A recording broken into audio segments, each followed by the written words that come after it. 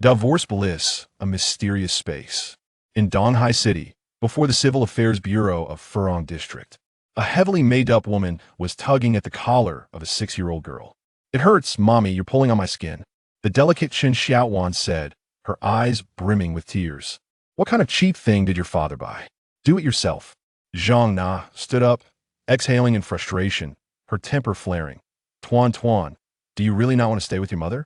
Chen Xiaowan cautiously pulled at her collar, fearfully glancing at Zhang Na, murmuring, "Mommy, can we not divorce Daddy?" "No, we must part ways. I cannot continue living with this useless man." Zhang Na observed her daughter's seemingly relieved expression and felt an inexplicable irritation. She crouched down to look into her daughter's eyes. "Tuan Tuan, think carefully. If you stay with that useless father, life will be hard. For all these years, it's been your mother who has been providing for the family. He has no job and not a penny to his name. He can't even afford food." Zhang Na was making her final plea. As long as her daughter was willing to leave with her, she could divorce Chen Feng without him gaining anything. Zhang Na was determined to make Chen Feng see reality. A worthless man will always remain worthless. To her surprise, Chen Xiaowan shook her head without hesitation and softly replied, "Mommy, Tuan Tuan wants to stay with Daddy." "Ugh." Zhang Na suddenly felt a tightness in her chest and snapped back. "You two are cut from the same cloth. Can being poor feed you? Tuan Tuan." At that moment, a resonant voice filled the air. Chen Xiaowan instantly turned around, her face lighting up with joy. It was her father's voice. She spotted a handsome man striding towards her from a distance. Giggle. Chen Xiaowan laughed joyfully as her father scooped her up, burying her in the embrace of his neck. Witnessing this scene, Zhang Na felt even more suffocated. She pointed at Chen Feng, her anger palpable. "Chen Feng, I'll ask you one last time. Just let Tuan Tuan come with me, and he'll give you your old house plus 2 million, a total of 5 million. You know you'll never earn that much in your lifetime. To take Tuan Tuan away, I'd rather leave empty-handed. How will you support her? Her tuition alone is 4,000 a month." Zhang Na's voice was almost a low growl by the end. "No need. Let's just get divorced." Chen Feng replied without a hint of hesitation, frowning. Why bring Tuan Tuan to the divorce today? She's still so young it could leave psychological scars. "You want Daddy." Chen Xiaowan gently tugged at Chen Feng's shirt, fearful of her parents' argument. "Who are you to say?" Zhang Na retorted. "In raising the child, do you need to teach me? Do you want to raise her to be useless like you? I want her to understand just how useless her father is." Chen Feng remained silent. Let's go." Zhang Na scoffed. Unable to tolerate Chen Feng's passive demeanor, he showed no spirit. How could she have married such a worthless man? 7 years ago, they had married out of necessity due to an unexpected incident after a night of drinking. She had no choice. She had given her first time to Chen Feng. In the realm of matrimonial introductions, the allure of a first meeting has diminished, and Chen Feng, possessing handsome features, found himself wed to Zhang Na, who was compelled to marry him, as both hailed from the same rural village of Qinjia. However, Zhang Na's family was considered an outsider. At that time, the financial situation of Chen Feng's family surpassed that of Zhang Na's. Following their union, Chen Feng's parents invested in a marriage home in Donghai City, valued at 400,000 yuan, and at Zhang Na's insistence, both their names were inscribed as co-owners of the property. Zhang Na's parents also moved into the home to assist with the care of the expectant mother and the infant. After Zhang Na gave birth, she borrowed an additional 500,000 yuan from Chen Feng's parents, leading the Chen family to exhaust their resources in search of funds. Meanwhile, Zhang Na launched a beauty salon, which flourished remarkably. 7 years have elapsed since then. Real estate prices in Donghai City have skyrocketed, with their marital home now worth 3 million yuan. Zhang Na has expanded her business into a successful beauty chain, accumulating a fortune exceeding 60 million yuan. In contrast, her husband has remained idle at home, neglecting opportunities for further education and lacking any substantial social connections or skills, solely devoted to raising their child, Tuan Tuan. Throughout these years, Zhang Na's business has thrived, and she has contemplated divorce, seeking to unite with a more capable young entrepreneur. She has subjected Chen Feng to numerous instances of emotional strife, damaging various belongings in their home. Yet Chen Feng consistently brush her off with the remark that Tuan Tuan is still young. Now, at the age of 28, with Chen Feng being 30, Zhang Na feels the pressure of time as she considers remarriage. Recently, she declared that if the divorce did not proceed, she would send their daughter abroad. This ultimatum finally prompted Chen Feng to acquiesce. The couple then engaged in discussions regarding the division of assets and custody of their daughter. Chen Feng expressed his sole desire for custody of Tuan, relinquishing all other claims. Consequently, Zhang Na decided not to leave Chen Feng even the marital home, ensuring he would leave with nothing as they signed the divorce agreement. Zhang Na believed that Chen Feng would surely regret this decision. Yet, he remained composed, which only intensified Zhang Na's frustration. As the three of them approached the divorce window, Zhang Na could not help but feel a sense of bitterness upon gazing at Chen Feng's handsome face. Aside from his good looks and a certain maturity, he seemed to possess no other redeeming qualities. Finally, they reached the counter. Chen Feng and Zhang Na submitted the 30-day cooling-off period form along with various documents concerning asset division and intentions regarding their daughter's custody. Mr. Chen, Miss Zhang, the 30-day cooling-off period has elapsed, the clerk stated. The assets have been divided, and custody arrangements for your daughter are settled. Would you like to reconsider? Once I stamp these documents, they cannot be altered. Very well. Thank you for your assistance, Chen Feng replied courteously. Wait a moment, Zhang Na interjected, turning to Chen Feng with an air of impatience. Chen Feng, I offer you one last chance. I will give you 1 million yuan and purchase another property worth 1 million. Tuan's custody will remain with me. If you do not reconsider, you will end up with nothing, and you will surely regret it. Zhang Na lowered her demands, determined to make Chen Feng experience regret. I want to stay with Daddy, Tuan exclaimed, frightened as she nestled into Chen Feng's embrace. Let's proceed with the stamping. I only require Tuan, Chen Feng said, gently patting his daughter's back. Useless. Useless. Chen Feng, you will always be a useless man. Go ahead and stamp it, Zhang Na exclaimed, her irritation palpable. With a resounding thud, the table was struck, startling the staff into silence.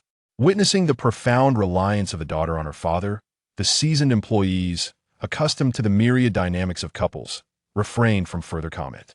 She expeditiously completed all necessary paperwork with remarkable efficiency. Mr. Chen, Miss Zhang, here is your divorce certificate. Wishing you both a joyful separation, the staff member remarked with a smile. Happy divorce, Chen Feng replied. Happy divorce, Zhang Na scoffed, adding, I'm leaving now. I will have visitation rights every month, and if you cannot support Tuan, custody will go to me. Agreed, Chen Feng responded, regarding Zhang Na with the gaze of a stranger. In that moment, he felt a complete severance from the woman before him. It was over, and he felt liberated. A sudden pang of discomfort pierced Zhang Na's heart. She was curious to see how long her useless ex-husband could remain content. With a click of her heels, she strode away without a backward glance. Meanwhile, Tuan, nestled in Chen Feng's arms, barely acknowledged her mother. Over the years, Zhang Na had been preoccupied with her business, rarely taking care of her. Tuan had grown closest to her father. At that moment, a sharp pain surged through Chen Feng's mind. He clutched his head, succumbing to the agony as he collapsed onto the ground. Daddy, what's wrong? Mr. Chen, what is happening? From a distance, the sound of Chen Feng's cries echoed. The clicking of high heels quickened as Zhang Na exited the Civil Affairs Bureau. A triumphant smile graced her face as she feigned a headache, seeking sympathy. How pathetic Chen Feng was. Did she believe him? Preposterous. Daddy, please don't scare Tuan, his daughter, Chen Xiaowan, exclaimed, clearly frightened. Yet, in an instant, Chen Feng had lost consciousness. Upon opening his eyes once more, he found himself in a realm of enigmatic beauty. Where am I? This place is adorned with water, fields, and a serene pond. A quaint cottage sprawls across approximately 10,000 square meters, while the distant horizon is shrouded in dense mist. Is this the fabled golden finger that will alter the course of my life? Chen Feng's heart swelled with joy. Over the years, while caring for his daughter, he had immersed himself in novels, from the intricate tales of Dream of the Red Chamber to the vivid narratives of Jean Ping Mei, becoming well-versed in them all. Is anyone here? Chen Feng stepped toward the cottage. At that moment, a splashing sound erupted from the pond. He beheld a tabby cat emerging from the water's edge. Its coat a vibrant tapestry of colors, captivating to behold. In its mouth, it clutched a struggling grass carp, larger than itself. The tabby shook off the droplets of water, cast a fleeting glance at Chen Feng, and then resumed feasting on the fish. Cats are not afraid of water. What a curious sight. Hello? Chen Feng called out loudly. The tabby paid him no mind. Clearly, it was not of the mystical kind. Is anyone here? Chen Feng quickened his pace towards the cottage. During his unconscious state, his daughter must have been worried. He needed to find a way back swiftly. Knock, knock, knock. Arriving at the cottage, Chen Feng rapped on the door. Hello? Is anyone there? No response came. With a creak, the door swung open on its own. Chen Feng's pupils dilated. Inside, he glimpsed a statue of a human figure, standing before a large cauldron. The figure was manipulating a long strand of dough, while the cauldron sizzled with what appeared to be fluffy, fried delicacies. Beside it sat a wooden barrel, simmering with some concoction. In that instant, the stone sculptures began to stir, transforming into a thick mist that surged into Chen Feng's mind. Thud! A torrent of memories and experiences flooded in. Chen Feng fainted once more. Daddy, Daddy, wake up! Mr. Chen, are you all right? What kind of wife is this? Hastening away as her ex-husband lies unconscious? How absurd. They say a day as husband and wife brings 100 days of affection. This seems more like 100 days of animosity, as if she wishes him dead. The indignant voice of a Civil Affairs Bureau staff member echoed in his ears. Thank you all. Chen Feng opened his eyes to find Chen Xiaowan weeping, her face like a rain-soaked flower. Daddy, it's all right now. Chen Feng gently stroked his daughter's little head. At that moment, his mind was foggy, inundated with an abundance of unfamiliar information. To his astonishment, this knowledge pertained to frying dough sticks and making soybean milk, all old culinary skills from yesteryears. What, then, is this mysterious space? Daddy, Chen Xiaowan. Her eyes glistening with unshed tears, flung herself into Chen Feng's embrace, whispering, Daddy, let us find you a new mommy. That way, someone can take care of you, Daddy. Would that be all right? Chen Xiaowan was fearful of her father suddenly leaving her. Her sparkling eyes looked at Chen Feng with expectancy, as she had numerous potential sisters and aunts in mind. A burst of laughter erupted from the Civil Affairs Bureau staff. The child's father is quite handsome, but alas, they are all married. Chapter 2. A culinary journey begins. Tap, tap, tap. Zhang Na strode in her high heels outside the Civil Affairs Bureau. She raised her proud, snow-white neck slightly, resembling an enchanting swan exuding irresistible allure. Having finalized her divorce, she felt liberated. It was now the morning rush hour, and numerous male gazes turned in her direction. Humph, Chen Feng, that useless man, delayed me for far too long. She found no interest in those lascivious stares, yet secretly reveled in the attention. Hello, madam. Do you work at the Civil Affairs Bureau, or have you just completed your paperwork? My name is Lu Chuanfeng. May I have the pleasure of your acquaintance? A man in his 20s, sporting a slicked-back hairstyle, stood before Zhang Na, tilting his head with a confident smile. That BMW 5 worth 700,000 is mine. May I have the honor of inviting you for a cup of morning tea? The corners of Zhang Na's lips curled slightly as she walked towards him, feeling significantly lighter after the gloom of her divorce. Please, Lu Chuanfeng smiled.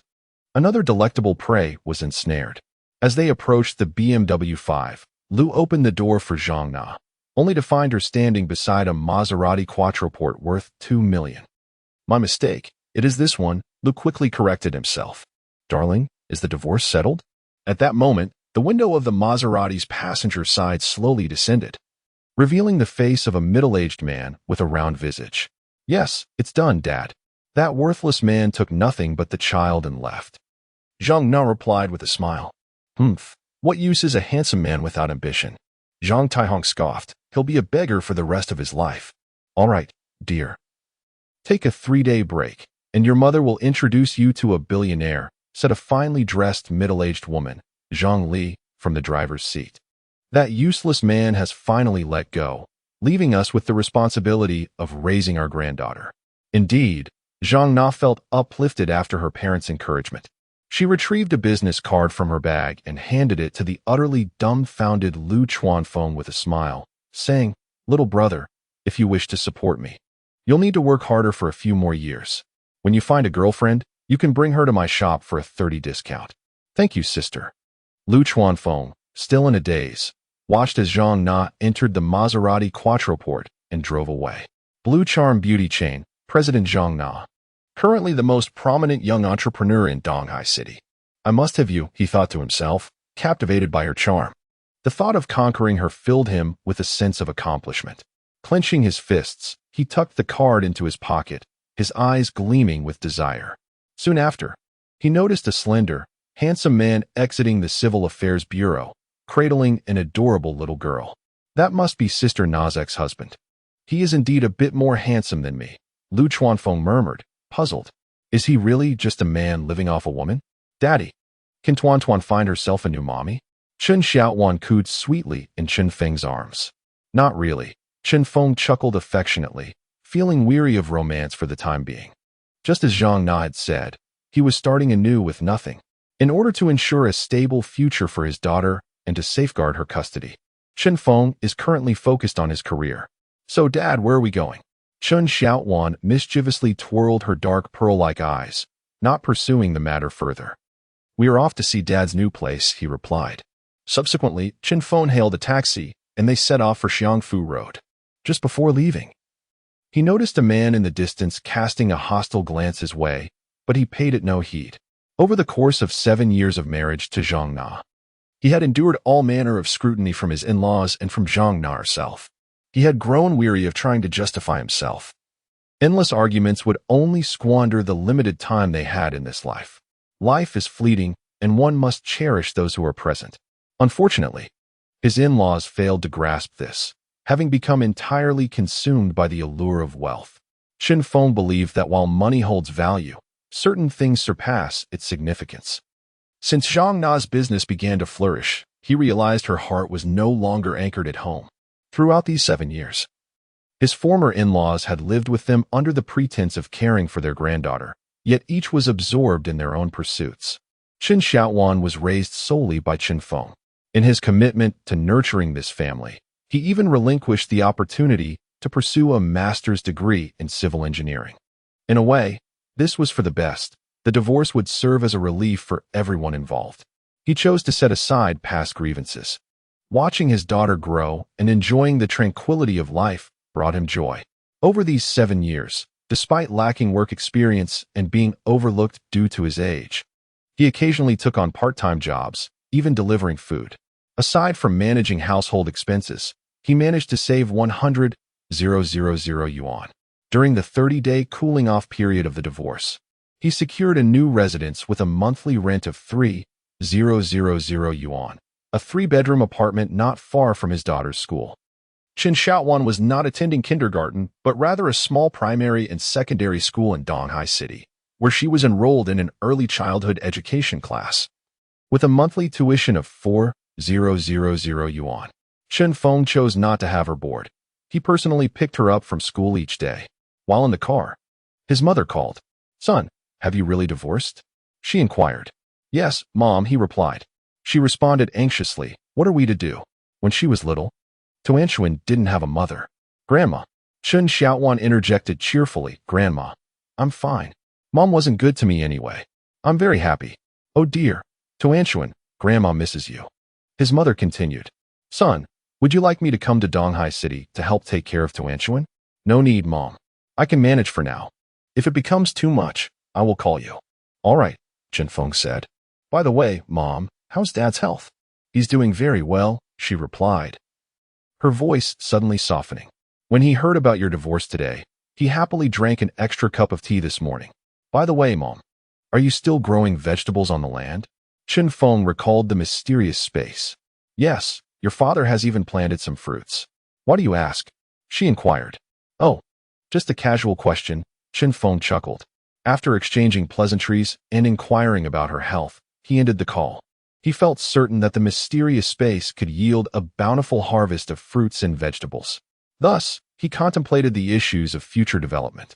At this moment, he finally arrived at the shop located at number 30, Xiangfu Road. The establishment had been newly renovated and was named Life Snack Bar. Within the transparent glass doors, the decor exuded a rustic charm reminiscent of local markets. Inside, there was a table for 4 and 5 tables for 2, all exuding an antique elegance. After a 30-day cooling-off period following his divorce, Chen Feng had rented a space and utilized his savings to establish a modest eatery. Having devoted years to caring for his daughter, Chen Feng possessed no work experience and could only pursue what he excelled at: preparing snacks. Unexpectedly, it seemed as though a mysterious realm had been unlocked in his mind, revealing an ancestral skill for making fried dough sticks and soy milk. Truly, fortune favored him. While the challenges were formidable, he held steadfast confidence that his future days with his daughter would only improve. Standing before the shop, he noted that it was situated at a crossroads, nestled within an old street. The life snack bar was prominently positioned at the corner, quite eye-catching. Adjacent to it was a Hunan-style stir-fry restaurant, alongside supermarkets, a telecommunications store, a kitchenware shop, a goldsmith, and various other small businesses. Not far away was a huaxia bake. Across the intersection stood a large factory of Zhondi automobile, while opposite it were several medium-sized restaurants, behind which lay a large resettlement community called Beidian. Furthermore, diagonally across from the life snack bar was a bustling snack street, filled with an array of food stalls, including over 100 establishments offering Lanzhou beef noodles, among others. The competition was indeed fierce, particularly as a tourism vocational school was nearby, surrounded by several technical colleges. In the broader area, there were also office buildings housing numerous enterprises, as this location was part of the development zone of Donghai City. White-collar workers, laborers, and local residents all frequented this vibrant locale. "Daddy, is this life snack bar your shop?" asked Chen Xiaowan. "Yes, I'll show you the new shop," Chen Feng replied, pulling the keys from his pocket. Just then, a middle-aged man approached him. He was dark-skinned yet robust, with thick arms. Tuan grew tense. Chapter 3. The Pressures of a Single Father. Hello. My name is Lu Qi, and I am the owner of the Hunan restaurant. Are you the proprietor of this new establishment? The middle-aged man smiled warmly, offering a cigarette, Furong Wang, priced at 25 yuan per pack. "Hello, Brother Lu. I'm Chen Feng, the owner of the snack bar. I don't smoke, thank you." Chen Feng replied with a smile, having not yet met his new neighbor due to his sporadic visits to the shop. "Hello, Uncle Lu. I'm Chen Xiaowan. You can call me Tuanzi or Tuan," the sweet girl chimed in with a bright smile. "What a lovely little girl," Lu Qi remarked, charmed by her. "We are neighbors in the restaurant business. If you ever need assistance, don't hesitate to ask, as long as I am able to help." Lu Qi, captivated by Tuan, merely held the cigarette without lighting it. "Thank you very much, Brother Lu," Chen Feng responded. After exchanging pleasantries, Lu Qi returned to his restaurant. Chen Feng, holding his daughter, unlocked the shop door with a key. "Wow, that shop owner is quite handsome, and his daughter is lovely too. Why haven't we seen his wife?" Lu Qi's wife inquired. "It's best not to pry into other people's affairs," Lu Qi replied. Meanwhile, Chen Feng and his daughter entered the shop. Chen Xiaowan quickly wriggled free from her father's embrace and joyfully dashed around the store. This was their family shop. Subsequently, Chen Feng made his way to the kitchen. The place was equipped with an array of kitchenware, as well as both refrigerated and frozen storage. A ready-to-use payment QR code was also present, linked to Chen Feng's communication app and a payment service. Even the business license and the rental contract for their snack shop were in order. With merely a month remaining on the lease, the monthly rent was set at 5,000 yuan. The total cost for the transfer and renovations had amounted to 50,000 yuan. Moving forward, Chen Feng planned to negotiate directly with the landlord for future rentals. The business license had also been obtained through a contact. Chen Feng carefully stored these documents away. When added together, his daughter's tuition was 4,000 yuan a month.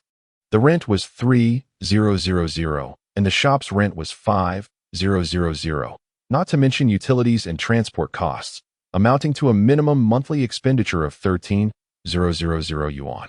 The pressure on Chen Feng was immense. With 100,000 yuan in savings, considering other expenses, he could barely sustain himself for 3.5 months. Tuan, Daddy is starting to clean up, he announced. "Daddy, I will help you," Chen Tuan replied thoughtfully. The entire morning was spent as Chen Feng busied himself, with Tuan assisting him. He also arranged for a bean grinder, spending an additional 2,000 yuan, rapidly depleting his savings. He moved the coal stove and large pot to the front hall. In the future, during the mornings, customers would be able to see the frying of dough sticks, which would surely provide them with peace of mind. At noon, Chen Feng had a simple meal at a nearby Hunan restaurant, which was quite satisfactory. He also engaged in conversation with the couple who owned the restaurant, Lu Qi and his wife. After a brief rest, Chen Feng took his daughter to school. In the afternoon, he still needed to buy groceries and soybeans for making soy milk, which would be cumbersome with his daughter in tow. Initially, Chen Feng had planned to sell pan-fried dumplings, boiled dumplings, and fried noodles. However, he decided to start with soy milk and dough sticks, gradually opening the shop.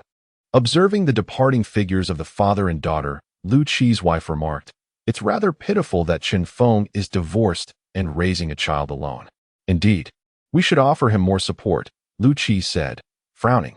However, he worried that since the snack shop would only sell soy milk and dough sticks, Chen Feng, who likely had no prior experience in business, might incur significant losses.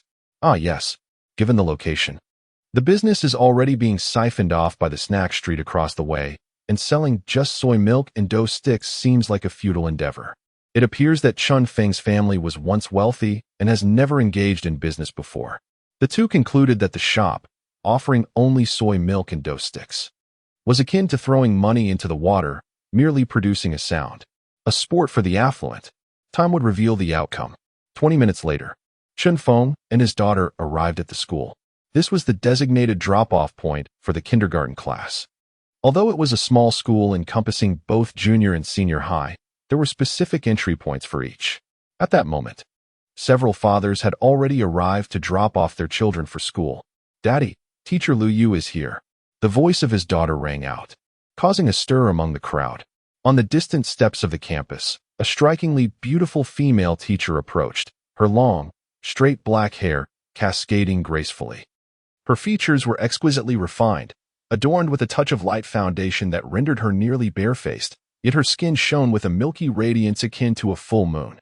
She surpassed Chen Feng's ex-wife, Zhang Na, in beauty by several notches.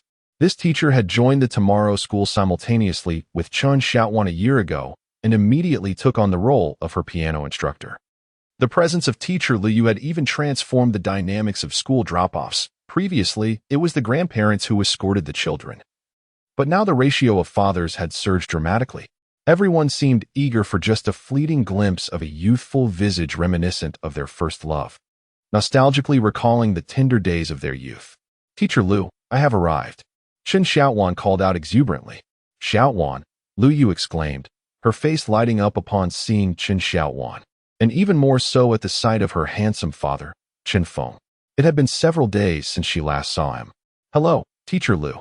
I appreciate your help." Chen Feng nodded respectfully. Without hesitation, Chen Xiaowan wrapped her arms around Lu Yu's long legs and whispered, "Teacher Lu, doesn't my dad look dashing today?" He opened a snack shop. A faint blush graced Lu Yu's cheeks as she replied, "Not at all. It is my duty." "Then I shall not disturb you with the other children. I will come back to pick up Xiaowan in the afternoon." "Goodbye," Chen Feng said, and with a nod, he turned to leave.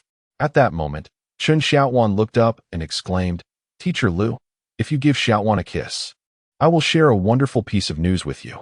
"You little rascal," Lu Yu chuckled, bending down to display her elegant figure and planting a gentle kiss on the girl's tender cheek. "Now what is this good news?"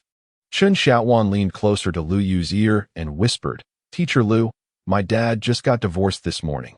He is now single, so you should seize the opportunity." Lu Yu's body trembled slightly, her long eyelashes fluttering in disbelief. Had she finally awaited this moment for 7 long years? "Is it truly so?" she inquired. "Indeed. I would never deceive Teacher Lu," Chen Xiaowan replied innocently. "Teacher Lu, would you like to become Xiaowan's mother?" Lu Yu's lips parted slightly, her cheeks flushing crimson, radiating an enchanting beauty. The fathers escorting their children to school were stirred by the unfolding scene. Meanwhile, after dropping off his daughter, Chen Feng walked for 10 minutes to the local market. There, he purchased 100 pounds of premium yellow soybeans, along with red dates, white sugar, peanuts, black beans, sesame seeds, lilies, lotus seeds, and goji berries, all essential ingredients for making soy milk, each of the highest quality. The knowledge he possessed for crafting the perfect soy milk and youtiao required not only skill, but also a discerning eye for quality materials. This endeavor cost him 500 yuan. Subsequently, Chen Feng acquired a large bag of wheat flour, all-purpose flour, fresh yeast, and eggs, the foundational elements for youtiao, which set him back 300 yuan. After completing his shopping, he carried the soybeans on his back and held the other ingredients in his hands as he made his way to the shop. After another 10 minutes of walking, he reached an intersection where Lu Qi, the owner of a Hunan restaurant, spotted him from a distance and hurried over to assist with the load. Once the ingredients were placed inside the establishment, Chen Feng was drenched in sweat, his legs trembling from the exertion. "Lu Gu, thank you so much. In my household, we possess an electric vehicle as well as a tricycle, primarily for grocery shopping. In the future, should you require anything, feel free to reach out to me." Lu Qi remarked, "It would be prudent to purchase from a single store, as this may encourage the proprietor to offer complimentary delivery." Chen Feng chuckled. He would not indulge in such practices. The quality of the raw ingredients from a singular establishment can vary, ultimately impacting the culinary experience. If Chen Feng were to undertake this endeavor, he would strive for nothing less than excellence. Lu Qi, upon hearing this, felt a pang of disappointment. He had initially harbored high hopes for Chen Feng. It became apparent that this was his inaugural foray into the business world, and Lu Qi had already deemed him a failure. No divine intervention could save him. After Lu Qi departed, Chen Feng took a brief respite. He then proceeded to soak and cleanse 50 pounds of yellow soybeans and peanuts, allowing them to rest. This crucial step required 816 hours to ensure the perfect absorption of moisture. Other ingredients, such as red dates, were meticulously washed as well. Chen Feng then began kneading the dough, incorporating eggs, yogurt, and other components until the flour achieved a complete consistency. He meticulously cut the dough into pieces, wrapped them in cling film, and stored them in the refrigerator to rest. Once all the ingredients were prepared, he took another short break, as it was nearing the time for his daughter to finish school. After exchanging greetings with Lu Qi, Chen Feng noticed that the Hunan restaurant had begun to bustle with activity, prompting him to head out to pick up his daughter. When he arrived, it was still teacher Lu Yu who was responsible for the school pickup. They exchanged brief pleasantries. Chen Feng suddenly found teacher Lu Yu's eyes even more captivating, resembling a pool of autumn water glimmering with light. "Come on, sweetheart, let us go home and see our new house," he said. "Daddy, turn around and take another look at teacher Lu." Chen Xiaowan tugged at Chen Feng's hand, playfully asking, "What do you think, Daddy? Would it be good if teacher Lu became our mother?" "Xiaowan, stop it," he replied, as the sun began to set, casting a warm glow upon the father and daughter. They walked together, their shadows stretching long behind them. Chapter 4. The Seasoned Artisan and the First Customer. 20 minutes later, they arrived at their new abode. Located behind the Baitian community, a 5-story resettlement building, room 301, featuring 3 bedrooms, a living room, a kitchen, and 2 bathrooms. Each floor housed 2 families. Chen Feng had yet to encounter the occupants of room 302. "Daddy, is this our new home?" "Indeed," Chen Feng replied, a subtle smile gracing his lips as he unlocked the door. "Wow," Chen Xiaowan exclaimed, dashing inside and her eyes sparkling with excitement at the room's decor. "Daddy." She suddenly froze, captivated by the bedroom's design, which mirrored her previous home. "What do you think?" Chen Feng inquired. Overwhelmed, Chen Xiaowan clung to Chen Feng's leg and began to cry. Chen Feng understood that although she harbored resentment towards her mother, Zhang Na, she was still her mother. At her tender age, the prospect of separation was understandably heart-wrenching. "Don't cry, sweetheart," Chen Feng gently encouraged, squatting down to pat her back softly. He recognized that Zhang Na's desire for custody was not born from genuine affection for Chen Xiaowan, but rather a means to validate her own sense of superiority. His ex-wife had always been domineering, intent on proving his inadequacy. Such complexities were not something Chen Feng felt appropriate to share with his daughter. "Don't cry." Chen Xiaowan lifted her head, her face streaked with tears, as she wiped her eyes on Chen Feng's trousers. "Daddy, please find a new mommy for Tuan Tuan. Teacher Lu is really wonderful," Chen Xiaowan sobbed. Chen Feng was both amused and exasperated. The girl was not genuinely sentimental, but rather feigning vulnerability to coax him into finding a new partner. Indeed, over the years, his ex-wife Zhang Na had merely been a creature referred to as mommy in their daughter's eyes. It was perhaps better for Tuan Tuan to grow closer to her teacher, Lu Yu. If Lu did not suffice, they could always find another, such as Sister Rua Xin, who, despite her youth, could be nurtured over 3 years to cultivate affection. Even a minor was on her radar. With a gentle tap on Chen Xiaowan's head, he remarked, "Tomorrow, there will be no ice cream." "No, Daddy, I was wrong." Chen Xiaowan promptly conceded. However, who was Rua Xin? This clever daughter of his was surely up to mischief, forging connections with countless young girls behind his back. With questions lingering, Chen Feng proceeded to prepare dinner. Over the years, his culinary skills had been honed to perfection. Soon, he had cooked rice, tomato, and egg soup, stir-fried shredded potatoes, and steamed pork. Dinner was served. Before long, the father and daughter had transformed into two satisfied beings. They then settled down to watch television together. Around 8 o'clock, after they had completed their homework, Chen Feng guided his daughter through her evening routine. "Tuan Tuan, sleep early. Tomorrow, I must rise at 4 to open the shop and return by 7 to take you to school." Chen Xiaowan blinked. "Daddy, are you going to earn money at the shop? I want to go too." "No," Chen Feng firmly rejected. "Your duty is to study."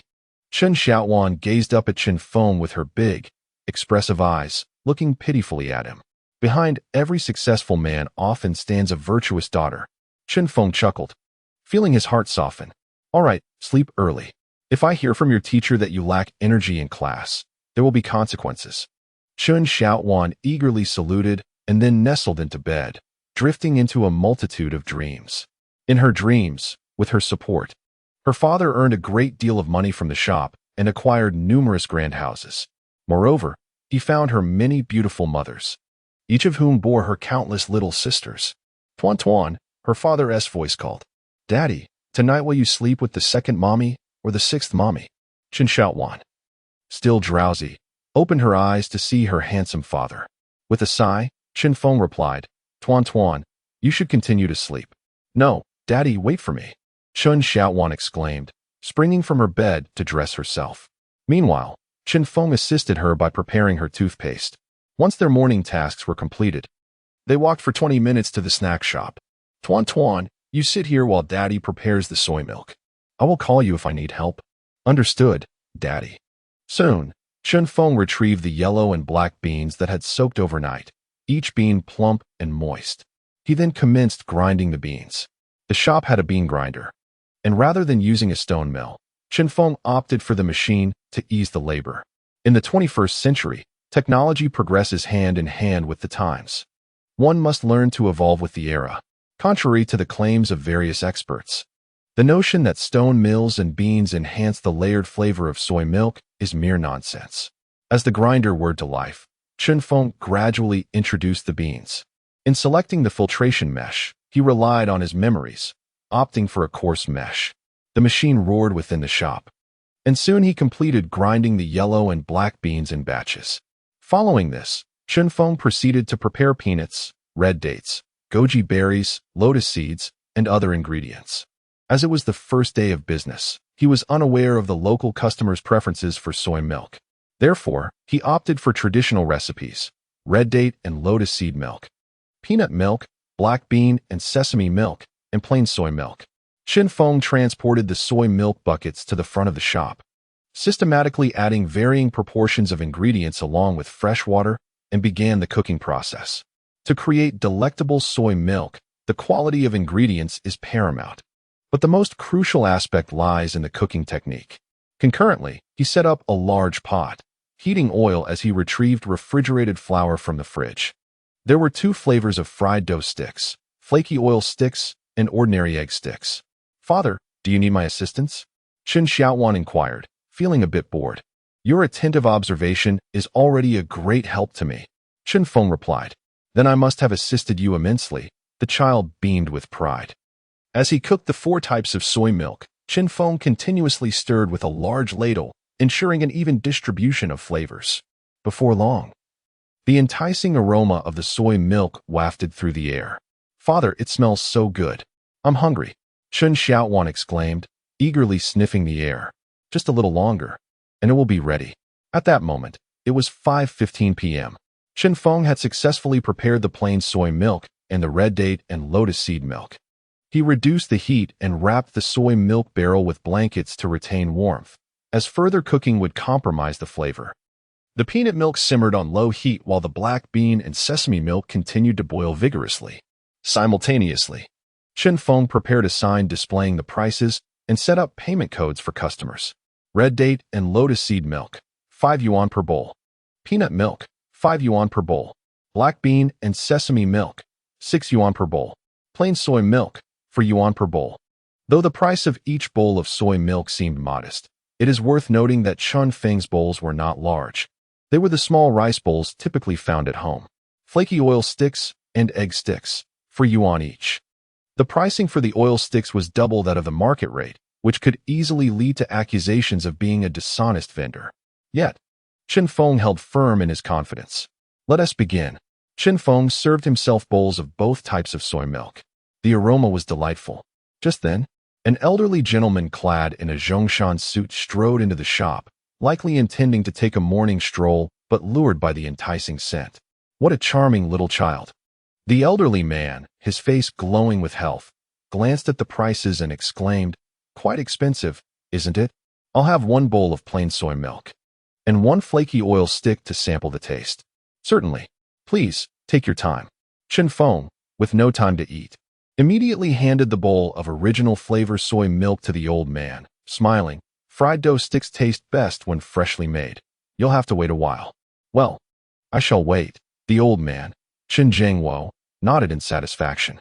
"Dad, the red date and lotus seed paste is absolutely delightful." On the other side, Chen Xiaowan, unable to wait, took large gulps, her eyes sparkling as her small hands cradled the bowl. Chen Jiangwo chuckled. "Be careful not to burn yourself. Drink slowly, little one." "Grandpa, you must try the soy milk my dad made. It's delicious." Chen Xiaowan enthusiastically promoted the drink. Indeed, indeed, Chen Jiangwo repeatedly nodded with a smile, lifting the bowl and blowing gently on it before taking a sip. Instantly, his eyes widened in surprise. The viscous soy milk flowed warmly down his throat, filling his belly with warmth. He felt enveloped in comfort, the texture smooth and the subtle sweetness not cloying, far more refreshing than porridge.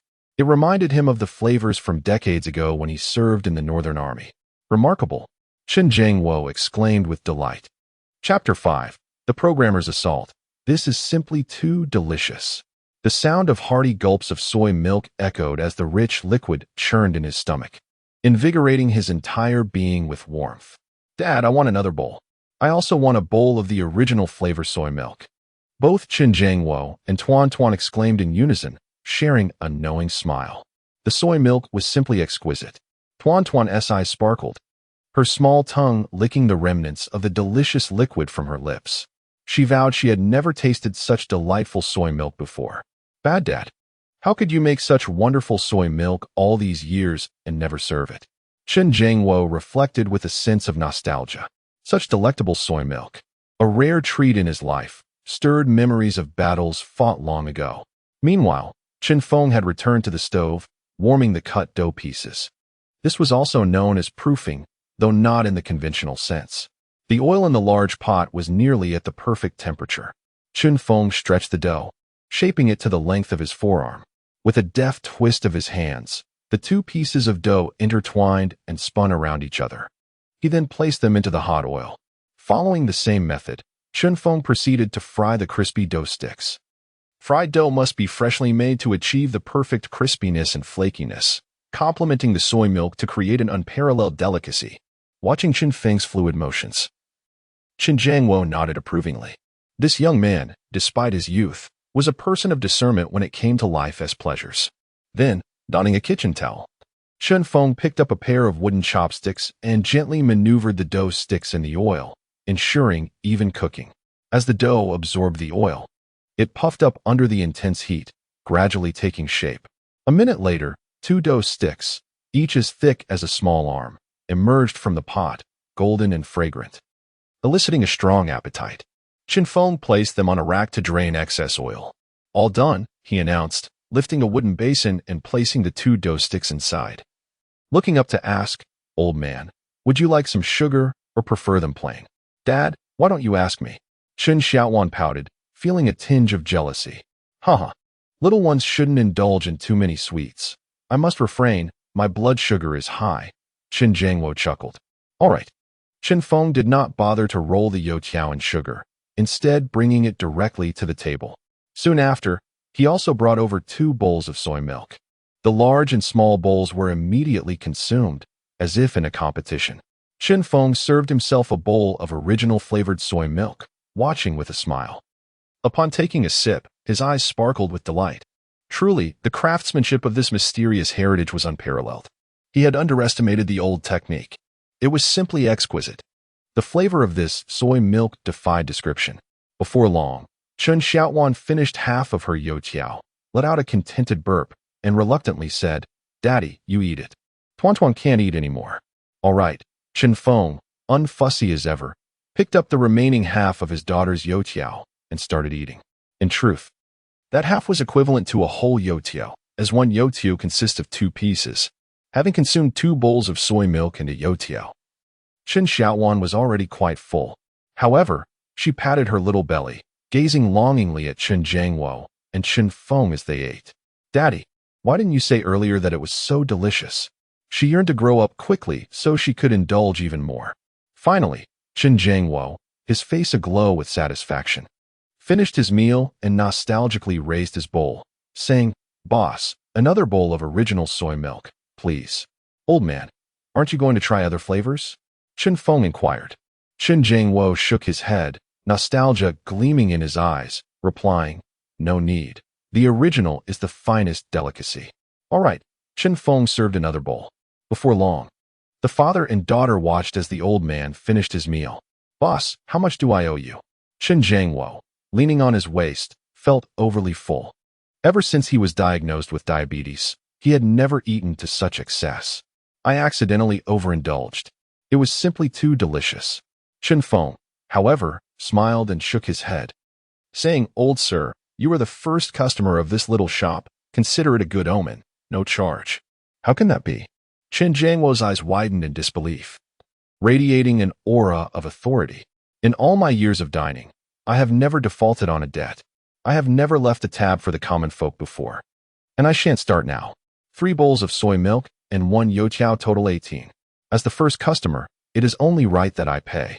Subsequently, Chen Jiangwo pulled out 30 yuan from his pocket, placed it on the table, and left with a flourish. "Old sir, that's too much. Keep the change. The little one is on me as well. I wish you prosperous business in the future." "Thank you, old sir." "Thank you, grandpa. Next time, Tuan will treat you." Chen Xiaowan chimed in sweetly. Chen Feng could only laugh in exasperation. This old man was truly genuine. He had completely forgotten to ask for his name. After all, he was his very first customer. After tidying up the table, Chen Feng savored a bowl of red date and lotus seed soy milk, feeling satisfied yet craving more. He never anticipated his culinary skills to be so exceptional. Once the table was cleared, the peanut soy milk and black bean sesame soy milk were also ready. After turning off the stove and wrapping them in blankets for warmth, he and his daughter settled in the shop to wait. "Daddy, when will the second customer arrive?" Chen Xiaowan gazed eagerly outside the shop, yet found it deserted. "Just wait a little longer. They will come," Chen Feng reassured with a smile, confident in the delectable offerings of his soybean milk and fried dough sticks. At that moment, it was 5:30 a.m., and the sky was beginning to brighten. A few scattered cars traversed the roads, halting at traffic lights. Sanitation workers commenced their morning duties, while early-rising students and night owl youths made their way about. A few inebriates practiced their dance steps, and recently off-duty employees mingled in the streets. Elderly folks out for a stroll were becoming increasingly prevalent. However, these individuals were all headed to the nearby snack street, in search of breakfast, drawn by its diverse offerings. On the street in front of Chen Feng's shop, breakfast vendors were pushing their mobile stalls, selling items such as pancakes, steamed dumplings, fried noodles, and soybean milk, all vying for customers in fierce competition. Grandpa, Grandma, Big Sister, Big Brother, Come enjoy my father's soybean milk and fried dough sticks. Chen Xiaowan enthusiastically called out. Initially, a few passers-by glanced over. But upon seeing the prices at Chen Feng's establishment, they quickly retreated, for the fried dough sticks were priced at twice the usual rate, and the soybean milk at 3 times. People merely sought to satiate their hunger. Dad, no one is coming, Chen Xiaowan said, feeling disheartened. Despite her father's culinary prowess, it seemed unappreciated, leaving the young girl quite dispirited. Chen Feng chuckled softly, ruffling his daughter's hair. It's all right. As the saying goes, the wise fisherman waits for the willing fish to bite. That wise fisherman must be a fool, she retorted. Just then, 3 office workers approached, their eyes lighting up upon spotting Chen Xiaowan. One wore glasses, another had a prominent belly, and the last was slightly balding. Little girl, are you open for business? One of the workers inquired. We are, big brother. Please come in quickly. My dad's soybean milk and fried dough sticks are incredibly delicious, Chen Xiaowan said, her big, dark eyes sparkling like pearls. This charming scene melted the hearts of the 3 office workers, for programmers often find themselves particularly susceptible to the allure of adorable children. In no time, the 3 men found themselves bewilderedly entering the small eatery. This way, gentlemen, Chen Xiaowan, assuming the role of little proprietor, guided them to a table for 4. Boss, I would like a bowl of peanut soybean milk and 2 crispy fried dough sticks. I'll have a bowl of black bean and sesame milk and 1 fried dough stick. Just plain for me, and I'll take 2 fried dough sticks. The 3 ordered, each selecting their desired meals. Please wait a moment. Chen Feng promptly began preparing the soybean milk. Big brother, look here. Chen Xiaowan excitedly approached with the payment codes for the mobile payment platforms. Stop fooling around, Chen Feng chuckled, and the 3 men found themselves amused as they pulled out their phones to scan the codes. The transactions buzzed, 13 yuan from one app, 10 yuan from another, and 12 yuan from the last. At this moment, Chen Feng brought 3 cups of soybean milk and remarked, the youtiao must be freshly fried to be truly delectable. Please hold on. Subsequently, he began frying the youtiao. The 3 patrons observed the proprietor diligently preparing the youtiao, shaking their heads in disapproval. The youtiao should have been pre-fried. After all, the customer is king, and time is money. They had witnessed others toiling throughout the night to pursue their ambitions. The soybean milk appeared promising, with its viscous texture emitting steaming vapors. The trio felt their appetites stir, their cravings awakened. Slurping, they began to drink. Instantly, the rich flavors of the soybean milk exploded in their bodies and minds, sending shivers down their spines. The crushed peanuts were utterly delightful, crunchy and fragrant, and the soy milk was exquisitely sweet. The black sesame flavor was divine, and the original taste was equally remarkable. This is fantastic, the 3 programmers exclaimed, then fervently resumed drinking.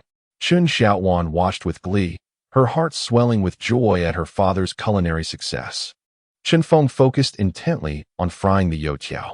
Boss, please give me another bowl of peanut soybean milk. I'd like to try that black bean sesame milk as well. And 1 bowl of red date and lotus seed milk, please. Little sister, hurry and scan the code. Within mere seconds, the trio was invigorated, calling out in excitement. Please wait. The youtiao will be ready shortly, Chen Feng replied with a smile.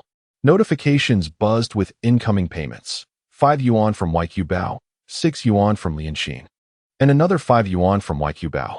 The 3 exchanged glances, brimming with enthusiasm. They vowed they had never tasted such exquisite soybean milk before. They were astonished that soybean milk could be crafted in such a manner. If the soybean milk was this delicious, how could the youtiao possibly disappoint? After frying 5 youtiao, Chen Feng prepared 3 bowls of soybean milk and served them alongside the freshly made youtiao. The 3 programmers gazed reverently at the food before them, as if beholding a beloved character from another dimension.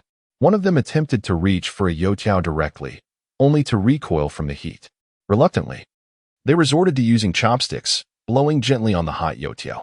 After a considerable wait, it had cooled enough to take a bite of the crispy youtiao. Their expressions transformed into sheer ecstasy. They felt as though they were floating on clouds. With another sip of soybean milk, the fatigue from their all-nighter dissipated completely, as if they could conquer an entire day ahead. Boss, this is absolutely delicious. They exclaimed. Dipping youtiao in soybean milk feels like a culinary revelation. Let's have 2 more youtiao. It was no wonder they referred to this as a snack haven. Were there no other delicacies? Enough talk. I'll take another bowl of original soybean milk. This flavor is incredible. 100 yuan is a mere trifle. The trio continued to indulge, alternating between dipping youtiao into the soybean milk and savoring bites of both, each method revealing its own delectable charm. The small shop had just opened, serving only soybean milk and youtiao, with plans to introduce new varieties in the future. Chen Feng smiled, confident that he would unlock even more culinary delights upon returning to that mysterious realm. Boss, will you be open for lunch? Indeed. Great, we'll return at noon. I could eat this soybean milk and youtiao for a lifetime. Goodbye, brother. 5 minutes later, the 3 individuals all leaned against the wall as they exited the life snack shop. This breakfast was the most delightful they had ever experienced. Observing the exaggerated departure of the 3 programmers, a curious elder lady with a basket inquired about their meal. What did they consume?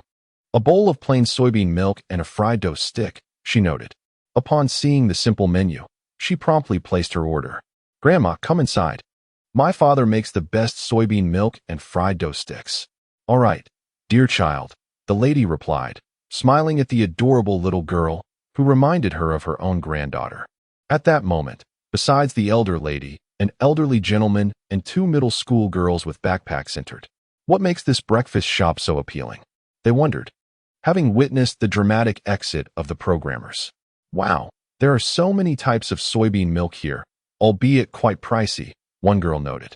I'll have a bowl of red date and lotus seed milk and a fried dough stick, said another. I would like a crispy fried dough stick and a bowl of peanut soybean milk. Xian, look. The owner is quite handsome, one girl remarked. Indeed. He looks so young. I wonder if he would consider dating me, her friend mused. Forget it, Sho. His daughter is here. The 2 middle school girls' eyes sparkled momentarily before dimming again as they found a chair to sit down. Chen Feng served the 4 patrons their soybean milk, offering a gentle smile. Please wait a moment for the fried dough sticks. They taste best when freshly fried. That's considerate of you. The 4 guests nodded in agreement, slowly savoring the warmth of the soybean milk while watching the owner prepare the fried dough sticks.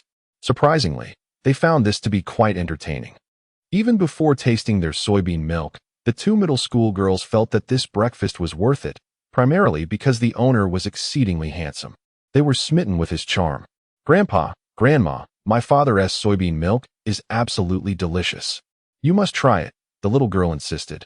Especially as the owner's daughter was so adorable, resembling a character straight out of a television show.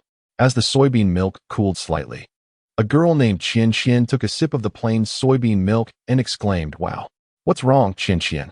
It's incredibly delicious. You must try your red date and lotus seed milk. Excuse me, do you have a spoon, sir? Yes, sister. A young girl named Tuan cheerfully rushed over with a spoon. Thank you, little sister. This black sesame soybean milk is delightful, the elderly gentleman declared. Sir, please bring me another bowl. The elderly couple was equally astonished by the exquisite flavor of the soybean milk. Suddenly, an elderly man appeared at the entrance of the life snack shop. Hey, Lao Zhang, enjoying a meal alone without calling me? Lao Lu, come in quickly. This soybean milk is absolutely phenomenal. Lao Zhang replied with a chuckle. Haha, Lao Zhang, is this new life snack shop related to your family? Lao Lu teased as he walked in with a smile. Sir, I would like a bowl of plain soybean milk. Please enjoy your meal, Chen Feng said as he finished frying the dough sticks for each customer. The elderly couple was utterly amazed as they began to eat. What level of soybean milk and fried dough sticks is this? They wondered, feeling as though they were floating in the air, reluctant to descend. As more patrons flocked to the life snack shop, the buzz of excitement continued to grow. Oh, a new shop has opened. Let us give it a try. Boss, I would like 1 fried dough stick and a bowl of black sesame soy milk. I would also like a bowl of soy milk. Gradually, more and more guests began to arrive. Tuan dashed around excitedly. My father is truly remarkable. The street vendors frowned, observing that this small eatery was quite formidable. Should they retreat from its brilliance? Perhaps relocate to another street? Meanwhile, 3 programmers leaned on each other, making their way home. Hey, buddies. What have you eaten that is so extraordinary? Just ahead, at the intersection, there's a new establishment, the Life Snack Bar. Their soy milk and fried dough sticks are simply divine, delicacies from the heavens. Haha, I must give it a try. You are indeed living advertisements. As the number of patrons increased, the business at the Life Snack Bar became utterly thriving. Chapter 7. Promoting Dad, Tuan specialty. Boss, I would like 2 crispy fried dough sticks. I'll have one as well. Little sister, a bowl of peanut soy milk, please. The soy milk is exquisite, boss. You must brew it every day from now on. You are quite the skilled craftsman. Boss, how much is it? The payment has been received, 12 yuan. I was astonished to discover how delightful soy milk paired with fried dough sticks could be. Boss, is the second bowl of soy milk half price? It's worth trying. Before long, at around 6 o'clock, during the morning rush for work and school, the Life Snack Bar was filled with a diverse crowd, predominantly elderly residents from the nearby community. The shop was alive with various sounds, all praising the deliciousness of the soy milk and fried dough sticks. They had never tasted such delectable treats before. Listening to their chatter, more curious patrons passed by, eager to sample the fare. Boss, you are frying dough sticks and serving soy milk. You need more hands. Where is the child's mother? A lady inquired while waiting for her fried dough sticks. Could you fry 2 more for me to take home to my son and daughter-in-law? Upon her question, the shop seemed to fall silent, all eyes turning to Chen Feng, who was diligently frying the dough sticks. They soon realized that this young man was quite handsome, possessing an all-encompassing charm. 2 middle school girls felt their hearts race, growing somewhat anxious. If the handsome boss were single, Chen Feng chuckled and glanced at his daughter, drawing the attention of the crowd. Chen Xiaotuan's little face appeared sorrowful, tears welling up as she lamented, Mommy doesn't want Tuan anymore. She divorced Daddy. Woo-woo. Daddy gave everything to Mommy and only kept Tuan. Daddy must support the family and take care of Tuan. Woo-woo.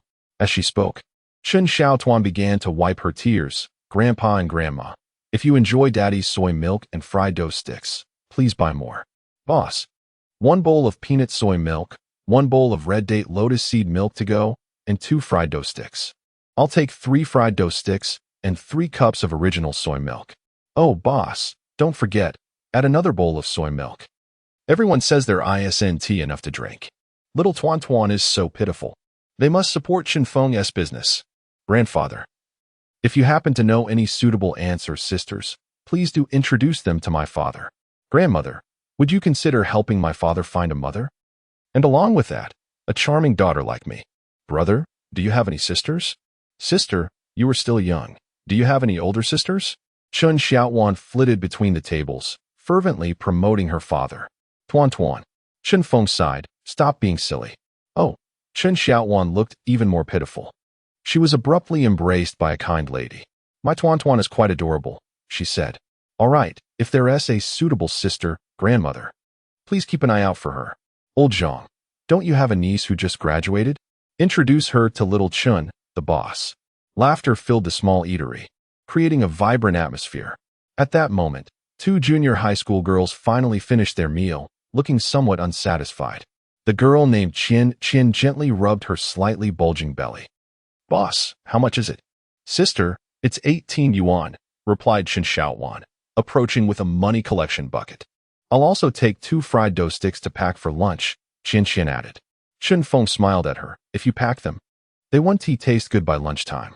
My suggestion is to come back tomorrow morning. Qian's mind buzzed. The handsome boss actually spoke to her. His voice was magnetic, much like a magnet drawing her in. As for what he said, she completely forgot to listen. Do you want anything else? Chen Feng inquired, looking at Qian. In an instant, her delicate face flushed crimson, and she stammered, No, I'll come back tomorrow morning.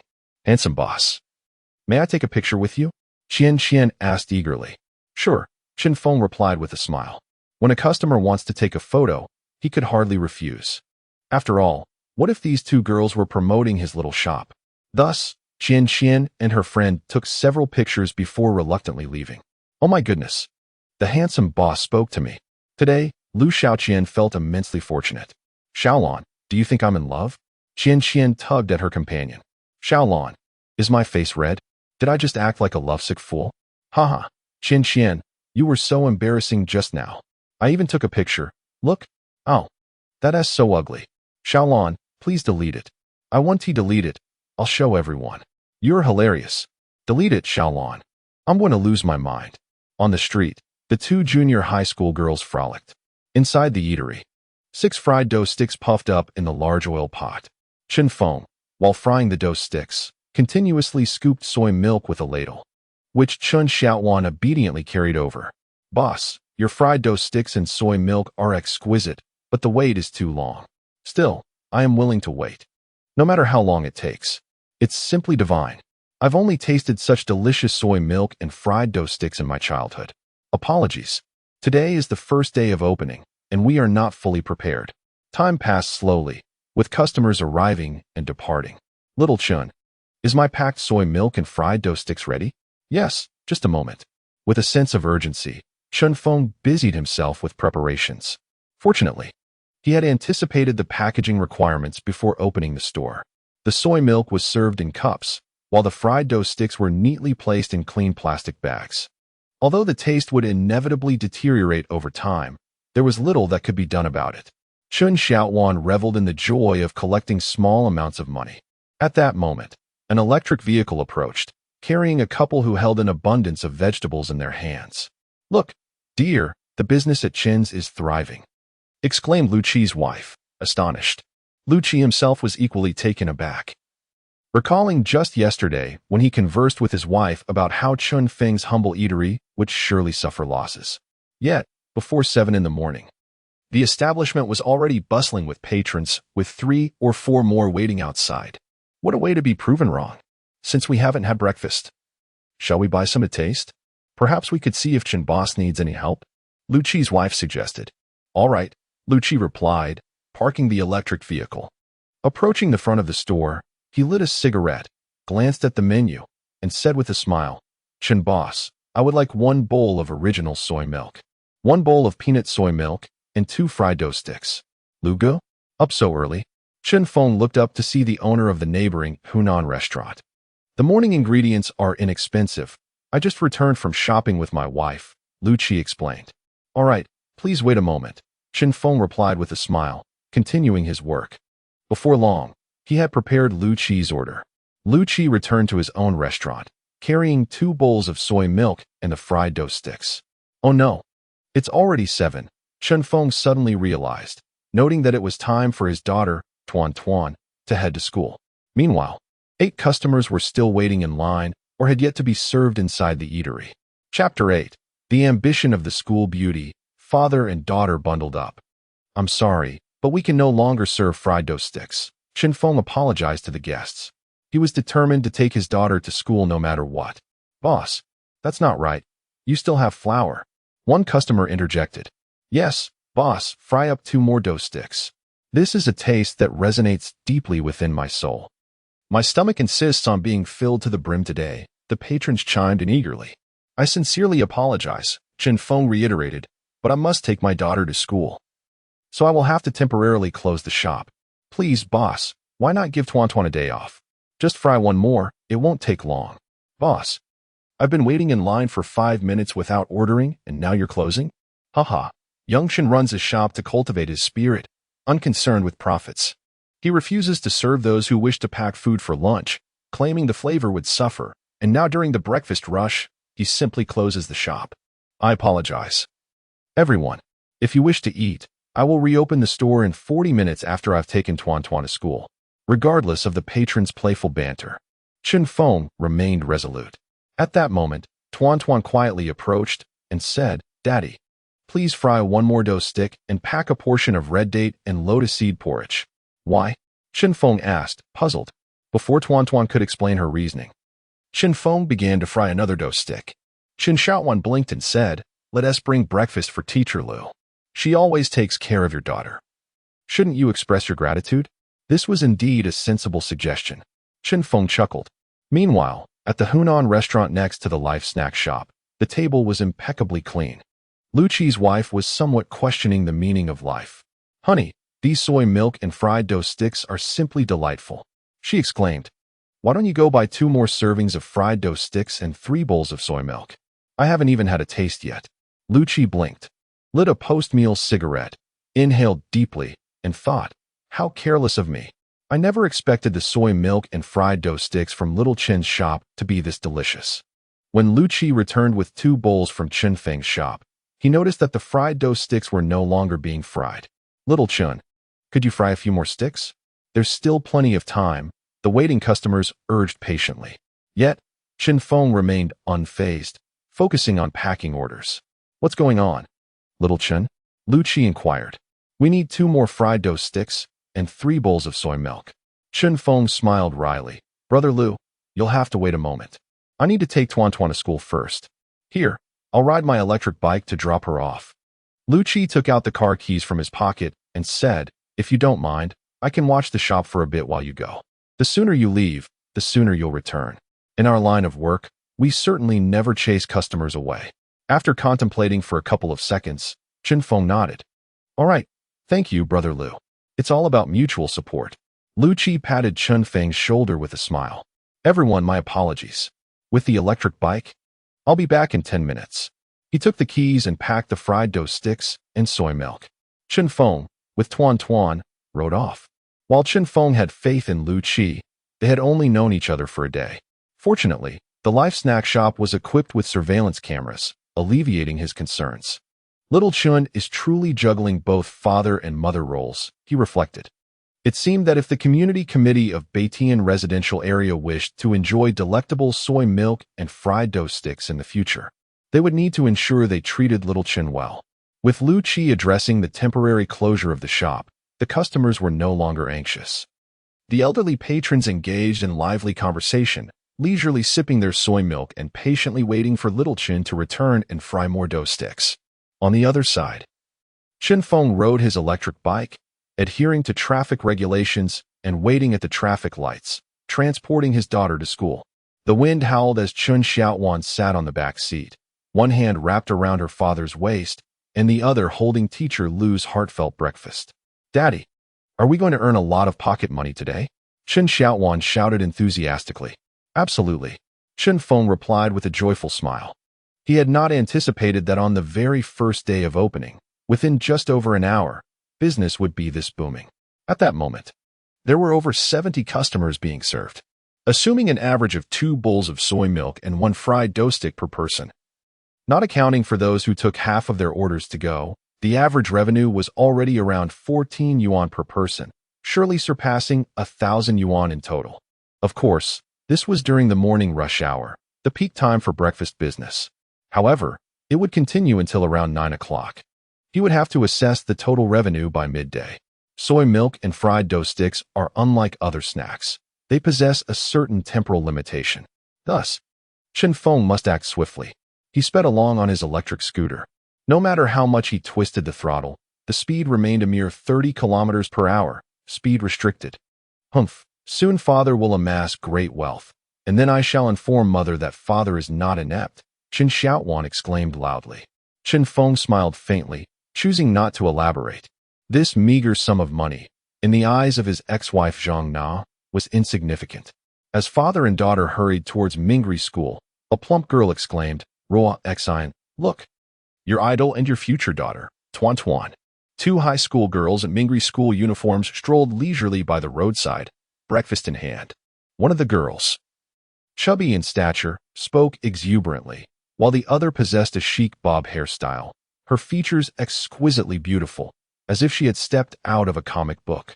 With crescent-shaped eyebrows, a delicate oval face, and glistening eyes, she was Wang Rua Exine, renowned as the belle of Mingri school, effortlessly charming both junior and senior high students alike. This year, Wang Rua Exine, at the tender age of 17, was in her final year of high school. What are you saying, little flower?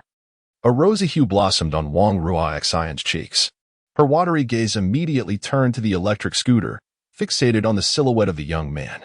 Tuan, with her breakfast in hand, was animatedly dancing about, seemingly unperturbed by the risk of dropping it. Aren't you worried about not having breakfast? The plump girl bit into her pancake, adding, Roa Exine, I truly envy you for having such an idol. That breakfast isn't tea for Tuan. Wang Ruo Xian suddenly felt a surge of anxiety. She had never witnessed Tuan Tuan consuming breakfast at school. Moreover, when she had previously tried to glean information from the little girl, Tuan Tuan had always finished the breakfast her father prepared before setting out. So, for whom was that breakfast intended? Lu Laoshi. A graceful figure flashed through Wang Ruo Xian's mind. Her pace quickened involuntarily, abandoning the corn in her hand. She was well aware that Tuan Tuan had never brought breakfast for anyone else. Such a minor deviation must indicate something unusual. Anomalies herald the presence of the extraordinary. Wang Ruo Xian felt as though she was drifting further away from her idol. No, the idol must solely belong to her. Tuan Tuan, she must have as well. After all, she was destined to be her daughter. Chapter 9. The boss has finally returned. A child in dire straits, daddy. That was fast. For minutes later, Chen Feng delivered his daughter to the school gate. It was precisely 7:15, coinciding with the peak hour for school arrivals. Luxury vehicles lined the roads, while some parents escorted their children on foot, parking their cars at a distance. Chen Feng, donning a helmet atop his electric scooter, stood out significantly. It seemed imperative for him to earn money quickly to purchase a car. While his daughter could remain indifferent, he, as a father, must possess one, Chen Feng mused. As Chen Feng removed his helmet, a few mothers' eyes brightened. What a handsome young man, that child's father. I wonder which class he belongs to. Perhaps there will be an opportunity for future interaction. Father, behold, Teacher Lu is greeting everyone for the new school year. Chen Xiaowan, holding Chen Feng's hand, inquired, "Do you think Teacher Lu will appreciate the breakfast you prepared for her?" "It was you who prepared it." Chen Feng corrected her. "All right, go find Teacher Lu." Chen Xiaowan stared blankly at her father. "Aren't you coming with me?" She had everything planned. Once her father brought her to Teacher Lu, she would present the breakfast, claiming it was from him. However, the obstinate circumstances did not align with her expectations. There were still many customers waiting in the shop. Reluctantly, Chen Xiaowan walked away, glancing back at her father 3 times. As she entered the school gate and approached Teacher Lu, Chen Feng withdrew his gaze and donned his helmet once more. "Teacher Lu, I have arrived," Chen Xiaowan announced loudly, holding up the prepared breakfast. Lu Yu immediately looked at her with anticipation. "Tuan Tuan, did you come alone?" "Not at all. Daddy rode the electric bike to bring Tuan Tuan here," Chen Xiaowan replied, pointing in the direction. Lu Yu turned to see only a figure of a man riding away on an electric bike. Witnessing this scene, Lu Yu felt a pang of emptiness. Chen Feng had divorced his ex-wife, and she thought her opportunity had finally come. Little did she know that this man had completely forgotten her. For him, she had been willing to sever ties with her family to become a teacher at Mingri School. Yet, Chen Feng had forgotten her. "Ding ding ding, Teacher Lu. This is the heartfelt breakfast my father prepared for you," Chen Xiaowan exclaimed. "It was specially made for you." "Oh," Lu Yu was taken aback, her face flushing at the thought that it was made by Chen Feng. A warmth enveloped her heart, and she stood there, shy and bewildered. Did Chen Feng truly remember her? Suddenly, Lu Yu felt a surge of excitement, completely oblivious to the fact that Chen Xiaowan was merely speaking whimsically. "Teacher Lu, don't you want it?" Chen Xiaowan teased with a mischievous smile. "If you don't, Tuan Tuan will just throw it away." "Ah," Lu Yu gasped, clutching the breakfast bag tightly, her face reddening. "We mustn't waste it." "Hee hee," Chen Xiaowan laughed. "Now, let us have Tuan Tuan and Teacher Lu welcome the students together." Thus, the duo, one large and one small, busied themselves. "I haven't had a break. I'm still just a child," Chen Xiaowan lamented. Meanwhile, on Chen Feng's way back, Ruo Xian, "Look, your idol just returned after dropping off Tuan Tuan." Chubby girl Zhang Xiaohua exclaimed loudly, biting into her preserved vegetable pork bun while admiring her best friend's handsome idol. Wang Ruo Xian immediately glanced over nervously, but Chen Feng did not notice her. It was only after his figure vanished from sight that she reluctantly withdrew her gaze. 7 years had passed. Did Chen Feng really not remember anything? The 2 girls chose not to enter through the high school gate today, but rather through the entrance for the younger children. Shortly after arriving at the school gate, Wang Ruo Xian spotted Teacher Lu, along with Tuan Tuan and the breakfast in Lu Yu's hands. A heaviness settled in Wang Ruo Xian's heart. Indeed, that breakfast was meant for Teacher Lu. A profound sense of crisis surged within Wang Ruoxin. Why would Tuan Tuan bring breakfast to teacher Lu Yu? She resolved to seek clarity during the midday hours. Moments prior, at the entrance of Baitian community, elderly folks congregated, discussing the morning's vegetable prices. Office workers stifled yawns, embarking on their day. Ah, Wang Dama, why do you bring back breakfast today? Don't you usually prepare it at home? Inquired one neighbor. Wang Dama chuckled. There's a new breakfast shop at the intersection near Zhoni Factory, specializing in soy milk and deep-fried dough sticks. It's utterly delicious. I brought some back for my picky grandson. Is there truly such delectable breakfast? Some elders expressed skepticism. With a mysterious smile, Wang Dama hurried away. Xiaochen, the shopkeeper, had mentioned that cold soy milk and dough sticks lose their flavor. Just then, other neighbors returned with the same breakfast, soy milk and dough sticks. Could it be that good? Let us find out. Curiosity piqued. Workers and white-collar employees alike began to head toward the shop. Soon, several Wang Damas returned home. Wang Dama's dear grandson had just been roused from sleep, sporting a typical morning grumpiness. Mom, why did you bring back breakfast? Her son inquired. Quickly, enjoy the hot soy milk and dough sticks. They're utterly delightful, reminiscent of the authentic flavors from yesteryears, she replied. I don't want any, the grandson retorted. I'll give it a try, the daughter-in-law chimed in, taking a cup of peanut soy milk. As the warm liquid slid down her throat, her eyes sparkled with delight. She glanced at her husband, engrossed in his phone, then at her son. With fervor, the daughter-in-law sipped from the cup, her expression one of bliss. Mom, are these dough sticks from that shop too? Indeed. Wang Dama busied herself in the kitchen. The daughter-in-law eagerly took a bite of the dough stick, crispy, sweet, with a rich, buttery flavor. Paired with a mouthful of robust soy milk, it was simply exquisite. This is unbelievably delicious, she mused, feeling revitalized and more radiant than ever. In the blink of an eye, she finished one cup and then reached for a bowl of red date and lotus seed porridge, alternating between soy milk and dough sticks. She relished her meal. When her husband finally looked up from his phone, he was taken aback by the sight of his delighted wife. Is it really that good? The daughter-in-law nodded, silently savoring her drink, almost wishing to consume the straw itself. Her husband, now intrigued, set down his phone and took a bite of the dough stick. His eyes widened in astonishment. What kind of heavenly dough stick is this? Noticing only 2 cups of soy milk left, he snatched the remaining bit from his wife, exclaiming, Save some for me. As they feasted, the playful banter ensued. Give it to me, the wife insisted. It's mine. You've already had a cup. If you want more, go buy it yourself. The husband retorted, raising his voice.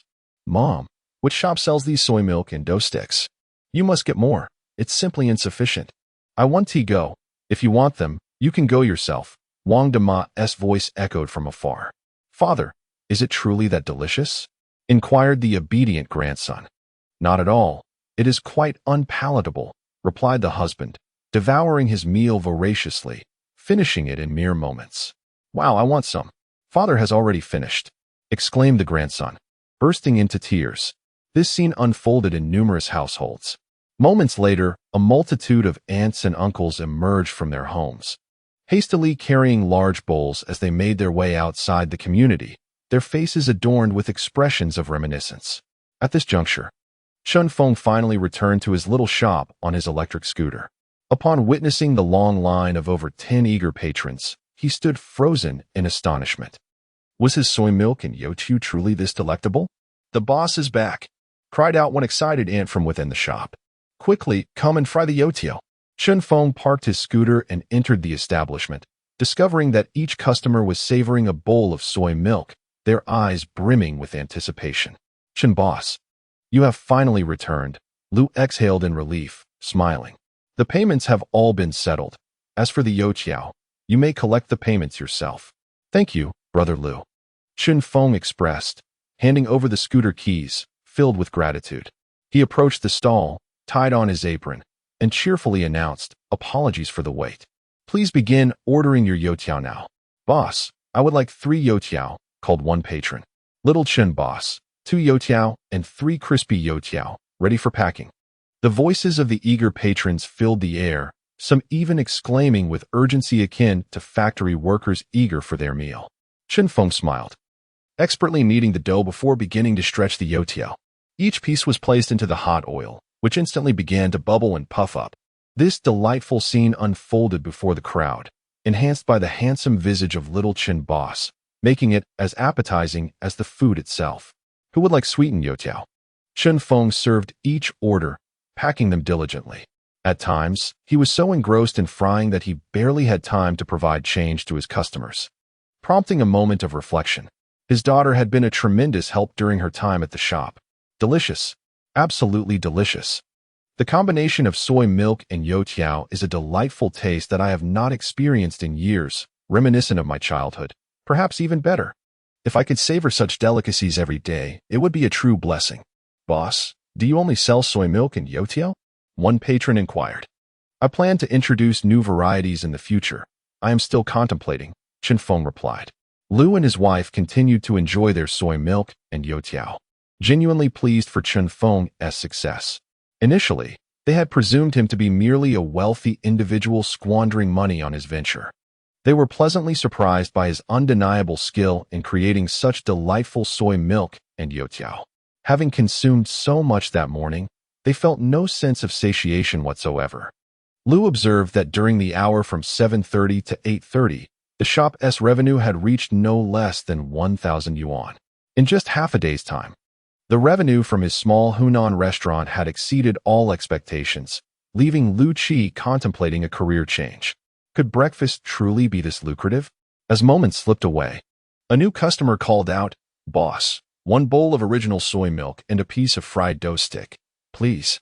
Chen Feng approached the soy milk barrel, only to grimace as he discovered it was nearly empty. "We're out of original soy milk," he lamented. "Then I'll have a bowl of peanut soy milk." "That's finished too," he replied. "What about red date and lotus seed milk?" "We have one bowl left," Chen Feng informed him. "I'll take it. And one bowl of black sesame soy milk as well." "Certainly, please hold on." 10 minutes later, the flour for the fried dough sticks was entirely gone, although there remained some in the refrigerator. Yet all 4 barrels of soy milk had been sold out. "Boss, please get more soy milk," a customer urged, "and fry 3 more dough sticks." The business was thriving. Should he give it a try? "Boss, 2 bowls of original soy milk, please." "I'm sorry, it's all gone." Chen Feng could only smile wryly. If they wanted to taste it, they could return at noon, but for now, it was simply unavailable. "Get it going, boss." "Don't dawdle," the customer insisted. Preparing more soy milk would take over an hour. Could they wait? "All right, I'll come back for lunch. I must try that soy milk and fried dough stick. My mom has praised it to the skies." "What a coincidence. My husband said the same," another customer chimed in. "I'll be back for lunch. Boss, I must see that soy milk and fried dough stick, or I'll have to smash your shop." The customer left with a smile, joking as they went. It was only 9:48 a.m. Chen Feng then locked the glass door and hung a sign indicating temporary closure, noting the next opening time as 11:20. He returned to the kitchen, retrieved the cash box, and meticulously calculated the earnings. Each barrel of soy milk yielded approximately 125 bowls at an average price of 5 yuan per bowl, resulting in a revenue of around 2,500 yuan. In the morning, he had served about 200 customers, with an average of 1.5 fried dough sticks per person, resulting in an additional revenue of about 1,200 yuan. After tallying the amounts from various sources, he found a total of 4,148 yuan. What a remarkable coincidence. Chen Feng felt a surge of excitement. The first day's opening had been spectacularly successful. With soy milk and fried dough sticks still available for the noon rush, could the day's revenue surpass 5,000 yuan? Moreover, with some raw materials left in the kitchen, the actual cost of the ingredients was merely around 600 yuan, including expenses for utilities and labor.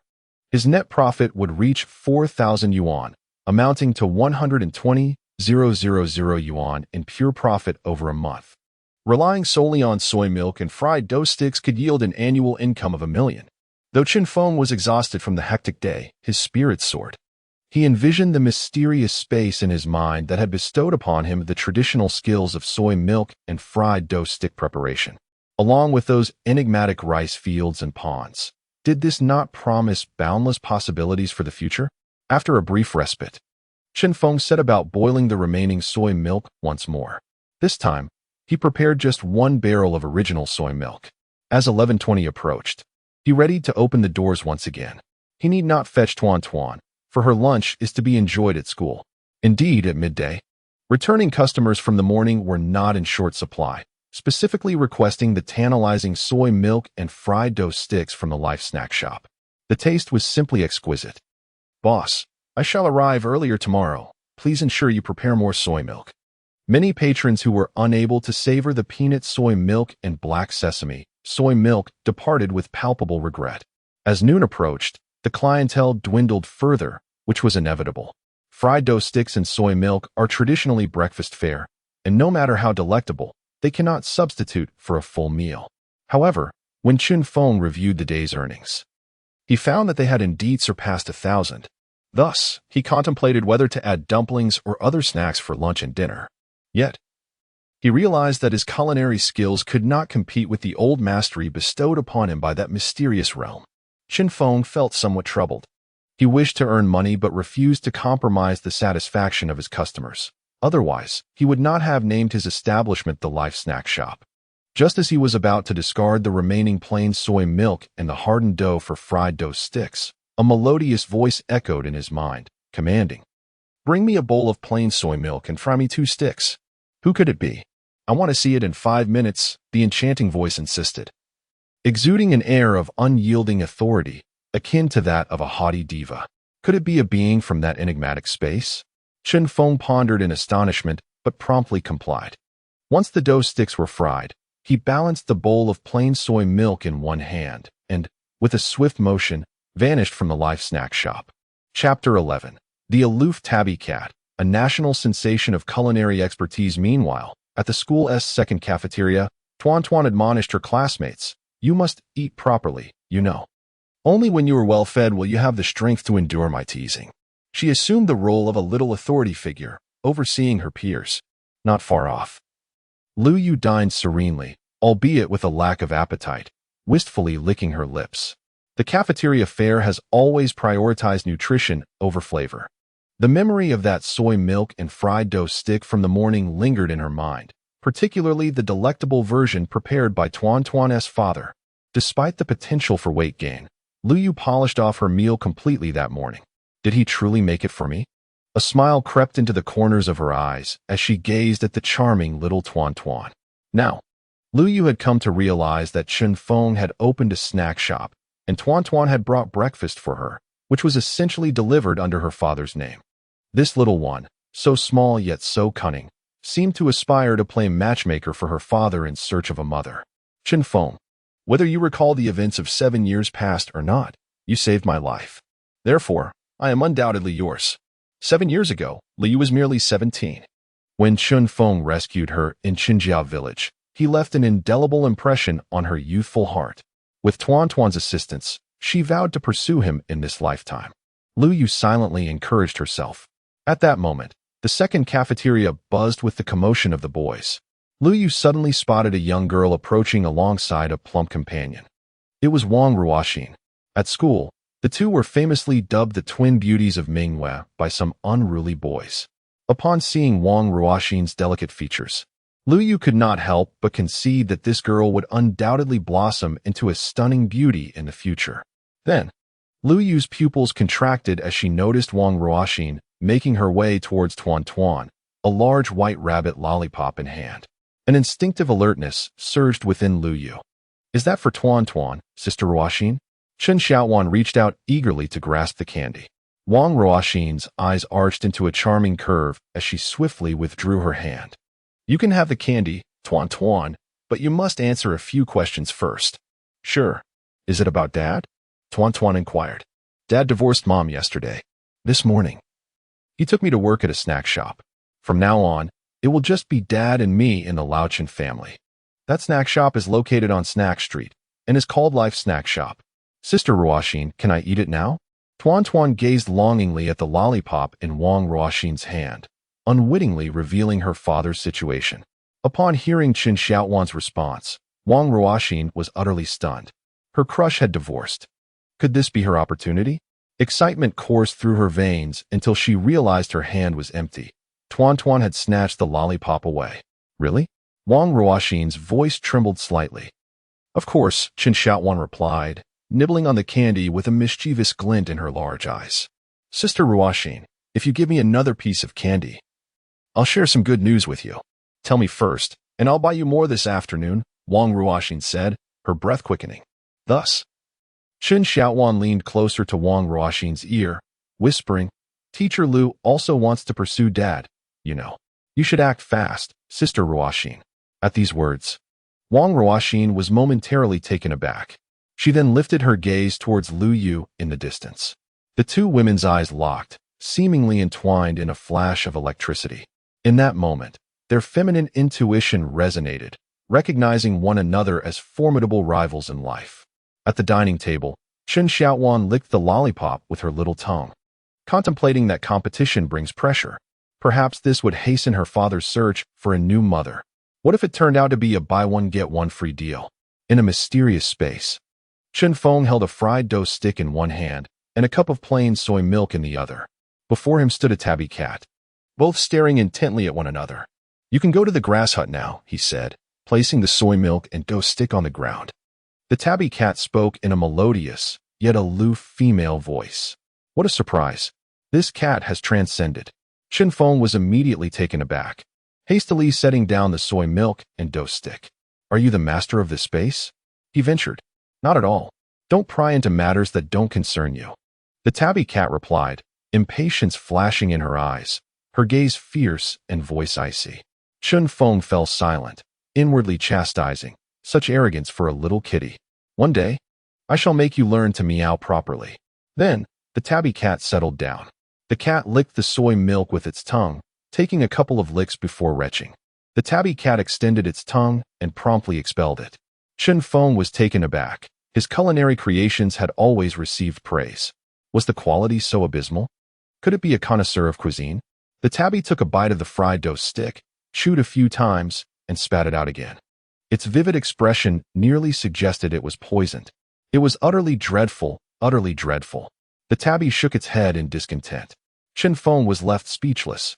The quality of the food was deplorable. There was no choice. From now on, the first dish you prepare each day must be delivered here. The tabby looked at Chen Feng and said, All right, what should I call you? Chen Feng inquired. Call me Xiaoyao, replied the tabby. Very well, Xiaoyao. Please wait. In an instant, the tabby transformed into a fleeting shadow. With a splashing sound, it leaped into the pond 10 meters away. Shortly thereafter, it emerged, clutching a country-style mud carp in its mouth, shaking off the droplets of water. The tabby approached Chen Feng and spat out the fish. This carp is for you. Steam it, and then head to the thatched cottage. Understood. Chen Feng complied, picking up the carp and making his way toward the cottage. He opened his mouth to speak. Since this tabby could converse, he had the perfect opportunity to inquire about the nature of this mysterious space. Do not ask what should not be asked. Be cautious for your own safety. The tabby's melodious warning resonated. Chen Feng promptly sealed his lips. Just wait. There will come a day when you must submit to me. With that, he proceeded toward the thatched cottage. Knock, knock, knock. Is anyone there? Chen Feng called out. With a creaking sound, much like the day before, the door opened automatically. Chen Feng's pupils constricted once again, for he once more beheld a human-shaped statue within the room. Unlike yesterday, this time it appeared to be a robust man from the north, busy at the stove, arranging steaming baskets. The topmost basket was adorned with artfully crafted crescent-shaped dumplings. Beside it stood a large pot, bubbling with boiling water, while the dumplings danced within. Then, the stone figure began to stir once more, transforming into a thick cloud of white mist that surged into Chen Feng's mind. Plop! An overwhelming influx of memories and experiences flooded in. Grasping the carp, Chen Feng fainted once again. The fish writhed on the kitchen floor, exceedingly lively. When Chen Feng regained consciousness, his mind was enriched with the ancient craftsmanship of dumpling making, from selecting ingredients to rolling dough, stuffing dumplings, and mastering various cooking methods: boiling, steaming, pan-frying, deep-frying, and baking. He had mastered it all. I have acquired yet another ancient skill. Chen Feng exclaimed, both thrilled and astonished. Chapter 12. Earning money to buy a car. The divorced man is in high demand. This mysterious space is utterly enchanting.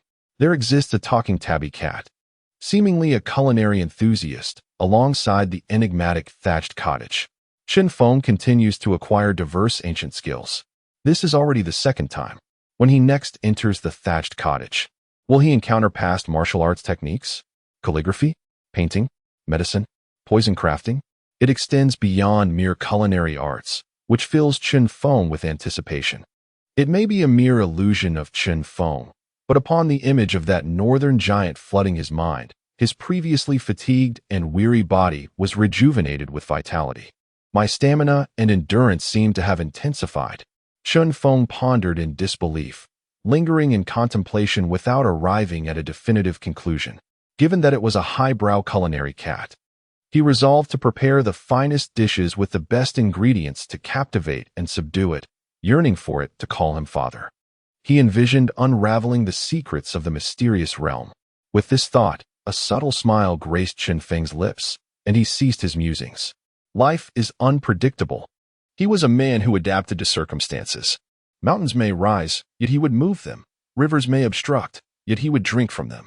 Throughout life, one encounters countless perplexities. Seeking answers to every query only invites unnecessary troubles. Suddenly, Chen Feng jolted awake, glancing at the clock on the wall, realizing he had been lost in thought for nearly 20 minutes. The crucian carp on the floor still wriggled energetically.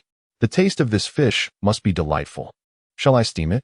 He caught the fish and tossed it into a bucket of water, thereafter embarking on a thorough cleaning of his eatery. Around 2 o'clock, having finished tidying up, Chen Feng brimmed with energy. He locked the shop and hailed a cab. "Driver, take me to the nearest electric vehicle market." "Certainly." At 2:45 p.m., Chen Feng rode his Suzuki electric scooter toward the vegetable market. One must eat bite by bite and tread step by step. The food stall of life has only just begun, with ample days of grocery shopping ahead. He possessed a driver's license, but lacked the financial means to purchase an electric car, so he opted for an electric scooter for convenience, particularly for shopping and picking up his daughter from school. He invested 4,000 yuan in a quality electric scooter, feeling that today had been somewhat fruitless. Xiaomei, look, there's a handsome guy. Wow, so handsome. If only I could get his contact number. Look, there's a charming uncle, quite dapper. As he rode his stylish electric scooter to the shop, he was met with the envious exclamations of many attractive women along the way. Chen Feng chuckled. Divorced men still held a certain appeal, and the market seemed welcoming. At 3:25 p.m., Chen Feng arrived at the vegetable market, first procuring the ingredients for tomorrow's soy milk and youtiao. He bought wheat and buckwheat flour for dumpling wrappers, as well as shiitake mushrooms, but refrained from purchasing fillings, deciding to buy the freshest ones in the morning. By 3:40 p.m., he returned to his little eatery. "Boss Chen, you bought a vehicle. Congratulations." Lu Qi exclaimed with a smile. "Haha, Lu Gu, spare me the jokes," Chen Feng replied with a wry grin. Lu Qi patted Chen Feng on the shoulder, assuring him that there was no need for formality, for their shops being neighbors was serendipitous, and he was always willing to help. Great. In their brief acquaintance, Chen Feng found Lu Gu to be quite amiable. Such a warm-hearted neighbor was a rarity he had not encountered in quite some time. Chen Feng was also aware that Lu Ji's Hunan restaurant was not thriving, as local tastes in Donghai City did not favor Hunan cuisine. Every family has its own struggles. In any case, there's no trouble. Let me assist you with the... Thank you, Lu Gu. Subsequently, the two of them took turns transporting the soybeans, black beans, and wheat flour to the back kitchen. Lu felt somewhat breathless as he looked at Chen Feng, exclaiming in surprise, "Chen Feng, you're quite impressive. Just yesterday, I saw your legs trembling, and now, after working tirelessly from yesterday to today without much rest, you don't seem fatigued at all. It's a secret, a secret." "Ha," Chen Feng replied with a smile. His enhanced stamina and endurance truly was a significant secret. "All right, if you need anything, just call me. However, please reserve an extra portion of the black sesame paste and red date lotus seed paste for me tomorrow. It's simply delicious." Lu didn't inquire further and departed with a pat on his backside. "No problem," Chen Feng responded as he busied himself. First, he soaked the soybeans and black beans in water, then cut the dough for the fried dough sticks into segments, handling it just as he had the day before. At 5 p.m., Chen Feng rode his electric scooter on the way to pick up his daughter, passing by the nearby snack street. At that moment, the white-collar workers and laborers in the vicinity began their quest for dinner. Chen Feng observed quietly, knowing that once the dumplings were available tomorrow, the snack shop would be operating for all 3 meals. Time reverted to noon. Tomorrow, at the school's second cafeteria, an agreement was joyfully established. Wang Ruoxin, with her eyes sparkling, promised numerous benefits after reaching an accord with Chen Xiaowan. We'll make a pinky promise for 100 years, no changing. Whoever changes is a little puppy, declared Chen Xiaowan. I'm off now, Tuan Tuan. See you tomorrow, Wang Ruoxin said cheerfully as she departed. A plump girl, Zhang Xiaohua, rushed to catch up with her. Ruoxin, are you out of your mind? There's still some time before the college entrance examination. I'm not crazy, Wang Ruoxin exclaimed, her eyes shining. Being able to pursue my dream, boy, what does university matter? Phew, it's this world that's gone mad. Zhang Xiaohua took a bite of her meat bun, juice splattering everywhere. No, it must be me who has lost my mind. Once Wang Ruoxin left, the gazes of countless young boys in the cafeteria dimmed. They turned their attention to the gentle teacher Lu. Today, the Moonlight twins gathered together, and they certainly feasted their eyes upon a splendid sight. At that moment, Lu Yu stood up to lead her class of students back to take their afternoon nap. Tuan Tuan, what has got you so happy? Lu Yu asked with concern. Teacher Lu, Sister Ruoxin said I mustn't tell you. Chen Xiaowan, still immersed in Wang Ruoxin's promises, chuckled, entirely missing the understanding Lu Yu intended. Thus, a buzzing sound echoed in Lu Yu's mind, making her even more anxious. During the afternoon, while soothing the little ones to sleep, Lu Yu's spirit drifted as she narrated bedtime stories. Throughout the entire afternoon, while giving piano lessons to other kindergarten classes, she repeatedly struck the wrong notes and pressed the incorrect keys. Seizing a moment of respite, Lu Yu gritted her teeth and messaged her best friend, Xiao Chao. What should I do? A girl who is not any less attractive than I am also wants to pursue Chen Feng. Lu Yu's best friend, Zhang Xiaochao, was a rare female programmer, and the two shared an apartment. Ding dong. A message arrived from her friend. Zhang Xiaochao, go for it. Don't be timid. Has the world changed? Zhang Xiaochao. Divorced men are quite appealing. Lu Yu, but Zhang Xiaochao. There's no but in love. It's not for the faint-hearted. Lu Yu, all right. By the end of the afternoon, Chen Feng picked up Tuan Tuan from school. As he greeted Lu Yu, the teacher appeared to have an unusual expression. Something seemed amiss. Dad, have you bought a car? Exclaimed Tuan Tuan, her excitement palpable. A smile graced Chen Feng's face. Upon returning home, he informed Tuan Tuan, tomorrow, we need to add an extra dish at the store, steamed dumplings. We must head there by 4 o'clock. I'll go too, Tuan Tuan replied. The night passed without a word. After completing their morning routines, the two rode their electric bike to the market, where Chen Feng needed to purchase ingredients for the dumplings. He first approached a stall with appealing pork. How much for this pork? Chen Feng inquired. The pork vendor beamed at him. Pork has become as cheap as cabbage. Just 6 yuan per pound. There are discounts for larger quantities, he replied with a smile. 6 yuan per pound? That's 3 yuan less than just 2 days ago. Chen Feng remarked. Pork is now cheaper than vegetables, almost on par with international prices. Uncle Pork, let me charm you a bit for a better price, Tuan Tuan said, her big, sparkling eyes fixed on the vendor. Little girl, I can't lower the price any further. If I do, I'll be left to the winds of the northwest. The vendor replied, his eyes misty as he looked at Tuan Tuan. Is the northwest wind tasty? She asked. The southeast wind has a lovely flavor, reminiscent of first love, she added, playfully bantering. Chen Feng noticed the pork was sticky, indicating no water had been added, and its color was appealing. All right, I'll take 10 pounds of pork.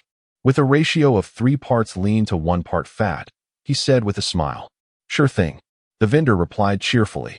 Tuan Tuan, feeling a bit down, realized she had lost the negotiation to the pork vendor. Chen Feng then purchased 10 pounds of lamb, green onions, yellow chives, and various spices. The total for all the ingredients came to 430 yuan. He placed them on the back seat of the electric bike, and they set off for the store. At 4:30 a.m., upon arriving in front of the shop, Chen Feng was startled to see a young girl squatting there with a backpack. "Sister Ruoxin, my dad and I are here," Tuan called out loudly. The girl looked up, her short hair framing a delicate face with small earrings, strikingly reminiscent of Lu Yu. "So this is Ruoxin, one of the potential future mothers Tuan had in mind?" Chen Feng observed, realizing his daughter had quite an eye for character. "Tuan, you've arrived." Wang Ruoxin greeted sweetly. She gazed at the handsome Chen Feng and asked, "Is he your father?" As she spoke, she studied Chen Feng intently, pretending not to recognize him. Chen Feng, however, did not remember her, though she would never forget him. This rascal had stolen her heart, only to forget everything from 7 years ago. But who could blame her? Girls grow and change so much. Compared to 7 years prior, Wang Ruoxin had transformed from an ugly duckling into a beautiful maiden. It would be strange if Chen Feng could remember her. Since the uncle had forgotten her, they would have to reacquaint themselves. "What is going on, Tuan?" Chen Feng inquired. Chen Xiaowan said, "Father, it is like this. Ruoxin's sister is currently working part-time at school and is struggling to afford meals. Moreover, your snack shop is quite busy. Therefore, I thought it would be a good idea to invite Ruoxin's sister to help out at the shop. What do you think, father?" Tuan shook Chen Feng's large hand. Chen Feng cast a suspicious glance at Wang Ruoxin. She was dressed simply, devoid of any brand name attire. Furthermore, the glimmer in Wang Ruoxin's eyes resembled that of teacher Lu when she looked at him. Chen Feng found it hard to believe his daughter's words. Just the day before, she had mentioned introducing a partner to him, suggesting that if teacher Lu did not meet her standards, he could consider Ruoxin's sister instead. And now, here was Wang Ruoxin standing outside the shop. It was evident that this was yet another scheme devised by his daughter. "Hello, Ruoxin, are you in high school?" Chen Feng inquired. "Yes, I am in my 3rd year," Wang Ruoxin replied. Chen Feng frowned. With only a month left until the college entrance examination, he could not afford to disrupt the education of the nation's future talents. "I will pay you 100 yuan for today, but let's leave it at that. You shouldn't head out this early. The streets are chaotic, and it is unsafe for a girl like you." Chen Feng added, "If you truly wish to work part-time, you can come by during the summer vacation to help out." He closed one window, yet allowed sunlight to stream in through another. "Why not?" Tuan pouted. This potential future mother was being pushed away by her father. "Silly dad, we cannot delay Ruoxin's sister's studies." Chen Feng took out his keys to open the shop door. Wang Ruoxin clenched her teeth, realizing that although the handsome man did not remember her, he still knew how to care for others. Truly deserving of being her future husband, she thought. Would she give up so easily? Chen Feng began to move items around. "All right," Wang Ruoxin responded quickly, eager to assist. Having agreed to help her, Chen Feng was not one to be difficult. He placed a chopping board and a knife on the dining table and asked, "Ruoxin, do you know how to chop meat?" "Call me Shiner." Wang Ruoxin interjected with a smile, revealing her charming little tiger teeth. However, Chen Feng shook his head, noting how Wang Ruoxin was quite pushy. "Ruoxin, can you chop meat? If not, I can assign you another task." "I can." "Very well," Wang Ruoxin thought to herself. This was indeed her forte. Observing the knife larger than her hand, she asked, "Could I have 2 knives?" Chen Feng was taken aback. "Could more be added?" "Yes," he replied. He cleaned the lamb and pork, then fetched another knife, instructing her to chop the meat into finer pieces. "All right." As she skillfully maneuvered the 2 knives, their rhythmic clattering caught Chen Feng's attention. This young girl was impressive. She had mastered the art of wielding a knife at such a tender age. Knife skills were paramount in culinary arts.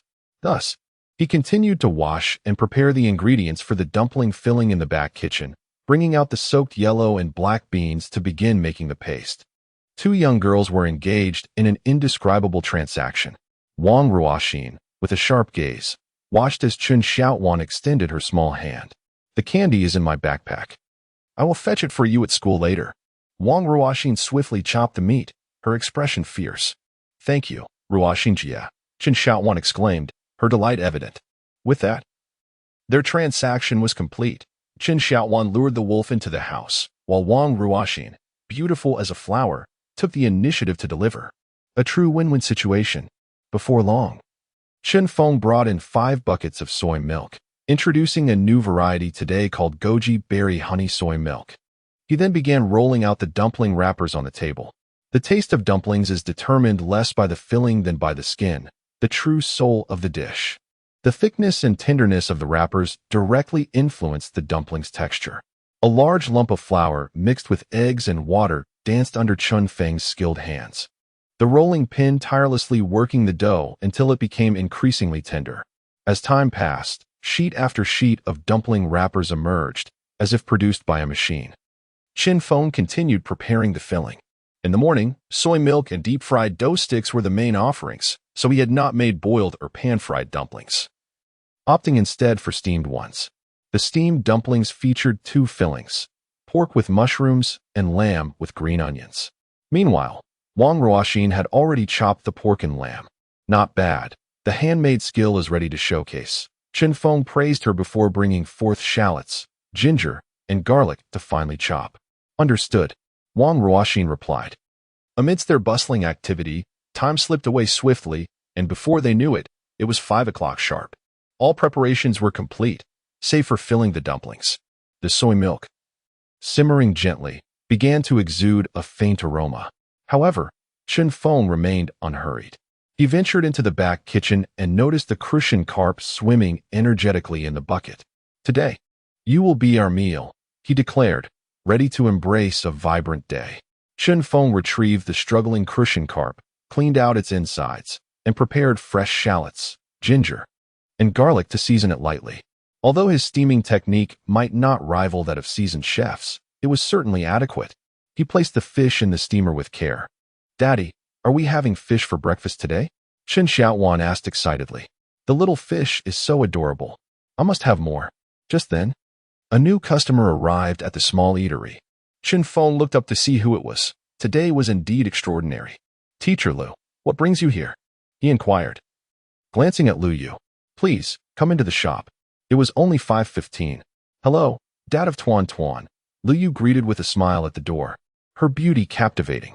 Chen Feng noticed that she was wearing light makeup today, her long legs adorned with black stockings, with willow leaf eyebrows and an oval face. She exuded an exquisite allure, blending innocence with sophistication. Is Teacher Lu here? Chen Xiaowan exclaimed, running out of the shop. Thud, thud, thud. Wang Ruoxin paused her chopping, her heart racing as she glanced outside. At that moment, Chen Feng's gaze remained fixed upon Lu Yu. He was perplexed by Lu Yu's unexpected arrival. With a smile, Lu Yu remarked, Yesterday, I heard that Tuan Tuan's father opened a snack shop. Tuan Tuan mentioned to me that her father is so busy he hasn't had time to take her. Since Tuan Tuan's father is facing some difficulties as her teacher, I couldn't sleep well this morning and thought I would come to pick her up. As she spoke, Lu Yu felt herself blush, aware of the untruth in her words. There was no real reason for her to arrive so early. However, when it comes to pursuing a man, one must not be timid. As long as the rationale is plausible, it suffices. Tuan Tuan. Chen Feng sought confirmation from his daughter. Chen Xiaotuan widened her eyes, her lips forming a pout. She had never said such a thing. Lu Teacher was lying. Upon noticing Lu Teacher's sharp gaze filled with intensity, Tuan Tuan nodded her small head. Looking at Chen Feng with a pitiful expression, Yes, Daddy, the snack shop is doing so well. If you take me, it would delay time and inconvenience customers. So I told Teacher Lu.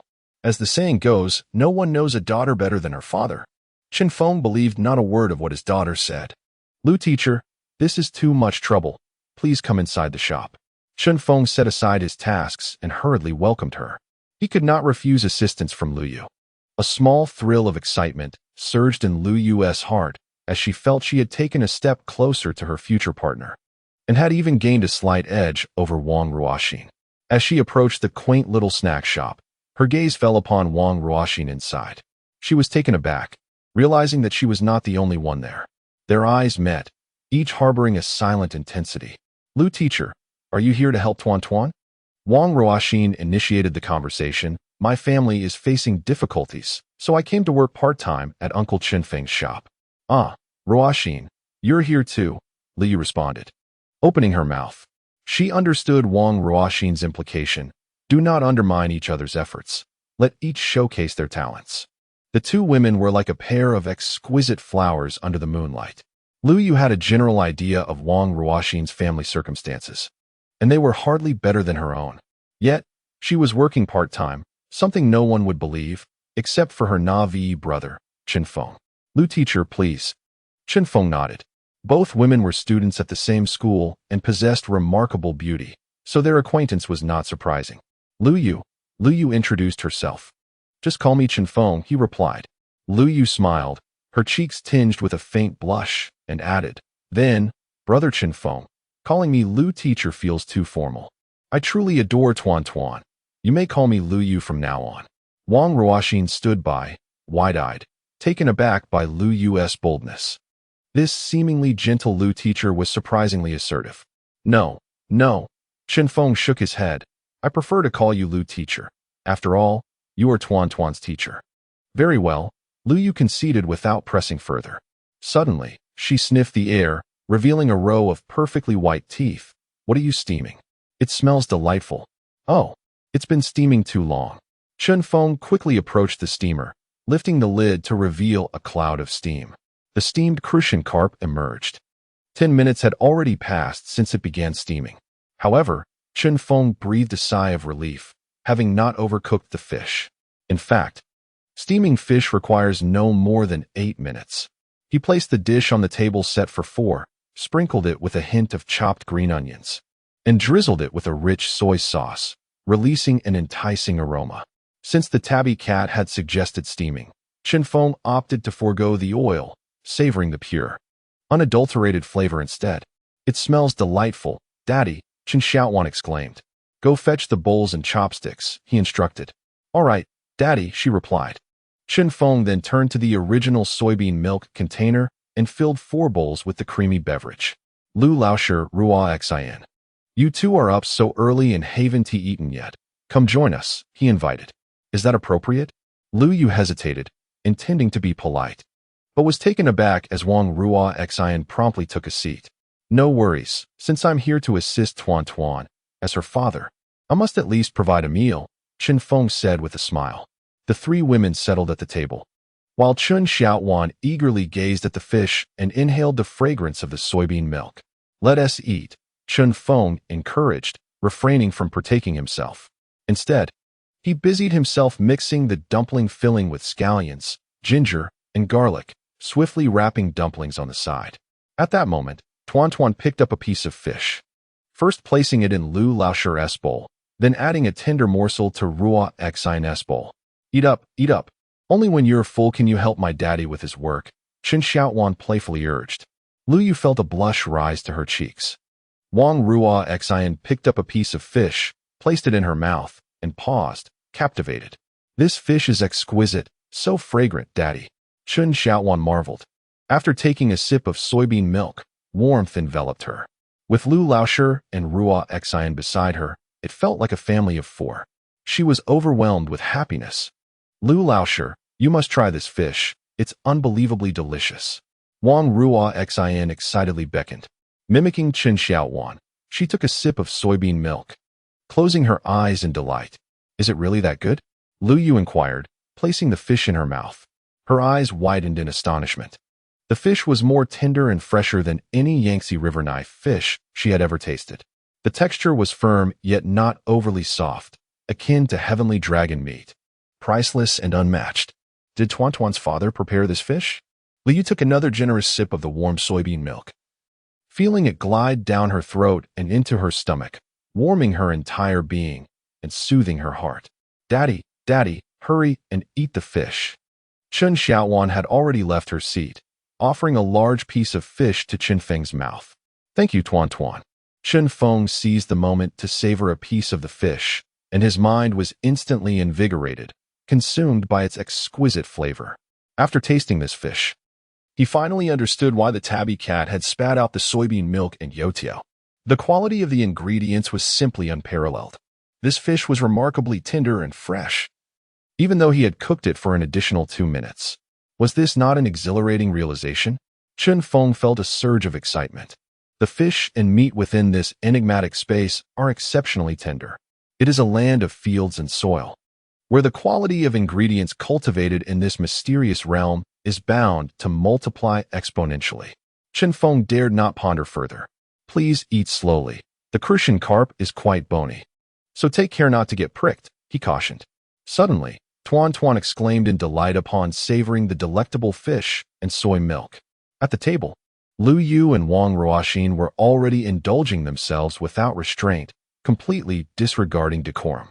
Tuan Tuan rushed toward the dining table, lamenting, "Leave some for me, bad teacher, bad sister. Daddy, they are bullying your daughter. You must teach them a lesson." Chen Feng could only chuckle at the situation. Chapter 15. These dumplings are like clouds, elevating one to immortality.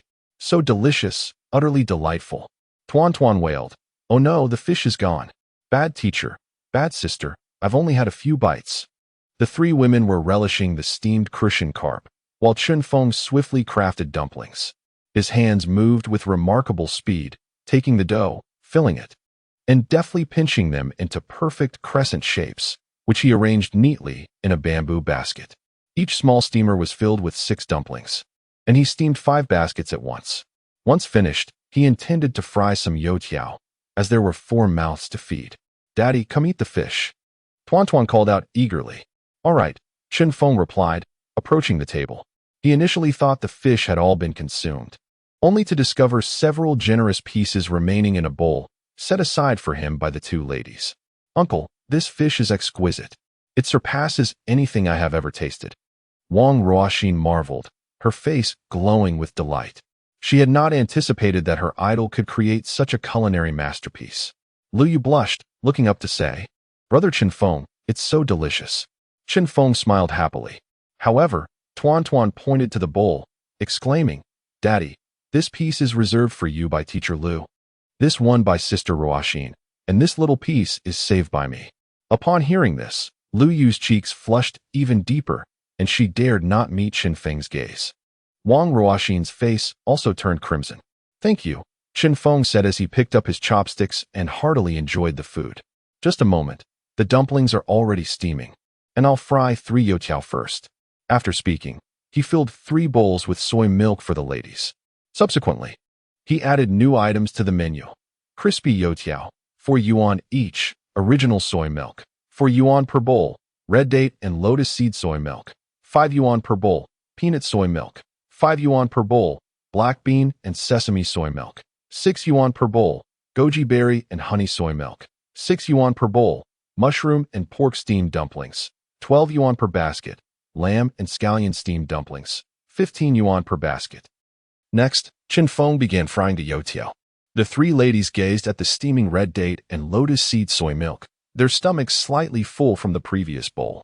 Yet, the allure of the soy milk was irresistible, and they could not help but lift their bowls and sip slowly.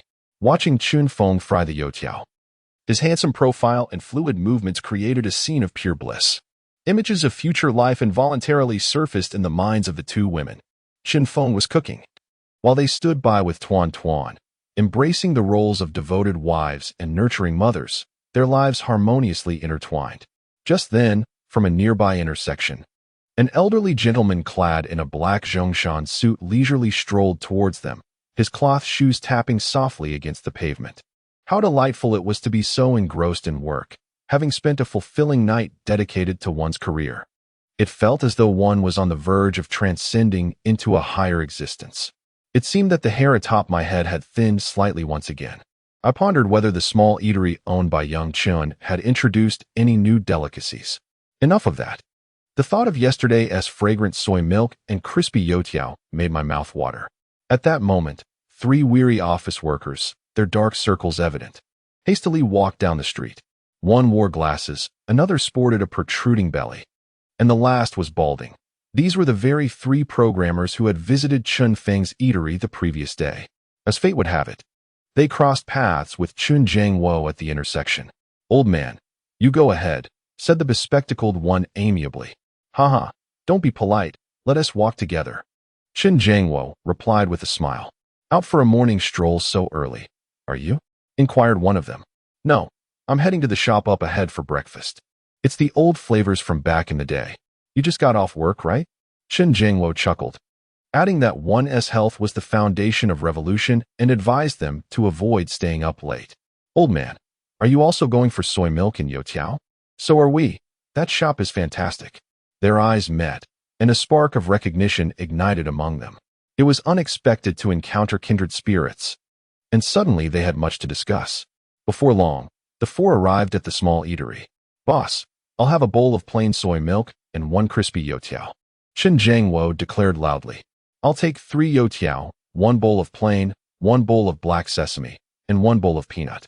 Today, I intend to indulge, exclaimed one of the programmers.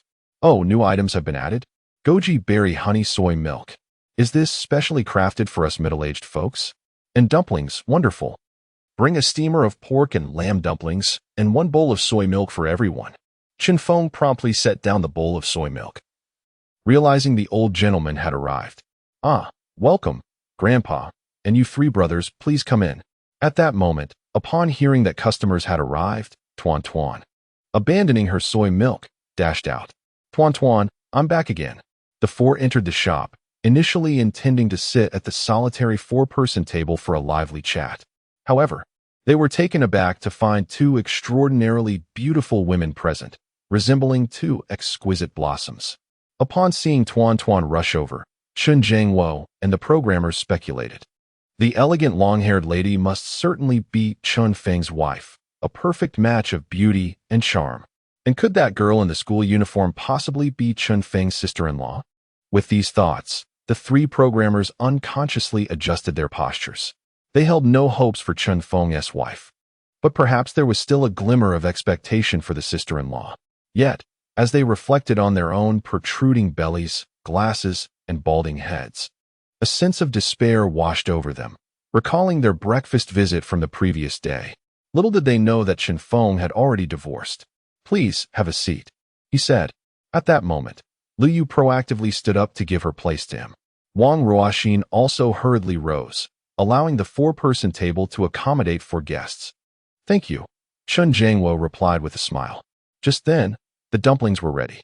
Chen Feng brought over 2 baskets of mushroom and pork dumplings and 1 basket of lamb and scallion dumplings, placing them on the table with a smile, freshly steamed. Do try the new flavors. I will fry some youtiao shortly. Subsequently, Chen Feng went to prepare the youtiao. He then carried the remaining basket of mushroom and pork dumplings and lamb and scallion dumplings to the table of the 2 women. I haven't had the chance to prepare the dipping sauce yet, so all we have for now is vinegar. My apologies. The taste should be delightful. Do give it a try. Chen Feng then proceeded to fry the youtiao. Eat up, eat up. The dumplings are best enjoyed hot, Chen Xiaowan urged. The 2 women picked up their chopsticks, gazing at the shimmering dumplings in the steamer. Each dumpling was about the size of half a palm. 6 dumplings in a basket. While the price was somewhat steep, it was not excessively outrageous. How comforting, just the right flavor. I feel warm all over. Invigorated, Chen Jiangwo remarked. The 4 of them had come primarily for breakfast, and they first took a sip of the soybean milk. Instantly, they felt their bodies relax. Then, they used their chopsticks to pick up the dumplings. Let's see how Chen's new offerings taste, Chen Jiangwo said with anticipation. He wondered if the flavor reminded him of the dumplings he had eaten in the homes of common folk during his military service in the north. Almost simultaneously, everyone in the eatery picked up their dumplings and took a bite. Immediately, the rich aroma of meat melded with the chewy texture of the dumpling skin and burst forth in their mouths. The steaming, savory juices combined with the fragrance of scallions created an exquisite sensation. These steamed dumplings are simply divine. Chapter 16. Deliciousness redefined. Nothing beats dumplings. So delightful, simply exquisite. The fragrance of mushrooms intertwined with the savory pork is unparalleled. I must work through the night again tomorrow. Overtime brings me joy, one of the programmers exclaimed. Old man, eat up. Why are you crying? The 3 programmers nearly bit their tongues in their fervor. They noticed Chen Jiangwo pausing, with tears glistening in his elderly eyes. Incredible. These dumplings are so delicious they brought him to tears. Isn't that a bit excessive? Oh, it's nothing, Chen Jiangwo said, wiping his tears with a smile. He reminisced about decades ago, during the harsh winter in the north, when he had nothing to eat. Finally, he managed to savor a dumpling. a delicacy saved by a family who had none for themselves but shared with him. The taste of these dumplings was identical, stirring memories and emotions. Please forgive my tears. He chuckled. The flavor of these dumplings was a nostalgic echo from his past. Thus, he wept. Unbeknownst to him, his memories evoked a deep respect from the three programmers. Old man, without the sacrifices made by veterans like you, we would not enjoy the good life we have today. Huh. The future of our country rests upon your shoulders. You young people, I am but an old relic. They exchanged mutual praises. As he spoke, Chen Feng picked up another dumpling and took a hearty bite. Tears streaming down his face as he savored the moment. He longed to savor such delectable dumplings for a lifetime. The flavor of these dumplings was unparalleled, surpassing even the finest of fried dough sticks. Regardless, my fondness for dumplings remained unwavering. Nothing could compare to their exquisite taste. The four of them indulged heartily. Meanwhile, Lu Yu, Wang Ruoxin, and Tuan Tuan each relished a fragrant mushroom and pork steamed dumpling. Their eyes widened in astonishment as they chewed without pause. The three women exchanged glances, devoid of tension, only astonishment. The dumplings prepared by their father, uncle, brother Feng were simply too delightful. They had just enjoyed a delectable steamed crucian carp, and now they were treated to such scrumptious dumplings, all while sipping on delightful soybean milk. Was there truly any dish he could not master? Indeed, he was worthy of being called my man. The three women mused. Boss, bring us 2 baskets of pork steamed dumplings and 2 baskets of lamb steamed dumplings. They are simply exquisite, they exclaimed. Initially, they had thought the prices steep. Yet, given the generous portions and succulent juices, they concluded that the prices were quite reasonable. 50 yuan has been credited. Hurry up, the four of them urged. Chen Feng approached with freshly fried dough sticks. The dumplings are all sold out, so let's enjoy these dough sticks for now. I shall steam more dumplings, he smiled. All right, let us start with 4 baskets, and we'll have 2 bowls of peanut soybean milk. I'll have 1 bowl of the original flavor, he said, turning to prepare the soybean milk for the 4. Old man, share with us tales of your wartime experiences, one of them suggested, dipping dough sticks into the soybean milk. Very well, Chen Feng replied, nostalgia glimmering in his aged eyes as he savored the soybean milk. Back in those days, Chen Feng then brought over 3 more freshly fried dough sticks to the table of the 3 women. To his surprise, 2 baskets of dumplings had vanished entirely, leaving not a single one behind. Let us give the dough sticks a try, he suggested, gazing at the 3 women, who silently regarded him, their faces inexplicably flushed. Father, the steamed dumplings were divine. I'm a bit full now, Tuan Tuan remarked, rubbing her little belly. Yet she could still eat more. Chen Feng, these dumplings are simply marvelous. Uncle, allow me to work to earn my keep. I wish to indulge in these dough sticks and dumplings daily. Lu Yu and Wang Ruoxin chimed in, unconsciously caressing their flat bellies, which were slightly rounded from indulgence. They had savored the dumplings so much that they had unknowingly overindulged. Seeing Chen Feng's fried dough sticks, they felt full yet were still tempted to eat more. Well, eat as much as you can. Let nothing go to waste, Chen Feng encouraged. The 3 women felt a slight jolt of embarrassment. I'll go prepare the dumplings now, he thought to himself upon witnessing this scene. It seemed the dumplings were indeed a success. This realization bolstered Chen Feng's confidence, and he turned to prepare the dumplings. In the little eatery, the voice of Chen Feng recounted those glorious years. Chen Feng's hands moved swiftly, this time. He directly prepared 10 baskets of steamed dumplings, 5 baskets of lamb and 5 of pork, steaming them together. A little over 10 minutes later, Chen Feng brought forth the freshly made dumplings. We shall conclude here for today. I will share more tales when the opportunity arises, Chen Feng said. Very well, old man. The 5 baskets of dumplings were placed on the table. Chen Feng and 3 programmers gazed at the vibrant dumplings, swallowing hard. However, they were already quite full. What are you waiting for? Let us eat. Just dive in, the 3 programmers urged, panting. Despite their fullness, they felt compelled to indulge, for these were their chosen delicacies. Chen Feng then carried 2 more baskets of dumplings towards the 3 women. Brother Chen Feng, I can't eat anymore. I'm stuffed, one girl exclaimed. Uncle, I can't take another bite. I'm really full, another added. Dad, Please take it back. The third girl quickly refused. They truly felt they could eat no more.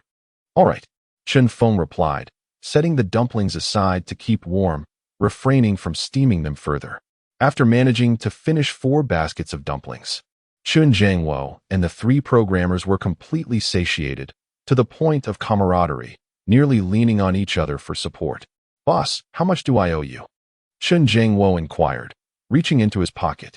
Sir, I've already said I'll treat you today, the young man, Tuan, rushed to interject.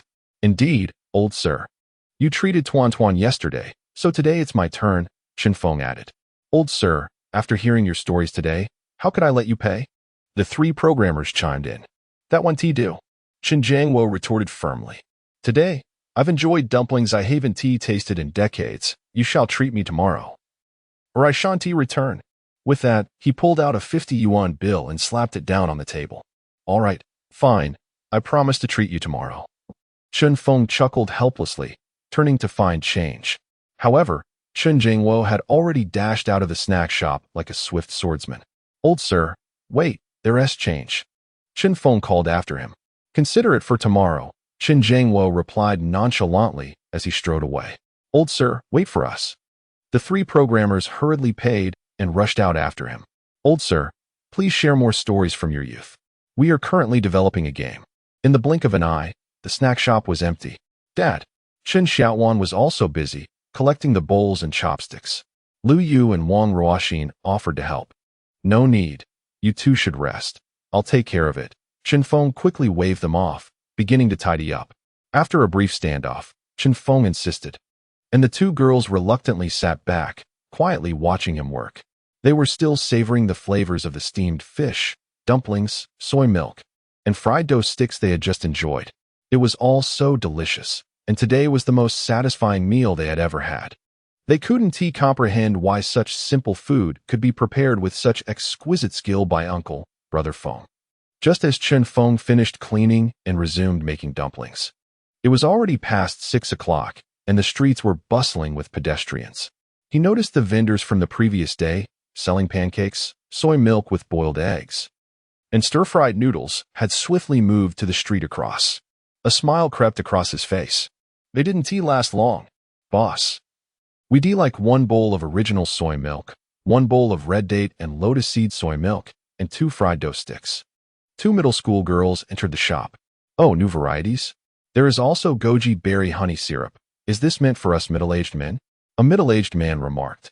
Dad, I want to drink soy milk. I didn't get any yesterday, a sweet grandchild lamented.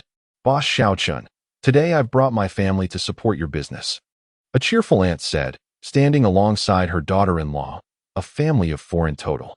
Please, dear aunt, Chen Feng invited. Grandma, you've come. Please, take a seat. Tuan also urged. Oh, Tuan, come meet my little grandson. He's in 2nd grade this year.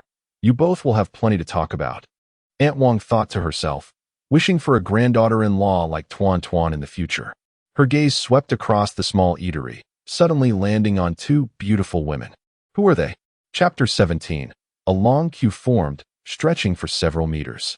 These 2 young ladies are stunning, Aunt Wang observed as Lu Yu and Wang Ruoxin entered. The 2 middle school girls also fixed their eyes on them, but recalled that the handsome boss seemed to be divorced. Who are these women? Boss Xiaochun, that must be your new partner, right? Aunt Wang inquired playfully. Just yesterday, she had been inquiring in the Baitian community about suitable matches for Chen Feng. Her question pertained to Lu Yu, while Wang Ruoxin sulkily pouted, feeling her age precluded her from being the older man's girlfriend. Suddenly, Lu Yu's face flushed. Tuan giggled beside her, almost clapping her hands. Grandma Wang is so clever. Chen Feng chuckled. Aunt Wang, that is Tuan's teacher. My daughter saw how exhausted I was running the shop yesterday and requested teacher Lu to pick her up. Teacher Lu is kind-hearted, so she came over early. Oh, I see, Aunt Wang nodded.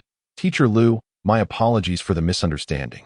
It's no problem, Lu Yu replied, her cheeks still rosy. Aunt Wang and her family settled at a nearby 4-person table. Aunt Wang continued, Boss Xiaochun, didn't we discuss introducing you to someone yesterday? Lu Yu and Wang Ruoxin perked up, sensing potential prospects. How about I bring that girl over tomorrow for a meet? She has been divorced for a year, has no children, and is a practical woman who knows how to manage life. Her ex-husband was abusive, which drove her to leave, Aunt Wang said with a smile. Lu Yu and Wang Ruoxin exchanged glances, devoid of hostility but filled with tension. They hadn't anticipated that Chen Feng would be so sought after, quickly attracting the attention of the local elders. It made sense. With his handsome looks, culinary skills, and a thriving eatery, along with a lovely daughter with a delightful personality, he was indeed a catch, even having been married before. Realizing this, the two women felt fortunate to have come by this morning. They turned to Chen Feng, eager to hear his response. No need, Chen Feng replied with a wry smile. Aunt Wang, please inform the other elders in the community that I have just divorced. And now I'm focused on running the shop and caring for Tuan Tuan. I currently lack the bandwidth to seek another partner, but I truly appreciate everyone's kindness. Upon hearing this, the two women breathed a sigh of relief. Their competition was temporarily confined to just the two of them. How fortuitous to have found a companion to assist in managing the establishment. Aunt Wang's eyes widened in surprise. Chen Feng continued to shake his head, suggesting that they could discuss it later when time permitted. Thank you, but today, the meal is on me, he replied, appreciating her good intentions. Oh, that's unnecessary. Aunt Wang chuckled teasingly. I'm not one to take advantage, young boss Chen. When you decide to find a mother for your child, I shall introduce someone. And then you can treat me. It will merely be a simple breakfast then. All right. Chen Feng readily agreed. Boss Chen, we'll have a steamer of pork dumplings, a steamer of lamb dumplings, and don't forget the soy milk and fried dough sticks. Aunt Wang's son chimed in. Grandma, I want soy milk, soy milk. Her sweet grandson called out, having been displeased all day yesterday for not having any. Yes, yes, he added. The moment he tasted the first sip of the peanut soy milk, his eyes sparkled with delight, utterly astonished. This was 100 times better than the breakfast his grandmother made. From now on, he would insist on having soy milk here daily. Aunt Wang's daughter-in-law and son also savored the soy milk, particularly her son, who had spent the previous night drinking with clients and had endured a bout of nausea. Upon waking, his stomach was empty, feeling quite uncomfortable. However, a sip of goji berry honey soy milk revitalized him, a boost for his health. Oh, I can continue my endeavors tonight. He contentedly patted his belly, feeling warm all over. He then picked up a dumpling filled with lamb and scallions, taking a generous bite. Wow! The mingling of the scallion and ginger juices with the lamb flavor exploded in his mouth. He exchanged an excited glance with his wife. These dumplings are exquisite. The couple indulged, their faces alight with satisfaction. Aunt Wang remained silent, relishing her breakfast. The fried dough sticks aren't ready yet. Dad, Mom, are these dumplings delicious? In the blink of an eye, only 3 dumplings remained from the 2 steamers. The child's father, still chewing, had already taken another dumpling. If it's not to your liking, save room for the fried dough sticks. They are delectable here. Indeed, the child's mother mumbled through a mouthful, swallowing hard before grabbing the last dumpling. Sweet grandson, the fried dough sticks will be ready soon. Aunt Wang picked up the final dumpling and began to eat. I want dumplings. The sweet grandson suddenly burst into tears. At that moment, Chen Feng brought over the fried dough sticks. The dumplings are all gone. I need to prepare more. Please wait about 15 minutes. That won't do. We have to take the child to school shortly. We'll have them tomorrow. The child's father replied. I want dumplings and fried dough sticks. They are so delicious. The child bit into a fried dough stick, and instantly his tears ceased. Aunt Wang's family released a collective sigh of relief. The father of the child remarked, Dear, today you will take our child to school. And please ask the boss for 2 more baskets of dumplings. No, you should go today? She replied. You go. I want to eat dumplings. Handsome boss. We would also like 1 basket of lamb dumplings. They are simply delicious, said the young middle school girl, Qian Qian. In the blink of an eye, they had finished the dumplings. While enjoying some fried dough sticks, they ordered more, as the dumplings were simply irresistible. No problem, Chen Feng smiled. Heading off to make more dumplings. Uncle Chen Feng, shall we help you wrap the dumplings? Lu Yu and Wang Ruoxin approached. At that moment, more customers entered the shop. Chen Feng glanced at the time. It was 6:25. Soon, the number of customers would increase. Seeing the determined expressions on the two girls' faces, he could not refuse and nodded. All right, thank you for your help. The key to delicious steamed dumplings lies in the filling, the dough, and the cooking time. The quantity of meat is also crucial. However, a slight variation in the amount is acceptable. Let me teach you, Chen Feng said, taking out a perfectly sized spoon. In a moment, scoop a spoonful of filling and wrap it like this. Daddy, I want to help too. Tuan Tuan chimed in, joining them. As Chen Feng instructed, he demonstrated a swift wrapping technique. If the filling is too much, it will affect the juiciness of the dumplings. This technique requires a bit of finesse. Chen Feng's voice resonated as Lu Yu and Wang Ruoxin felt their faces flush. Their hands were rather clumsy, and their dumplings lacked the aesthetic appeal of Chen Feng's. Often, the dough wouldn't stick together, as the two girls were unaccustomed to such handiwork. Tuan Tuan is so nimble with her tiny fingers, wrapping dumplings effortlessly, she teased. The two girls' faces turned even redder. After several minutes and numerous failures, they finally managed to create a few acceptable dumplings. Chen Feng examined their creations and deemed them passable. Boss, 2 bowls of original flavor soy milk, please. Oh, the steamed dumplings are ready. I must try them. I'll have 2 baskets of pork and scallion dumplings. 1 bowl of black bean sesame milk, 1 bowl of soy milk, and 1 basket of dumplings. The total came to 28 yuan. Boss, 3 fried dough sticks. And I want 1 crispy fried dough stick. The two girls had just begun to find their rhythm, as more customers continued to fill the shop. Please take a seat and wait a moment. We'll serve you shortly. Chen Feng quickly attended to the patrons. Oh, Aunt Wang, your whole family is here. Mr. Zhang, isn't your family joining us today? He exclaimed. Haha, the soy milk and fried dough sticks here are simply exquisite. As time passed, customers kept streaming in, primarily residents from the nearby Baitian community. Boss, 1 bowl of original flavor soy milk and 3 fried dough sticks, please. Soon, workers from Zhongdi and nearby white-collar employees arrived. Even a mobile breakfast vendor could not resist the allure of the food. Consequently, a long queue formed in front of the little eatery, stretching over 10 meters, a truly astonishing sight. Lu Yu and Wang Ruoxin covered their mouths in disbelief. The business at Uncle's Eatery is thriving, Tuan Tuan exclaimed joyfully, stretching out her little hands. How delightful it is to earn money. At that moment, the clock struck 6:50. It is time for Tuan Tuan to go to school. Chapter 18. The Subtle Maneuvers of My Ex-Wife. Boss, please bring me another basket of mushroom and pork dumplings. A notification of 12 yuan arrived in my account. Just a moment.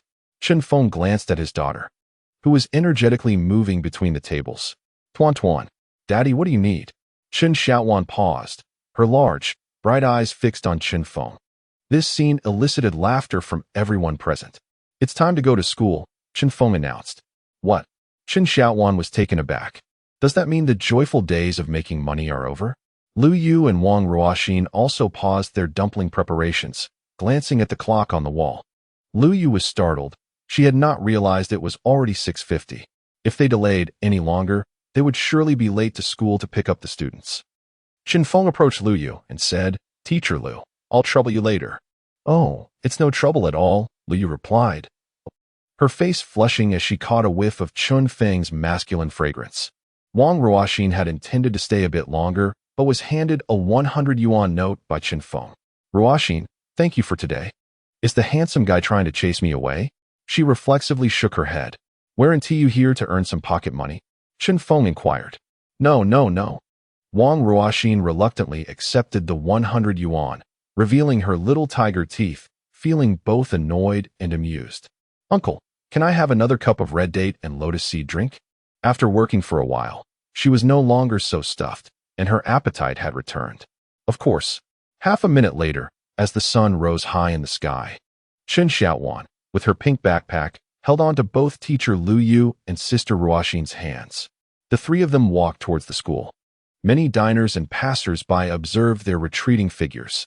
Little Chen Boss is truly fortunate. Boss, bring me 2 more youtiao. 3 baskets of mushroom and pork dumplings. They are absolutely delicious, quite addictive. I'll also have 2 bowls of plain soy milk. Hurry up. Boss, you're too busy alone. Hire someone. I'm coming. Don't rush. Without his daughter as assistance, Chen Feng hurriedly attended to his tasks. He was working as hard as 3 people, and the line of customers only grew longer, stretching beyond measure. Chen Feng was sweating profusely, yet a smile adorned his face. At that moment, an electric scooter approached. "Hey, Chen boss, your business is booming. You're on your own. Go help him out and grab 2 bowls of soy milk and 2 youtiao. I'm craving them."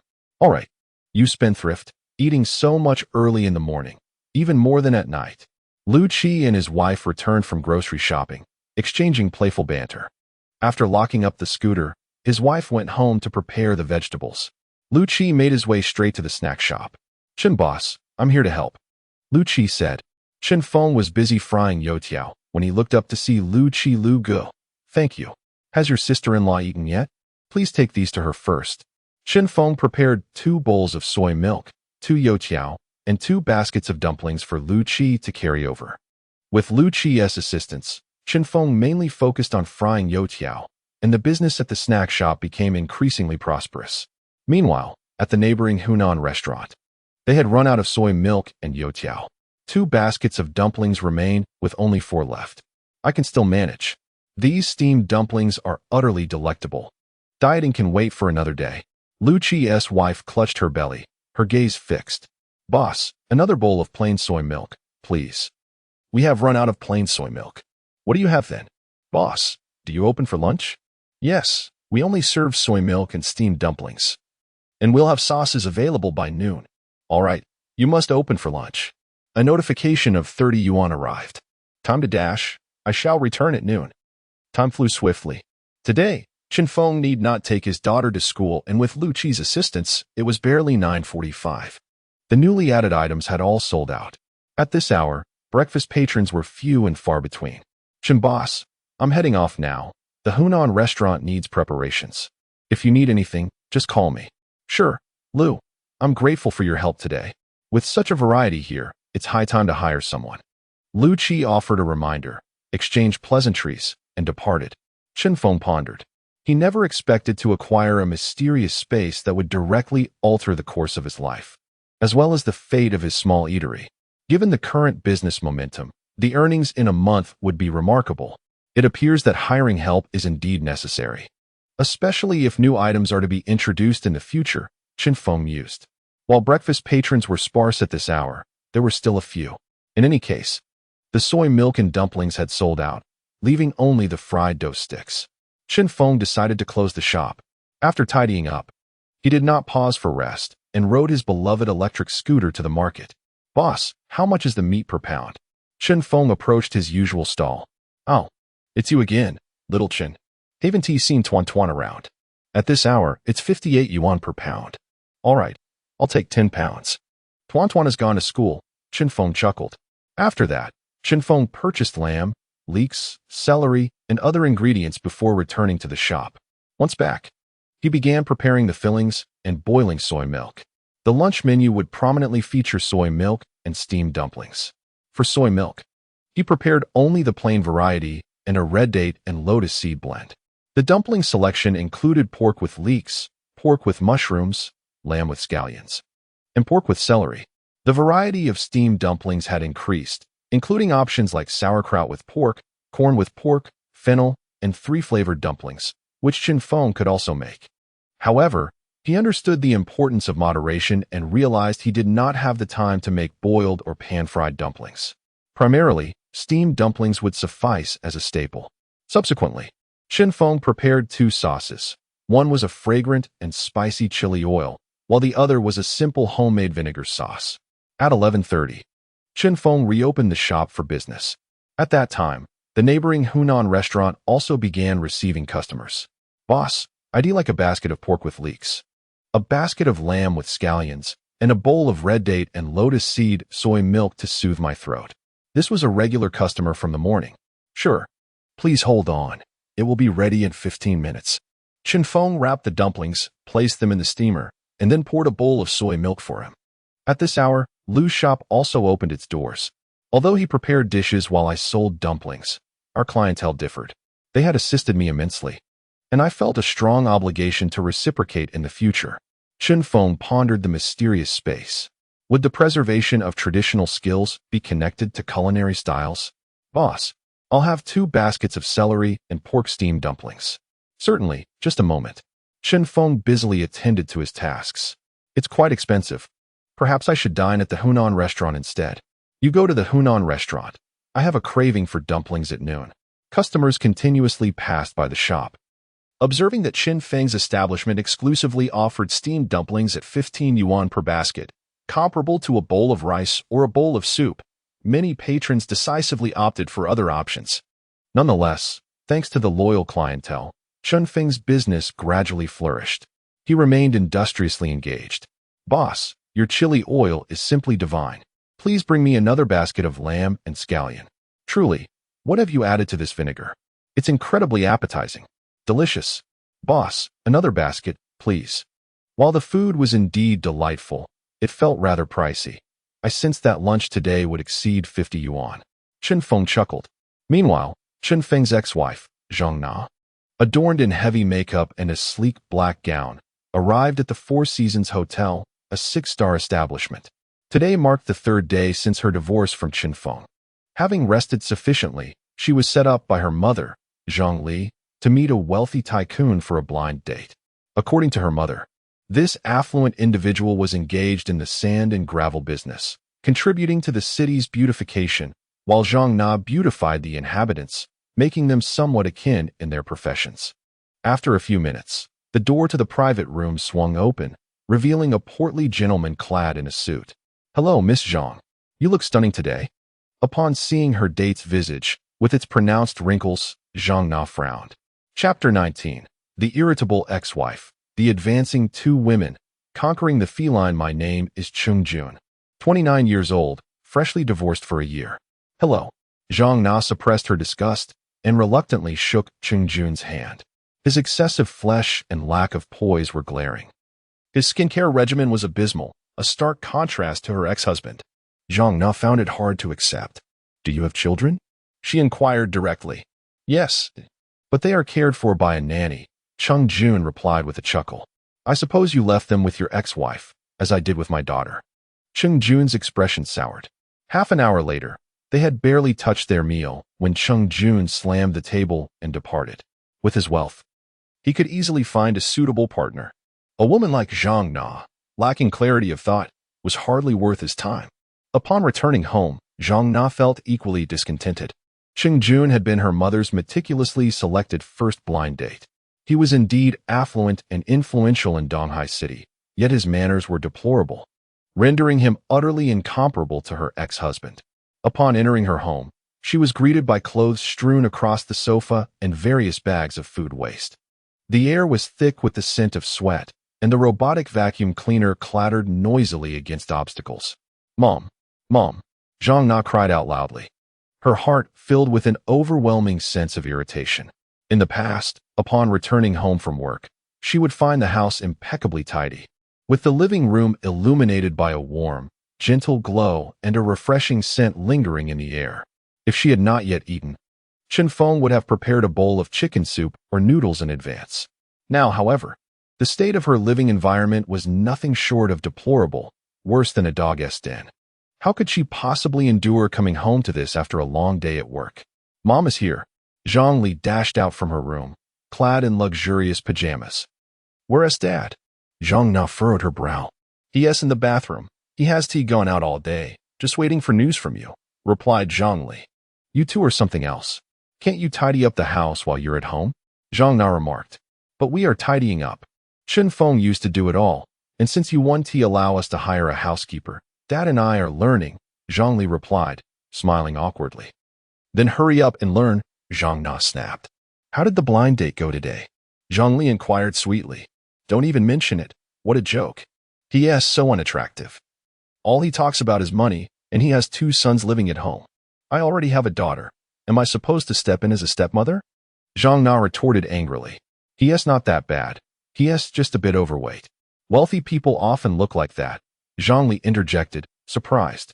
If we're comparing him to Chen Feng, then you shouldn't even consider marriage. After all, we're in it for the money, right? Can't you just settle? Settle? Not a chance, Zhang Na shook her head. He might appear to be worth billions, but his assets are all tied up, and he is pursuing new investments. I did some research. It seems like a bottomless pit. That is unacceptable. Our daughter is not going there to lose money, Zhang Taiyong interjected as he emerged. Dear, you should find a few better prospects. Our daughter isn't getting any younger, and the beauty salon chain is hitting a bottleneck. I know, Zhongli replied. You should spend less time chasing after mistresses and more time considering our daughter's future. What mistresses? Zhongli, be clear. Zhang Taihong shouted angrily. You know very well. She retorted. You old hag. Say that again and see if I want to hit you. Go ahead, I dare you. Zhongli shot back as they began to argue heatedly. Can you both stop yelling? It's truly annoying. Zhang Na attempted to intervene, but to no avail. She retreated to her room, which was strewn with clothes, long pants, stockings, and undergarments. Frustrated, she began picking them up. After tidying, she felt exhausted. These chores used to be handled by Chen Feng. The once vibrant room was now devoid of their wedding photo, which Zhang Na had burned, along with any trace of her daughter and her ex-husband, all long since cleared away. Lying on the bed, she revealed the graceful curves of a mature woman, her form reminiscent of a rolling landscape. Zhang Na picked up her phone, opened a messaging app, and found her ex-husband's image. Sending a message. Has Tuan Tuan cried recently? Chen Feng's profile picture depicted a happy family of three, with him holding their 3-year-old daughter. A blissful smile on his face, while Zhang Na coldly leaned beside him. It was clear she had not loved her ex-husband even then. Zhang Na tapped the picture, and it transformed into an image of Chen Feng holding 6-year-old Tuan Tuan's hand against a sunset backdrop, seemingly stepping towards a brighter future. The image of her ex-husband shifted before her eyes. Zhang Na felt a wave of frustration wash over her. She scrolled through Chen Feng's social media posts, limited to 3 days of visibility. One update caught her eye, a selfie of her daughter, taken in a quaint little shop, beaming with joy. The accompanying caption read, Dad Snack Shop. Everyone is welcome to come and eat. Opening the shop, you can't go wrong. Zhang Na let out a cold snort. In Donghai City, she had no connections. After waiting so long, her ex-husband still hadn't replied. She sent another message, urging him to respond. Subsequently, she slammed her phone down with force. In the past, her ex-husband would reply in an instant. It suddenly dawned on her that he was now merely her ex-husband. They had long since divorced, becoming strangers. Chen Feng had no reason to respond to her messages, did he? Then, Zhang Na shook off her despondency. Finding a 2-legged frog is rare, but 4-legged ones are abundant. With a net worth in the millions, handsome looks, and a wealthy and powerful family, she couldn't believe she wouldn't find someone suitable given her own allure. Meanwhile, at Mingri School's second cafeteria, a small group of students was enjoying their lunch. However, the majority of students' gazes were fixated on a particular table, where the school's renowned duo, Teacher Lu and Wang Ruoxin, were astonishingly seated together. This was a rare occurrence. Wang Ruoxin, with only a month until the college entrance examination, are you truly planning to work while studying? Lu Yu said calmly. As long as she wasn't near Chen Feng, Lu Yu's composure was unwavering. Wang Ruoxin chuckled. Teacher Lu, you came to Mingri School to be a piano teacher just for Uncle Chen Feng, didn't you? And you? Lu Yu inquired. I'm also pursuing Uncle Chen Feng. As for the entrance exam, it's of no concern, Wang Ruoxin replied. Then let each rely on their own abilities. The two women exchanged glances, a spark of competitive spirit igniting in their eyes. They refrained from asking more questions, such as why one would pursue Chen Feng. What was the point of questioning motives when the pursuit was already underway? Delicious. This is exceptionally tasty. Little Chen, your chili oil is fried to perfection. How did you achieve this? Yes. Dipping the steamed dumplings in it is irresistible. I'll have another bowl of red date and lotus seed porridge. Enjoy it. Come to the shop more often. A notification of 30 yuan arrived. Chen Feng smiled as he conversed with his customers, gradually clearing the tables. I'll come again tomorrow. As the last customer departed, the 2 buckets of soybean milk and the midday steamed dumplings were sold out. Chen Feng promptly closed the shop, beginning his cleaning routine.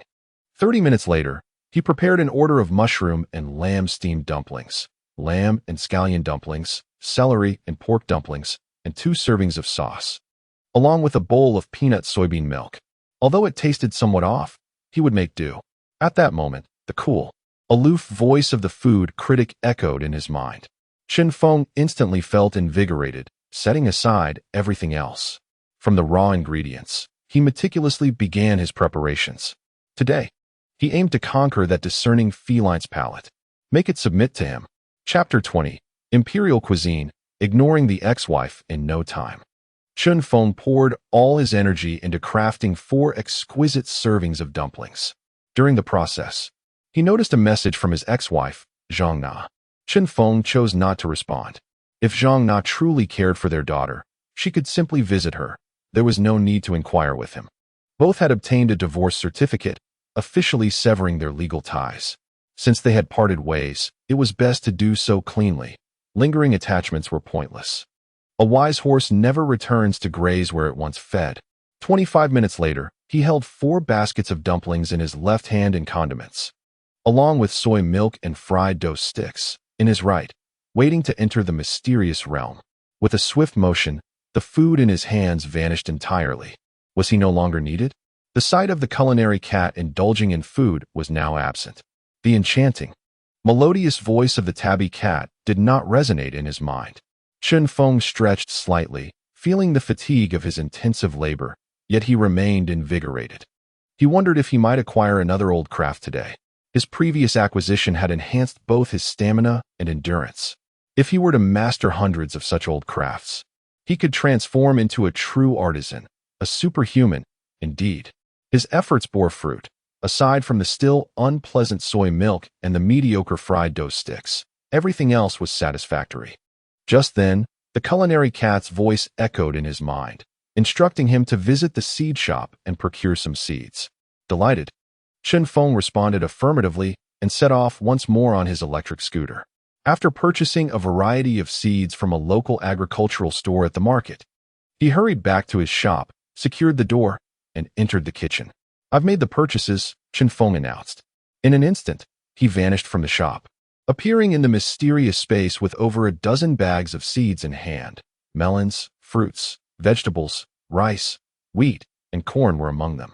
Upon arrival, he spotted the tabby cat lazily lounging in the fields, its barbed tongue incessantly grooming its paws, exuding an aura of utter relaxation. Indeed, he had managed to win its favor. Approaching with intent, he greeted, "Hello, little one." The tabby cat opened its obsidian eyes wide, gazing at Chen Feng with a softened demeanor, no longer fierce. Chen Feng resolved that he would certainly pet it next time. The cat gestured toward the field and spoke in human tongue. "Choose a seed to plant in the soil." "Very well," Chen Feng nodded, contemplating the various seeds in his grasp. As it was summer, he decided on cucumbers, versatile as both fruit and vegetable. He retrieved the cucumber seeds and announced, "Let us plant." The tabby cat observed him, instructing, "Just bury it in the earth." Without delay, Chen Feng began to dig into the soft, fertile soil. From the perspective of a former country boy, this land was of exceptional quality. As he worked, a faint white mist began to rise. Inhaling this mist invigorated him, replenishing both his spirit and energy. However, upon exhaling, he released a small amount of the white mist, unable to absorb it all. Could this mist be the legendary spiritual energy? Chen Feng felt a surge of excitement, growing ever more enthusiastic in his labor. Before long, the seeds were nestled into the earth. Chen Feng, slightly breathless yet surprisingly unfatigued, had been digging with his bare hands, without the aid of any tools, earning him the moniker of a human excavation machine. His fingers were caked with dark soil. After washing his hands in the pond, he proceeded to water the newly planted seeds. The tabby cat tilted its head towards the thatched cottage. Chen Feng glanced over and noticed a wooden bucket. Nodding, he took the bucket to the edge of the pond, where he was greeted by a myriad of swimming fish. Various common species such as crucian carp, grass carp, and bass were present, along with the valuable Yangtze knife fish, which held a worth comparable to gold. Chen Feng's eyes widened in astonishment. After several trips back and forth, he finally completed the watering task. Panting, he realized his stamina had increased, seemingly rivaling that of a national-level athlete. "All right, you may head to the thatched cottage," the tabby cat instructed. "Understood, little Yao," Chen Feng replied, opening his mouth to inquire further but refraining from doing so. During the planting, He had contemplated voicing some of his psychological uncertainties, yet sensing the tabby cat's icy gaze, he remembered her warning to refrain from asking too much. Indeed, their relationship was still in its infancy. There was no rush. Once he had nurtured the tabby cat to the size of the large orange from his hometown, their bond would naturally deepen. Next time, I shall send you flying, he thought with a smirk. Finally, with anticipation swelling within him, Chen Feng stood before the cottage. Knock, knock, is anyone there? He performed his customary ritual before opening the door. With a creak, the door swung open, revealing a stone sculptor, apron tied around his waist, wielding a kitchen knife as he chopped a melon-like vegetable on the cutting board. The pieces scattered across the table adorned with an array of condiments. What a coincidence! In the next moment, the stone sculptor transformed into a swirling mist that surged into Chen Feng's mind. With a thud, a torrent of memories and experiences flooded in, causing him to lose consciousness once more. Upon awakening, he glanced at the clock on the kitchen wall, 3:15. Less than 5 minutes had passed since he entered the mysterious space, although it felt as if he had lingered for 2 to 3 hours. The discrepancy in the flow of time was astonishing. Could it be that the cucumbers he planted would yield fruit by tomorrow? Chen Feng mused excitedly, for he had unexpectedly acquired an ancient culinary skill, the art of smashed cucumbers. This dish, a beloved household staple, is a renowned snack enjoyed across the nation, with each region offering its unique twist. Yet, he had mastered the method as he remembered it. The quality of the cucumbers is paramount in creating a delightful dish. Could it be that in this mysterious space, cultivating corresponding seeds would unlock similar culinary talents? With too few samples to draw a conclusion, Chen Feng was uncertain. Cucumbers, known for their cooling properties, are best consumed raw in summer, effectively clearing heat and toxins from the body while providing beautifying benefits. Additionally, smashed cucumbers, typically dressed with vinegar, aid digestion during the summer months, underscoring the importance of quality ingredients and the essence encapsulated in the act of smashing. Cucumbers should be crushed until they glisten, their juices slowly seeping forth before being combined with the appropriate seasonings. This delightful dish serves as a refreshing reprieve during the sultry summer months. To trace the origins of this culinary delight, one must look back to its inception as a staple cold dish within the imperial kitchen, a favorite of the emperor himself during the warm season. Chen Feng felt an immediate urge to experiment with it. The combination of crushed cucumbers with steamed dumplings also seemed promising. He pondered the idea, envisioning its introduction at Lu Ji's Hunan restaurant, which could serve to attract customers and strengthen relationships, ultimately allowing him to earn additional profits. This strategy could effectively double his earnings from a single establishment, enabling him to gauge its success. Chen Feng's vision extended far into the future, fueled by the allure of his enigmatic aspirations. As time passed, he was certain he would master more traditional culinary techniques. Operating a restaurant alone, however, posed challenges due to limited energy and the finite potential for profit. One day, once he had acquired sufficient traditional skills and amassed his initial capital, he envisioned sharing these techniques through modern culinary practices, thereby proliferating them nationwide. Aspiring to become a culinary connoisseur of Chinese cuisine was indeed a grand ambition. His immediate goal, however, was to dominate the local snack street. In the midst of these lofty dreams, Chen Feng abruptly realized that he had strayed too far from the present. If he did not prepare dinner soon, he would run out of time. Swiftly, he set to work. Chapter 21. Is the door of the uncle always open to you? Time flew by.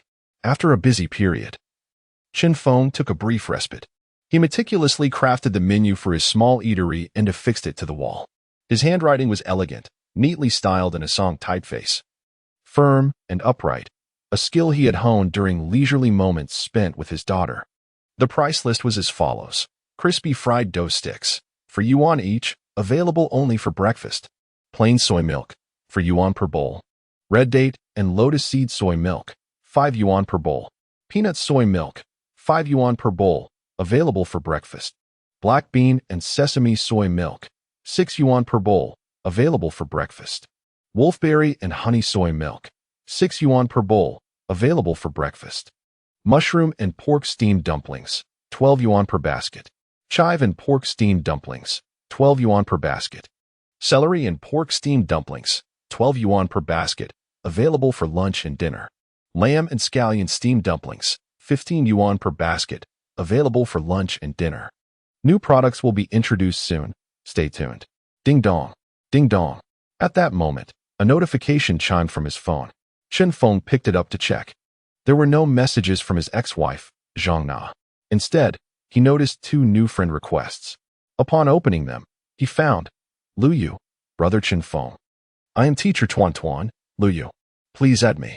Wang Ruoxin, uncle, add me. Add me. Chen Feng accepted the requests. Within mere seconds, both women sent him messages simultaneously. He was taken aback. Was teacher Lu not teaching at this hour? Was Wang Ruoxin free from her studies? Lu Yu, brother Chen Feng. Tuan Tuan told me that you don't need to pick her up today. I'll bring her home after school since it's on my way. And I'll grab some steamed dumplings to take back. Wang Ruoxin, Uncle Chen Feng, let me work for you. My studies are poor, and I have no hope of entering university. I'm struggling financially. Wang Ruoxin, feeling rather pitiful, pondered for a moment before replying to Chen Feng. At that very moment, Lu Yu sat in the teacher's office, clutching her phone and intently gazing at the screen. Her egg-shaped face flushed slightly, with strands of black hair cascading elegantly, exuding a unique charm. In her interaction with Chen Feng, she told yet another lie. It was not a request from the group, but rather her own initiative. Today, she had learned that the elderly residents of the piety community were eager to introduce suitors to Chen Feng, with Wang Ruoxin as her formidable rival. As her best friend Zhang Xiaoqiao had pointed out, if she did not make an effort or take the initiative, would she not risk relinquishing her man? Lu Yu was not yet so magnanimous. Ding dong. Chen Feng. In that case, thank you, Teacher Lu. I will treat you to dinner. I truly appreciate your help. Lu Yu's heart leapt with joy. Chen Feng had agreed. Lu Yu, it's no trouble at all. As a teacher of the group, it is my duty. Chen Feng. Thank you. Thank you. Lu Yu, you are too polite, Chen Feng.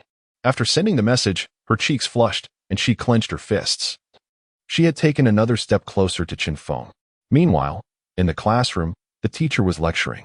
Wang Ruoxin lowered her head, secretly playing on her phone, while her chubby friend Zhang Xiaohua cast furtive glances at her, thinking to herself, the woes of unrequited love. Ding dong. Chen Feng, Ruoxin.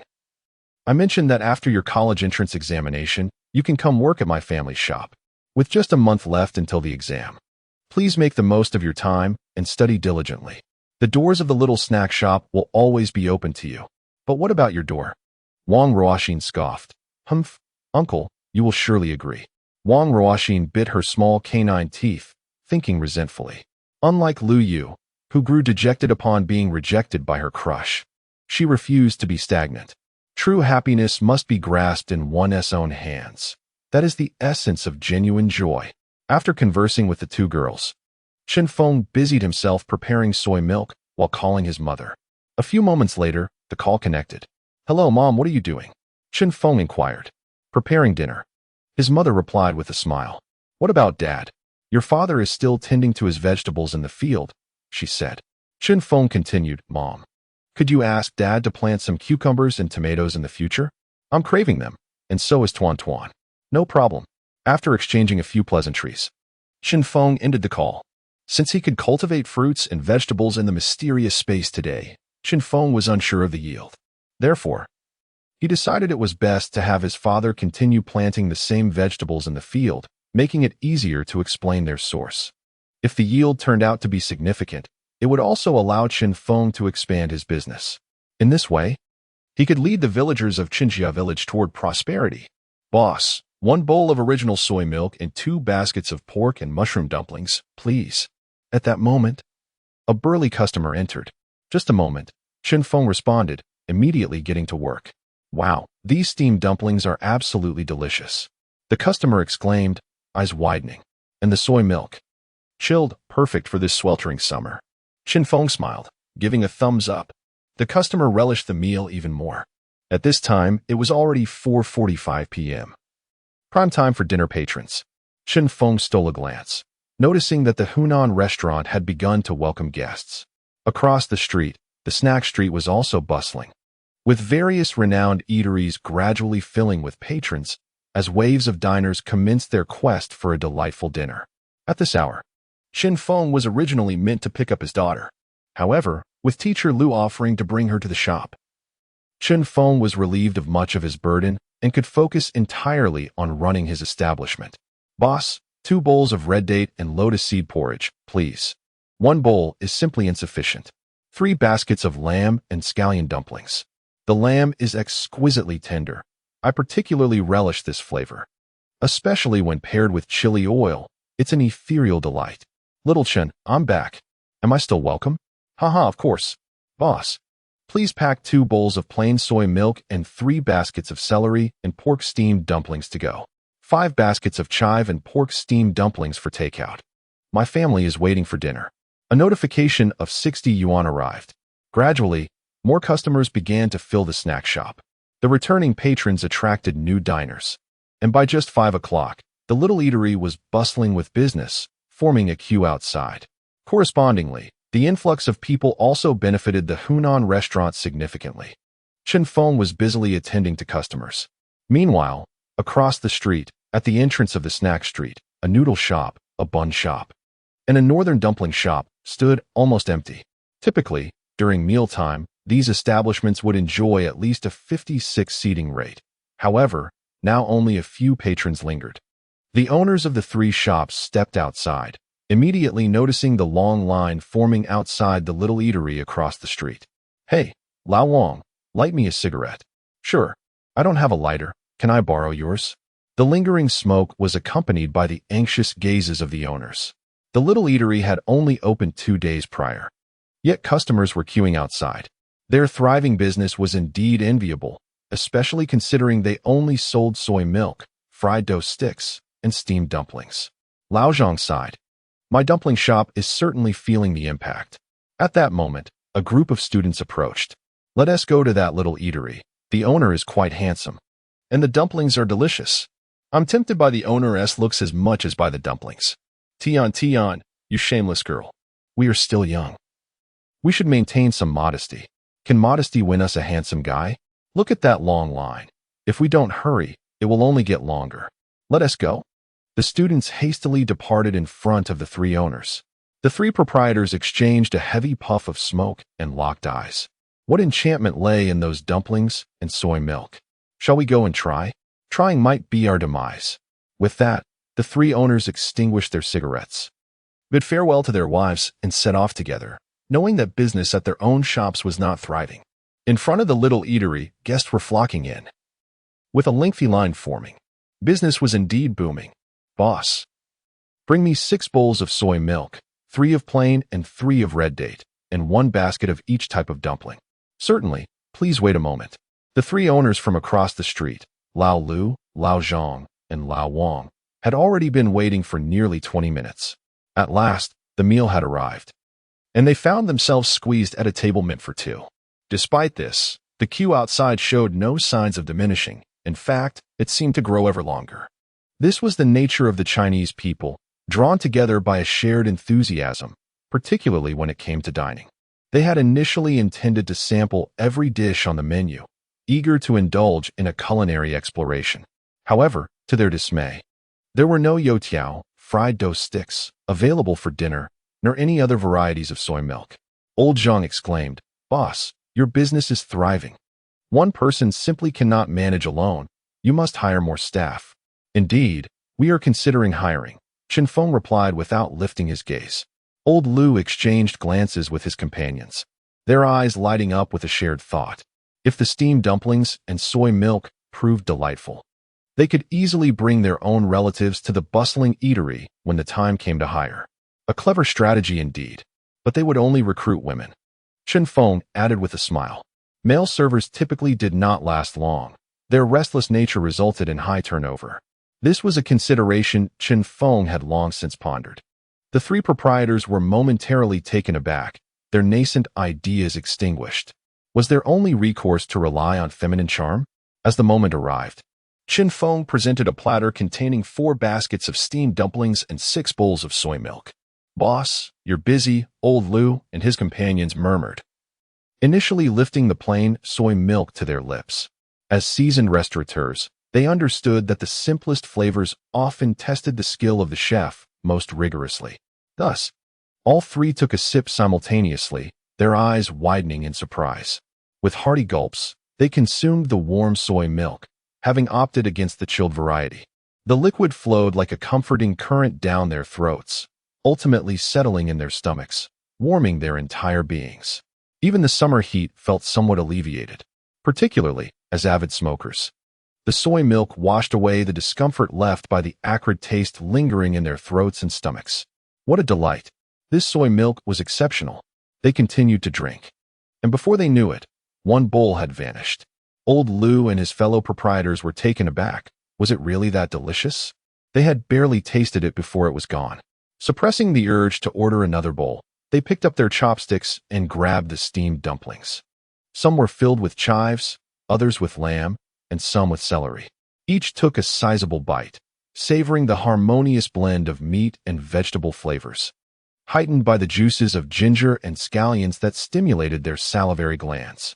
Unable to resist, they closed their eyes, their faces reflecting sheer ecstasy, reminiscent of a sultry summer night when they first endeavored to win a lady's affections.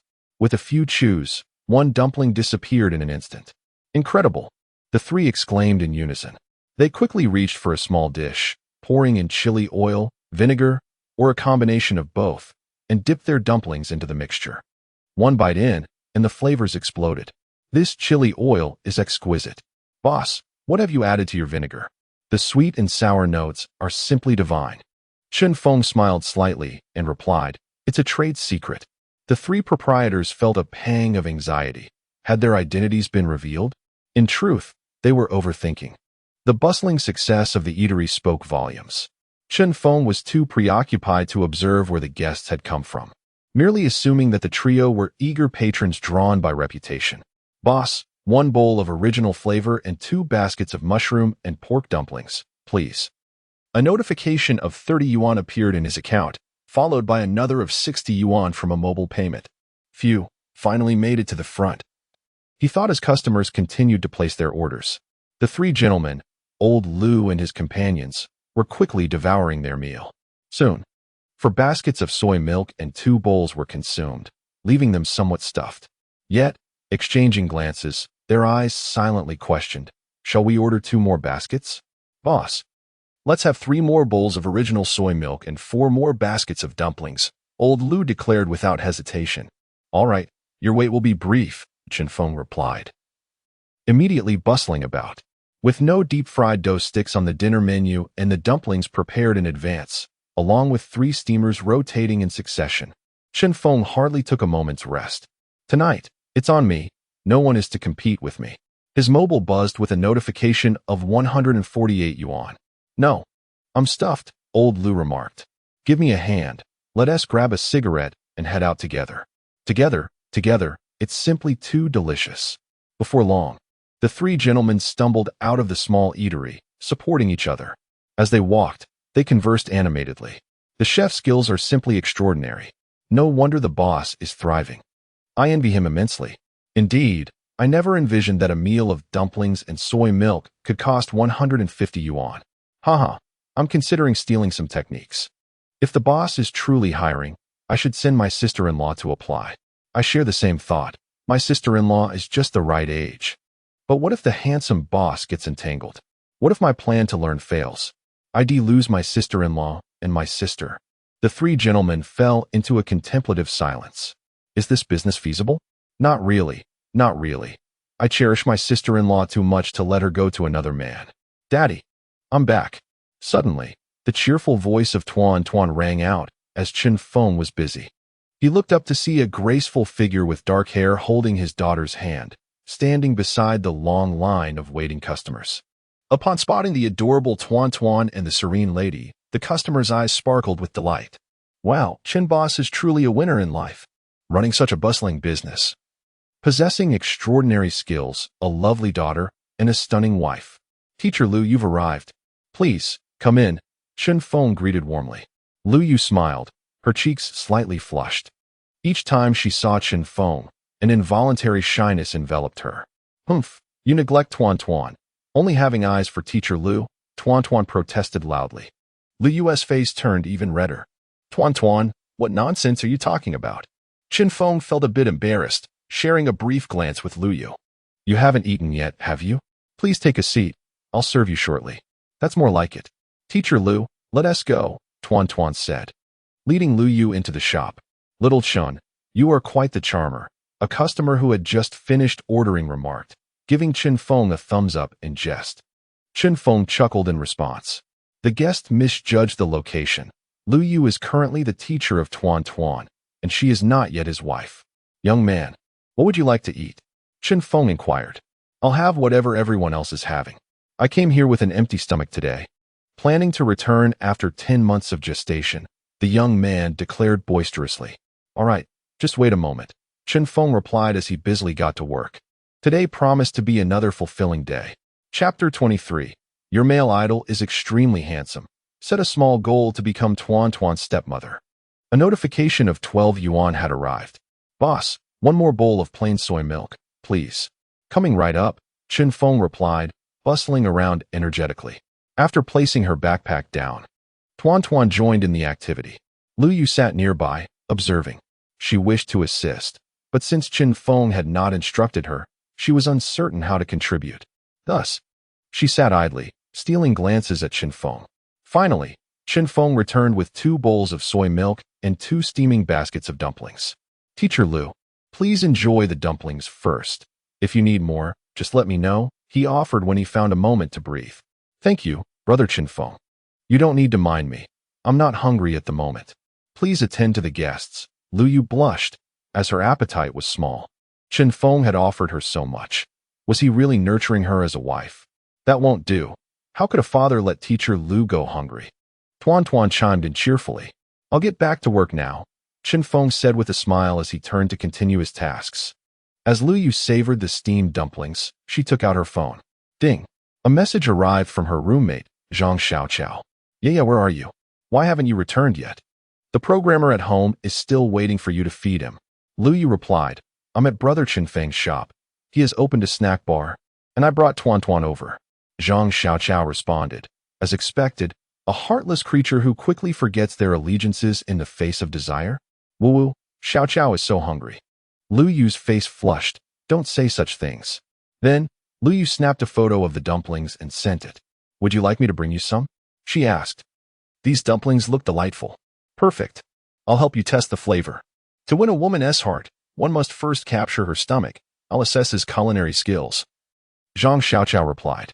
You'll definitely be stuffed afterward, Lu Yu warned. I don't believe it. Zhang Xiaoqiao retorted. By the way, you always talk about how wonderful your brother Chen Feng is and how adorable his daughter is. Send me a few pictures so I can give you some feedback. Zhang Xiaoqiao urged.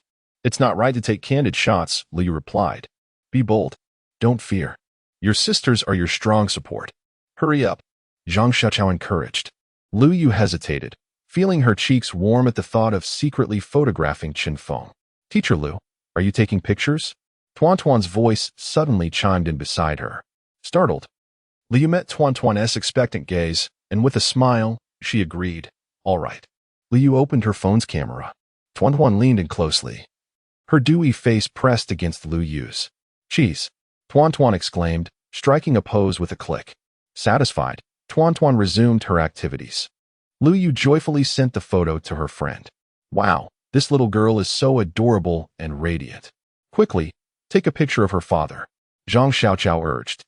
That may not be appropriate, Lu Yu replied. She hesitated, her upbringing instilling in her the belief that surreptitious photography was inappropriate. Zhang Xiaoqiao said, If you don't take the picture, I will come to this shop tomorrow and inform Tuan Tuan's father that you harbor feelings for him. Lu Yu capitulated to her friend's insistence.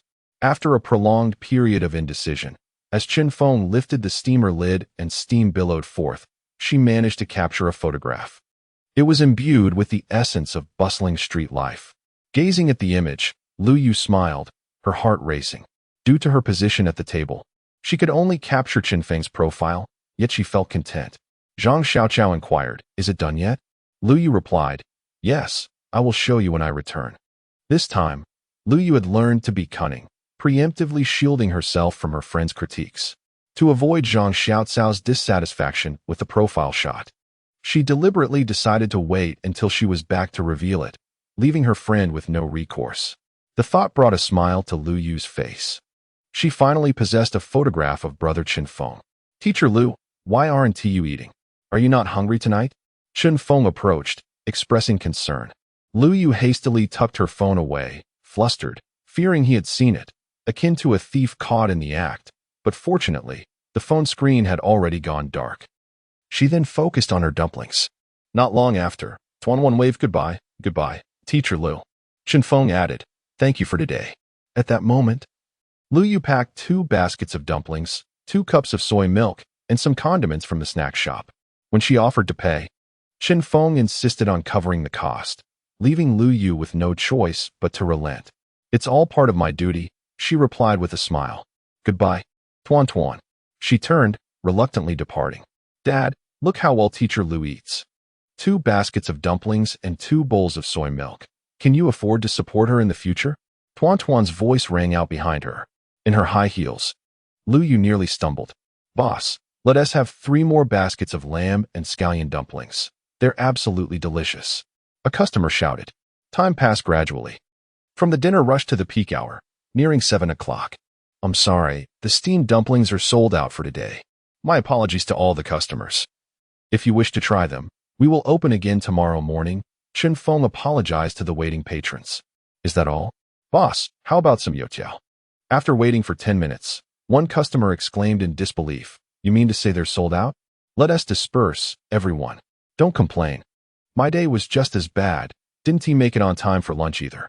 Damn it, traffic is getting worse in Donghai City." The queue of disappointed customers began to disperse. "Uncle Chen Feng, is there really none left?" inquired a short-haired high school girl at the end of the line, pulling her plump friend along. "Rua Xian, what brings you here?" Tuan joyfully rushed out, winking at Wang Rua Xian. "Teacher Lu just left." This little one was sneakily delivering news. Both sides were placing bets on future mothers, truly embodying the essence of diversified investment. Marrying one would be a gain, but marrying 2 would yield great fortune. Chen Feng greeted with a smile, perplexed by the thought that this girl might actually come to the shop to work part-time. "Uncle, you truly don't have any dumplings left, do you?" Wang Ruoxin tugged at her best friend Zhang Xiaohua, saying, "This is my best friend Zhang Xiaohua. She had soybean milk for breakfast and can't stop thinking about dumplings. We still have evening study later." Yes. Tuan quickly pulled Wang Ruoxin and Zhang Xiaohua's hands, urging, "Sister Xiaohua, come in quickly. I saved some dumplings for emergencies," Chen Feng replied, relieved.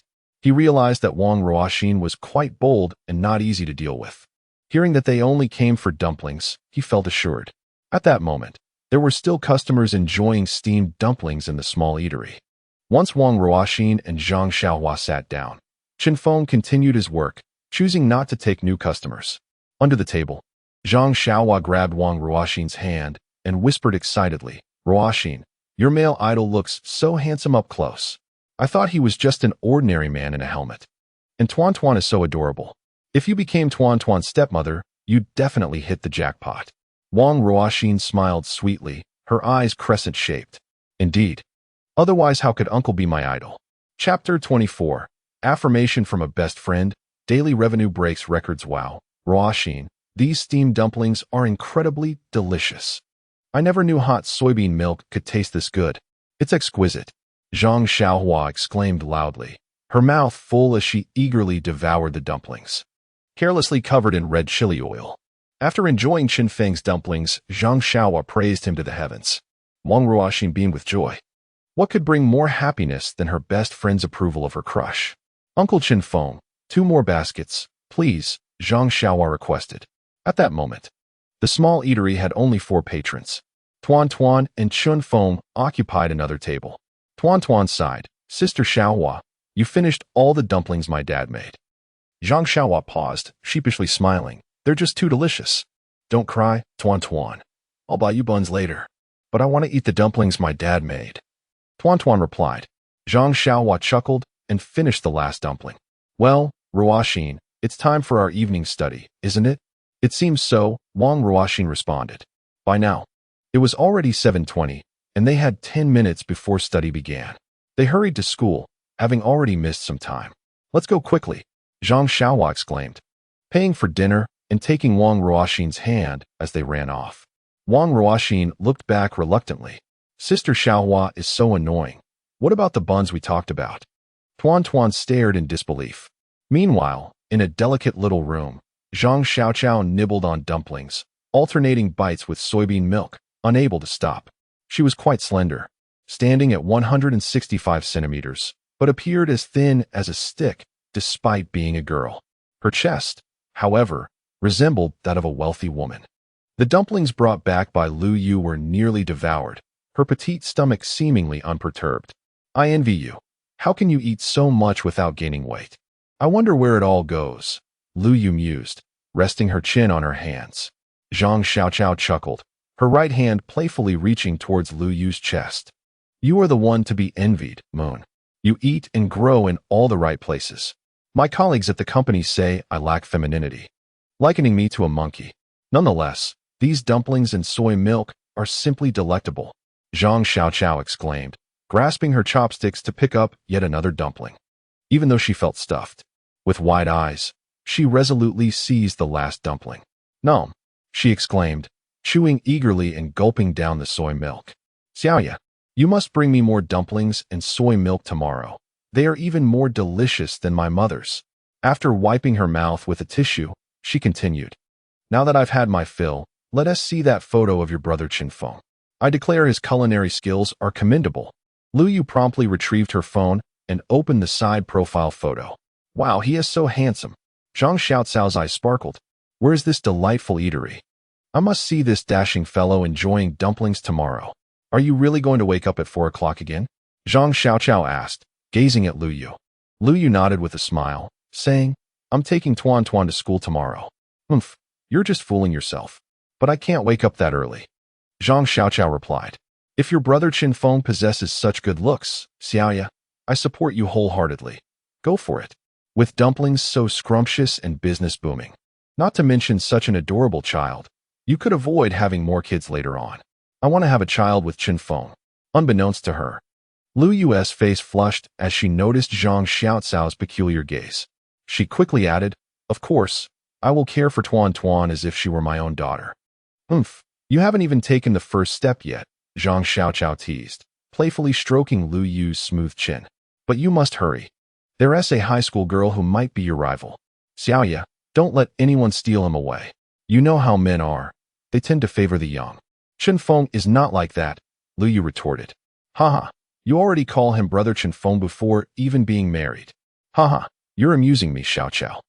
The two girls playfully tussled on the sofa at home. Meanwhile, at the eatery, Chen Xiaowan was diligently cleaning up alone while Chen Feng had gone to the market for supplies. By the end of the day, all the stock had been sold out. Business was thriving, and he needed to soak the yellow and black beans in advance for the soy milk. Otherwise, there would be none to sell in the morning. Tuan, where's your father? A man's voice inquired. Chen Xiaowan looked up. Uncle Lu, Dad went to stock up by himself. He'll be back shortly. How could you be left alone in the shop? Lu Qi remarked, standing outside while smoking. It's all right, Uncle Lu, there are cameras in the shop. And no one would dare to abduct me, Tuan replied with a smile. Lu Qi nodded. Well, if anyone offers Tuan food or tries to chat, she must definitely refuse. Tuan added, and Lu Qi chuckled in response. The more I watch Chen Xiaowan, the more I grow fond of her. I hope that in the future, my son can marry a wife as intelligent and lively as Tuan. It would certainly ease the worries of us, the parents. Before long, Chen Feng returned, riding his electric scooter laden with goods. Lu Gu, did you need something? Chen Feng inquired, perplexed. Yes, let us move the items first. Lu Qi replied, nodding. The two of them proceeded to carry the goods to the back kitchen. While busy, Chen Feng remarked, Thank you, Lu Gu. What's the matter? Are you hiring at your shop? Lu Qi asked. After a moment of contemplation, Chen Feng responded, Yes, I am. The business at the snack shop is thriving. And with Tuan to take care of, I cannot manage all by myself. Hiring is definitely on the agenda. All right, understood. I'll bring someone to you tomorrow. Lu Qi said with a smile. Observing Chen Feng's hesitation, Lu Qi continued, "Don't worry, you will be satisfied. If not, you can simply refuse. The person I bring will certainly be efficient and won't cause you any trouble. It's essential to hire good help. A relative from my hometown is coming, and I need to assist them in finding a job at my family's Hunan restaurant. My wife and I can manage, but I want to help my relative as well, which is why I thought to ask you since we are close by. If it doesn't work out, then so be it," Lu Qi said, looking expectantly at Chen Feng. "All right, thank you, Lu Gu," Chen Feng nodded. Lu Qi's thorough explanation made it easy for Chen Feng to agree without feeling burdened.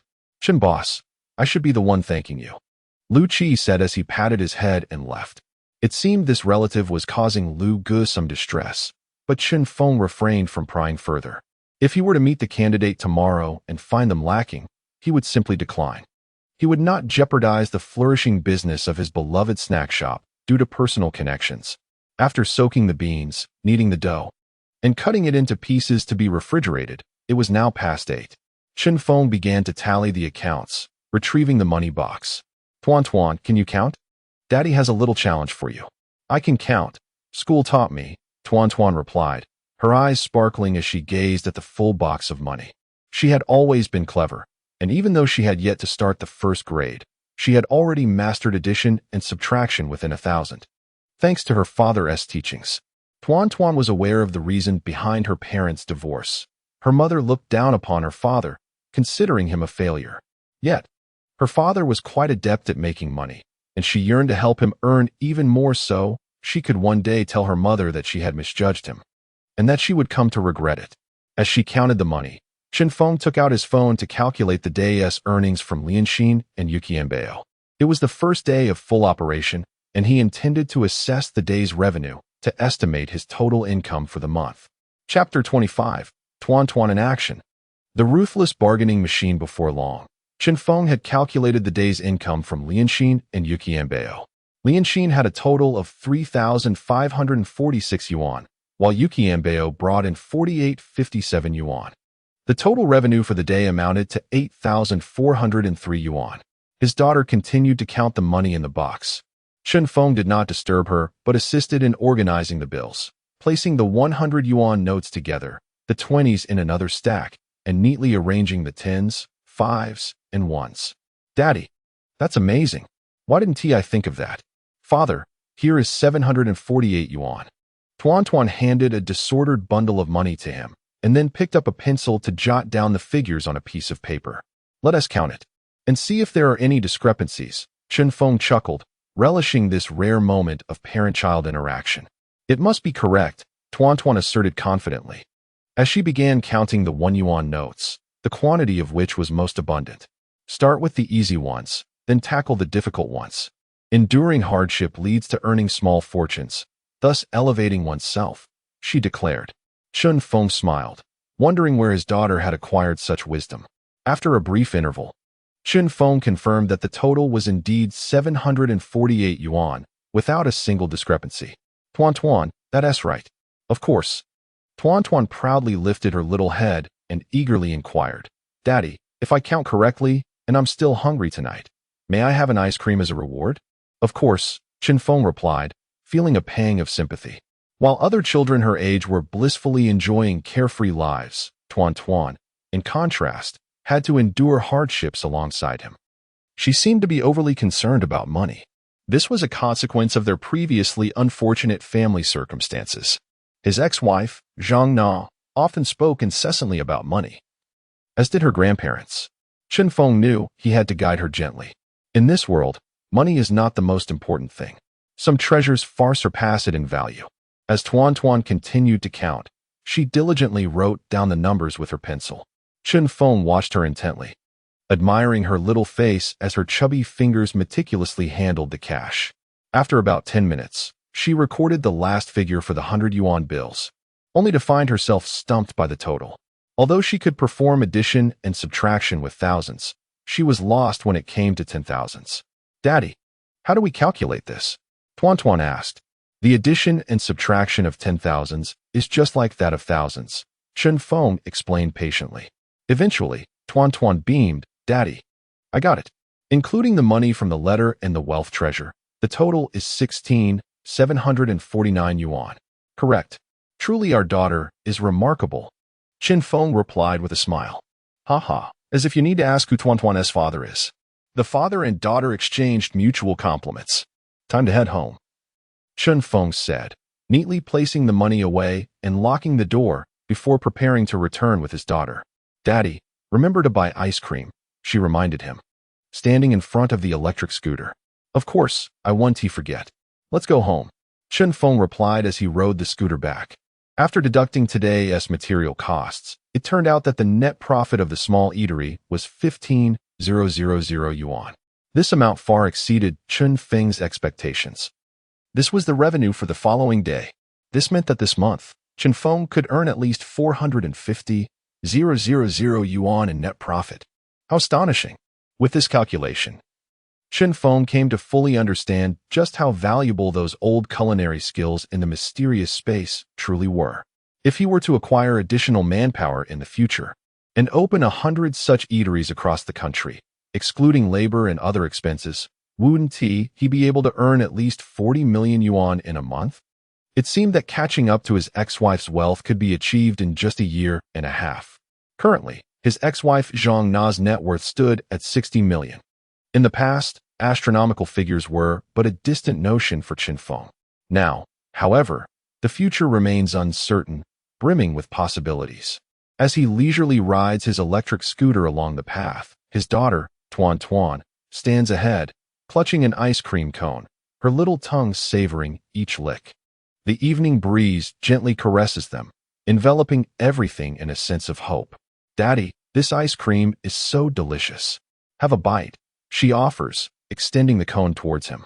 Chen Feng slows down, surveying his surroundings before taking a hearty bite. Daddy, you're eating too much. You still have to buy me another one later. Tuan complains. That won't do, Chen Feng chuckles in refusal.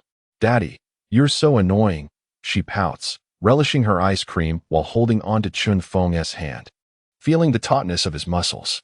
Daddy, are you tired? Tuan asks with concern, aware that he has hardly had a moment's rest in his quest to earn a living. This thought further solidifies her resolve to find a mother figure to assist him. Not at all, Chen Feng replies. Tuan tilts her head inquisitively. Daddy, how much money did you make today? A net profit of 15,000, he smiles, explaining that this amount covers their monthly living expenses entirely. What does net profit mean? She inquires. It's the amount left after deducting the costs of yellow beans, black beans, and flour, he simply elucidates. Well, Tuan exclaims in astonishment, yet she tilts her head, pondering if that's the case. How many days would it take to earn 60 million? For 1,000 days, Chen Feng responds, understanding her line of thought. Tuan, life cannot be solely about money. Otherwise, one might end up like your mother. What does Daddy have then? She asks. Daddy has you, he replies, a smile breaking across his face as he leans in to plant a kiss on her dewy cheek. Tuan wipes her face in disdain.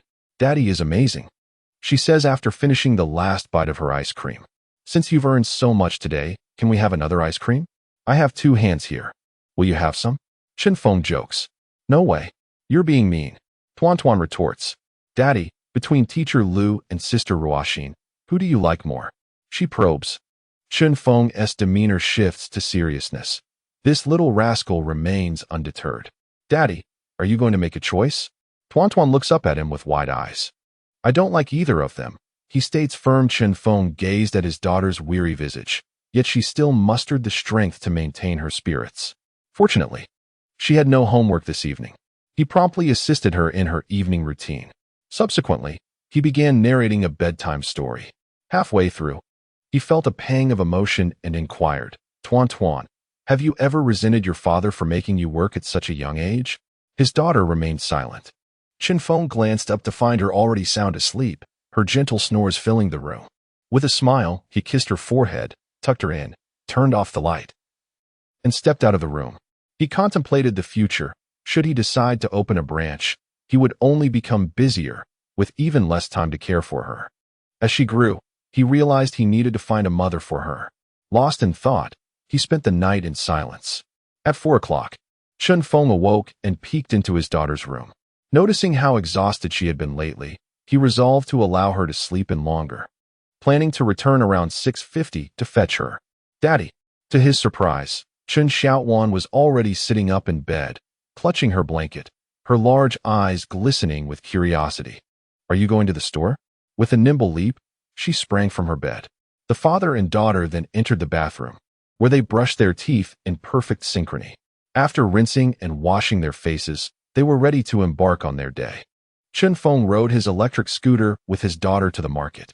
"Boss, how much is pork per pound today?" he inquired. "Tuan, you're here." The pork vendor greeted her warmly, teasing, "Chun, if you buy in bulk, it's 6 yuan per pound. Otherwise, it's 65. Uncle Pork, can you give me a discount? How about 1 yuan per pound for someone as adorable as me?" Tuan boldly countered, showcasing her bargaining prowess.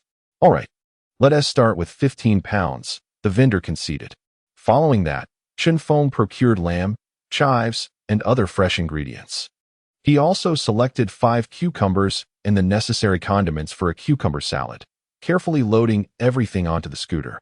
By 4:30, they arrived at the snack shop, where the sky was beginning to lighten. A crowd had already gathered outside. Upon seeing them, Chen Feng was taken aback. "This is too much," he thought. Chapter 26. The enthusiastic support. The entire company was working overtime, all for the sake of a delicious meal. Among the attendees were Lu Yu and Wang Ruoxin. "Teacher Lu, Sister Ruoxin, what brings you here?" Upon dismounting the scooter, Tuan rushed towards the two women with open arms, her eyes twinkling and her round face brimming with joy. She had known they would come all along. They were determined to pursue her father with fervor. Tuan playfully threw herself into their embrace. "How mischievous," Chen Feng remarked, somewhat exasperated as he approached, having yet to unload the ingredients. The two women looked at him with trepidation, uncertain of why he seemed upset. "Teacher Lu, Ruoxin, the situation in Donghai City is far from ideal. It's only 4:30 in the morning, and it's still dark outside. It's unsafe for you to be out alone at this hour." As the conversation unfolded, Chen Feng's tone grew increasingly helpless. His relationship with the two young women was still rather distant, rendering him unable to speak firmly. Though society was gradually stabilizing, Donghai City, being a second-tier city on the brink of becoming a first-tier one, was still fraught with complexities. Their current location was in a remote area of Donghai City, teeming with a mix of individuals from all walks of life. Further ahead lay the countryside and county territories, while the broader environment appeared to be improving, giving an illusion of prolonged peace. The two young women walking alone on the streets posed a significant concern. Despite the omnipresence of surveillance cameras, the inky darkness of the sky harbored dangers. Should they encounter a drunken man or a rogue with ill intentions, their striking appearances could easily attract unwanted attention. The specter of human traffickers loomed ominously. If they were incapacitated, the grim fate of being sold off to distant villages as brides could very well await them. The two young women were momentarily taken aback. Initially, they thought their early arrival had somehow displeased Chen Feng. To their surprise, he was merely expressing concern for their safety, which warmed their hearts. "Uncle Chen Feng, it's all right," Wang Ruoxin chimed in, her confidence shining through. As a gust of wind swept by, she executed a high kick, her legs forming a perfect split, complemented by her stylishly short hair, exuding an aura of grace and valor. "Look, uncle, if we ever encounter a villain, a strong man like you wouldn't stand a chance against me," she declared confidently. "Ruoxin, you're amazing." Tuan clapped in admiration from the side. Chen Feng gazed at her in astonishment. However, when Wang Ruoxin met his eyes, her cheeks flushed slightly, and she lowered her legs. Dressed in her school uniform of long pants, there was little to see, yet she felt a pang of embarrassment. Oh no, Wang Ruoxin lamented internally, fearing that her brashness might displease Chen Feng. Chen Feng remained silent, doubting that Wang Ruoxin would truly be able to escape danger, viewing her bravado as mere posturing. To alleviate the awkwardness, she cast a slightly provocative glance at Lu Yu. Chen Feng followed suit, addressing Lu Yu, "Teacher Lu, it's perfectly fine for you to pick Tuan up a bit later. Arriving after 6:30 a.m. wouldn't be an issue." Lu Yu's face flushed slightly, realizing her intentions were all too apparent. No, Chen Feng, I usually get up around this time anyway, practicing yoga and morning exercises. If you're concerned about my safety, I could drive here instead, she replied quickly. Wang Ruoxin and Chen Feng fell silent. Driving would indeed enhance safety. All right, Chen Feng acquiesced, turning to gather ingredients. Feeling persuaded by her reasoning, Lu Yu smiled gently, and Wang Ruoxin hurried to catch up with him. Uncle Chen Feng, since I'm working part-time, if you're worried about my safety, I can just stay at the place I've rented off campus, she began, but abruptly halted. Wang Ruoxin did not actually reside at Mingri School. Rather, she shared an off-campus rental with her friend, Zhang Xiaohua, and was due to renew the lease soon. Yet, if she could afford off-campus housing, why would she need a part-time job? She nearly let slip her secret. What did you say? Chen Feng inquired, lifting a large bag of soybeans. Nothing, Wang Ruoxin quickly retorted, assisting him in carrying the items. Through Tuan's words, she learned that Uncle Chen Feng was currently renting an apartment with Tuan, a 3-bedroom unit. If only she could share the rent with Uncle Chen Feng. Wouldn't it be effortless to become his girlfriend? Wang Ruoxin mused beautifully.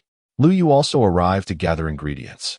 Following the recent incident, and at the request of the two young ladies, Chen Feng found himself compelled to assign tasks to them. Consider today as part of your work-study program, he stated, offering a wage of 150 yuan. After a moment's thought, he turned to Wang Ruoxin and said, I've increased it by 50 yuan. After all, his establishment was profitable, and Wang Ruoxin often assisted him in caring for Tuan. It was only right to lend a helping hand to a young girl striving to support herself through work-study, especially given her family's modest circumstances. No one should suffer, especially not the blossoming future. Subsequently, Wang Ruoxin continued to chop meat, her knives flying deftly. Liu busied herself washing the vegetables, while Tuan supervised nearby. And Chen Feng began to prepare the beans. The four of them had clearly defined roles. Time trickled by. Both Lu Yu and Wang Ruoxin felt immense joy, stealing glances at Chen Feng amidst their busyness, rendering all hardships and fatigue inconsequential. This man was one they needed to hold on to. Around 5:20, the sky gradually brightened. Chen Feng simply took a cucumber to prepare a smashed cucumber dish. Let us not rush. Everyone, let us enjoy breakfast together, he called out. The three women eagerly gathered around the dining table, anticipating the happiest moment. The table was adorned with 3 baskets of steamed dumplings, 3 deep-fried dough sticks, 4 bowls of soy milk, and 1 bowl of smashed cucumber. Uncle, is this smashed cucumber a new item? Wang Ruoxin asked, her eyes widening as she tossed her hair. Lu Laoshi, here are the chopsticks for you, Sister Ruoxin, Tuan said, distributing chopsticks. Chen Feng smiled. Yes, you should all try it, and see if it's delicious. If it is, I'll add it to the menu. Let us give it a go. Lu Yu and Wang Ruoxin simultaneously reached for their chopsticks, picking up a piece of smashed cucumber and placing it in their mouths. Instantly, the juice of the cucumber mixed with the seasonings filled their noses, and the crunchiness was delightful, with abundant juice. Delicious, Lu Yu exclaimed. So good, Wang Ruoxin added. Tuan also took a piece, her large eyes narrowing in delight as she chewed. Chen Feng tasted it too and found the flavor quite pleasing, rivaling that of the soy milk and dough sticks. Moreover, after absorbing the techniques of seasoned chefs over 3 occasions, he felt his palate had developed significantly. While the cucumber was indeed tasty, Chen Feng sensed there was still ample room for improvement, not due to his techniques, but rather the quality of the ingredients. The cucumber was grown in a greenhouse and lacked excellence. Perhaps he needed cucumbers grown in a mystical space? Chen Feng pondered, wishing for the cucumbers there to blossom and bear fruit today. Lu Laoshi, Sister Ruoxin, please eat. Don't be shy, Tuan urged, as the 4 of them dined. Chen Feng continued to prepare black bean sesame milk and goji berry honey milk. The goji berry honey milk required meticulous attention, as the honey must be thoroughly blended with the goji berries. Just then, a sudden sound of conversation interrupted. Boss Chen, are you eating? Guests have arrived. Quickly, extend your greetings. Today marks yet another night of tireless dedication to our endeavors. Not only the 3 of us, but all 8 members of the Technical Development Department have gathered. Chen Feng glanced up and was taken aback. He immediately spotted the 3 bald, rotund, bespectacled programmers accompanied by a larger entourage. What an enthusiastic turnout. Chapter 27. The malevolent capitalist. Upon hearing of the guest's arrival, Chen Xiaowan abandoned her meal, wiped her mouth, and hurriedly descended from her stool, her face alight with joy. The three elder brothers are here, and they've brought so many more. Please, make them welcome. When it came to entertaining guests, Tuan Tuan was in her element, swiftly taking over the proceedings from Chen Feng. Tuan Tuan, it's been a while. The three esteemed programmers introduced as they led their company's juniors to their seats. Soon, they caught sight of Lu Yu and Wang Ruoxin, exchanging polite nods and warm smiles. Lu Yu and Wang Ruoxin were momentarily bewildered. They were not particularly well acquainted, were they? However, the three men felt a rush of excitement. Recognizing that the long-haired beauty was indeed Chen Feng's wife, and the youthful girl beside her must be the younger sister-in-law. Having met both women yesterday, they were now seeing them again, with 4 sets of chopsticks and bowls laid out at the table. Was this not a gathering of the Chen family? As programmers, they placed great emphasis on detail. A single error in code could render a program utterly unusable. Thus, it was the minutiae that determined success or failure. What would you gentlemen like to eat?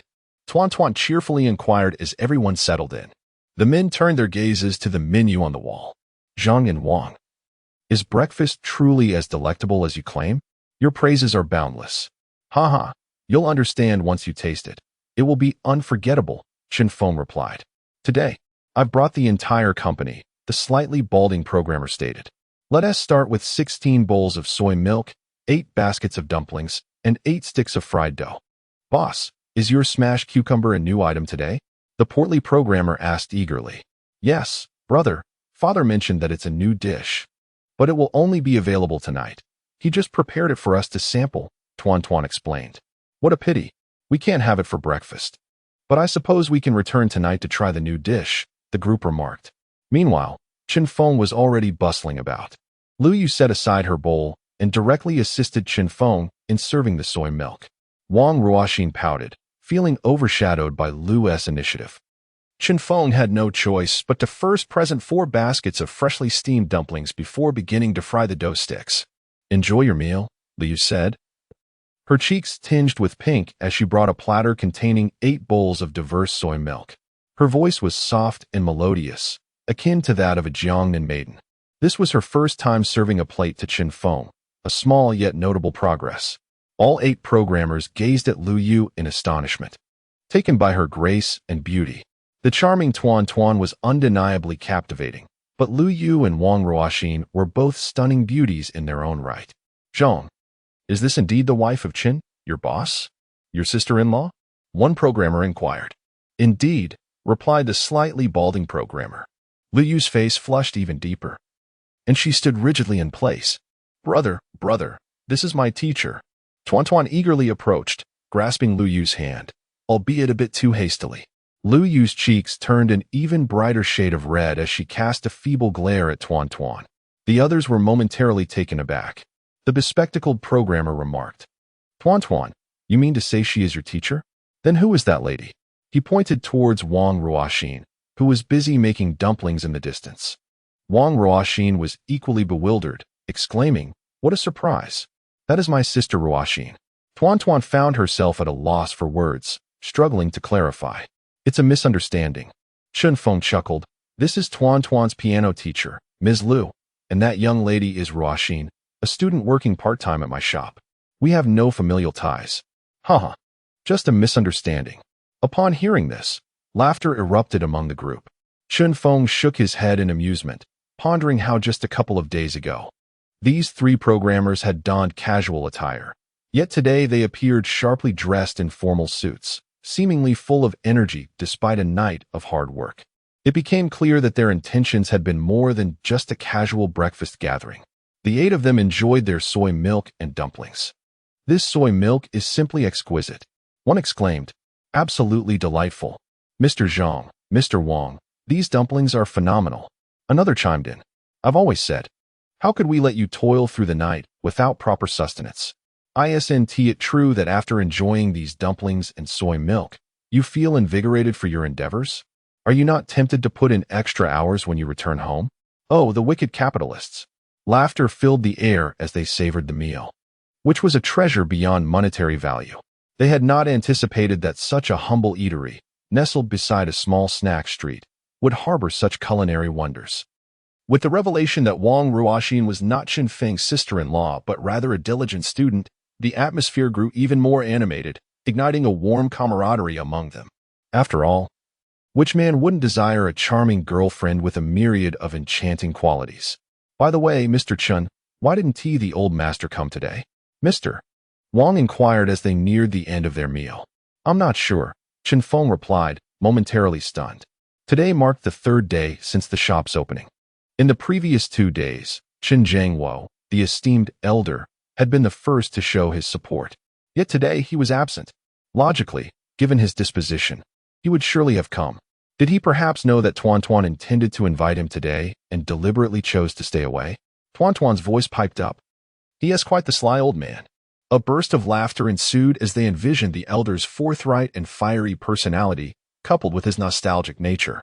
It seemed that Tuan's unintentional insight might have revealed the true reason for Chen Jiangwo's absence. What an amusing old fellow. Chuckling, Chen Feng chose not to dwell on it further and returned to making dumplings. In this vast world, connections come and go.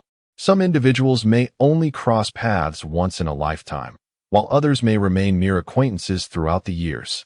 Yet there are those rare souls whose presence upon first meeting instills a sense of inevitability, as if they are destined to be a part of one's life forever. In the presence of some individuals, one can glimpse eternity. The interactions between people evoke a myriad of emotions, joy, regret, and memories to cherish. Chen Feng currently aspires to seize the moment, striving to enjoy his modest life and endeavoring to establish his small eatery. He prefers not to dwell on the past or ponder the distant future. Life is fleeting. After all, if one remains ensnared in memories of yesteryears, they will miss the beauty that lies before them. This is a recent epiphany of Chen Feng. He notices 2 women discreetly observing him. Manager Wang, are we working overtime tonight? I can manage, but I still wish to eat, one remarks. Haha, the soybean milk, fried dough sticks, and dumplings from this establishment are priceless, aren't they? So delectable that pulling an all-nighter is truly worth it. Manager Zhang, shall we commence night shifts tonight? Just in time for another basket of dumplings. Haha, if you wish to work overtime, go ahead. I shall return home for some rest. Goodbye, boss. Farewell, Tuan. Until next time, classmate Ruoxin. Goodbye, teacher Lu. After satisfying their hunger, the 8 programmers departed, linking arms as they left. Let them be second-rate. It is inevitable. Dining must appeal to the senses of sight, aroma, and taste. Today, I have indulged to the point of discomfort. Chapter 28. The arrival of my ex-wife's family. A business deal worth billions. Little boss Chun, I would like 2 baskets of mushroom and pork steamed dumplings, along with 2 bowls of plain soybean milk to go. Mr. Zhang, here so early for a meal? Aunt Peng, are you not here with your family as well? You brought 3 along. Uncle Zhang, boss, for baskets of steamed dumplings, 2 fried dough sticks, and 3 bowls of soybean milk, please. Boss, is my takeout ready yet? As the programmers departed, the little eatery welcomed more guests. Sister Qian, you've arrived. Yes, boss, 2 fried dough sticks and 1 basket of dumplings, please. 2 junior high school girls entered, eyeing the handsome older proprietor. A handsome man pairs well with dumplings. May their bond last forever. Residents from nearby by Tian community, including older gentlemen and ladies, flocked in, surpassing even the factory workers and white-collar employees from Zhongdi. 6 out of 10 were regulars. The rest were newcomers passing by. Even before 6 o'clock, a line began to form at the entrance. Chen Feng and Tuan busily attended to the customers, while Lu Yu and Wang Ruoxin swiftly wrapped dumplings. The 3 steaming baskets never ceased their activity. The more dumplings they wrapped, the more time Chen Feng would have later. Notifications of 25 yuan arrived, followed by another of 36 yuan. Tuan, come and collect the money. Just find 1 yuan. Here it is, Grandpa Wang. Tuan is quite adept at counting. Oh my, Tuan is clever indeed. Time flowed steadily. Daddy, I'm off to school. Tuan reluctantly slung her small backpack over her shoulder. Thank you, Teacher Lu. Tuan Tuan must be well-behaved at school and not bully other children, Chen Feng advised. He was aware that his daughter had a bit of a wild side. I know, Daddy. Tuan Tuan is very well-behaved, she replied, her big eyes twinkling with mischief as she pondered whether to seek revenge on Xiao Hua or Xiao Ming today. Thus, Lu Yu and the others departed, while Chen Feng continued his bustling endeavors. Boss, hurry up. I've been waiting for 10 minutes. Little boss Chen, do you need a hand? No need, no need. Thank you, Mr. Lu. Just enjoy your meal. With the departure of the three, Chen Feng felt an immediate surge in pressure at work. He had to fry dough sticks, steam dumplings, and serve soy milk all at once. Managing everything alone was quite a challenge. However, with unwavering focus, he managed to navigate through the chaos smoothly. Boss Chen, you seem overwhelmed. Let me lend a hand. At that moment, Lu Qi from the neighboring Hunan restaurant approached, a cigarette dangling from his lips, unlit. Brother Lu. Chen Feng smiled, glancing outside where Lu Qi's wife was carrying vegetables to the door, offering Chen Feng a slight smile and nodding as she called out, Honey, remember to pick someone up. Understood, Lu Qi replied. Are you busy, Brother Lu? If so, you don't need to help me. I can manage on my own. Chen Feng felt a hint of embarrassment at Lu Qi's willingness to assist rather than focus on his own affairs. It was only the third day since they opened the snack shop, which was quite small, yet Chen Feng already felt the overwhelming tide of work. The need to hire staff had become urgent. It's nothing. I'm just picking someone up from the train station around 9, Lu Qi said, starting to pour soy milk efficiently. Who are you picking up? Chen Feng inquired, curiosity getting the better of him. Lu Qi chuckled, somewhat sheepishly. My wife's relative is visiting, just a distant aunt from Hunan. Oh, Chen Feng nodded, refraining from further questioning. In comparison to Lu Qi's Hunan restaurant, which served full meals, Chen Feng's snack shop offered breakfast fare. Yet, the financial disparity was stark. Lu Qi's business was thriving, with daily revenues estimated between 1,000 to 1,500, far surpassing Chen Feng's hourly earnings. Over a month, Lu Qi's earnings could reach 30,000 to 40,000, a figure Chen Feng could only achieve in a day. After accounting for expenses such as ingredients, utilities, and rent, the couple would earn a modest profit of 10,000 to 15,000 per month, akin to the monthly salary of a factory worker. Lu Qi also had a child to support, who attended boarding school. Times were tough for laborers, especially for small restaurant owners. Chen Feng had never heard Lu Qi complain. Rather, he often came by to lend a helping hand. Such kindness could not go unacknowledged. This morning, Chen Feng had experimented with smashed cucumbers, which turned out quite delicious. This dish was a well-known delicacy across the nation, and its presence in Lu Qi's restaurant would not be out of place. Chen Feng devised a plan. Since he had nothing to lose, he could help Lu Qi attract more business. Brother Lu, will you be back for lunch? I have something to discuss, Chen Feng said. Lu Qi smiled. Coincidentally, I have something to discuss with you too, regarding hiring staff. Great. They resumed their work without further conversation as time continued to pass. When the time comes, my aunt's train will arrive. I must go pick her up, Lu Qi announced. All right, Brother Lu, take care, and thank you. Chen Feng replied. Boss. Another bowl of original soy milk, please. I'll have a steamer of dumplings. Chen Feng watched as Lu Qi departed in a vehicle. Before long, at 9:40, the 5 buckets of soy milk and the steamed dumplings prepared for the morning had all been sold out. I apologize, everyone, but the morning's steamed dumplings and soy milk are all gone. Boss, then I shall have some fried dough sticks. Oh no, could it be? Am I truly that unfortunate? Missing out again today? One of the patrons in line lamented. I'm sorry, but I must prepare for the lunch stock now. The snack shop operates both in the morning and evening. If I don't attend to it now, there won't be enough for lunch. If you wish to eat, you must come early. Chen Feng did not cease frying the dough sticks despite the patron's disappointment. He was keenly aware of the time. If everything were to be delayed, the tasks would remain unfinished. After the guests had dispersed, Chen Feng closed the shop and spent 20 minutes cleaning up. He then rode his small electric scooter to the market. On the way, a notification chimed on his phone. He glanced at a message from his ex-wife, Zhang Na, but chose not to read it. This was Chen Feng's establishment, and business was thriving. Little did he expect to stumble into such a predicament. He doesn't even look at my messages. It infuriates me, she fumed. In the distance, a 2 million yuan Maserati had been parked for quite some time. In the passenger seat, Zhang Na irritably set down her phone. The former Chen Feng would never have behaved this way. Was it all because of the divorce? Men are truly heartless. Not a single one is good. Meanwhile, Chen Feng rode away on his electric scooter. My daughter, is running a snack shop really this lucrative? Zhang Taiheng inquired. They had been waiting for over an hour, observing the long queue outside Chen Feng's shop. Those patrons who were unable to eat before closing time left one by one, shaking their heads in disappointment.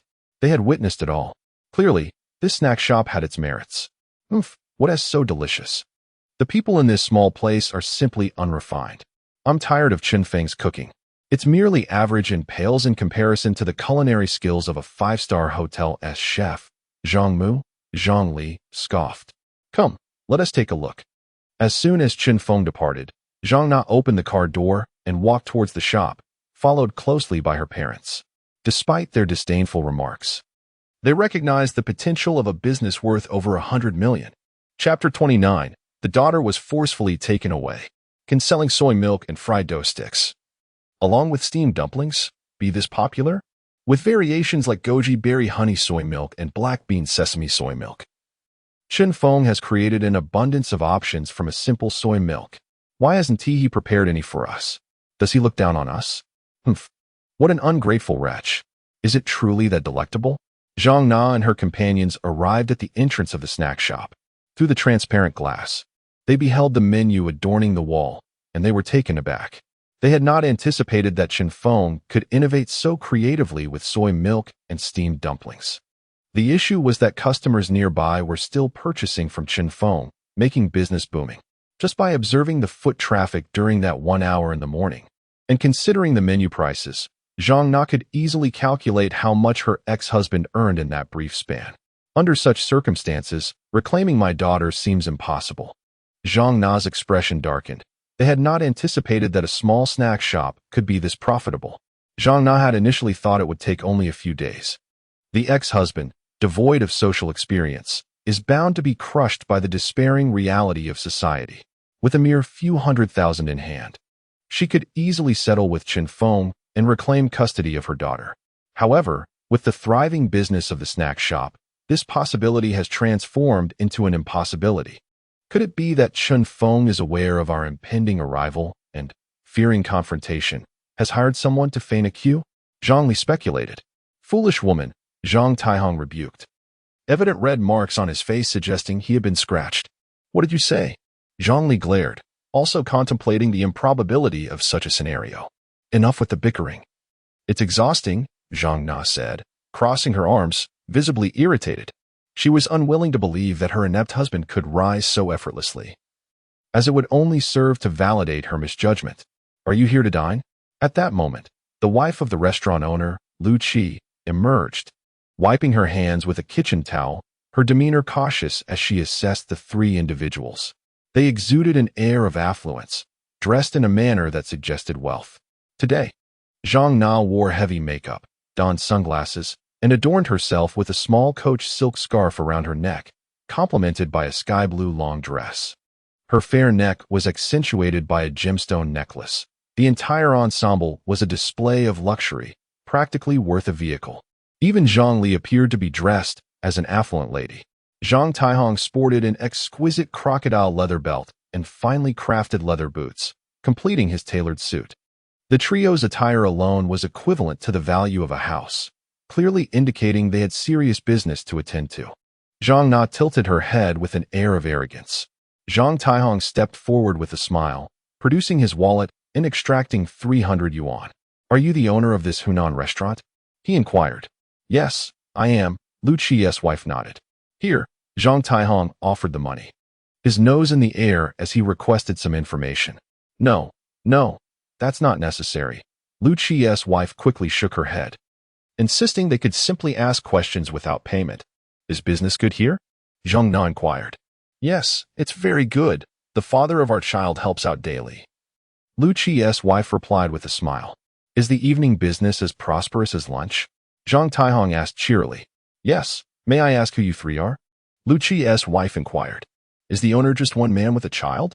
Zhang now probed, hoping to discern whether Chen Feng had taken up with another woman, as this could serve as leverage in her quest to regain custody of her daughter.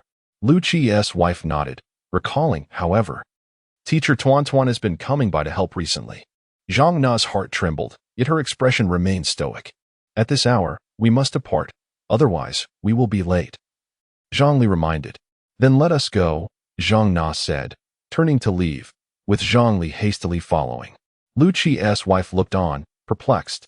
Here, take this money as a token of appreciation for your assistance. Zhang Taihong chuckled, attempting to hand over the cash once more. No, that's not necessary. It's insignificant. Lu Qi's wife insisted, pushing the money back. It's merely 3 questions. You could ask any nearby shop and receive answers without needing to pay. As Lu Qi's wife's hand almost reached Zhang Tiahong's, the tension lingered in the air. Zhang Taijun hastily retreated, loosening his grip, causing 3 large red notes to flutter to the ground. All right, this is what you deserve. Don't dirty my hands. You're filthy enough as it is.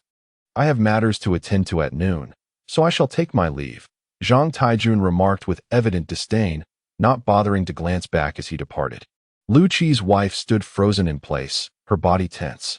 A gentle breeze swept by, threatening to whisk the 3 red notes away.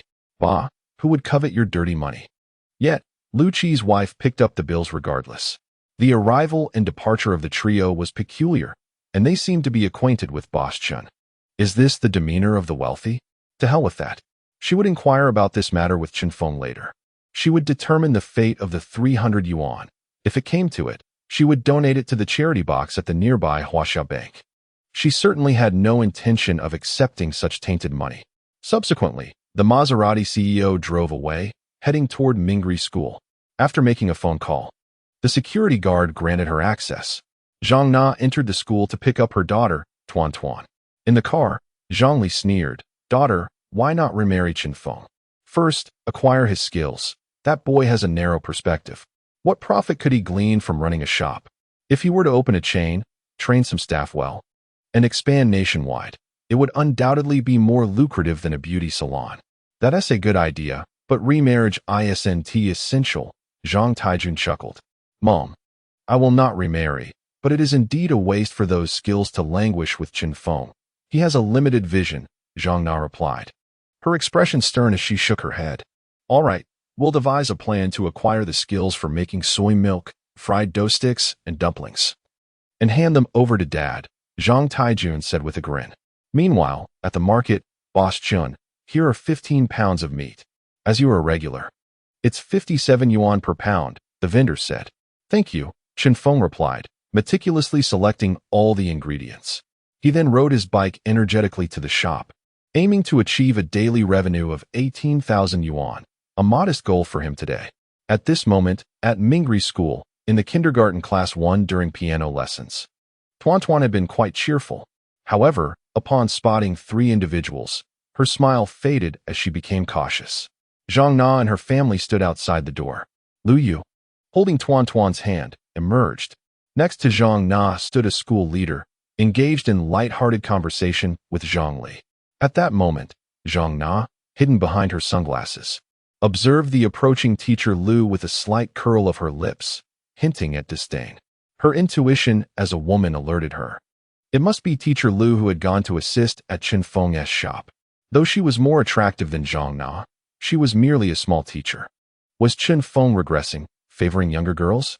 It was indeed typical of men, forever enamored with the age of 18. Zhang Li and Zhang Taijun scrutinized Lu Yu as well. Hello. You must be Tuan Tuan's mother, Lu Yu initiated. I've come to request a leave for Tuan Tuan today. I have matters to attend to with her father. I've already informed him, and the leaders here have agreed, Zhang Na explained. Zhang, there is no need for such formality, the school leader responded with a smile. She is a middle-aged woman and a client of Zhang Nalin's beauty salon, with whom she shares a certain familiarity. Tuan Tuan, come here, Zhang Li beckoned. Oh, Grandma. Tuan Tuan, carrying her pink backpack, willingly released teacher Lu's hand and took Zhang Li's hand, displaying a demeanor that was both obedient and somewhat reserved. Mom, have you spoken to Dad? Did he agree? Tuan looked up, her eyes filled with anticipation. Zhang Na suddenly felt a wave of irritation. I have told him. I'm your mother. I can take you away, Tuan. Oh, Tuan replied softly. Don't frighten the child, Liu interjected. Mind your own business first. Don't meddle in other families, Zhang Na retorted, unable to hold back her words. Liu Yu's expression shifted. With a determined stride, she walked ahead. Zhang Li and Zhang Taihong followed suit with Tuan, who kept glancing back. She gestured as if to make a phone call, indicating her intention to inform Chen Feng. Liu, please treat President Zhang with more respect from now on. She has established a beauty chain in Donghai City, and it is thriving. She is not to be trifled with. The leader issued a warning and then departed. Liu returned to the classroom. Everyone, please study on your own. She instructed the children. Subsequently, she picked up her phone and sent a message to Chen Feng. Chapter 30. The Mysterious Do Shua Heaven. Tai Chi Palm Chen Feng had just returned to the shop and was busy with his tasks when Lu Qi's wife arrived. Sister-in-law, is there something you need? Chen Feng inquired while continuing his work. Young boss Chen, it's about what happened outside the shop, Lu Qi's wife began, recounting the incident. That is my ex-wife. What are they doing here? Chen Feng furrowed his brow. Not only had his ex-wife come, but the entire family had arrived together. And this money? Lu Qi's wife placed 300 yuan down. This is the reason for my divorce from my ex-wife. Their entire family is obsessed with money, believing that wealth is omnipotent. Chen Feng smiled wryly. I will deposit this money into the bank later. I apologize, sister-in-law. That's their family's issue now that you're divorced, young boss Chen. No need to apologize, Lu Qi's wife nodded in understanding. It's just that your ex-wife's family looks down on others because they have money. It's quite disgusting. I think you did well to part ways with her. Just because they are wealthy doesn't mean the world owes them anything. Lu Qi's wife departed, leaving Chen Feng to contemplate. He found it puzzling why his ex-wife's family would come here. My ex-wife sent me a message earlier. Chen Feng was about to pull out his phone when suddenly, the alluring voice of the Lihua cat resonated in his mind. Chen Feng felt a surge of joy as the white mist swirled around him. He once again entered the mysterious realm. Meanwhile, not long after Lu Yu had sent her message, there was no response. Is brother Chen Feng busy? Lu Yu sent 2 more messages. Still, there was no reply. She tossed her hair and then initiated a video call. However, when the time elapsed, the call went unanswered. What could brother Chen Feng be doing? Did he leave his phone at the shop? Meow?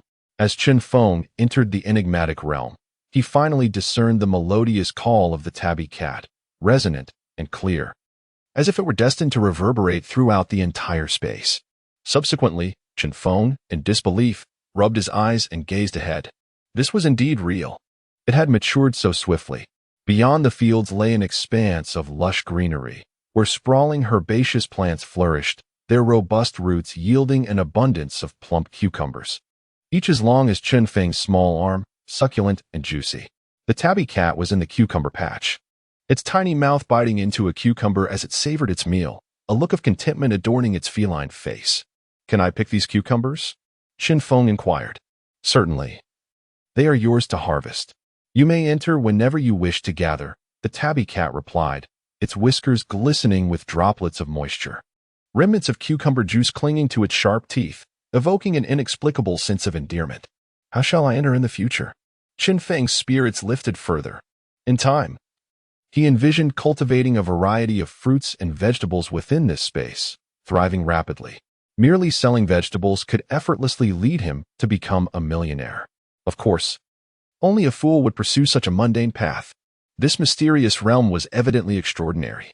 For Chen Feng to sell vegetables would be akin to peddling gold as if it were mere silver. Nevertheless, he first desired to sample the cucumbers cultivated here. He plucked a cucumber, its surface pristine, adorned with dew. With no pesticides, it was entirely natural and unpolluted. He washed it at the pond's edge. And without the need for peeling, Chen Feng took a hearty bite. Instantly, the cucumber's refreshing flavor burst forth in his mouth, its juiciness harmonizing delightfully with its crispness. Delicious, Chen Feng exclaimed. With such juiciness and flavor, he was confident that his cucumber salad would be unparalleled, unmatched by anything else. Fried dough sticks, steamed dumplings, and soy milk could all take a back seat. This was not merely a matter of skill, but rather the finest ingredients coupled with expert technique would yield the most exquisite culinary experience. As he savored the cucumber, he approached the tabby cat. In the future, simply recite Dushuation 3 times in your heart to enter or exit this place. Your 3 days of entry have established your bond with Dushuation, the cat explained. Is this place called Dushuation? Chen Feng pondered, filled with curiosity. The Buddhist and Taoist scriptures mention Dushuation as a realm where celestial beings reside, a paradise for the enlightened, symbolizing a place of contentment and joy for all. Chen Feng chose not to inquire further, trusting that he would learn what he needed to know in due time. Can I take these cucumbers back with me? Of course. Later, prepare a cucumber salad for me. The tabby cat nodded eagerly, licking its lips in anticipation. It appeared to be quite the gastronomic connoisseur. Agreed. Chen Feng readily accepted. In comparison to the bountiful harvest here, a single cucumber salad seemed trivial. Moreover, since he had established his bond with Dushuation, the tabby cat's demeanor had noticeably improved. Would recognizing the master of Do-Rate Heaven mean that Chen Feng would become its master? Next time, Chen Feng would surely tame it. Once he finished his tasks, he could venture to the thatched cottage on his own. After speaking, Xiao Yao gracefully approached the cottage. With a gentle leap, Xiao Yao ascended to the 2-meter-high thatched roof, lazily basking in the sun. The secrets contained here were simply too numerous. Chen Feng murmured to himself. He did not linger, entering the fields to begin harvesting cucumbers. He piled the cucumbers against his chest, having picked over 100, neatly setting them aside. He silently recited in his heart. A white mist surged towards him, and the scenery before Chen Feng shifted, revealing the bustling kitchen of a snack shop. He fetched 2 buckets and lifted them, once again reciting his incantation. The mysterious white mist enveloped him, transporting him back to Do-Rate Heaven. Chen Feng filled the buckets with all the cucumbers and, carrying the heavy loads, leisurely approached the thatched cottage. Xiao Yao, I'm coming in, Chen Feng called out. Knocking thrice, he asked, is anyone there? He repeated the ceremonial gestures he had learned from his mentor.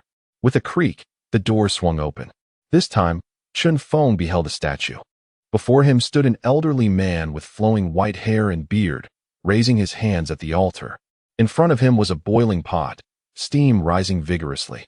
The old man exuded an aura of ethereal wisdom, his hands manipulating strands that resembled fine noodles. What is this? What kind of noodles? Chen Feng pondered, as the statue transformed into thick white mist, surging into his mind. Suddenly, a torrent of experiences and memories flooded in. Thud! Chen Feng lost consciousness again. When he awoke from the ground, Chen Feng grimaced, pain still reverberating in his mind.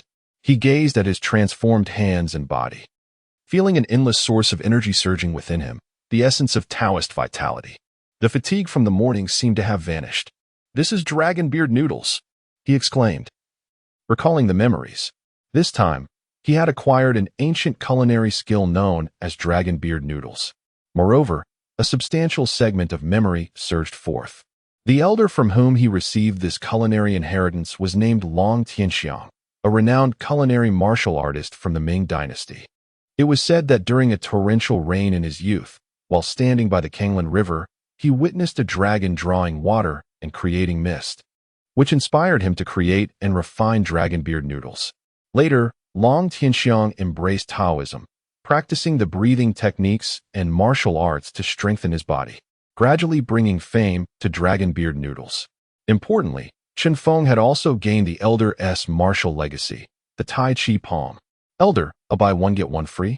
Truly fitting for someone who once engaged in trade, Chen Feng exclaimed joyfully. This time, his venture into the mysterious realm yielded immense rewards.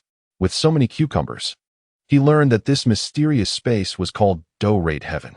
From now on, he could enter Do-Rate Heaven at will, no longer needing Xiao Yao's summons. Inherit the age-old craft of dragon beard noodles, along with the tradition of martial arts, specifically the mastery of Tai Chi palm. From now on, Chen Feng alone shall suffice to manage the family establishment. Chapter 31. The Despicable Ex-Wife, Sister Jia, and the reckoning of her countenance after a bout of excitement. Chen Feng gradually regained his composure. He struck his fists together, the forceful energy surging between his hands. The cramped kitchen was filled with an array of culinary tools. Yet Chen Feng refrained from testing his newfound prowess. His strength had undoubtedly increased. He had comprehended the profound principles and mysteries of Tai Chi Palm. The celestial realm of duosuation undoubtedly harbored further secrets, awaiting an intrepid treasure seeker like him to uncover. His anticipation was palpable as he muttered to himself. Ding dong. Ding dong. At that moment, his phone erupted with notifications. Ah yes. Chen Feng retrieved his phone. It had only been 5 minutes since he entered duosuation. He noticed a flurry of messages from Lu Yu. However, he first directed his attention to a message from his ex-wife, Zhang Na. Zhang Na, what are you doing? At that hour, Chen Feng was precisely out shopping for groceries. Such a meaningless inquiry. Their divorce had rendered them legally recognized strangers, devoid of any connection. He could not be bothered to respond. Was there any point in maintaining contact post-divorce? He then opened Lu Yu's messages. Lu Yu, brother Chen Feng. Tuan Tuan has been taken away. Lu Yu, brother Chen Feng, are you there? Lu Yu, Tuan Tuan was taken by her mother, along with her grandparents.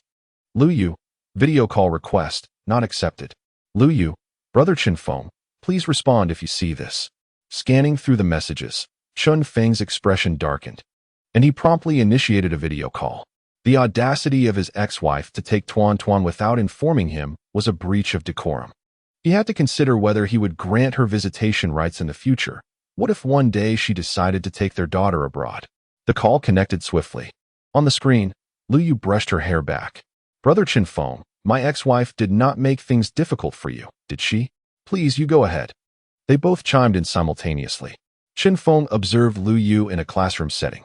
After a brief moment, Lu Yu felt a warmth in her heart. The man she admired possessed a rare kindness and was undeniably handsome. What transpired? Did they cause you any trouble when they took Tuan Tuan, Lu Laosher? I had just left my phone in the foyer. Recalling Zhang Na's disdainful demeanor, Lu Yu shook her head. No, not at all. Tuan Tuan's mother directly approached the school authorities and secured Tuan Tuan's leave before taking her away. Thank you so much. No need to thank me, brother Chen Feng. Lu Yu replied, her cheeks flushing. After exchanging a few more words, Chen Feng ended the call.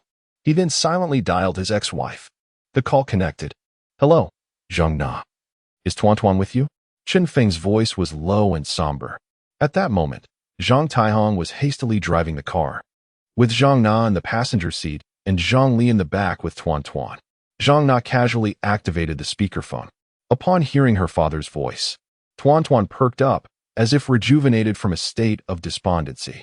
The news travels swiftly. Did that woman inform you? Zhang Na let out a cold laugh. Chen Feng was taken aback, realizing Zhang Na was referring to teacher Lu Yu, and asked, Isn't Tuan Tuan with you? His voice was laden with suppressed anger. Zhang Na was momentarily stunned. She had never witnessed Chen Feng like this before. Throughout their 7 years of marriage, he had never lost his temper with her or their family. Did he now believe that after their divorce, with his little shop making money, he could act with impunity? Little did she know, he was willing to endure for the sake of his family, for their young daughter. Have you lost your mind, Chen Feng? You think running a small shop gives you the right to be arrogant? Zhang Na scoffed. I merely had a few words with your little girlfriend, and you, worthless as ever, dare to raise your voice at me? Let me ask you once more, is Tuan Tuan with you? Chen Feng suppressed his anger. His ex-wife was utterly irrational. Moreover, she had openly admitted to confronting Lu Yu, yet the teacher had not informed him. Daddy, Tuan Tuan called out, not wanting her parents to continue their argument. Please don't fight. Zhang Na shot a menacing glare at Tuan Tuan, causing the child to shrink back in fear. Are you out of your mind? Why are you scolding the child? Chen Feng exclaimed angrily. I now have custody and guardianship of Tuan Tuan, Zhang Na. You only have visitation rights. Do you understand?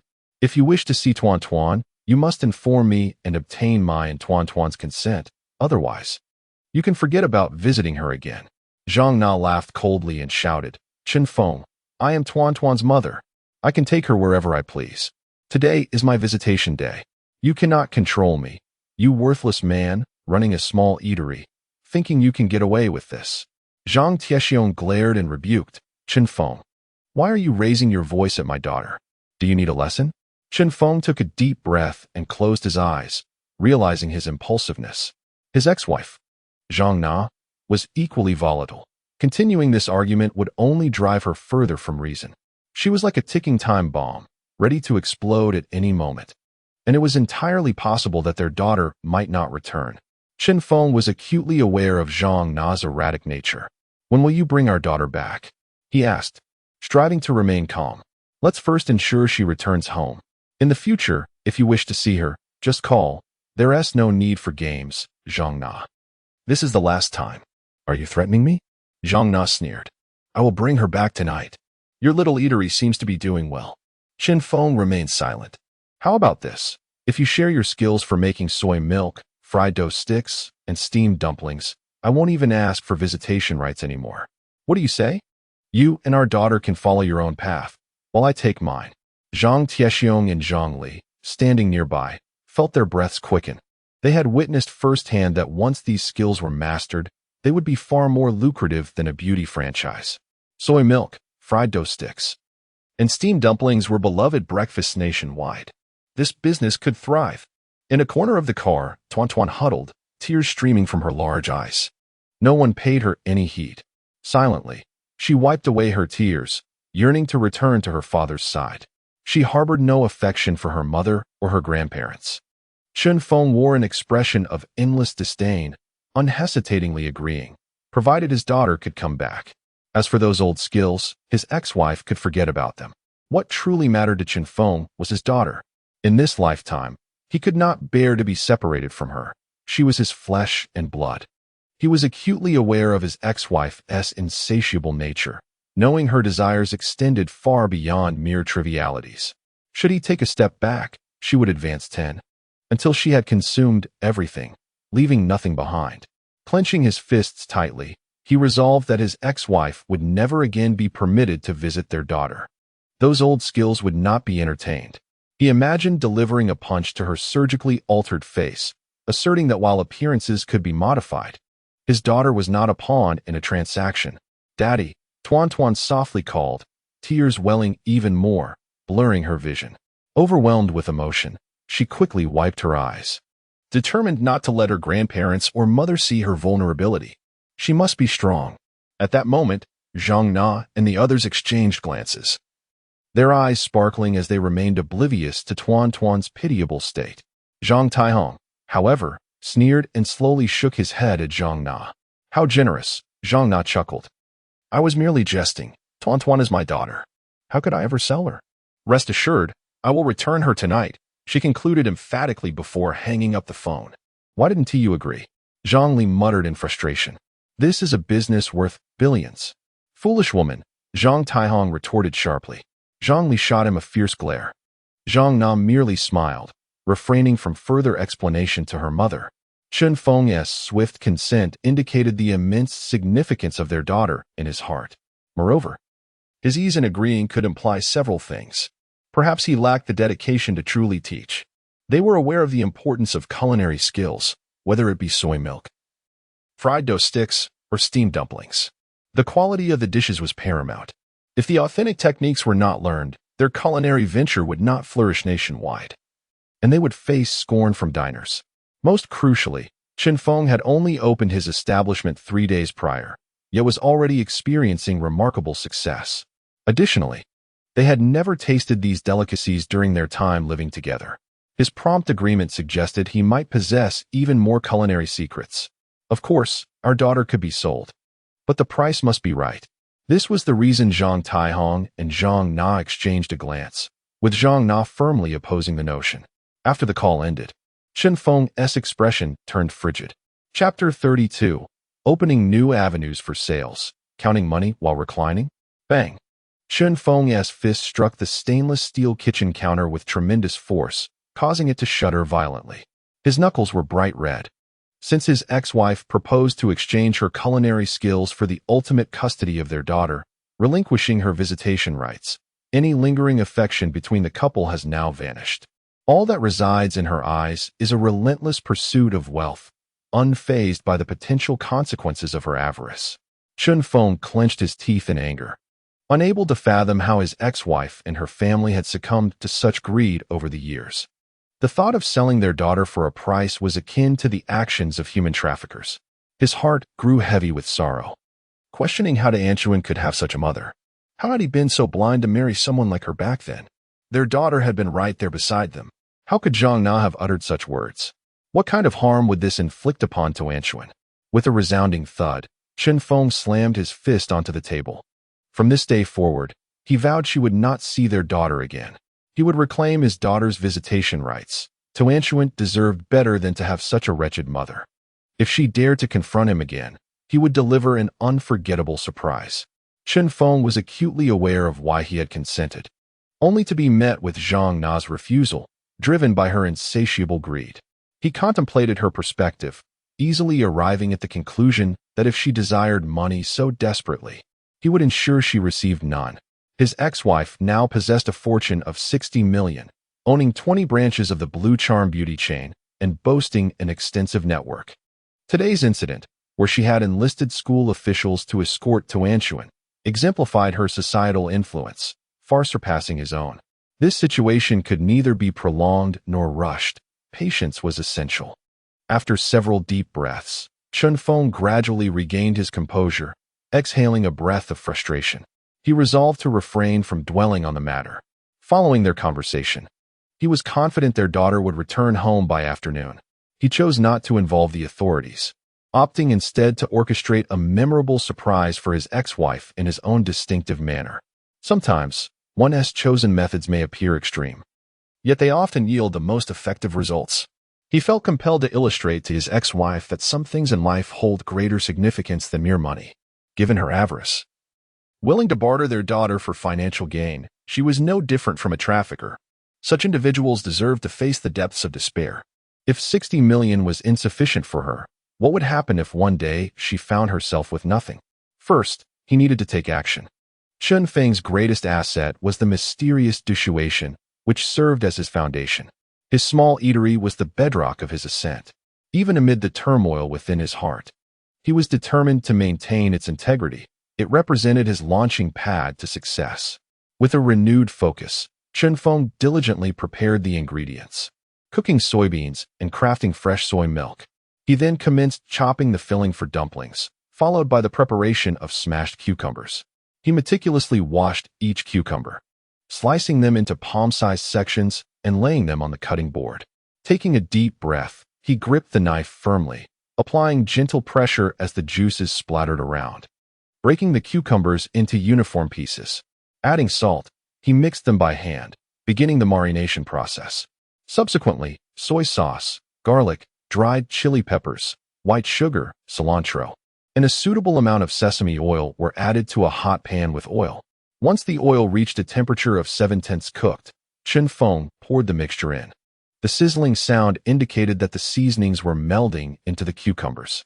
The precise quantity of seasonings is crucial, as it directly influences the final flavor of the smashed cucumber dish. Chen Feng washed his hands thoroughly and mixed everything again. He then covered the bowl with plastic wrap and placed it in the refrigerator. This step requires approximately 15 minutes, allowing all the juices to permeate. Thus, the smashed cucumber dish was nearly completed. It is best enjoyed during the summer. In spring and winter, aside from the seasonal availability of cucumbers, the outdoor temperature also affects the diner's experience. At this moment, a message notification chimed. Chen Feng picked up his phone. "Lu Yu, how's it going, Chen Feng?" "Chen Feng, I apologize, Teacher Lu, for worrying you about the matter with Tuan. I am sorry for anything my ex-wife may have said that caused you distress." Upon reading this message, Lu Yu felt a warmth in her heart. "Lu Yu, no need to apologize, I don't mind. My concern is solely for you and Tuan." Lu Yu silently reassured herself. "Chen Feng, my ex-wife will return Tuan this afternoon. If you would like to join us for dinner, it's on me." "Thank you." "Lu Yu, all right." Setting down her phone, Lu Yu felt a surge of excitement. Was this an invitation from Chen Feng?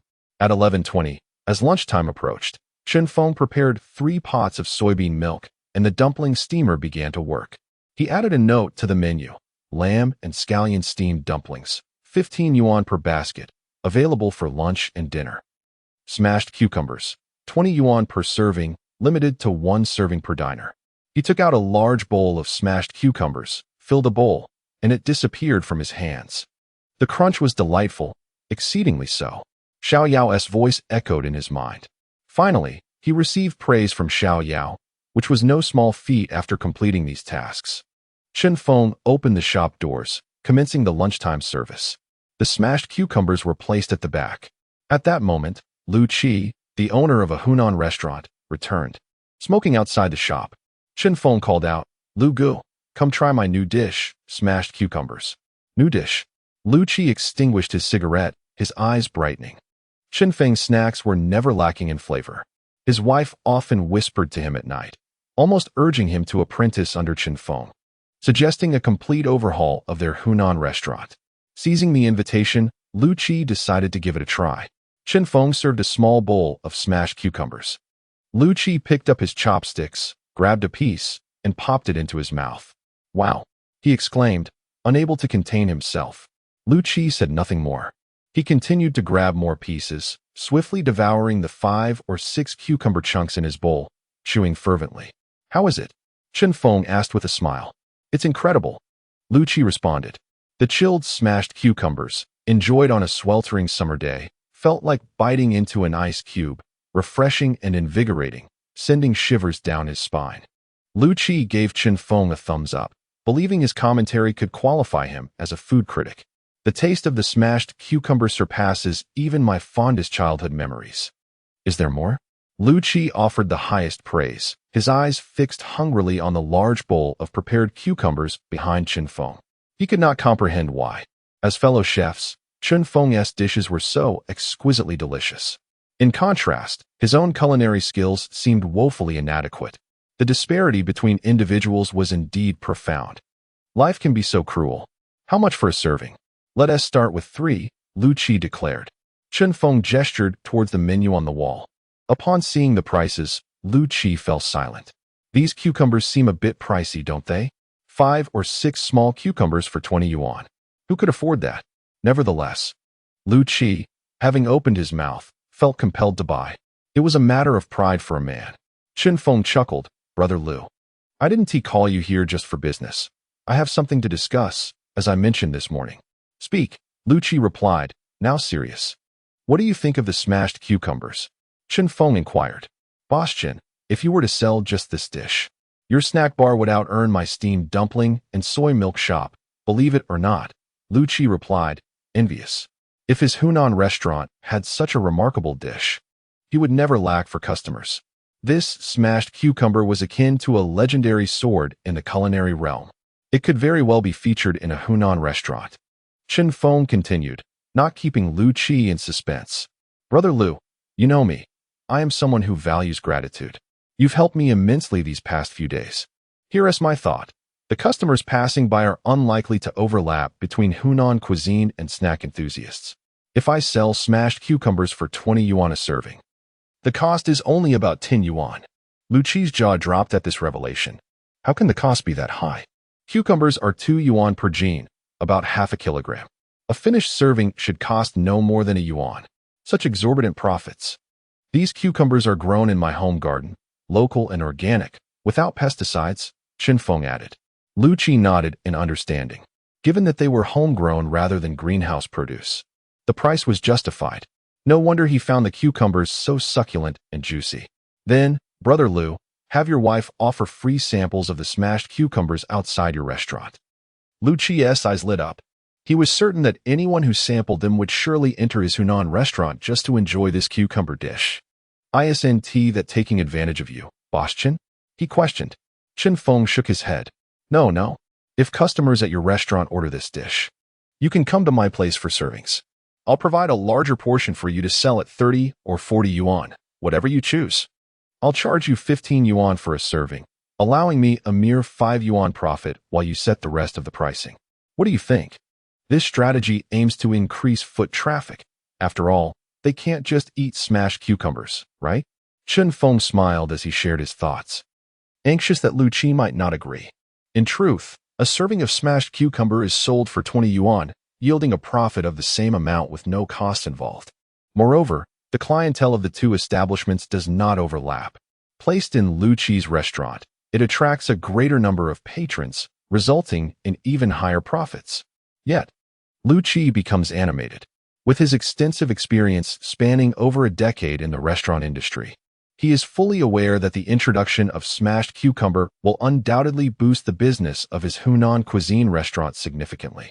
The two establishments serve different fare. One focuses on snacks, while the other specializes in Hunan dishes. Thus, there will be minimal conflict in their customer bases. This arrangement encompasses a broader demographic. Otherwise, if a snack shop were to open nearby as a competitor, Lu Qi would have closed his doors long ago. That simply cannot happen. Brother, by allowing me to sell smashed cucumber in my restaurant, you are already helping me attract customers. I cannot take advantage of you. If you place the smashed cucumber in my restaurant, I will likely set the price at 30 yuan per serving, and whatever it sells for is entirely yours. I will take not a single cent. It's a win-win situation. If you disagree, then so be it. Lu Qi holds firm to his principles. Chen Feng assists him. How could he possibly take advantage of a friend? What kind of person would he become? Observing Lu Qi's resolute demeanor, he reluctantly nodded in agreement. He had underestimated the situation. Lu Gu is a friend worth cultivating. Lu Qi added, furthermore, brother, refrain from engaging in such transactions in the future. For the sake of money, even brothers may not be trustworthy. My assistance to you was not driven by the potential for profit, but rather by an instinctive sense that you are the kind of friend worth having. In retrospect, I have not misjudged you. Lu Qi, the robust man, beamed with a wide smile. Chen Feng's actions brought him greater joy than mere financial gain, for it signified that Chen Feng regarded him as a friend. Chen Feng nodded. Before he even opened his restaurant, Lu Gu had come to lend a hand. At that time, he could not have anticipated the snack shop's meteoric success. Lu Ji's words rang true. His ex-wife was a stark example. She only valued money, not people. Lu Qi patted Chen Feng on the shoulder, expressing gratitude without further pleasantries. In the future, should you require assistance, simply call for Lu Qi, and without hesitation. I will be there to help, as your Lu Gu promises. Thank you, Lu Gu, Chen Feng smiled. But do not celebrate too soon. What if the customer attraction does not yield results? A harbinger of ill fortune, Lu Qi laughed. One must possess confidence. The agreement was reached. Lu Qi returned home with excitement, busily preparing. In no time, he carried a basin and took several servings of smashed cucumber, even indulging in a few bites himself. Relishing the flavor. Boss, bring me a bowl of plain soy milk and 2 baskets of mushroom and pork dumplings, and please hurry. Customers began to arrive at Chen Feng's establishment. Business gradually flourished. He also noticed a modestly dressed woman with long hair standing at the entrance of the Hunan restaurant, where she had placed smashed cucumber, seemingly trying to attract patrons, yet lacking the courage to even glance at them.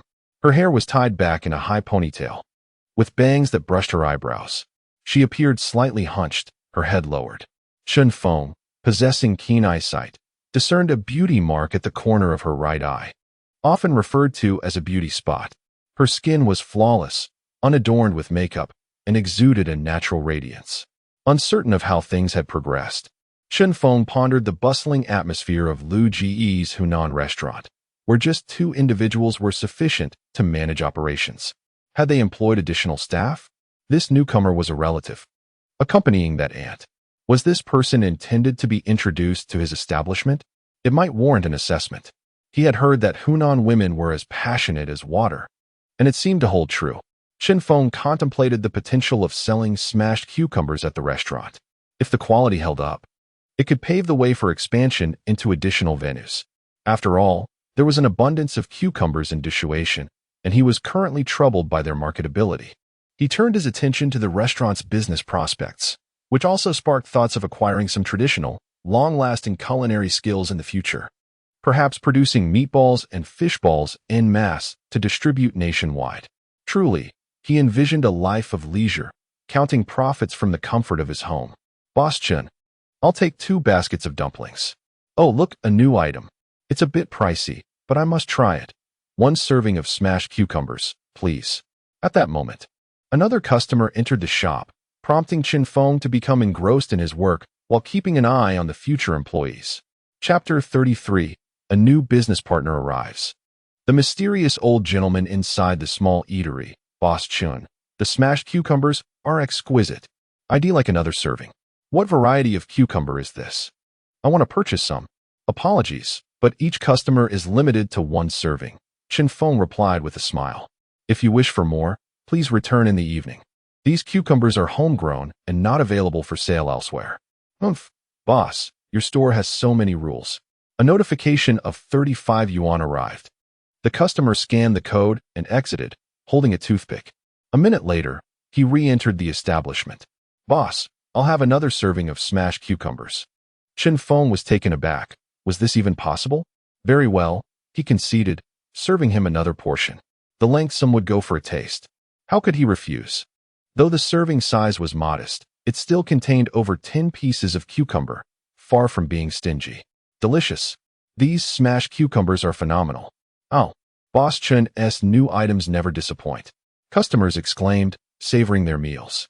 The man who ordered 2 servings of smashed cucumbers finished. A look of sheer enjoyment on his face as he stepped outside, lit a cigarette, and took a deep drag. Smoking was prohibited within the eatery. Chen Feng had posted a notice. Once finished, he approached Chen Feng. What shall I call you? I'm called Huang Shi, came the reply. Chen Feng. He responded with a smile. I believe these smashed cucumbers have great potential, Huang Shi declared boldly. Chen Feng turned to him, intrigued. Just recently, he had been contemplating ways to expand his sales channels, and now a potential distributor had appeared so swiftly. It seemed fortune favored him. What do you have in mind? Chen Feng inquired. First, let us discuss the production capacity for these smashed cucumbers, Huang Shi suggested, noticing Chen Feng's interest as he offered a cigarette. I don't smoke. Thank you, Chen Feng replied. Huang Shi lit his cigarette, awaiting Chen Feng's response. If the smashed cucumbers can truly be produced in volume, I could manage several thousand servings a day, potentially exceeding 10,000. Chen Feng remarked that the smashed cucumber was grown on his family's rural farm, naturally providing a unique source. Huang Shi's eyes gleamed with excitement. Excellent, he exclaimed, taking a vigorous puff. The cigarette but sparkled in the blazing sun, reflecting Huang Shi's exhilaration. Boss Chen, I am a small vendor, typically delivering vegetables to various restaurants, along with buns and pastries. That is my vehicle. He gestured toward a modified 9-seater van parked on the street. With numerous collaborating eateries, Huang Shi inquired whether Chen Feng's smashed cucumber could retain its flavor for 3 hours. He had noticed that every patron at the snack shop invariably ordered the smashed cucumber, a testament to its widespread appeal. It was not merely a solitary indulgence. If properly refrigerated between 3 to 7 degrees, the flavor would diminish by no more than 20%, Chen Feng stated, drawing from his mental repository of experience. Huang Shi's excitement burgeoned. Even with a 20% loss in flavor, it would still surpass other restaurants. I would like to discuss a potential partnership with you, Boss Chen. He proposed. No problem, but we'll need to wait a moment. Chen Feng indicated the interior of the shop. All right. I will deliver my goods first and return during the lunch break, Huang Shi responded. Very well, Chen Feng confirmed, providing a time, and Huang Shi departed. If Huang Shi's claims were accurate, with sales surpassing 10,000 portions of smashed cucumber daily, wealth would flow in abundantly. Chen Feng continued his tasks with renewed vigor. Also noticing some passers-by sampling the smashed cucumber in front of a neighboring Hunan restaurant. Customers' eyes brightened as they entered the establishment, leading to a significant uptick in business. During this time, Lu Qi's wife returned to order 10 more portions of smashed cucumber. Previously, Chen Feng had discussed with Lu about the average customer expenditure at the Hunan restaurant, which hovered around 37 yuan per person, predominantly attracting laborers and construction workers. After all, Hunan cuisine is characterized by its heavy use of oil, salt, and spice, providing sustenance and energy. In a mere short span, over 20 patrons had entered the Hunan restaurant, and the lunchtime rush had just begun. Hey, sis, could I have a toothpick? I want to try this smashed cucumber. 3 workers from a construction site glanced at the nearby snack shop and approached the Hunan restaurant. Sure, Shinyuchi replied, producing a toothpick and spearing 3 pieces of smashed cucumber. The workers popped them into their mouths and chewed. Delicious. This is outstanding, they exclaimed, their eyes lighting up in delight. There are more smashed cucumbers inside, Shin Yuchu whispered, unable to meet their gaze. Haha, let us give it a try then. Today we choose your place. Let us go, they declared as they entered the Hunan restaurant. Shin Yuchu exhaled deeply, her clenched fist relaxing as if releasing tension. So many customers in this place. Our shop cannot compare, she thought, gently shaking her head while glancing at the neighboring snack shop. Shin Yuchu gazed innocently, noticing the owner of that shop also watching her. Feeling a bit dazed, her cheeks involuntarily flushed. She found the shop owner quite handsome, his smile warm and inviting, exuding a maturity far beyond the young men from her mountain village. She was acutely aware that the thriving business of the Hunan restaurant was entirely due to the owner's exquisite cucumber salad. The humble snack shop was a benefactor to the Hunan establishment. Their eyes met for a brief moment, and Shin Yuchu shyly lowered her gaze. She was quite lovely. Likely the younger sister-in-law of Lu Qi, or perhaps an aunt. He finally discerned the young woman's features. Chen Feng understood that sometimes in the countryside, individuals could possess remarkable seniority despite their youth. Boss, 1 serving of cucumber salad and 2 baskets of dumplings, please. Coming right up, just a moment. Chen Feng busied himself. A Maserati Quattroporte traversed from Haidong to Haishi, arriving at a villa named Shanashanzhuang. The parking area was filled with a myriad of luxury sports cars, and the Maserati blended into the crowd, going unnoticed. Tuan Tuan, Grandma has brought you here to broaden your horizons, so please don't throw a tantrum, all right? Zhongli held Tuan Tuan's small hand as they exited the vehicle.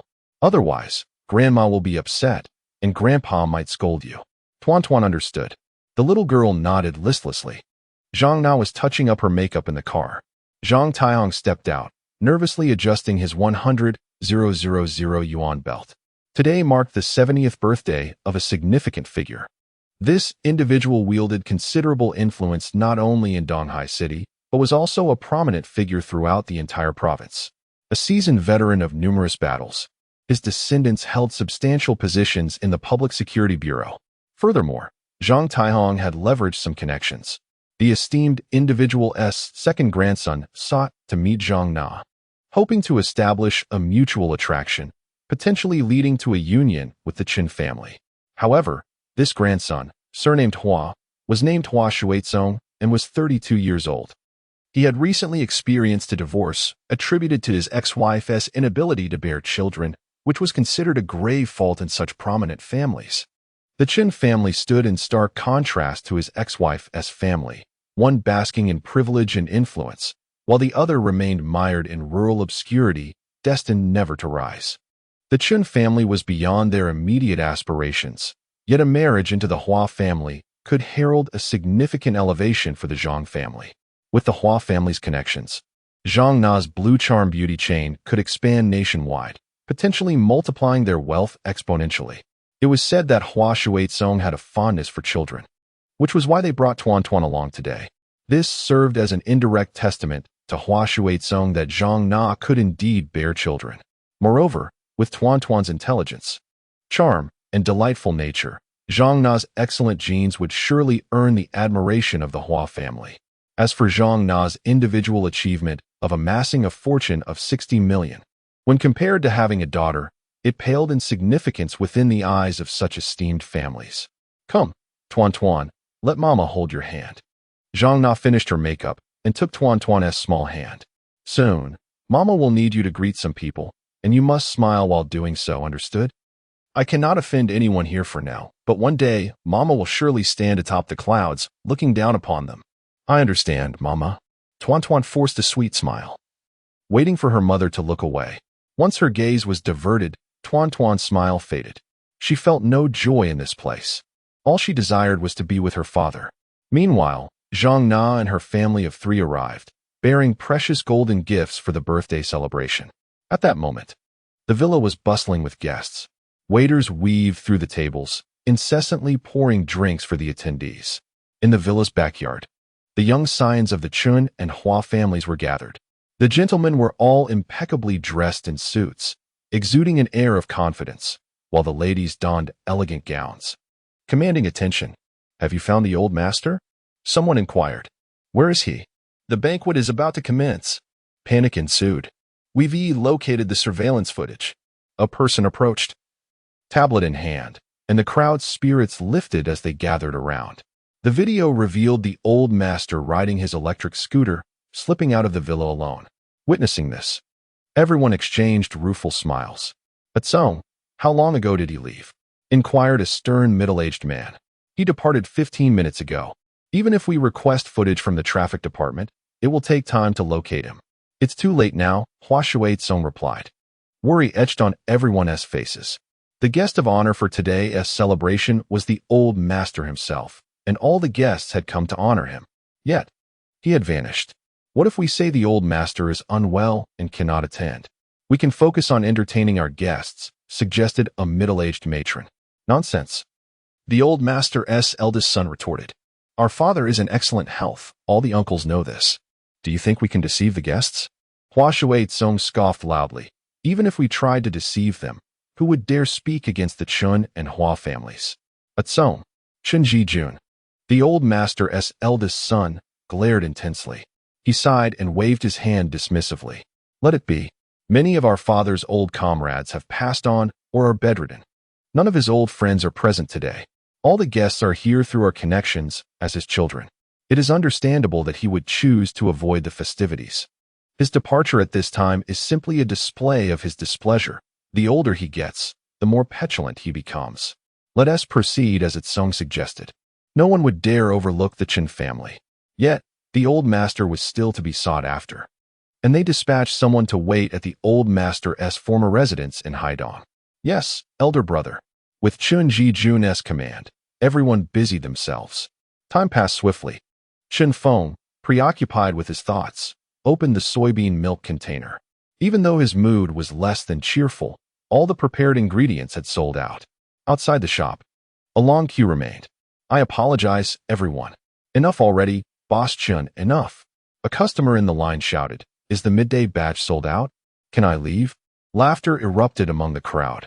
The patrons were all talented and charming. "I'm sorry. If you wish to eat, please come early tonight. I will prepare extra." Chen Feng replied with a smile. "Little Boss Chen, please make sure to prepare plenty of the smashed cucumber." The customers lamented as they departed. Chen Feng hung the closed sign and began tidying up. After tidying up, Chen Feng washed his face. He did not rush to buy groceries but sat in the store, lost in contemplation. At that moment, a commotion arose nearby. Lu Qi locked the door of the Hunan restaurant and, accompanied by his wife and a shy young girl, joyfully approached. In his hand, he held a bundle of red bills. "Brother Chen, are you busy?" Lu Qi inquired. Chen Feng replaced his pensive expression with a smile. "Lu Gu, how is business today?" "It's fantastic. I've come to bring you money, Boss Chen," Lu Qi jested with a grin. Chapter 34, Lu Qi's Gratitude. The new NS employee, haha. "Chen Feng, you are my fortune bringer. From now on, I shall call you Master Chen," Lu Qi laughed heartily. "Today at noon, we sold 30 servings of smashed cucumber, with a total of 45 guests. I sold each serving for 30 yuan. Boss Chen, here's 900 yuan for you." Lu Qi, brimming with excitement, handed over the money. "Thank you, Boss Chen." Lu Qi's wife expressed her gratitude as well. With joyous occasions come invigorated spirits. The midday earnings, excluding the smashed cucumbers, reached 1,800 yuan. The restaurant was bustling with patrons, and the turnover rate was high. Dinner would surely attract even more customers. By day's end, the total revenue would be at least 4,000 yuan, amounting to 120,000 yuan monthly. Lu Qi's wife calculated the figures, revealing a net profit of at least 80,000 yuan after costs. This was a staggering increase compared to their previous monthly income of around 15,000 yuan, nearly a six-fold rise. This figure left Lu Qi's wife exhilarated, almost disbelieving. With hard work, the modest establishment could yield an annual income of 1,000,000 yuan. No longer a distant dream. Achieving this dream was possible solely because Chen Feng introduced smashed cucumber to their Hunan restaurant. For Lu Qi's wife, it felt surreal, akin to a beautiful dream from which she never wished to awaken. Once they returned to Hunan province, they could hold their heads high, bringing honor to their family. Chen Feng smiled with happiness.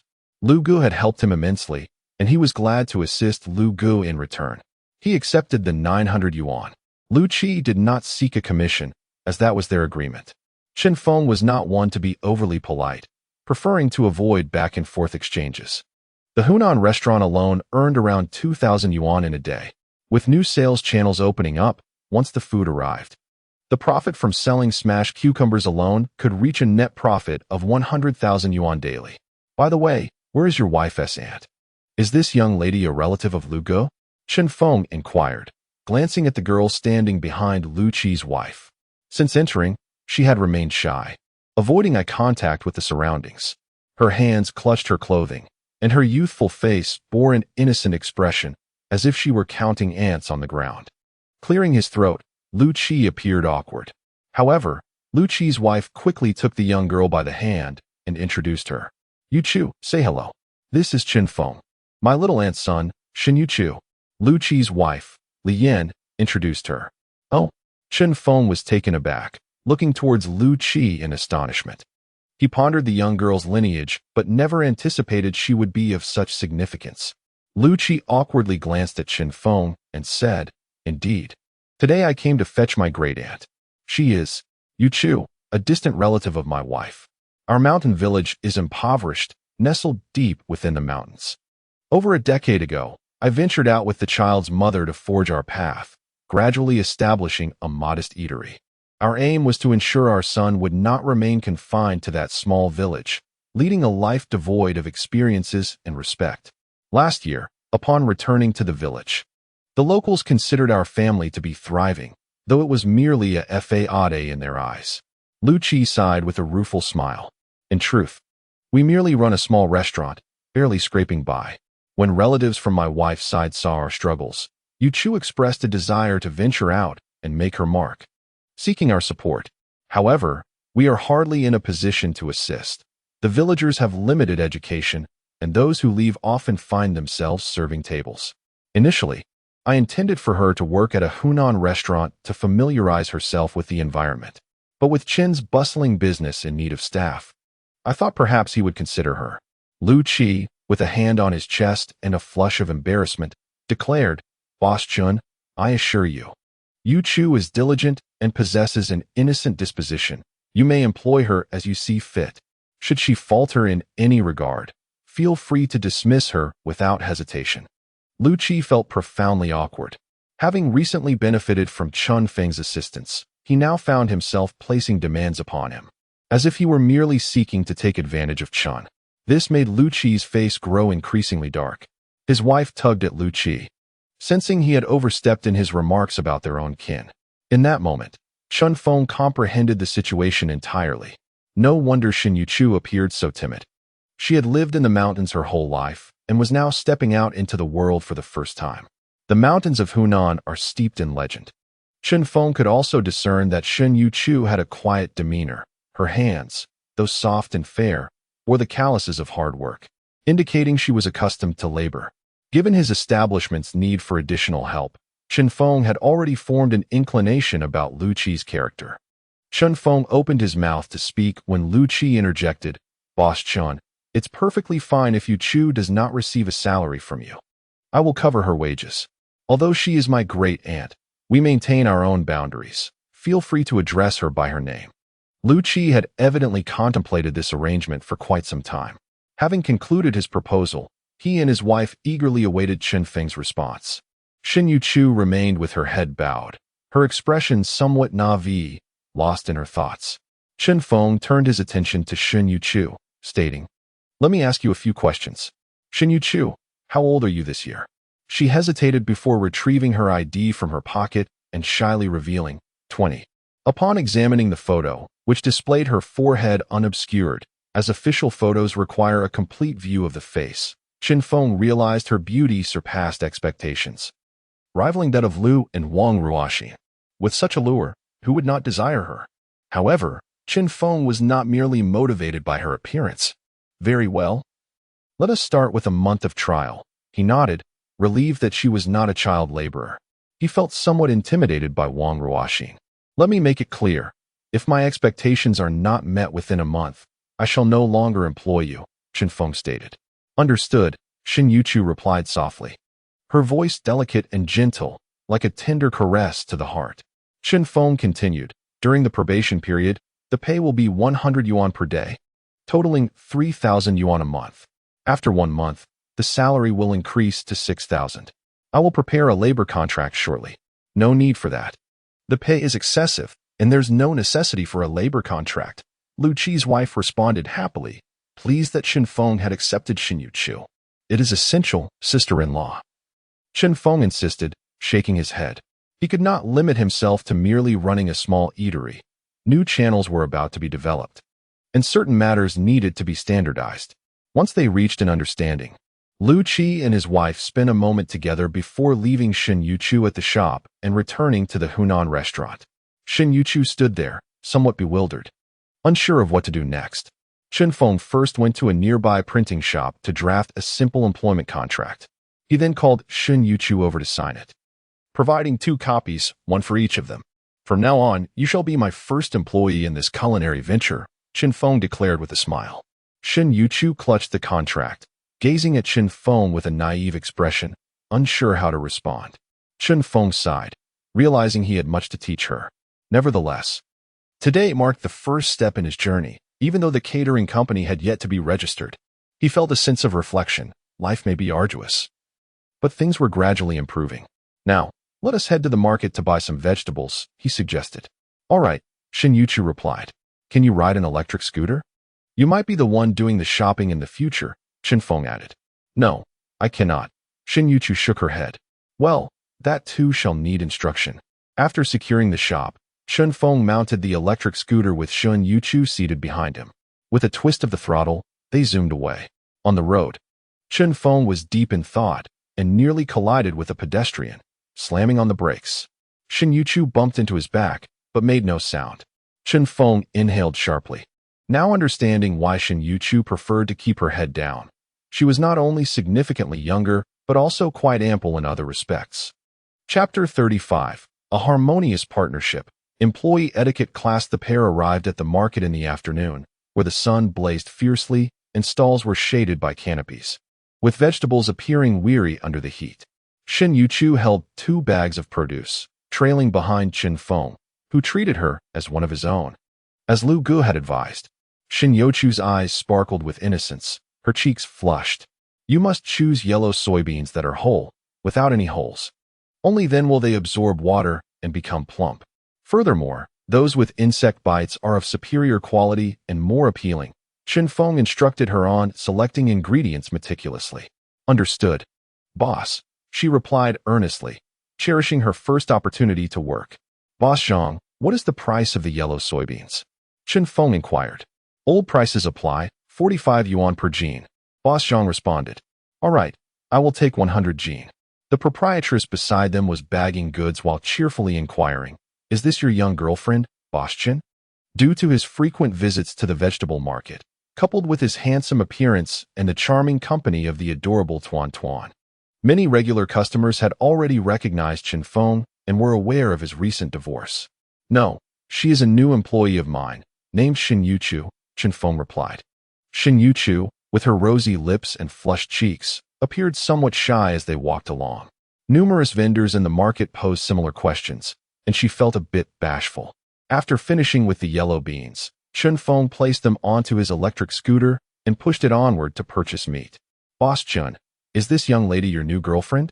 Boss Chen, have you started dating again? Boss Wang, don't speak nonsense, she is my employee. If you keep this up, I won't come to your shop anymore. Chen Feng retorted with a laugh. As they meandered through many meat stalls, several vendors chimed in with their remarks. Shin Yuchu watched in astonishment, absorbing both the experience of selecting ingredients from Chen Feng and observing his playful banter with the other stall owners.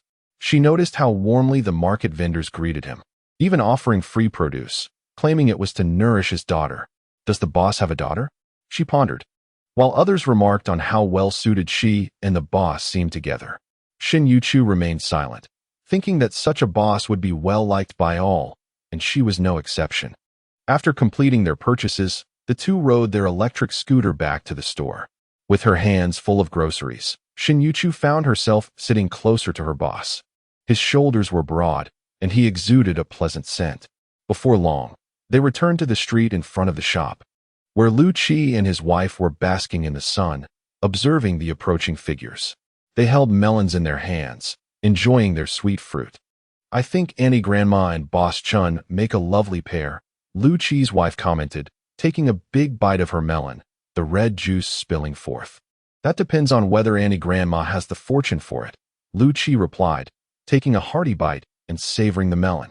"Let us send half a watermelon over to Boss Chun later," he suggested. "Got it, dear," his wife acknowledged. Upon arriving in front of the store, Chen Feng and Shin Yuchu dismounted. "Chun, Auntie Grandma," Lu Qi said as he wiped his hands and promptly began moving the goods.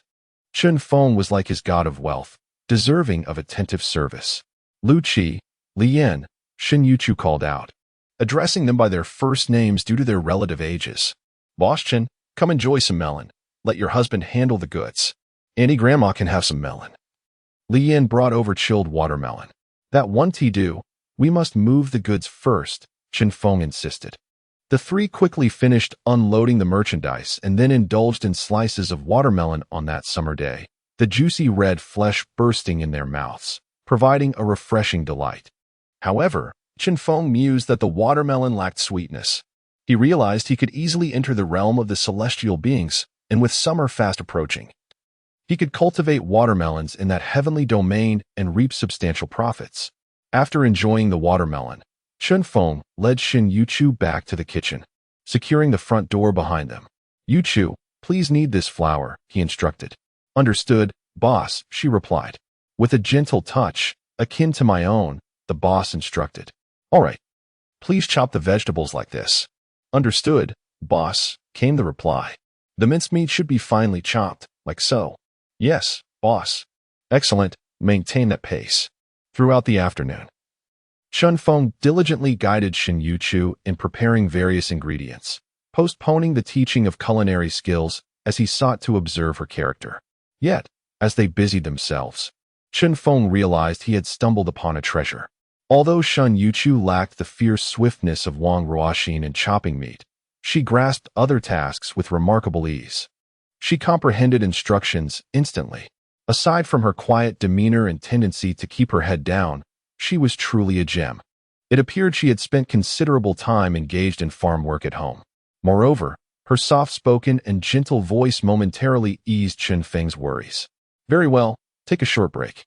Would you like to visit the Hunan restaurant or watch me prepare the smashed cucumber?" Chen Feng inquired. "I'll observe, boss," Shin Yuchu replied, lifting her head to reveal her bright, round eyes gazing at him. Her reserved nature was evident, and she maintained her tranquil disposition. "All right," Chen Feng said, not wanting to delay, and began to prepare the smashed cucumber. There was still more than half of the cucumbers he had harvested in the morning, ample for the evening's needs. Soon, a large bowl of smashed cucumber was ready, which he placed in the refrigerator. He also moved the soy milk bucket to the front of the shop. As the steamed dumplings were placed in the steamer without being cooked, he encouraged, "Continue wrapping dumplings. Soon, it will be time for dinner. You'll be responsible for clearing the bowls, serving dishes to the guests, and collecting payments. Just handle whatever comes your way. Don't be afraid, understood?" Chen Feng looked at Shin Yuchu. "Understood, boss," she said, nervously clutching the hem of her shirt. She was not fond of interacting with others, and kept her head down. "Could you please lift your head and stand tall?" Chen Feng urged.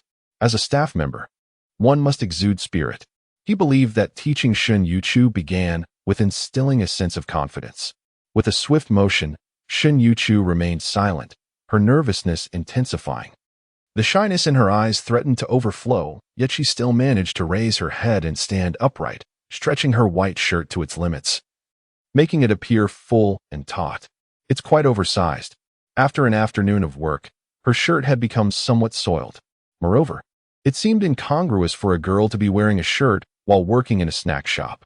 Chen Feng waved his hand in resignation, saying, "All right. You may revert to your previous posture."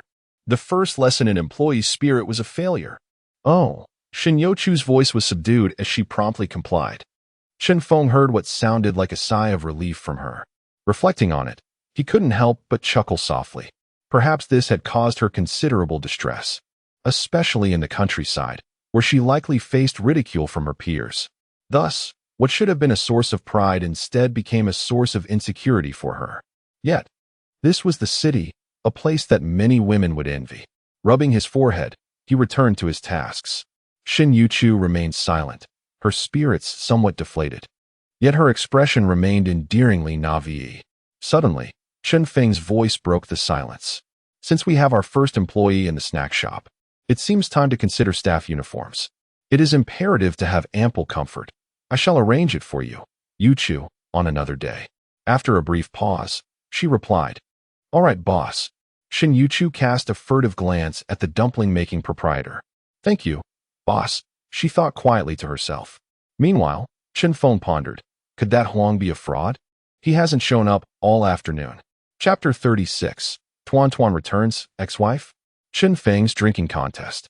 At 4:45 in the evening, the streets began to fill with a bustling crowd, signaling the impending mealtime. The small eatery opened its doors, releasing fragrant steam into the air. An elderly gentleman in a Zhongshan suit ambled over, carrying an aged wine jar, none other than Chen Jiangwell. Boss Xiaochen, I would like 2 bowls of original soybean milk, a steamer of lamb and scallion dumplings, and a steamer of chive and pork dumplings. I didn't eat lunch, and this old man is famished. Before he even arrived, his resonant voice echoed through the establishment. Then, Chen Jingwo locked eyes with Shin Yuchu. She gazed at the old man with an innocent expression, paused for a moment, nodded, and softly replied, All right, just a moment. Chen Jingwo rubbed his eyes and glanced at the shop sign outside. Indeed, at that moment, Chen Feng returned from the kitchen and exclaimed with delight, Old sir, you've arrived. Please, come in. He quickly welcomed him. Upon seeing the young girl, the old man nearly mistook the place.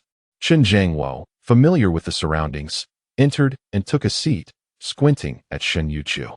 Her hands bore calluses. She had a healthy complexion and a shapely figure, clearly a fine girl from the countryside. Who is this? Shin Jiangwo inquired. Oh, she is a new employee at my shop. Named Shin Yuchu.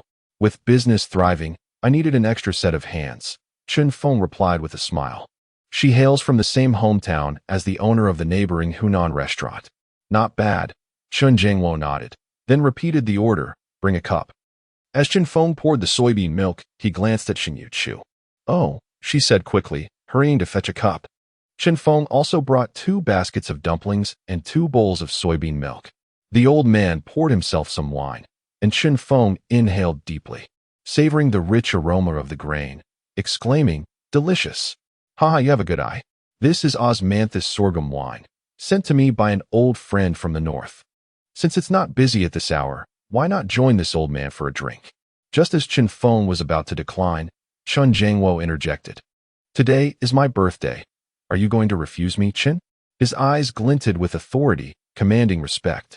Of course, how could I refuse? But wait, one cannot drink without some snacks. Chen Feng chuckled, quickly retrieving some smashed cucumber from the refrigerator and placing a large bowl on the table. He then called out, Yuchu, take some money to Lu Gu and get a plate of peanuts, and also order a pig's ear and a hot mixed platter. With a smile, Chen Feng added, Old sir, it is our honor to have you celebrate your birthday at my humble establishment. This meal is on me. They had agreed on this yesterday as well. Chen Feng held great affection for the old man. They were kin, and the elder was a war hero deserving of utmost respect. All right, boss, Shin Yuchu nodded innocently. No need. Your dumplings are sufficient, Chen Jiangwo replied, not wishing to argue over the expenses. All right, bring over the peanuts, Chen Feng instructed. Certainly, boss. Shin Yuchu replied as she headed to the Hunan restaurant.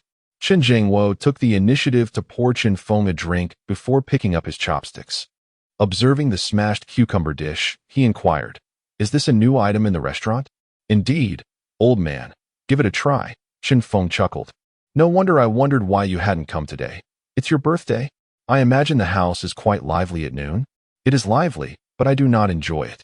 Friends from the past have either passed away or fallen ill. None could come. The younger generation gathered a crowd of strangers to celebrate my birthday, which is neither exciting nor meaningful. Chen Jiangwo shook his head. Come, let us toast. Chen Jiangwo raised his glass, and Chen Feng promptly mirrored the gesture. The two clinked their glasses, and Chen Feng took a sip, while Chen Jiangwo gulped down a generous amount. The rich aroma of grain lingered in his mouth, leaving a long-lasting, sweet aftertaste, accompanied by a bold spiciness. "Excellent wine," Chen Feng praised, giving a thumbs up. "Indeed," Chen Jiangwo replied with a proud smile. The price of this wine would astound Chen Feng, 200,000 per bottle, with no market available. Chen Feng, however, pondered whether he might acquire the ancient craft of brewing in the future. Chen Jiangwo had already picked up a piece of smashed cucumber and began to chew. "This is delightful," he exclaimed, his eyes wide open, his lips moving rapidly. He eagerly grabbed another piece, savoring it. Chen Feng enjoyed his meal slowly, remarking, "This smashed cucumber is extraordinary. Cucumbers and wine are a match made in heaven." The old man laughed heartily, raising his glass again. "Come, let us toast once more." Chen Feng quickly lifted his glass. "Old man, drink slowly. My capacity for liquor is not great. You drink your own, and I shall drink mine." They clinked glasses again, and Chen Jiangwo continued to enjoy the smashed cucumber. He then dipped a steamed dumpling in vinegar and relished it. "Ah, how satisfying. I had tea eaten lunch, and this suits my burning stomach. I feel utterly at ease." Chen Jiangwo mused that this was the epitome of divine enjoyment. Shen Hanhai brought over the peanuts, and Chen Feng engaged in conversation with the old man, sipping his drink leisurely. "Boss, I'd like a bowl of soy milk and 2 baskets of steamed dumplings. Little Chen, please pack 3 baskets of mushroom and pork dumplings." "Oh, it seems the restaurant is hiring new staff," he noted. "Yes, we hired someone new today named Yuchu." Just then, customers arrived at the restaurant, freeing the old man from requiring company. Chen Feng busied himself with the restaurant's affairs, but occasionally returned to clink glasses with the old man. The meal brought immense joy to Chen Jiangwo, lifting all his earlier displeasure. Meanwhile, Shin Yuchu began to assist at the side, gradually becoming familiar with the operations. Time passed bit by bit, and the snack shop's business began to flourish. The establishment was filled with patrons, and simultaneously, the Hunan restaurant had opened its doors. "Come try our free samples of smashed cucumber. If you find it unpalatable, we offer a complimentary serving of stir-fried pig ears." A voice called out. Lu Qi's wife stood outside the restaurant, selecting vegetables while enticing guests to dine within. She had taken Shin Yuchu's place during the noon shift, her bold and lively demeanor attracting patrons with ease. Occasionally, workers would arrive and engage in playful banter. Indeed, having such a lively proprietress is far more effective than the silent and unassuming manner of Shin Yuchu in welcoming guests. Business at the Hunan restaurant flourished as a result. "Come, let's raise a glass." Chen Feng took a momentary respite to clink glasses with the elder. He poured himself a drink of nearly 3 taels, consuming half of it. The elder, already nearing the bottom of his glass, did not refill it. Chen Jiangwo, with a rosy complexion from the drink, looked at Chen Feng and remarked, "Young Chen, your establishment is destined for great success. I am grateful for your kind words, old sir," Chen Feng replied with a smile. At that moment, outside the restaurant, a luxury car approached slowly. It came to a halt right by the roadside, directly across from the Life Snack shop, obstructing the pedestrian walkway, a rather audacious display. However, it had the stature to warrant such audacity. Measuring over 5 meters in length, its sleek, all-black exterior resembled that of a noble aristocrat, exuding understated luxury and depth. This was a Rolls-Royce Phantom, with a market price starting at 8 million yuan. Chen Feng could not afford even a single vehicle after a year of running his modest eatery, unless he ventured into new avenues, perhaps selling pickled cucumbers. A sharply dressed chauffeur emerged from the vehicle and opened the rear door. Who could this be, making such a grand entrance? The patrons from nearby establishments craned their necks, drawn by the spectacle. Surely, the occupant must be someone of great distinction to visit such a humble locale. In front of the Life Snack shop, customers momentarily paused their ordering, engrossed in the unfolding drama. Chen Feng's curiosity was piqued, but the elder in the restaurant merely cast a glance before resuming his hearty consumption of dumplings, pouring himself another modest glass as he squinted with age-worn eyes. Finally, a small head emerged from the Rolls-Royce, adorned with a pink backpack. A gasp escaped the patrons as they turned their attention to Chen Feng. "Boss Chen, is that your daughter arriving in such a vehicle? You must be hiding your wealth." They jested. No wonder the shop is named Life Snack Shop. It's an experience of living. Laughter erupted, with some jokingly contemplating whether it was still time to curry favor with him. Chen Feng chuckled. "I don't recognize her. My family is truly not affluent. My daughter was picked up today by her mother." However, a wave of discontent washed over him as he clenched his fists. His ex-wife had not accompanied their daughter. The thought of reprimanding her dissipated, and he found himself troubled by the notion that Zhang Na would so readily trust a stranger to return their daughter. Did she not fear for her safety? Wealth did not guarantee virtue. Were there not countless instances of the rich lacking compassion? Moreover, wealth and morality were not synonymous. As these thoughts coursed through him, Chen Feng tightened his grip further. The onlookers, meanwhile, expressed envy, realizing that Chen Feng's ex-wife must possess considerable means to afford such a luxury vehicle. Owning such a car implied that their family assets were likely in the hundreds of millions. "I shall inquire with Tuan Tuan later," Chen Feng explained, feeling a sense of relief upon seeing his daughter return. Meanwhile, Xin Yuchu, busy with her tasks, gazed innocently outside. "Is that little girl the boss's daughter? She looks so adorable. Moreover, the boss has divorced." A small thrill unexpectedly surged within Xin Yuchu. Meanwhile, Tuan Tuan exited the vehicle, clutching an abundance of candies. "Driver brother, that's my father. You needn't escort me further." "Very well, off you go, Tuan Tuan," the composed driver replied, guiding her onto the sidewalk. Watching as she dashed into the store, dressed in white gloves and a tailored suit, he appeared distinctly out of place amidst the bustling street atmosphere. "Daddy!" Tuan Tuan exclaimed, leaping into Chen Feng's embrace, sniffing delicately with her petite nose. "Daddy, have you been drinking?" "Indeed, Tuan Tuan.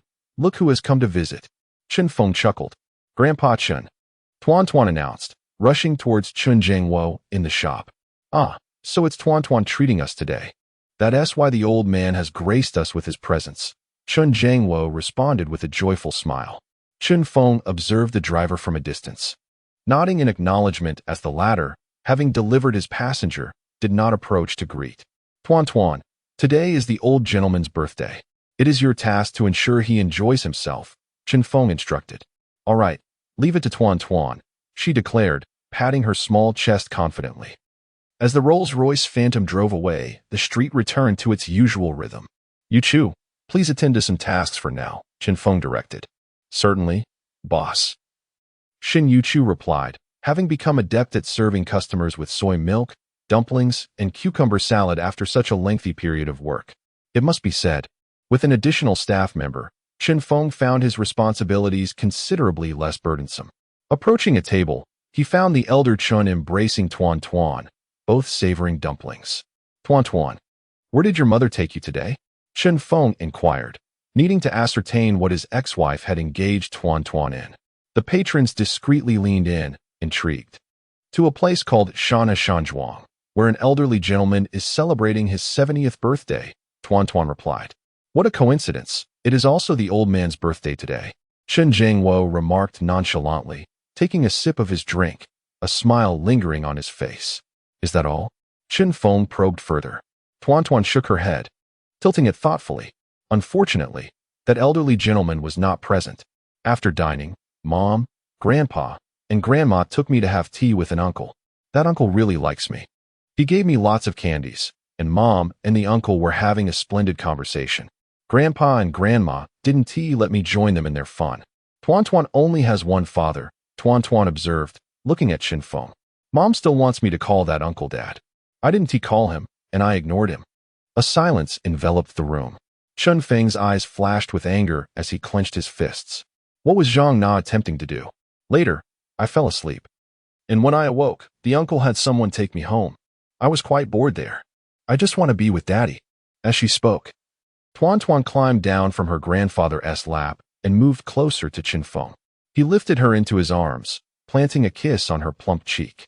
"Daddy, please don't let Tuan Tuan be taken away by Mommy anymore, okay?" Tuan Tuan gazed up at him, expressing her discontent with her mother. "All right, from now on, as long as Tuan Tuan does not wish to see him, her father will ensure that she does not." This time, Chen Feng no longer hesitated and spoke up. Having witnessed the demeanor of his ex-wife today, he resolved that he would never allow Zhang Na to take Tuan Tuan away again. The visitation rights of his ex-wife were now null and void. Those present, witnessing this display of paternal devotion and filial piety, quieted their murmurs. How could they be unaware that the young boss, Xiaochen, had recently divorced? His ex-wife's actions were merely to pursue a new romantic interest. Was it not only a short while since his divorce? Was his ex-wife truly that desperate for marriage? Moreover, the two seemed to get along quite well. And the suitor appeared to be quite fond of children. Otherwise, Chen's ex-wife would not have brought Tuan Tuan along. Everyone was aware that Chun held custody of his daughter. Yet his ex-wife brought the child to impress a stranger, even calling him daddy? That suitor must possess a Rolls-Royce. What an extraordinary ex-wife this was. The crowd felt a surge of indignation, and the delicious snacks from Chen Feng's establishment lost their appeal. As a result, Chen Feng had acquired a formidable adversary. Yet, for the sake of his daughter, he responded with such resolute determination. Truly a man of strength.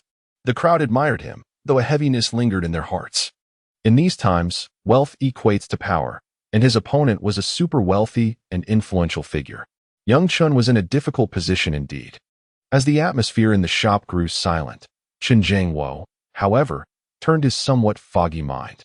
Who was that suitor? The Rolls-Royce belonged to the Huajia family, his daughters-in-laws. Reflecting on the eligible young man from the Huajia family who adored children, he speculated it might be that rascal A Kong. With this thought, Chen Jiangwo couldn't help but chuckle coldly. But Song needed to be put in his place.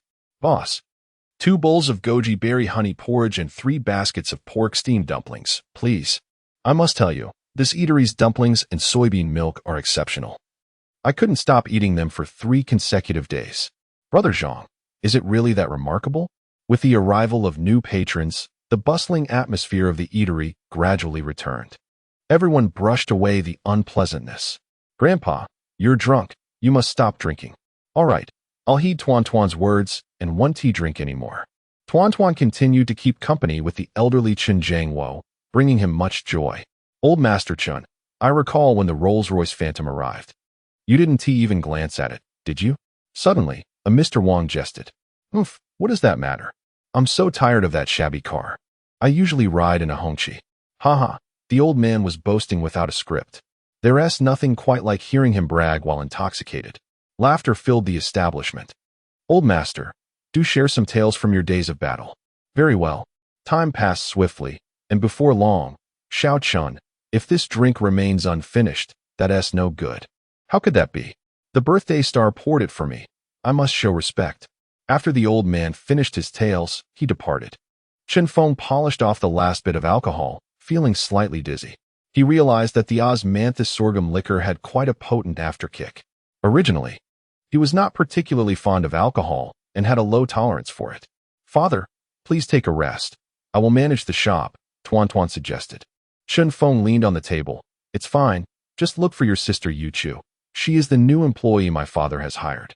At that moment, a bowl of goji berry honey soy milk was placed on the table, accompanied by a soft, melodious sound characteristic of Xi'an cuisine.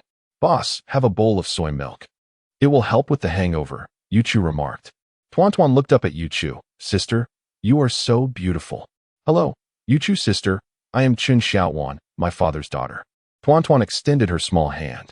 Hello, Tuan Tuan, Yu Chu smiled, revealing a delicate dimple at the corner of her mouth. Their hands met briefly. In that fleeting moment, she completely fell for the boss's daughter. She was simply adorable. Yu Chu's smile was breathtaking, leaving Chen Feng in a daze. With a sudden thud, Chen Feng rested his head on the table. He had always thought that Yu Chu was not the type to smile. It turned out she simply had not encountered the right person. Indeed, his Tuan Tuan was a beloved little darling.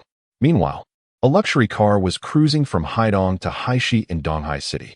In the Maserati Quattroporte, Zhang Li was driving while Zhang Na was engrossed in her phone. Ding dong. A message arrived. Hua Shuai Song, Tuan Tuan has been delivered. I never expected your ex-husband to open a small eatery, and it appears to be quite popular. Zhang Na's lips curled into a slight smirk as she quickly typed a response. Zhang Na, thank you, Tsonga. Zhang Na, that useless ex-husband has hit the jackpot. opening in a high-traffic area. The food he used to make for us was just mediocre. Soon enough, diners will tire of it, and it will surely go out of business. The two continued their heated conversation, with Zhang Na not forgetting to disparage her ex-husband, Chen Feng. They soon arranged a time for their next meeting. Zhang Na cheerfully exclaimed, "It's settled. This time, Tuan's visit wasn't in vain. Hua Shuizong is interested in me. Excellent. The Hua family is backed by the Chen family, a powerful clan in Donghai City. To connect with Hua Shuizong is a significant gain." Zhang Taihong sat in the back seat, his hands languidly resting on the car seat. He appeared somewhat inebriated, a flush on his face. His daughter had made progress, and he was not displeased. Through his future son-in-law, he had met several influential figures in Donghai City, forming amiable connections. The Hua family's assets must amount to several billion, but more importantly, it is their connections that matter. Zhang Li smiled and said, "Nana, men must be kept intrigued. When they can see but not touch, it makes these wretched men restless." "Exactly," Zhang Taihong slurred. "Mom, I understand." Zhang Na let out a cold laugh. "Wasn't that a drunken mistake back then? That's how I ended up marrying that good-for-nothing." My daughter has always been decisive," Zhang Li remarked proudly. "Otherwise, she wouldn't have amassed a fortune of 60 million. However, Zhang Taihong had more to say. "Songbo really likes Tuan. Although she is a girl, he doesn't mind." Zhang Na frowned slightly. "When I marry him, I better take Tuan along, and later, I will give Songbo a son. It would be perfect to have both a son and a daughter." "I must regain custody of my daughter," Zhang Na declared. Zhang Li and Zhang Taihong furrowed their brows. The situation was indeed challenging. Chen Feng was as obstinate as a mule, determined to take his daughter with him, even if it meant leaving everything else behind. No matter how high the price they offered, it was unlikely they could retrieve Tuan. Zhang Taihong remarked, "The restaurant Chen Feng runs is profitable. He signed the custody contract, and as long as he doesn't make any mistakes, winning a lawsuit to regain Tuan seems improbable. We must ensure Chen Feng faces bankruptcy, leaving him with no options, before we can negotiate." Zhang Na continued, "Indeed." A glint of determination flashed in Zhang Tiehong's eyes.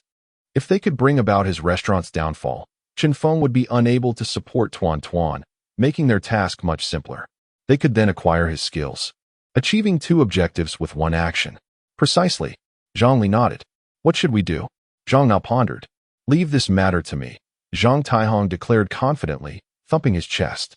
The two turned to him expectantly. Today's drinks were not in vain. "I happen to know He Guo, who is involved in projects in the development zone and has some connections. Just wait, it's a matter of a single phone call." He picked up the phone and dialed.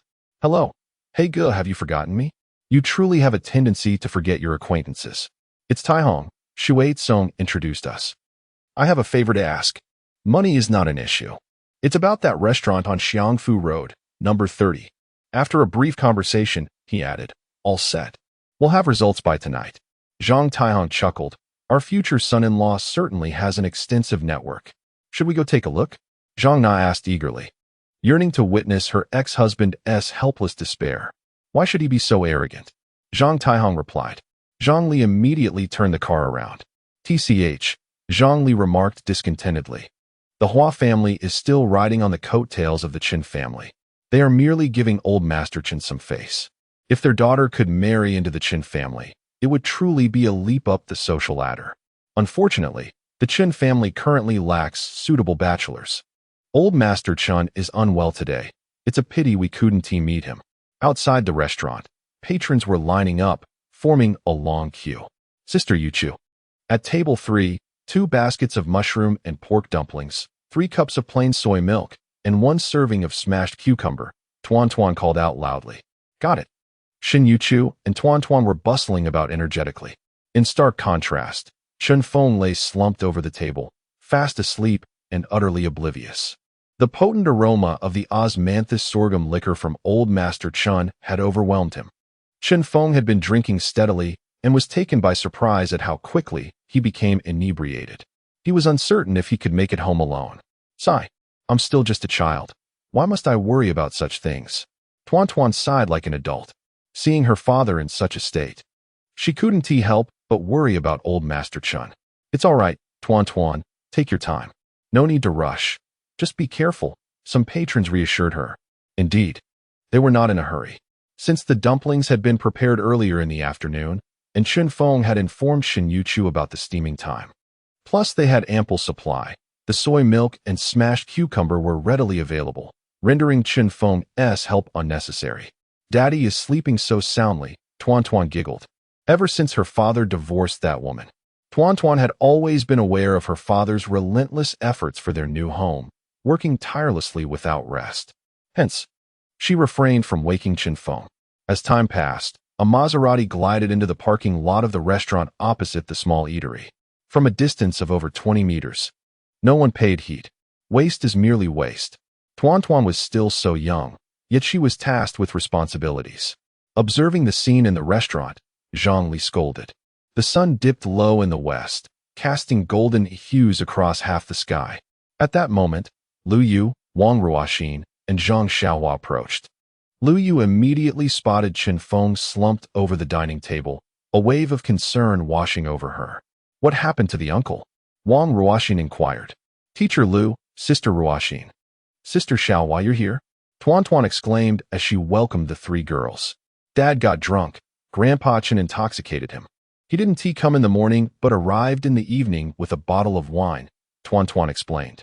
The three girls quickly understood. Then I shall help too, Wang Ruoxin declared boldly. Me too. Lu Yu was about to join in when they noticed a woman in a white shirt, slightly bowing her head, standing at the kitchen counter where Chen Feng usually stood. The three exchanged glances, thinking simultaneously, how beautiful. Lu Yu and Wang Ruoxin became alert. This is Sister Yuqiu, Dad's newly hired employee, Tuan Tuan continued. Sister Yuqiu, this is Teacher Lu, Tuan Tuan's instructor. This is Sister Ruoxin, who comes to the shop to work part-time and attends the same school as Tuan Tuan. And this is Sister Xiaohua. After the introductions, Tuan Tuan felt a sense of relief. Sister Yuqiu was indeed stunning. Her prospective mother figure was becoming more and more promising. Hello, she greeted. The two girls then actively began to assist. Meanwhile, the patrons dining at the restaurant observed the three girls bustling about, marveling at their beauty.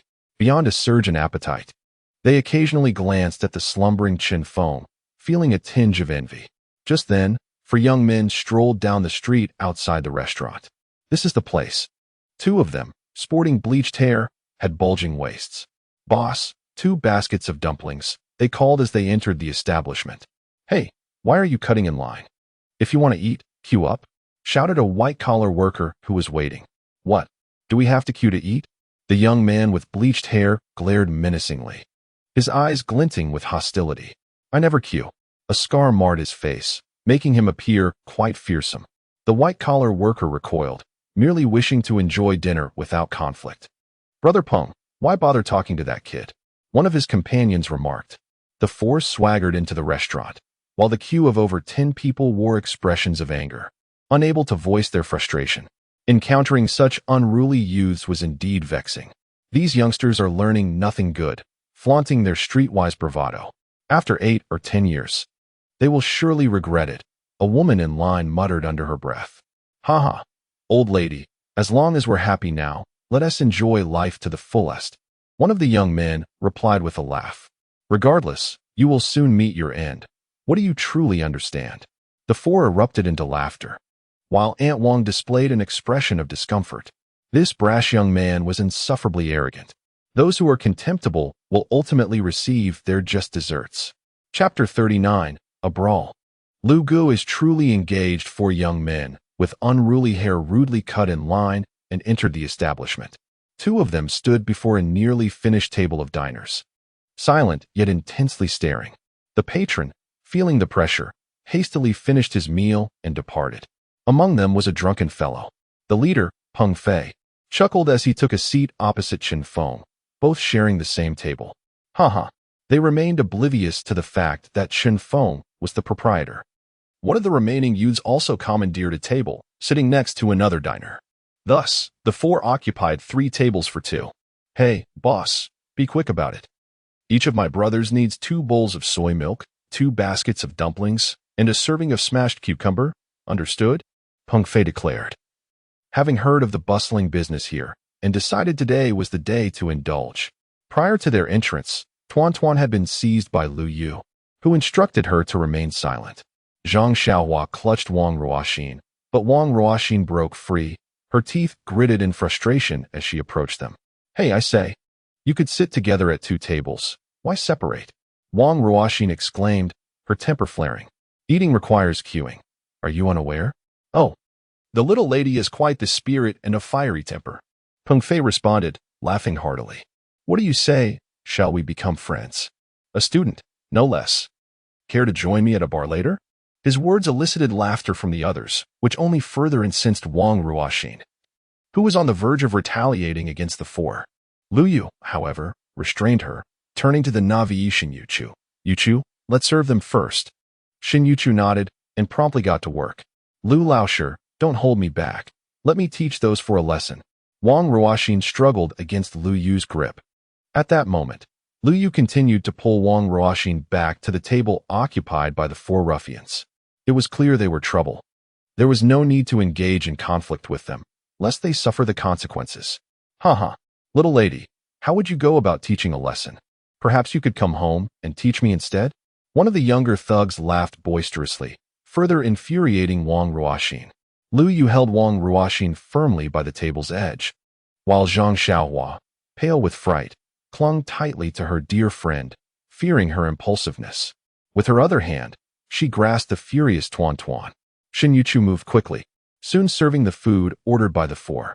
In such a small eatery, when faced with unruly patrons, the general approach is to appease them swiftly, ensuring they fill their bellies and leave without causing a scene. After all, even calling the authorities would be futile, as no physical altercation had yet occurred. Let us see how everything tastes. A full stomach gives one the strength to work, Peng Fei smirked, serving his companions. The 4 chewed on betel nut, then lifted their bowls of soy milk. "Wow, Brother Peng, this soy milk is surprisingly good," one of the ruffians exclaimed, their faces lighting up with delight. Unexpectedly, in their quest for trouble, they stumbled upon a delightful little eatery.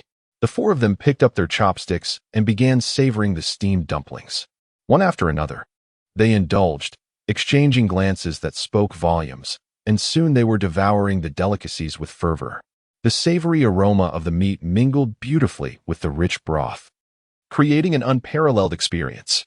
They eventually turned their attention to the smashed cucumber salad, its tangy vinegar providing a refreshing respite. This was perplexing. They had come seeking discord. Yet thoughts of dismantling this establishment lingered in their minds. How could they bear the thought of losing such exquisite flavors in the future?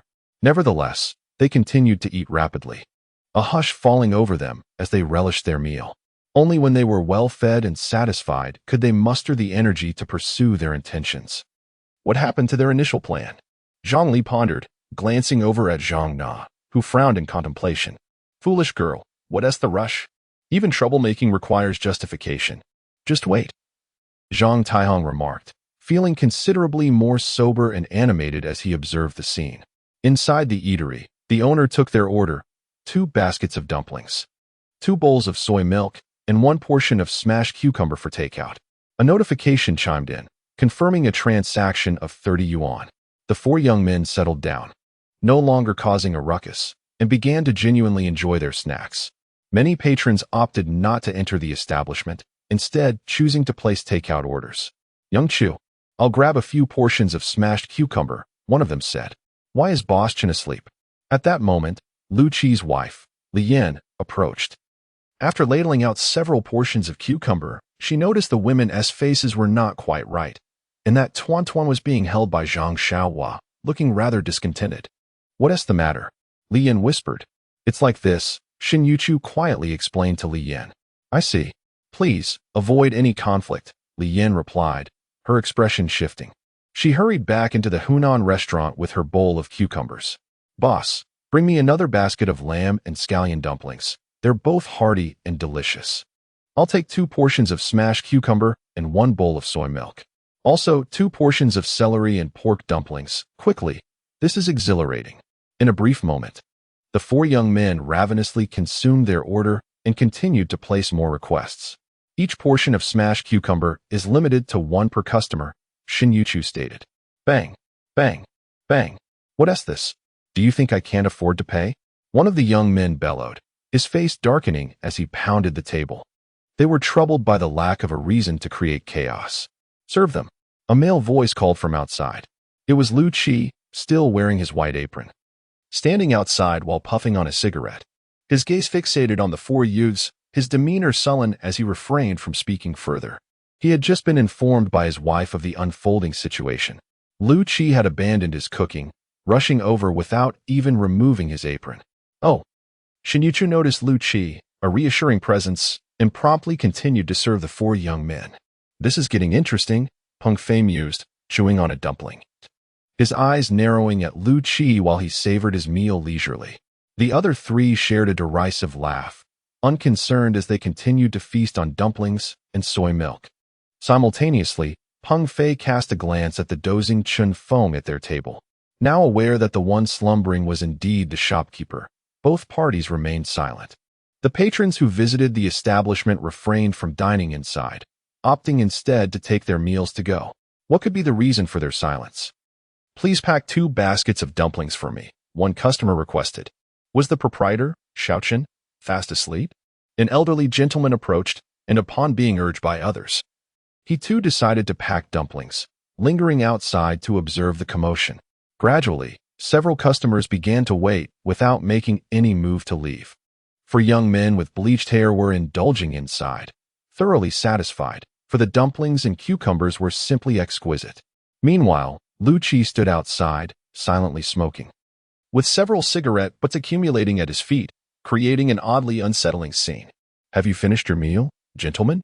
Finally, Peng Fei patted his round belly. The offerings at this humble eatery are truly delectable. I might have overindulged. He glanced over at his 3 companions, who appeared equally stuffed, while they felt overly full. It would indeed be a shame if this little shop were to face destruction. Nevertheless, they had to proceed with their business. We are satiated. Delightful. The trio responded. All right. Let us take our leave. Peng Fei beckoned, yet there was no immediate movement. The 3 companions rose, but none showed any inclination to pay. How much is it? Lu Qi inquired as he approached Shinjuchu. $168. Tuan called out loudly. Thank you all. It comes to $168, Lu Qi stated. Peng Fei chuckled, scratching his head. Seeing their leader's gesture, the 3 young men approached Lu Qi. What? We come here to eat just to give your establishment face. And now we must pay? They questioned. Of course, after dining, one must settle the bill, Lu Qi replied. Aunt Wang chimed in. If you don't pay, are you planning to dine and dash? I'm here for a free meal, old woman. Step aside, one young man retorted, shoving her aside. Ouch. Aunt Wang stumbled and fell to the ground. Lu Qi hurried to help her up, while Lu Yu rushed over to assist. Pay up. Lu Qi coldly blocked the 3 young men. I'll give you nothing. One of the young men shouted angrily. With a swift motion, Lu Qi raised his hand and struck the young man across the face. If you're going to fight, then let us not waste words. This was Lu Qi's nature. In an instant, the young man's face bore the mark of a bright red handprint, stinging painfully. Now we have a reason to fight. The young men reacted not with anger, but with delight. You dare hit my brother? Let us take him down. Peng Fei shouted from his seat. Watching coldly as the 3 young men charged at Lu Qi, they engaged in a fierce scuffle. Peng Fei looked on, tapping Chen Feng on the head. Hey, your shop is being ransacked, and you're still asleep? Dad, let go of me. Tuan cried out, struggling violently. Tuan, don't go over there. Zhang Xiaohua, pale with fright, held her tightly. Xiaohua, teacher Lu, let me go. Wang Ruoxian exclaimed in exasperation, struggling against the grip of the 2 girls. Meanwhile, Shinjuchu bravely picked up a stool to shield the others. Then came a sharp crack, an unmistakable sound of a bone breaking. Outside the shop, a young man with bleached hair let out a blood-curdling scream. Lu Qi had him pinned to the ground, one hand gripping his neck while the other yanked at his long bangs. The yellow-haired man had a patch of baldness, leaving him looking rather unfortunate. Blood trickled down his forehead, creating a ghastly sight. However, Lu Qi's plight was even more dire, brimming with courage yet lacking in combat skills. He understood that to engage in a fight, one must be ruthless. You may strike me, but I will focus my ire on one opponent at a time, he thought. Yet, In a cruel twist of fate, one of his feet twisted awkwardly, resulting in a fracture. "Let go of my brother," he exclaimed, his fury palpable. Two thugs wielding iron rods relentlessly assaulted Lu Qi's back, hurling vile curses at him. Blood oozed from the corner of his mouth, yet he refused to relent. "Cease this madness, or someone will inevitably perish. Call the authorities." Despite the throng of onlookers, none dared intervene, paralyzed by fear as they witnessed the brutal scene unfold. "How dare you harm my husband? I will not stand idly by." Li Yin burst forth from the Hunan restaurant, brandishing a stool. "Damn it!" Peng Fei, witnessing this spectacle, sprang to his feet, seizing a vinegar bottle, ready to charge forward. "Father, wake up!" Tuan Tuan cried out in terror, her sobs echoing through the chaos. The entire scene devolved into utter pandemonium. Chapter 40. Chen Feng's explosive fury against the yellow-haired thug, a brawl, erupted. Inside the vehicle, Zhang Li suddenly cried out in excitement. The drowsy Zhang Taihong and Zhang Na were jolted awake. They had just succumbed to exhaustion after a long day of socializing. Is Chen Feng being beaten? Zhang Taihong leaned toward the window, suddenly invigorated. Is Tuan Tuan being harmed? Zhang Na joined him, aware that if their daughter was attacked, regaining custody would become significantly easier. They then beheld three yellow-haired thugs grappling with a middle-aged man, the thugs brandishing iron rods. "Who is that man?" Zhang Taihong questioned, puzzled. "Chen Feng is still asleep. The one being assaulted is the owner of the restaurant," Zhang Li replied. Zhang Na and Zhang Taihong exchanged concerned glances. With each swing of the iron rod, their hearts trembled. At that moment, a resounding crash echoed. Peng Fei smashed the vinegar bottle against Lu Qi's forehead.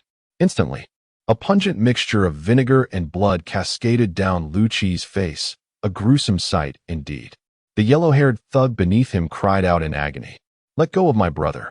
Peng Fei delivered another brutal kick to Lu Qi's back, yet Lu Qi clung tenaciously to the thug's hair, refusing to release his grip. "Release the father of my child." Li Yin rushed forward, prepared to strike with her stool. Bang! Peng Fei lifted his foot, sending Li Yin flying, clutching her abdomen in pain.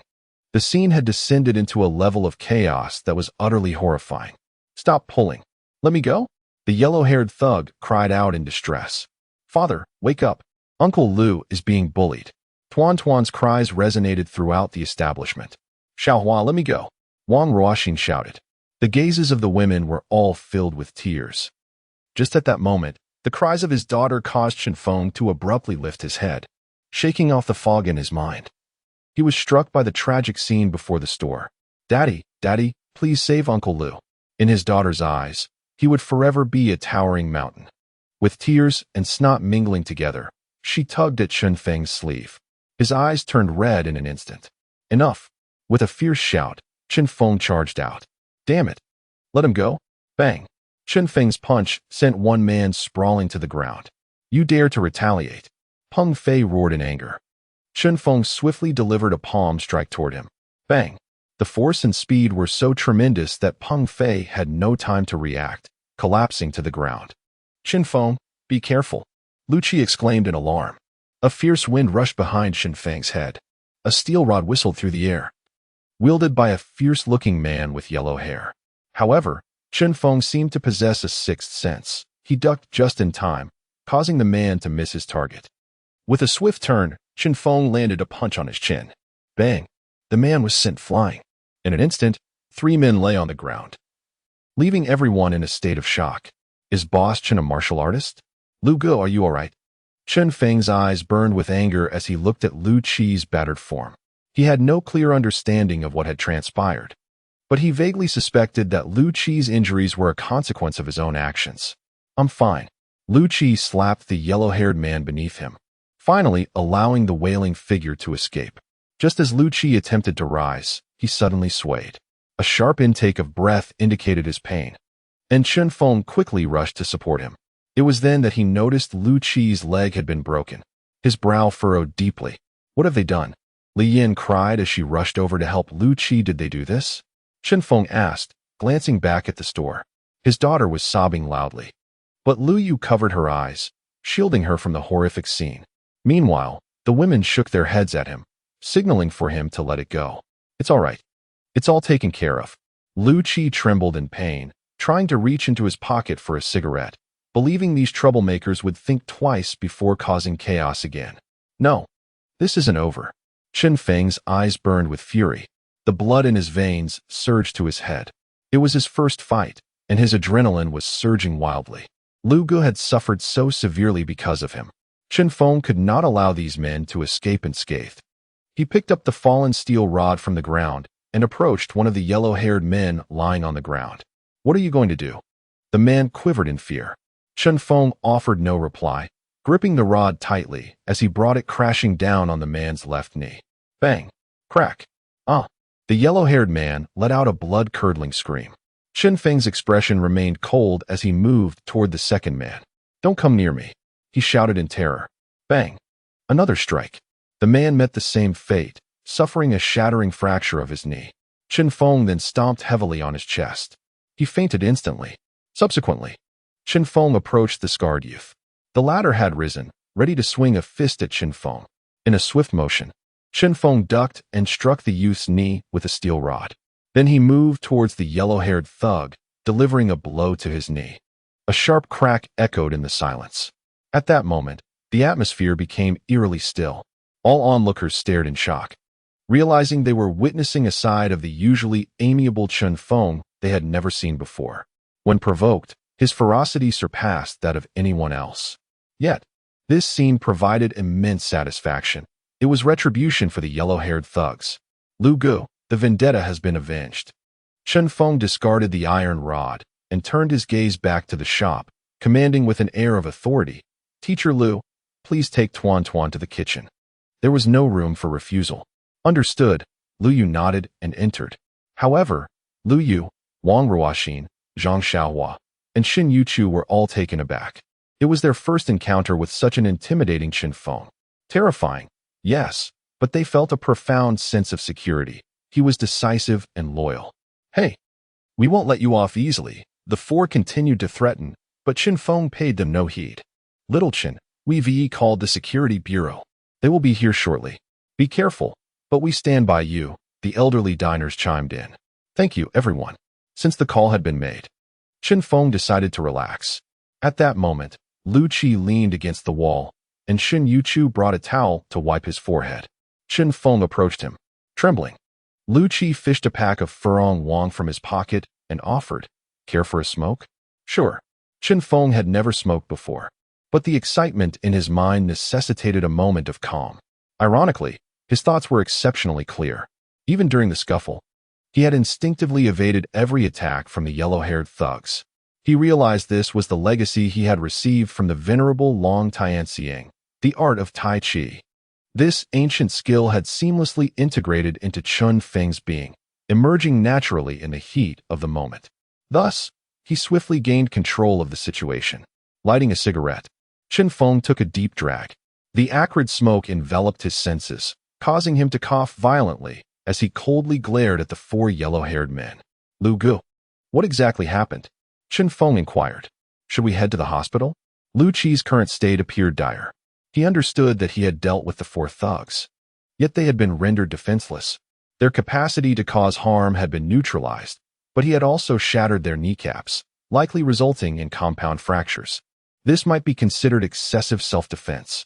If they truly pursued charges of intentional injury, Chen Feng could face imprisonment. Despite this knowledge, he acted because Lu Gu was injured. Chen Feng felt it was his duty to provide an explanation to his friend. It was his principle to uphold. No worries, Lu Qi shook his head. Taking a puff of his cigarette before explaining, his tone markedly agitated. His gaze was complex as he looked at Chen Feng. Had he known Chen Feng was so formidable, he wouldn't have exerted himself and would have simply called him over. The boss, along with Xin Yuchu, was recounting the entire incident. Chen Feng finally grasped the sequence of events. He coldly regarded the four yellow-haired men. Chen Feng mused that he had never encountered these individuals, nor had he wronged them. It was evident they were seeking trouble. The circumstances were suspicious, suggesting a deeper motive. Could it be orchestrated by his ex-wife? Meanwhile, the commotion attracted an ever-growing crowd. Densely surrounding the scene, eager to witness the unfolding drama, numbering around 100. Just as he was about to inquire about the situation, a commanding voice rang out, urging everyone to disperse. The officers from the Public Security Bureau had arrived. Someone shouted, and a path opened in the throng. 5 officers, all in uniform, approached. They observed the 4 yellow-haired men sprawled on the ground, clutching their legs, evidently injured, causing the officers to gasp in shock. Such brutality. This is a serious brawl. What transpired here? One of the officers inquired. He assaulted us. That iron rod broke our legs. He did this out of spite.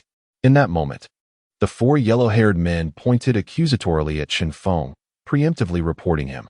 Peng Fei glared at Chen Feng with venomous eyes. Chapter 41. Slaughtering Pigs, 1 million compensation bang. How could this happen? Zhang Na angrily slammed her phone down. Useless, they are all useless. Dad, Zhang Na scolded. What kind of people have you found? Zhang Taihong pondered. He hadn't anticipated such an outcome. At that moment, looking through the car window, the officers from the Public Security Bureau had arrived. Chen Feng stood unscathed, while those who summoned the authorities lay on the ground. There was no hope left. Zhang Na, feeling vexed, declared, "Let us go home." She hadn't expected her ex-husband, whom she perceived as a failure, to be so formidable. All right, Zhang Li nodded.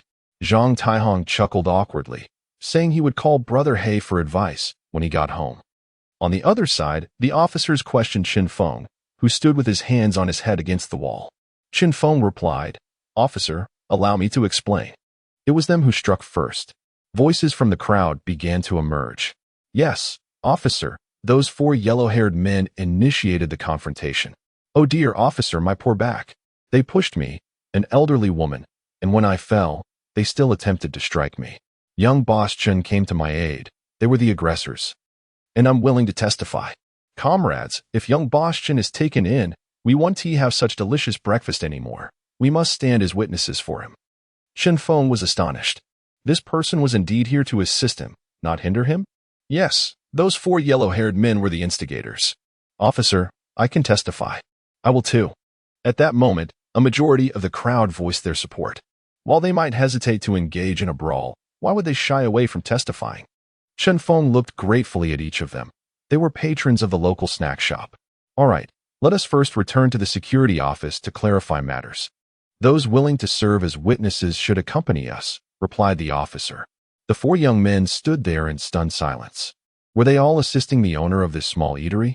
Was the allure of dumplings and soy milk truly that compelling? Officer, I run a shop here, and I wish to make a statement, Chen Feng said. Very well, came the response.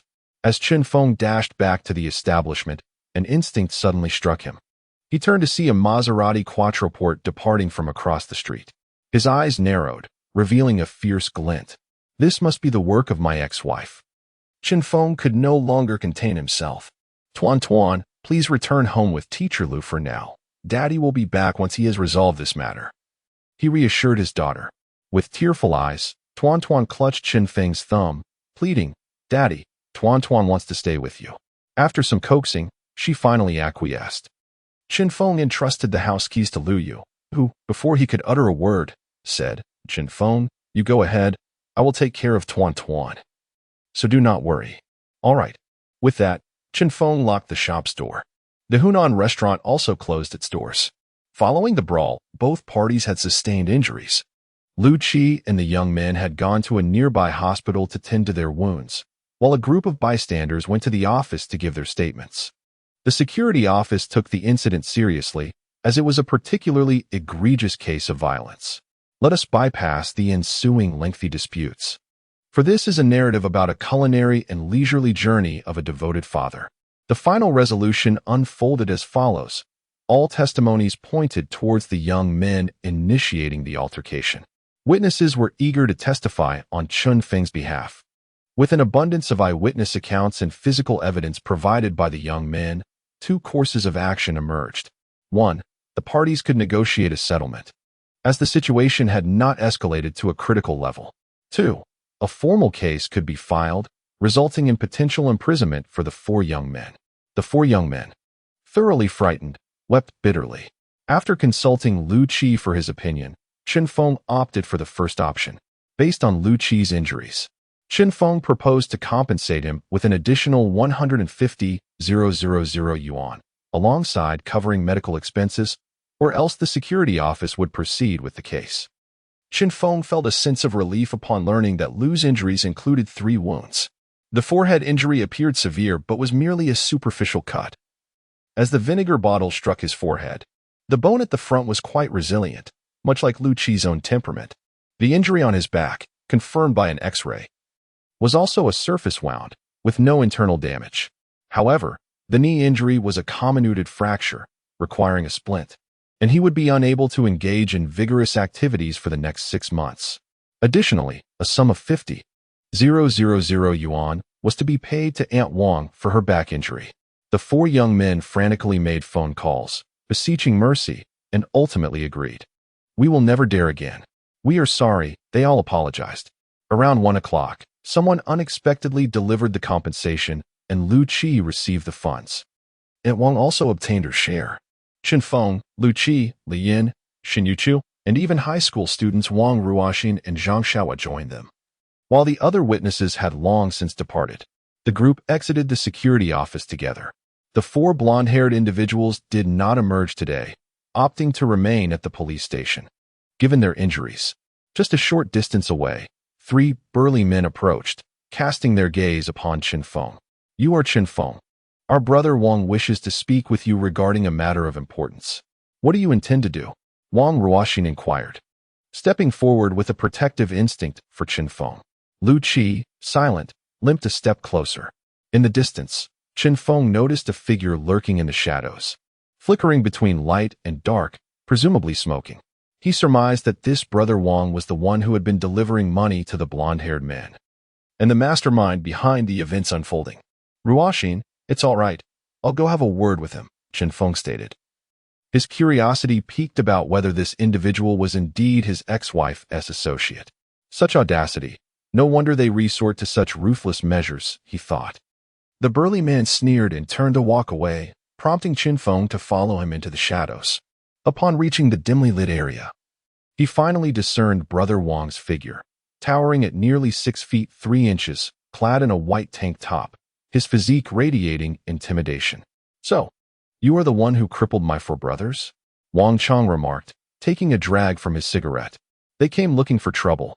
Chen Feng retorted, "I have not wronged you, have I? Did my ex-wife send you?" "Humph, you owe me 200,000, Wang Chong scoffed. "Some money is not so easily acquired." "Chen boss, I intend to ruin your business. Mark my words, this is far from over." Chen Feng, nearly amused by the audacity of the threat, remained silent, fixating on Wang Chong. Who knows who will truly suffer in the end? "I hope your establishment remains operational for a while longer. Cherish that prospect." With a final mocking laugh, Wang Chang and his 3 henchmen departed. Chen Feng fell into a contemplative silence. Could these men truly be sent by his ex-wife? It seemed implausible, especially considering the luxurious Maserati. He prided himself on not having offended anyone. Just then, Lu Qi and the others approached. "What did they say?" Lu Qi asked. "Nothing of consequence," Chen Feng replied, forcing a smile.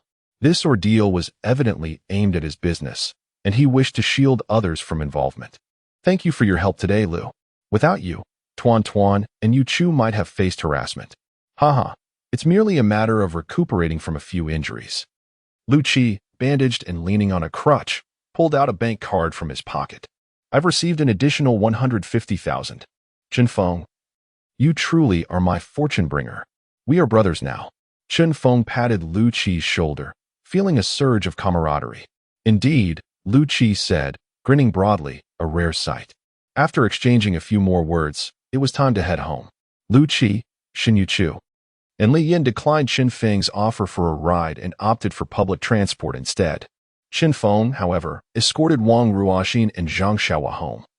Cognizant of the dangers that nighttime posed for 2 young women, it was then that he discovered Wang Ruoxin and Zhang Xiaowa were not residing in Mingri School but had rented an apartment in Beitian community, where the rent exceeded that of Chen Feng's own residence.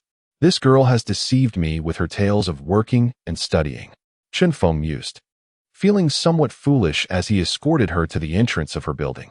"Uncle, I am afraid. I fear they will come to seek revenge today." Can I go home with you? Wang Ruoxin, with her short hair, looked at Chen Feng with a frightened expression, pleading softly. She was well aware that Lu Yu was certainly still at Chen Feng's residence.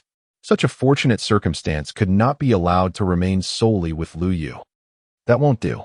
You have my number. If anything arises, just call me. Chen Feng declined her proposal. It was already 2 in the morning, and he had matters to attend to. Moreover, he was cognizant that at that moment, Wang Ruoxin would likely assist in confronting any trouble. Was she truly scared? It was all an act. Then I shall continue to work part-time at the store tomorrow to help. Wang Ruoxin insisted. The store will be closed tomorrow.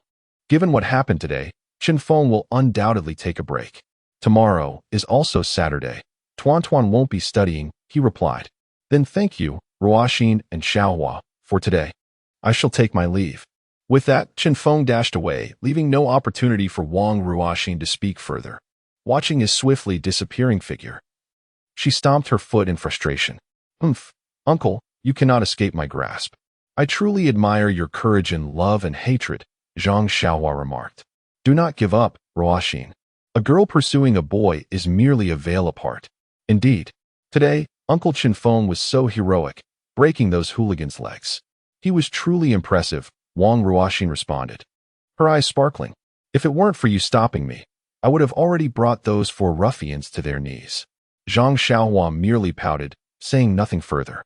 If Wang Ruoxin had truly intervened, she would have been the one to fall. She was nothing but a little wildcat. At 2:30 a.m., Chen Feng finally arrived at his doorstep. At this hour, he was uncertain if his daughter was asleep. Nevertheless, he pulled out his phone and dialed his ex-wife's number. Bang! Zhang Tianhong, gripping his phone tightly, gritted his teeth. Black brother, you want me to fork out 1 million?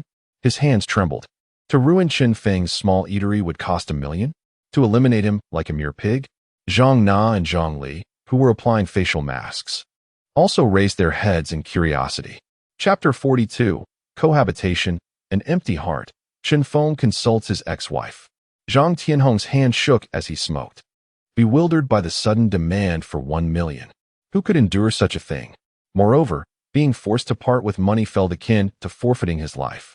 What's wrong, Dad? Zhang Na inquired. All right, he responded repeatedly to whatever was being said on the line. All right, black brother, I will pay that 1 million. But you must utterly demolish that shop and ensure that Brat receives his due retribution. Zhang Tianhong gritted his teeth, his face contorting in pain. After hanging up, he exhaled deeply, slamming his phone down with force. It shattered against the tiled floor. Rubbing his bald head, he sank onto the sofa. Before Zhang Na and her mother could ask, he spat out, Chen Feng and his crew have been taken to the police station. As a result, those 4 ruffians had to pay 200,000, or else they would face criminal charges and imprisonment. Chen Feng broke their legs, yet he faced no consequences. All the bystanders provided free testimony in favor of him. Zhang Li and Zhang Na exchanged glances, bewildered. They saw clearly. Chen Feng had broken someone's leg. Logically, he should be imprisoned. Yet, this was the outcome? Every passerby testified for that worthless individual? On what grounds? What enchantment does that little snack shop possess? Zhang Na increasingly found her ex-husband incomprehensible. How infuriating. You all say, when matters are unresolved, they instead demand exorbitant prices. Zhang Tianhong's face contorted with rage. That old black man was indeed unscrupulous, claiming that his subordinate, Xiao Wang, required money to get things done. Otherwise, the matter would remain unresolved. At this point, Zhang Taihong was furious, demanding 1 million from him. This felt unjust and made his liver ache with anger. You've chosen the wrong person, Zhang Taihong. This is 1 million, not a mere few thousand. Not only did the matter fail, but it also cost money. You wasteful fellow. Zhang Li scolded, her own anger rising. Foolish woman, say that again. Zhang Taihong glared. He was so enraged he couldn't sleep. This wretched woman was provoking him again. It seemed they were on the verge of another quarrel. Enough. Zhang Na exclaimed with irritation. I can afford 1 million. However, that shop of Chen Feng's must be rendered unsustainable. Very well. Zhang Taihong nodded, reassured. Next, the 4 blonde big brothers would intervene, the one named Wang Chong, who the old black man said had previously committed murder and had just been released from prison. This time, it would surely succeed. Zhang Tiehong's forehead throbbed with veins bulging. Just like that, 1,000,000 would vanish. The three remained silent, all too furious to sleep. Zhang Na's beauty chain store was already struggling. And now they had gifted away 1,000,000 for nothing. Ding-ling-ling. At that moment, the mobile phone on the coffee table lit up. Someone was calling. It was Chen Feng. Zhang Na picked up the phone, and Zhang Li and Zhang Taihong exchanged glances. Why was he calling so late? Did that worthless Chen Feng guess that they were behind today's incident? They had been so careful to keep it secret. Answer it and see what's going on. Zhang Taihong sneered. Even if he guessed, what could he do? That would be audacious. Zhang Na pressed the answer button and switched to speaker mode. Who is it? Calling so late at night? Zhang Na feigned being groggy, her voice languid. Zhang Na, was tonight's incident orchestrated by you? Chen Feng asked through gritted teeth. What incident? I'm sleeping. Chen Feng, calling so late. Are you out of your mind? Zhang Na replied, somewhat flustered, her voice rising sharply. Chen Feng felt a chill wash over him, as if he were submerged in ice. He understood his ex-wife. Once she began to lie, her speech would become slightly stammering. Moreover, her loud reprimand was perfectly timed to mask her inner turmoil. Zhang Na, I am telling you, have Wang Ji's people cease their actions immediately. Otherwise, I cannot guarantee Wang Gu and his gang will remain unharmed. I will make it my mission to eliminate you first. Do not think I am jesting. Should there be another incident, I will come directly to you. Chen Feng adopted Lu Qi's tactics, issuing a straightforward warning. If he could not resolve the trouble, he would eradicate its source. The lengths to which his ex-wife had stooped were despicable, and the facade of their relationship had completely shattered. They were no longer connected. Chen Feng would no longer retreat a single step. Today, his ex-wife was fortunate enough not to appear before him. Otherwise, it would have been a scene of madness. Zhang Na, with insufficient breath, was hurling insults. You worthless fool. How dare you touch my daughter? Zhang Taihong rushed over, cursing vehemently. Chen Feng abruptly severed the call. In the living room, Zhang Na and the others exchanged glances, enveloped in a heavy silence. It was nearly 3 in the morning. Chen Feng composed himself and gently opened the door. He was taken aback. The living room was illuminated by a soft, yellow light. As he stepped inside, he discovered Lu Yu leaning against the dining table, resting her chin on her hand. With her long, flowing hair cascading down, her eyes were closed, appearing weary and asleep. Chen Feng changed into his slippers and treaded lightly. Observing Lu Yu's gentle visage under the warm glow, his heart began to calm. She resembled a devoted wife awaiting her husband's return home, embodying a sense of familial warmth. Noticing that Tuan Tuan was absent, he was greeted by Lu Yu's soft voice. Brother Chen, you're back. Just as he passed by her, she suddenly opened her eyes, filled with surprise, and whispered, Tuan Tuan fell asleep an hour ago. She had been waiting for you in the living room, but she dozed off not long ago. I carried her back to her room. Chen Feng moved towards the half-open door and immediately spotted his daughter sleeping soundly on the bed, her long eyelashes seemingly adorned with tears. Guilt welled up within him. A gentle figure with long, dark hair appeared beside him, silently observing. Thank you, Teacher Lu, for today. Chen Feng expressed his gratitude. It's nothing, Lu Yu replied, her gaze fixed on Chen Feng, her fair face suddenly flushed. The scent of Chen Feng lingered in the air. Brother Chen, from now on, please call me Lu Yu. At that moment, Lu Yu felt it was an opportunity, a chance to confess her feelings to him. After all, Chen Feng was now single, and she had every right to pursue him. Thus, she gently parted her lips. Chun, all right. Chen Feng turned. Teacher Lu, it's rather late to head back now. If you wish to return, I can drive you. If not, feel free to stay here. He turned to fetch his toiletries. Lu Yu's courage, which had just surged, receded like a tide. She pouted slightly, displaying a rare, coy demeanor. Noticing Lu Yu's prolonged silence, Chen Feng glanced back. That sounds good, Lu Yu responded with a smile. Tonight, you can sleep with Tuan Tuan then. Upon realizing this, Chen Feng quickly added, or perhaps I should prepare another bed. I will sleep with Tuan Tuan, Lu Yu said, her heart racing. Sharing a bed with Tuan Tuan was akin to indirectly sharing a bed with Chen Feng. The bed would surely carry his lingering scent. Subsequently, Chen Feng prepared new toiletries for Lu Yu. After she finished washing up, he proceeded to freshen himself. When he completed his routine, Tuan Tuan's room still had its door ajar. Knock, knock. Chen Feng rapped lightly on the door, refraining from pushing it open directly. What if Liu were changing at that moment? Come in, Liu replied. As he entered, he found Liu already undressed, nestled under the covers on his bed, while Tuan Tuan slept soundly in her little bed beside her. Good night, Chen Feng said softly. Good night. The door closed softly as Lu Yu reluctantly spoke. She took a deep breath, her face illuminated with happiness. Although her confession had not succeeded, she felt content. She had taken another step closer to Chen Feng. The night passed in silence. The following day, Chen Feng, who had slept on the sofa, was awakened by the ringing of his phone. Chen Feng, your dad said we're having dinner at my place today, since we're taking a day off. The call was from Lu Qi's wife, Li Yan. Without much thought, Chen Feng replied, all right. Given that Lu had helped him immensely the previous day and that he wasn't opening the shop today, it was a perfect opportunity to gather. Before long, Lu Yu awoke, while Tuan Tuan continued to slumber. After exchanging greetings with Chen Feng, she went to freshen up. Chen Feng prepared breakfast. A bowl of plain noodles topped with a fried egg. It smells so good, Lu Yu exclaimed, her long hair cascading over her neck, exuding a homely charm.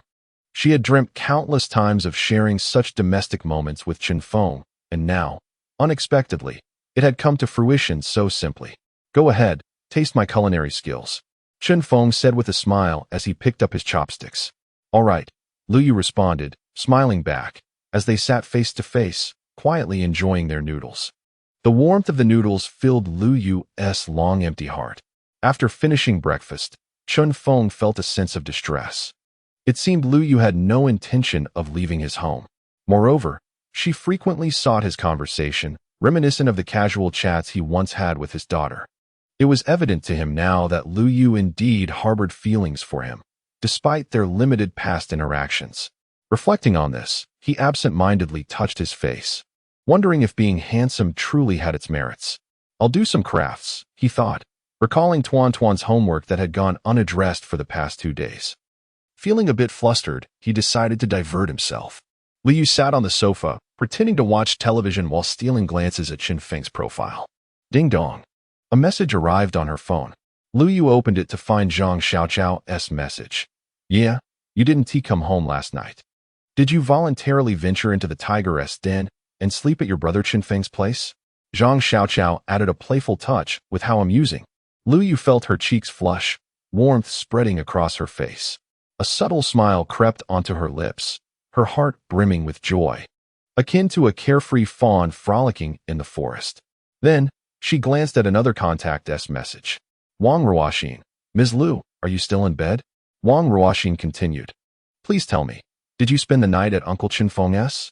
Lu Yu let out a soft hum, seizing the opportunity while Chen Feng was distracted. She quietly took a candid photo of him and clicked send. Finally, she felt a surge of triumph. A wail echoed in a pink room, a voice filled with anguish. Chapter 43. The Daughter's Subtle Provocation to Chen Feng.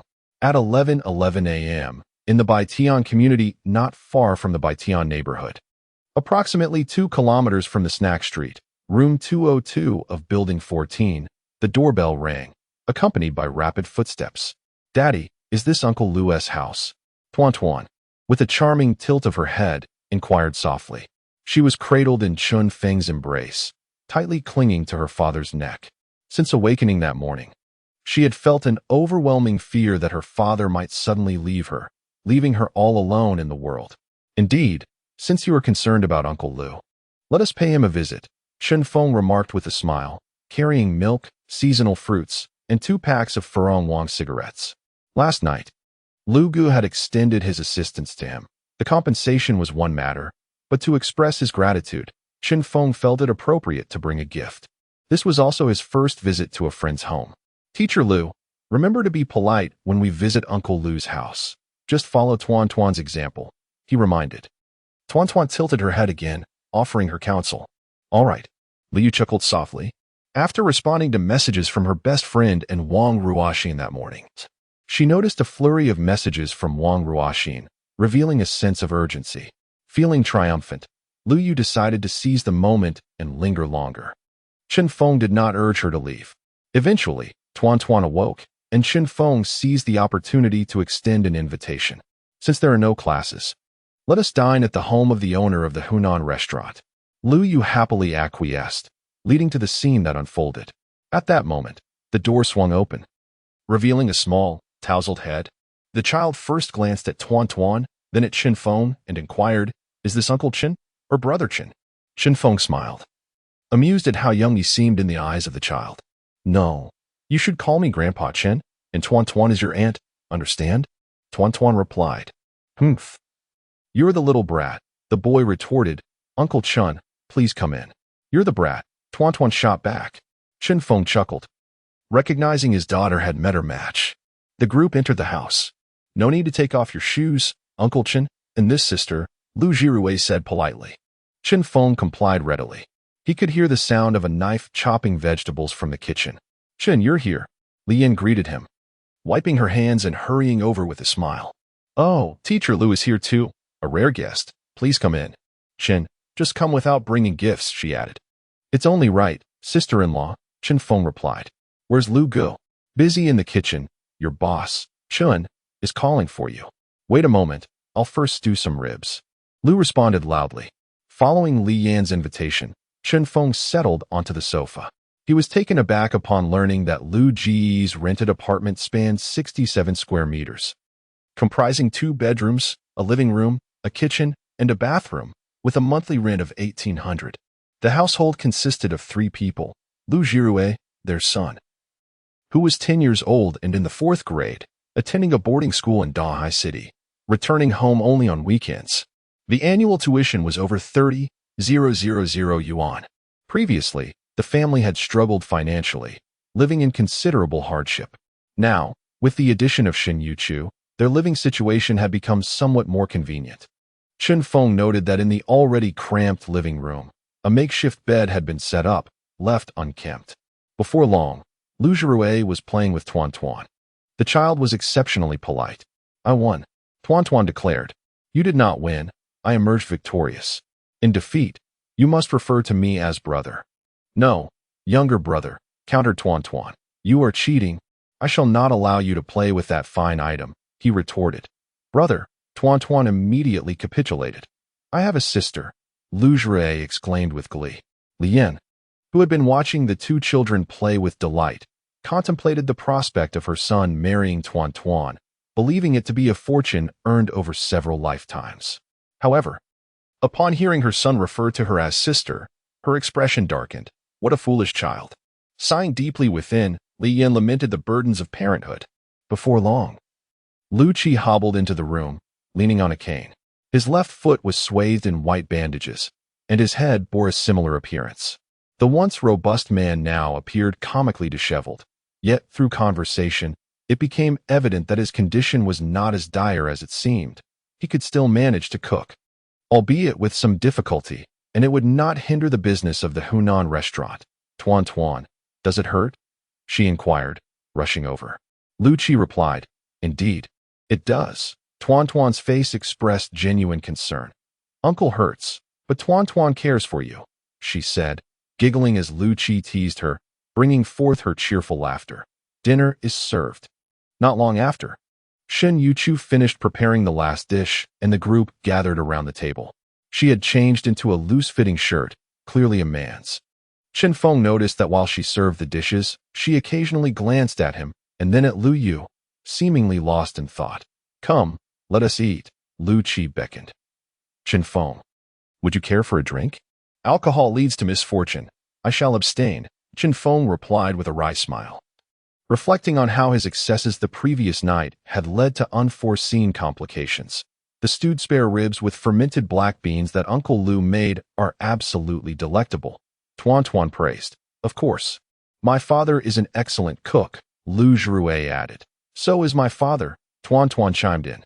"Teacher Lu, Auntie, do partake, do not be shy." In an instant, the atmosphere in the living room transformed to one of joviality. As Lu Qi sipped his drink, he inquired, "Chen Feng, if the shop remains closed today, you must be losing over 5,000 yuan, right?" "Those rascals," It's of no concern. Money is not paramount. Chen Feng shook his head. After 3 exhausting days, a rest is quite welcome. Moreover, as long as there is news from Huangshi, we can open a new channel for selling pickled cucumbers. The profits will flow in effortlessly. Upon realizing that his ex-wife was behind the previous night's debacle, Chen Feng understood the necessity of quickly amassing his own capital. No, Uncle Lu. The following day, my father informed Tuan that the net profit had reached 15,000 yuan. She mumbled through a mouthful of spare ribs. A loud clatter ensued. Li Yin was stunned. The business at Boss Chen's place earns in a single day what our Hunan restaurant does in a month. Lu Qi suddenly found his drink lost its appeal. Lu Yu looked at Chen Feng in disbelief. A small eatery is so lucrative. Shin Youchu's mouth fell agape. The boss makes such a fortune. Everyone was astonished. While they had anticipated a profitable venture, they had not imagined it to be this lucrative. Why not, Chen Feng? I could lend a hand. Shall we open the shop this afternoon? Lu Qi suggested. We cannot turn our backs on money. Li Yin encouraged. It is fine. There is no rush to earn money. Chen Feng insisted. Those scoundrels. Lu Qi uttered a curse, quickly covering his mouth afterward, mindful of the 2 small children present. A group of people joyfully began to eat.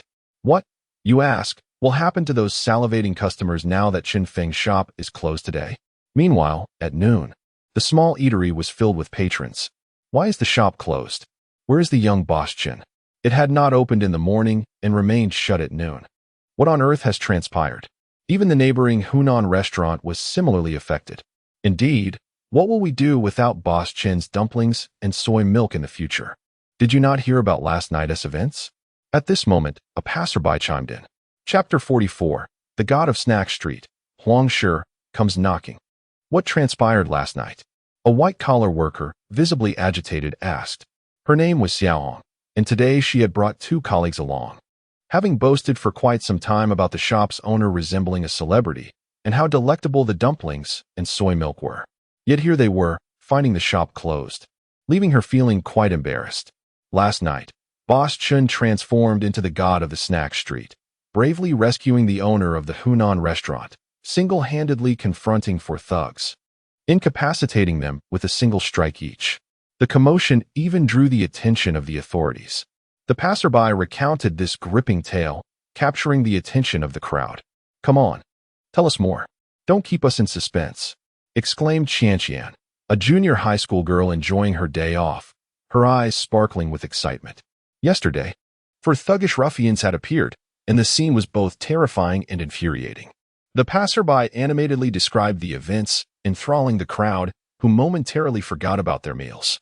As they listened to the Hunan restaurant owner standing up for Boss Chen, enduring injuries to his legs and head, everyone held their breath. Those 4 thugs were utterly despicable. In the end, intoxicated Boss Chen transformed into the god of the snack street, delivering justice with a punch to each of the 4 thugs, avenging the Hunan restaurant owner. Eventually, the authorities arrived. Some young women in the crowd felt their hearts race. Was Boss Chen not the epitome of masculinity? Such a man instills a profound sense of security. Wait a moment, if Boss Chen exacted revenge like this, wouldn't he be arrested and charged with intentional assault? One person exclaimed, clearly knowledgeable about the law. Will we be deprived of dumplings and soy milk from now on? Surely not, those wretched thugs. The crowd expressed their outrage. At that moment, a cheerful elderly lady approached, rubbing her lower back. Is Boss Chen not opening his shop today? She inquired, smiling. You need not worry. Boss Chen was not apprehended. The matter was resolved, albeit rather late. Thanks to him, I managed to earn 50,000 by merely twisting my back, she declared. The crowd immediately turned their attention to her. What miraculous tale was this? Aunt Wang began to recount her story. Remarkably, her minor injury had led to the thugs compensating her 50,000. Huh, those thugs got their comeuppance, losing 200,000 in total. How delightful. As soon as the crowd learned that Boss Chen was unharmed, they breathed a collective sigh of relief. Aunt Wang pointed towards the neighboring Hunan restaurant, asserting, If you do not believe me, just look at the glass door where Boss Lu's phone number is posted. He shares a good rapport with Boss Xiao Chen. You may call him to inquire. Allow me to make the call, said a white-collar worker named Xiao Hong, who promptly dialed the number. Moments later, the call was connected. "Hello, this is Lu Ji. Who is this?" Lu Ji answered, while chewing his food. He then cast a peculiar glance at Chen Feng as the customer inquired how long the restaurant had been open, expressing anticipation for their meal. At that moment, at least a dozen patrons were waiting outside the snack shop. Li Yin, Lu Yu, and Shun Yuchu listened, astonished. The snack shop had only been in operation for 3 days, and already it had cultivated a loyal clientele. They were even pestering Lu Ji for a meal. It was utterly ridiculous. "Tomorrow we will resume normal operations," Chen Feng said, chuckling as he slapped his forehead. He had not anticipated such popularity. Otherwise, he would have posted a notice at the shop entrance in the morning. The flavor of the traditional dishes exceeded his expectations. "Brother Lu, please inform her that we haven't prepared the ingredients for today, so she'll have to wait until tomorrow." "All right." After explaining, Lu Ji was about to hang up when another call came in. "Boss Lu, this is Huang Shi, seeking Boss Chen." "Thank you." Lu Ji handed the phone to Chen Feng. "Hello, this is Chen Feng. What can I do for you, Boss Huang?" Chen Feng inquired. "It's regarding the smashed cucumber dish." "What do you think?" Huang Shi responded. "Let's discuss it tomorrow when the shop opens." The two exchanged a few more pleasantries before Chen Feng ended the call. Lu Ji took back the phone and asked, "Smashed cucumber? What is going on?" Chen Feng chuckled. "It's about selling smashed cucumbers at Brother Lu's Hunan restaurant. Someone wants to partner with me to promote it to other eateries." Lu Ji gasped in surprise. If what Chen Feng said was true and the production could keep up, the profits would be substantial. The women were equally astonished. Lu Ji added, "They could also assist in advertising your snack shop." "That's a splendid suggestion." Chen Feng replied with a smile. "All right, enough business talk. Let's eat before the food gets cold," Li Yin urged. Suddenly, Lu Ji lost his appetite. If his Hunan dishes were this popular, he would be smiling in his dreams. After the meal, Chen Feng and Lu Ji engaged in casual conversation about the restaurant industry, while Lu Zhirui and Tuan Tuan played games.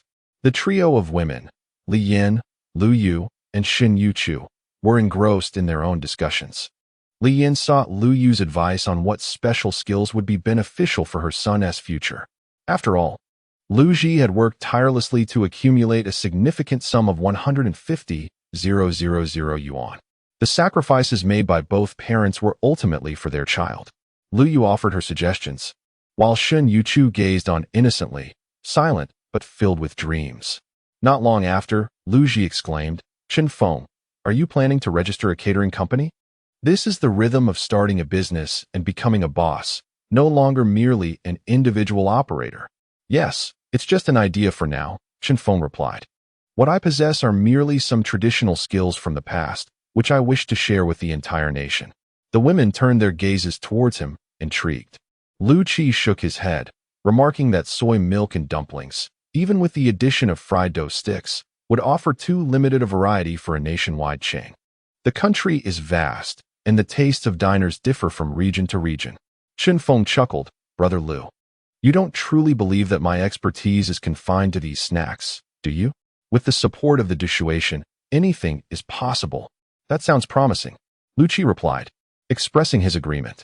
With the conversation thus set up, Chen Feng continued, "Brother Lu, you know, although I have yet to register my company, I have signed a labor contract with Yu Chu. She will be the first employee of my future enterprise." Lu Qi nodded thoughtfully, acknowledging that this was indeed a stroke of luck for Auntie. Xin Yuchu smiled innocently, her small hands clasped together. For some reason, Lu Yu suddenly felt a pang of envy towards Xin Yuchu. Chen Feng elaborated, "Since she will be an employee of my company, I am an honest person and intend to provide staff uniforms and accommodations. Though it may be a bit forward, I'd like to propose that I either rent a place for Yu Chu or she could stay with me. After all, she is my employee." Upon hearing this, Lu Qi fell silent, puffing on his cigarette, and gave Chen Feng a silent pat on the shoulder. Lu Qi understood that Chen Feng was concerned about Yu Chu being cramped in their home, seeking instead to assist from a different angle. He felt a surge of gratitude in his heart. "I shan't say much more. This is ultimately Yu Chu's decision. However, since your company isn't registered yet and you only have one employee, it would be a waste to rent a place. Let her stay with you for now. Having more women around the house can be advantageous." Shin Yuchu blushed even deeper. Lu Qi turned to Auntie, asking, "Are you going?" "Of course, why not?" Li Yin replied with excitement. "It's too cramped for Yuchu to stay with us. It complicates things for me and her father. Since Yuchu is working with Boss Chun, he should certainly arrange her accommodation. Auntie, you are an adult now and must be self-sufficient. You can't always rely on your nephew's care, can you?" Li Yin didn't concern herself with lofty ideals. She simply recognized that Chen Feng was indeed a benefactor for their Lu family. Moreover, despite Shin Yuchu's village girl attire, women understand women. Li Yin knew well that her Annie had a stunning figure, with a full bosom and a slender waist, truly a beauty, quiet and reserved. She was renowned as a great beauty in their region, attracting countless admirers. Now that Chen Feng was single and had a child, if Annie were to move in with him, she would be in prime position to capture his heart. What if Auntie and Chen Feng fell in love and married? They would become relatives, woven into the very fabric of family. Thus, Li Yin deliberately played the villain, casting fervent glances. In that moment, several eyes turned toward her. Shin Yuchu's innocent face flushed deeper, her fingers fidgeting beneath her clothes. Would she truly be living with her boss in the future? Would she accept it? Lu Qi inquired once more. Lu Yu watched silently, feeling a twinge of jealousy. Chapter 45. Lu Yu's Silent Lemonade. The daughter's provocation, I would be willing. Shun Hanhan spoke in a hushed tone, lowering her gaze as she exchanged glances with Chen Feng. How wonderful. From now on, Sister Yuchu will be staying at our home. Tuan Tuan exclaimed exuberantly. After observing her yesterday, she found Sister Yuchu's gentle voice to be utterly enchanting, embodying the essence of a perfect future mother. She possessed countless ways to captivate their father, albeit temporarily. Chen Feng felt compelled to clarify. Is Yuchu really moving in with me? Lu Yu stood speechless, suddenly envious and at a loss for words. In the heat of competition with Wang Ruoxin, she realized that the third party had intervened far too swiftly. Their rivalry seemed futile. Well, Chen Feng only regards Yuchu as an employee, Lu Yu silently mused, feeling the urgency to act. As soon as Shin Yuchu agreed to reside in Chen Feng's home, Li Yin promptly assisted her in packing her belongings, seemingly anxious that Chen Feng might have second thoughts. Meanwhile, Chen Feng continued his conversation with Lu Qi once Shin Yuchu had finished packing. Lu Qi remarked, Chen Feng, I know you need to soak the soybeans early, and you have preparations to make in the afternoon, so I won't keep you any longer. Chen Feng and Tuan Tuan bid farewell. They returned as a quartet, and Chen Feng cast a glance at Lu Yu, aware of her affections for him. After contemplating this in the morning, with Shin Yuchu present and Tuan Tuan alongside, he felt hesitant to have a serious discussion with Lu Yu, let alone dismiss her. Tuan Tuan, now that Yuchu is living with us, what do you think we should do next? Chen Feng inquired deliberately. A grand shopping spree, Tuan Tuan declared enthusiastically. Thus, Chen Feng led the three women to hail a cab, heading to a nearby large shopping mall. The four of them could not ride a small electric scooter, unless Chen Feng was willing to risk being stopped by traffic officials. He silently resolved to earn more money to buy a car soon. Otherwise, outings would remain inconvenient. Upon arriving at the shopping mall at Tuan Tuan's insistence, the two women held on to her as they wandered about, with Chen Feng trailing behind. They undoubtedly drew the attention of mall-goers, boasting an almost perfect rate of stares. The group was strikingly eye-catching. The man was handsome, the women were beautiful, and the little one was irresistibly adorable. Daddy, I want ice cream. All right. Daddy, I want to buy that doll. Sure. Daddy, that outfit looks great. And there are adult sizes too. Let's buy one for Sister Yuchu as well. No problem. Lu Yu quietly sipped her lemonade, watching as Shin Yuchu tried on clothes, diligently helping Tuan Tuan adjust her sleeves. At times, she felt like an unnecessary presence. By the end of the afternoon, Chen Feng had purchased clothes and numerous toys for his daughter, compensating her for the fright she experienced the previous night. With his daughter's enthusiastic support, even though Shin Yuchu persistently declined, Chen Feng insisted on buying her several outfits. I'll deduct it from your future salary, he stated. All were reasonably priced, comfortable items, each costing around 100 or 200. Chen Feng would not splurge on anything too extravagant. After all, Shin Yuchu was merely his employee.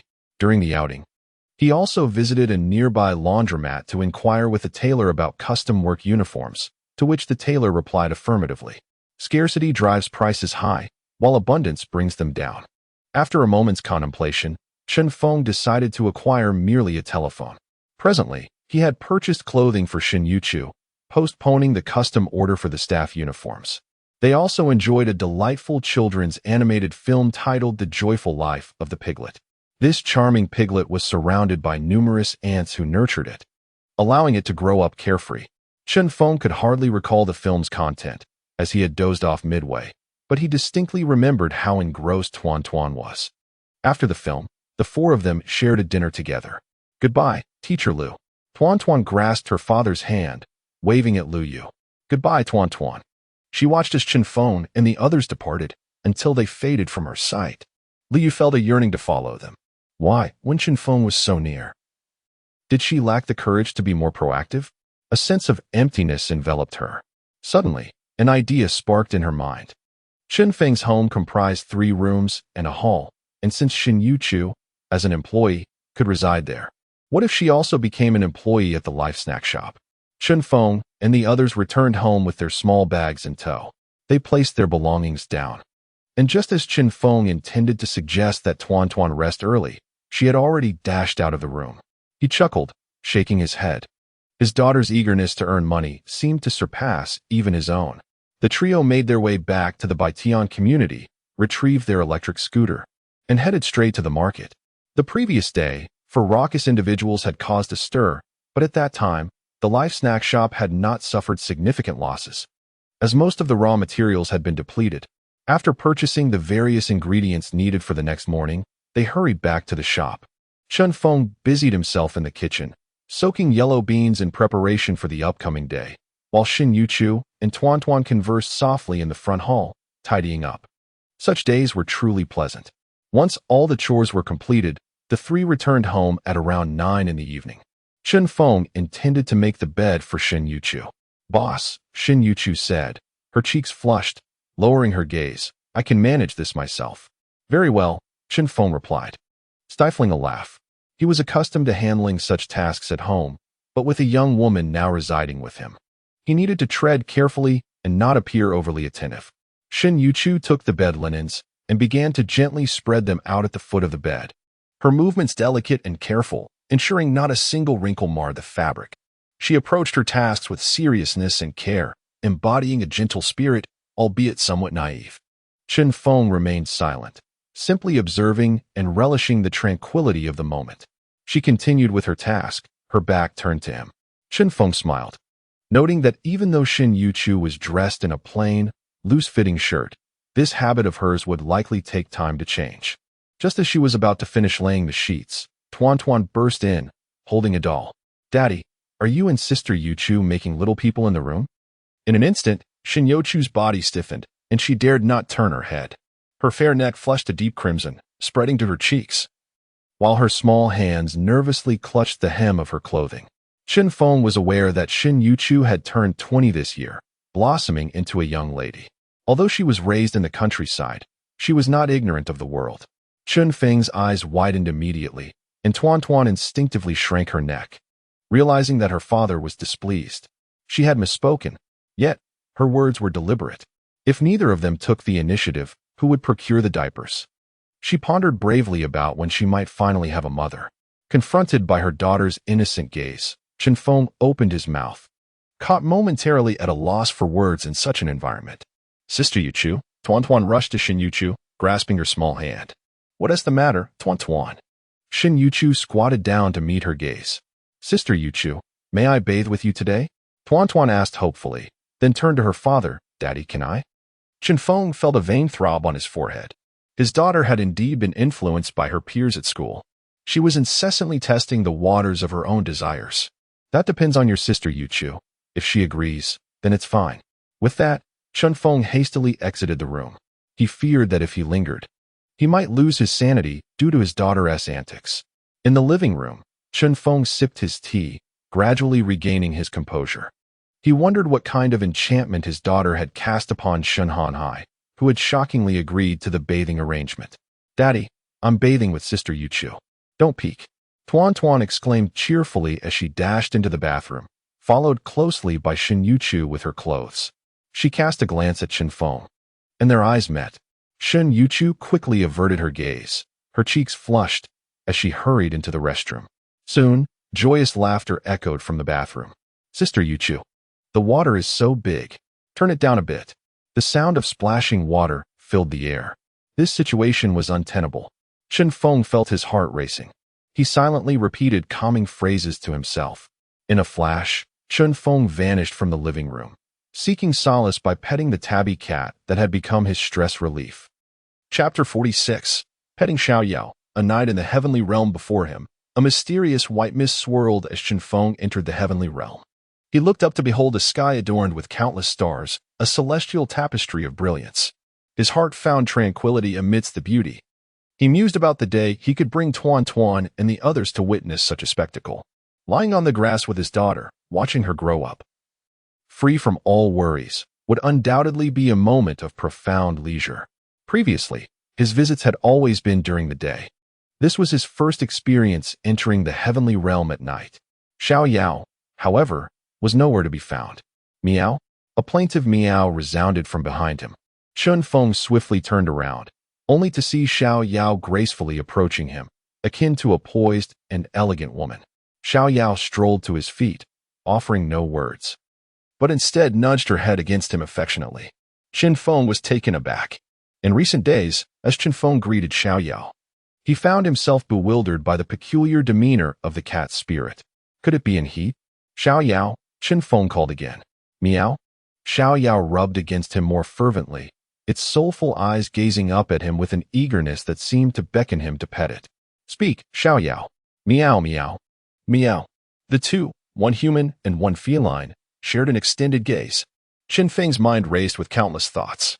Had the arrival of night rendered the tabby cat spirit senseless? Suddenly, he felt Xiaoyao wrap its limbs around his thigh, as if refusing to let him leave unless he indulged it. Chen Feng chuckled, surprised that his modest goal of petting a cat had been so swiftly fulfilled, and even more so, that it had come to him willingly. "If my daughter dares to provoke me, I can tolerate that. But you too? Then I shall not hold back." Chen Feng squatted down and embraced Xiaoyao. "Meow?" He stroked its neck, running his hand down its back, savoring this moment he had long anticipated. The cat purred with contentment, its eyes reflecting sheer enjoyment. Yet, he wondered what was truly happening. As he strolled toward the fields, a sense of mystery regarding the realm of Do Shuidian deepened within him. He observed that the cucumbers in the field had flourished abundantly, growing larger than before. Chen Feng refrained from picking them, knowing that the passage of time differed between Do Shuidian and the real world. If he were to harvest them now, by the time he returned tomorrow, they might have wilted. Nevertheless, he plucked one cucumber, casually wiped it, and took a crunchy bite. "Delicious." "Meow?" Xiaoyao, nestled in his arms, watched him intently. "Would you like some too?" Chen Feng pinched off a piece and offered it to Xiaoyao, who was clearly a glutton at heart. Splash! From a distance, the pond erupted in a flurry of water. Chen Feng approached to investigate. The lake's surface lay tranquil. Moments ago, a fish had leapt from the water. He was quite skilled at fishing and swimming, but decided against entering the water. He recalled Xiaoyao's warning not to ask questions that should remain unasked, for there might be hidden dangers in Do Shuidian. The entire realm was visible in its entirety at a glance, and if there was a significant threat, it surely lay within the depths of that pond, perhaps concealing a bottomless abyss or even water spirits. Chen Feng's mind wandered to ghost stories he had heard in the past. Suddenly, Xiaoyao leaped from his arms, plunging directly into the pond with a splash. "Xiaoyao!" Chen Feng exclaimed, hesitant to act rashly. He remembered that this tabby cat was adept in the water, so he stood by the pond's edge, waiting. Soon, there was a vigorous splashing sound. A vibrant fishtail writhed, and Xiaoyao's head emerged from the water, triumphantly clutching a sizable grass carp, which it swam back to the shore. "Meow?" Xiaoyao dropped the fish, shaking its body, sending droplets flying. Chen Feng shielded his face, chuckling at the absurdity of the situation. "Is this fish your reward for my affection?" "Meow?" "Thank you," he thought, feeling a deep sense of satisfaction within. The fish was exquisitely delicious, comparable to the mythical dragon meat from the heavens. Just a couple of days prior, Chen Feng had savored a few bites, and the taste lingered vividly in his memory. He picked up the fish, its tail thrashing vigorously in his grasp, its mouth opening and closing as if it were begging for mercy. Chen Feng approached the thatched cottage, with Xiao Yao trailing closely behind. Upon reaching the entrance, he hesitated to knock, even though he was eager to acquire the ancient craft anew. He set the fish down and stood in the open space before the cottage, adopting the initial posture of Tai Chi transitioning from stillness to movement. He began to practice slowly, synchronizing his breath with each motion. Xiao Yao, with curiosity gleaming in her feline eyes, remained by his side, watching intently. With each deliberate move, Chen Feng immersed himself in the essence of Tai Chi, gradually achieving a deeper tranquility within. The previous day had been tumultuous, with Huang Mao causing a disturbance, only to be subsequently intimidated by Wang Ji's associates. Despite calling his ex-wife, the unpredictable Zhang Na posed a threat if she acted irrationally. Chen Feng recognized the necessity of cultivating his own self-defense capabilities, at the very least. He believed in the adage that preparation is key. Having dealt with Huang Mao's antics, he had gained profound insight into the power of Tai Chi. Feeling as though he had been battle-hardened, uncertain of whether his ex-wife would relent or if Wang Gu would continue his provocations, Chen Feng understood that Tai Chi was his source of confidence. He could not afford to show weakness, for the more timid one appeared, the more aggressive the adversary became. Should future disturbances arise, a fierce resolve flickered in Chen Feng's eyes. He would not be merely a passive target. A man must possess courage and take the initiative. He envisioned striking back fiercely, landing powerful blows on his ex-wife, kicking his father-in-law, and delivering sharp slaps to his mother-in-law. As he practiced, the sounds of his strikes resonated in the air, transitioning from gentle to increasingly forceful. After completing a set of movements, Chen Feng found himself sweating. Gaining a deeper understanding of Tai Chi, Xiao Yao had seemingly wandered off. Taking a deep breath, Chen Feng approached the thatched cottage once more. He knocked, calling out, "Is anyone there?" The door creaked open on its own, revealing the familiar figure of a statue inside. A surge of joy filled his heart. Indeed, his suspicions had been confirmed. Daily, he would be able to receive a legacy of the ancient craft. Before him stood the statue of an elderly man, wielding a stout wooden stick as he stirred a large vat, his arms muscular and powerful. Within the vat floated numerous unknown fragments. Behind the old man were a series of sealed large vats and a stove, from which steam billowed. Chen Feng gazed upon the statue, perplexed about what ancient skill this might represent. In an instant, the stone figure transformed into a dense mist, surging into Chen Feng's mind. With a thud, he collapsed at the entrance of the thatched cottage. "Ah, Sister Yuchu, that feels wonderful," he exclaimed. "Can we bathe together every day?" Tuan asked eagerly. "Of course." Shin Yuchu replied with a smile, reflecting that Tuan was now old enough that the owner would likely find it inconvenient to bathe his daughter. Thus, she took on the responsibility. Tuan was clad in her pajamas, and so was Shin Yuchu. Beneath the loose-fitting pajamas, her bosom swelled, nearly straining the fabric to its limits. Her hair cascaded smoothly over her shoulders, and a pair of perfectly proportioned, fair legs swayed beneath her shorts. Standing at a delicate height of 166 centimeters, she embodied petite perfection. As she opened the bathroom door, a cloud of steam rushed out. Her father was asleep. They noticed Chen Feng sprawled on the sofa. Chapter 47. Another blind fool voluntarily steps to their doom with a patter of footsteps. Chen Xiaowan hurried back to the bedroom. Shin Yuchu, with a blend of innocence and boldness, gazed at her boss's profile. After all, he was asleep. His lips were thin, pressed tightly together, and his brows slightly furrowed. Having gone through a divorce, he bore the burden of raising Tuan alone while striving to earn a living, which was undoubtedly arduous. Shin Hanan contemplated silently. Suddenly, a voice pierced the silence. "Ah, Yuchu's sister, I caught you peeking at Daddy." It turned out Tuan had stealthily emerged with a thin blanket, making no sound. "Do you like my daddy?" she asked. Shin Yuchu's face flushed crimson, her flustered gaze darting away from Chen Xiaowan's sparkling eyes. "I do not," Shin Hanan replied softly. "But many people like my daddy, Yuchu's sister. You must act quickly." Tuan Tuan whispered conspiratorially as she inched closer to Shen Yuchu. With that, she made her way toward the sofa. What a mischievous little one. At her age, she ought to be cared for, yet here I am, the one looking after her. I am still but a child. Slowly, Tuan Tuan wrapped the blanket around Chen Feng. Shen Yuchu observed her, realizing Tuan Tuan was not wrong. From what she knew, at least Teacher Lu and Wang Ruoxin harbored affections for their boss. The gaze of a girl in love could never be concealed. Once Tuan Tuan finished covering her father, she returned to Shen Yuchu's side, taking her small hand and beckoning her closer. With a playful grin, Tuan Tuan said, Shen Yuchu, since Daddy is sleeping on the sofa tonight, you shall keep me company. Tuan Tuan mused to herself, how fortunate it is to be Daddy's daughter. Yesterday, I slept with Teacher Lu, and today I have Yuchu's sister. Perhaps I shall coax Ruoxin's sister into bed next time. My dream of sleeping with many mothers is on the verge of realization. In the future, we shall all snuggle under one big blanket. Ha ha ha. Before Shen Yuchu could refuse, Tuan Tuan pulled Shen Hanan into the bedroom. That night, Chen Feng slept soundly until 3:55 a.m. Alarmed, he jolted awake. The room was shrouded in darkness, with only a faint yellow light illuminating the living room. He glanced at the wall clock, marveling at how restful his slumber had been. His daughter had not awakened him. Chen Feng had not anticipated that.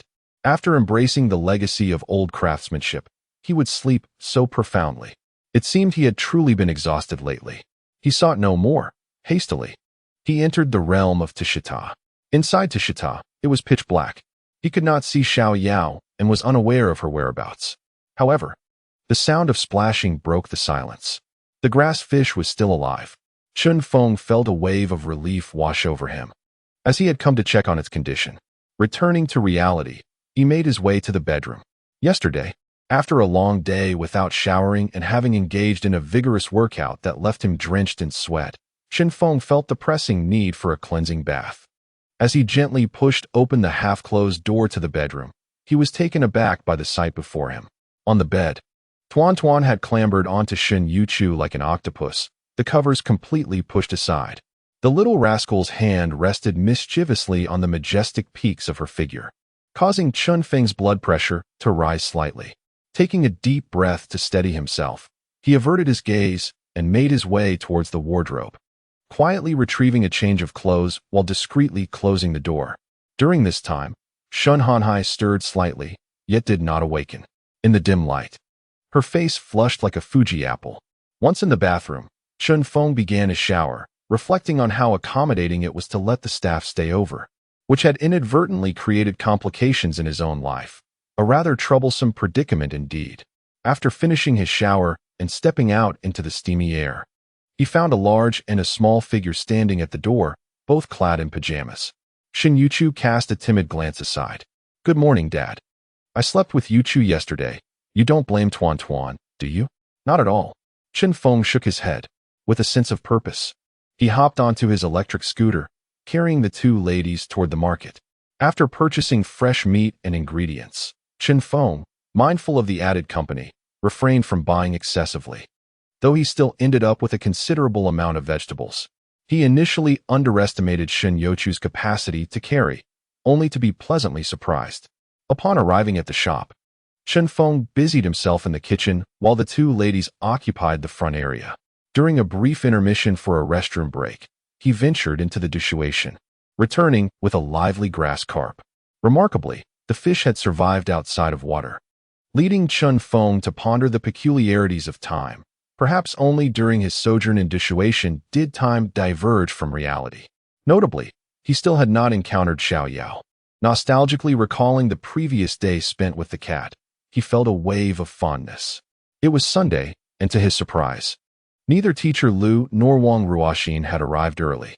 After finishing breakfast, the trio noted the absence of the elder Chen, who typically frequented the establishment at this hour. Even the usual cohort of dedicated programmers had not appeared. Chen Feng mused, has the allure of our little eatery diminished, or have they simply grown indifferent? Chuckling to himself, he speculated that perhaps they had seen the shop closed the day before, which might explain their absence. As the clock struck 5:40, the streets began to fill with people. Chen Feng observed the breakfast stalls across the street slowly opening their doors, and soon thereafter, customers began to trickle into his own shop. Phew, old Wang didn't deceive me. Today, indeed, little boss Chun has opened for business. A lady entered, exclaiming, "Little boss, I'll have 3 baskets of mushroom and pork dumplings, 3 bowls of soy milk, and 2 crispy fried dough sticks. To go, please." "Just a moment." Chen Feng replied with a smile. "Madam Su, do come in and rest for a spell." Tuan Tuan eagerly called out. The little one, clever from a young age, had memorized the regular customers and instantly recognized the lady. Chen Feng often found himself reflecting on these moments. The elderly residents of the nearby community are inclined to come here for breakfast, yet they refrain from preparing it themselves. The delectable offerings of the snack shop are secondary. Their true intention lies in playfully engaging with Tuan Tuan. After all, many of these grandmothers and grandfathers have no grandchildren of their own. Tuan Tuan's undeniable charm elicits their envy. "Oh, Tuan Tuan is here too," Aunt Sue exclaimed with a smile as she picked up Tuan Tuan. During the wait, Aunt Sue remarked, "Boss Chun, when will you become my fortune god?" "What fortune god, Aunt Sue?" Tuan Tuan queried. Chen Feng was equally curious. "The day before yesterday, Aunt Wang twisted her waist and earned 50,000 yuan. This news has spread throughout our community," Aunt Sue continued. "Now my old friends are clamoring to come here to eat, hoping to test their luck." Chen Feng could only chuckle in disbelief. What a fortune god! More like a harbinger of misfortune. Aunt Wang simply had good luck. Just as Aunt Sue had said, after she departed, business in the shop improved significantly. "Boss Chen, 2 baskets of dumplings and 2 bowls of goji berry honey porridge. You know, as one ages, one must prioritize health. Here, 2 youtiao and 2 bowls of soy milk." Grandpa Zhang added, "You see, every time I eat here at Boss Chen's, my old partner always complains, asking if I no longer love her. Why I don't enjoy her breakfast anymore. After decades together, her breakfast has become the same old 3 dishes. How could I not love her? It's just that Boss Chen's breakfast is simply too delicious. Oh, don't even get me started. When I eat here and bring some back, my spouse devours it happily while chastising me for wasting money, calling me a spendthrift." The 2 elderly men exchanged glances, each with a sigh, their eyes reflecting mutual respect. Soon, the shop was filled with patrons, and a queue was forming. Business was thriving more than ever. Aunt Wang approached with a basket of vegetables and whispered, "Boss Chun, someone has come seeking trouble again." Chapter 48. Rewards for Tuan Tuan and discussions of collaboration. Grandma Wang, what is a competitor? Little Chen Tuan inquired, fluttering her big eyes as she leaned in. "Tuan Tuan, do you see that dumpling shop across the street? The other day, I thought Boss Chun had gotten into a fight, but yesterday they started selling soy milk and various steamed dumplings, even offering several types of soy milk. Let them open their shop. I will sell my own," Chen Feng replied, glancing over and shaking his head. In this day and age, he had no control over others' businesses, nor did he wish to. It sufficed for him to concentrate on managing his own snack shop, even if he sold the same type of snack. With his solid traditional skills as his foundation, did Chen Feng truly fear that others would steal his business? Moreover, they would likely follow trends too quickly and perish just as fast. This was Chen Feng's confidence. Haha, Aunt Wang chuckled. Boss Chun is indeed assertive. Many, having noted that Boss Chun did not open the shop yesterday, ventured over to try their offerings. "I went there yesterday too. The taste was rather lackluster," she remarked with a huff. Tuan Tuan appeared discontented. "The outsiders are hit or miss." "Indeed, nothing can compare to the authentic flavor," an elderly man chimed in. "Exactly. Only here can one find the delightful soy milk that the immortals drink." The patrons within the establishment chimed in unison. "By the way, Aunt Wang, is your back feeling any better?" Chen Feng inquired with genuine concern. "Yes, it got better yesterday," Aunt Wang replied with a smile. "I found myself an unexpected windfall of 50,000 yuan. Then Aunt Wang must treat us today," an elderly gentleman teased jovially. "Oh, off you go?" Aunt Wang retorted playfully. "Little Chun, I'll have 2 baskets of lamb and scallion dumplings and 3 bowls of soy milk to go, please." "Certainly." Perhaps fearing an encounter with familiar patrons who might offer to treat her, Aunt Wang swiftly departed after her order was packed. A notification of 30 yuan arrived. "Boss, Add 2 more youtiao, she called out. 3 bowls of soy milk. Thank you. No need for thanks. Tuan Tuan. It's been a day, and you've grown even more beautiful, Su's grandfather commented as a line began to form outside the shop, all waiting for the delectable snacks prepared by Chen Feng. The customers within engaged in light-hearted chatter, embodying the leisurely atmosphere of everyday life in the market. Watching his daughter scurry around the dining table, catering to each patron's needs, a smile inevitably graced Chen Feng's face. With Aunt Wang's reminder, he occasionally glanced across the street. Occasionally, he would spot familiar diners making their way over, often bypassing the northern dumpling house, crossing the road to approach his establishment. Boss Chen, I still prefer your place. The soy milk over there is simply unbearable. Indeed, it's dreadful, merely a concoction of soy milk essence and water, with hardly a drop of milk in sight. Haha, without yellow soybeans, how can it even be called soy milk?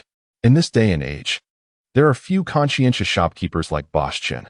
Listening to their conversations, Chen Feng couldn't help but smile. It seemed that the rival shop across the street was overly ambitious in trying to steal his clientele. As time passed slowly, Chen Feng, Lu Yu has arrived, called out a voice. Today, she wore a light blue shawl over a simple white blouse, paired with a light-hued long skirt and white sandals. Her hair was tied back, and this fresh and vibrant ensemble made her appear quite lively, catching Chen Feng's attention. Teacher Lu, welcome. Tuan Tuan greeted eagerly. Just passing by for breakfast, Lu Yu replied, her gaze fixed on Chen Feng. Please, Teacher Lu, you are the esteemed guest, Chen Feng said with a smile. However, he sensed that Lu Yu had come with a certain intensity, perhaps not entirely benevolent. Uncle, I'll have 2 baskets of chive and pork dumplings, she ordered. Before long, Wang Ruoxin and Zhang Xiaohua arrived as well. Wang Ruoxin wore a rather sullen expression. Upon seeing Lu Yu enjoying her meal inside, she let out a quiet huff. She hadn't anticipated that her slip-up in pursuing Uncle would allow Lu teacher to gain such an advantage. Uncle, I know you're no longer hiring because you don't want me to work and study, but I want to give up, the young girl declared boldly. Chen Feng chuckled lightly and replied, I've said before, once the college entrance exams are over, you may come work at the shop. But I want to start working now, Wang Ruoxin insisted. No way. Chen Feng shook his head. He couldn't allow the child's education to be compromised.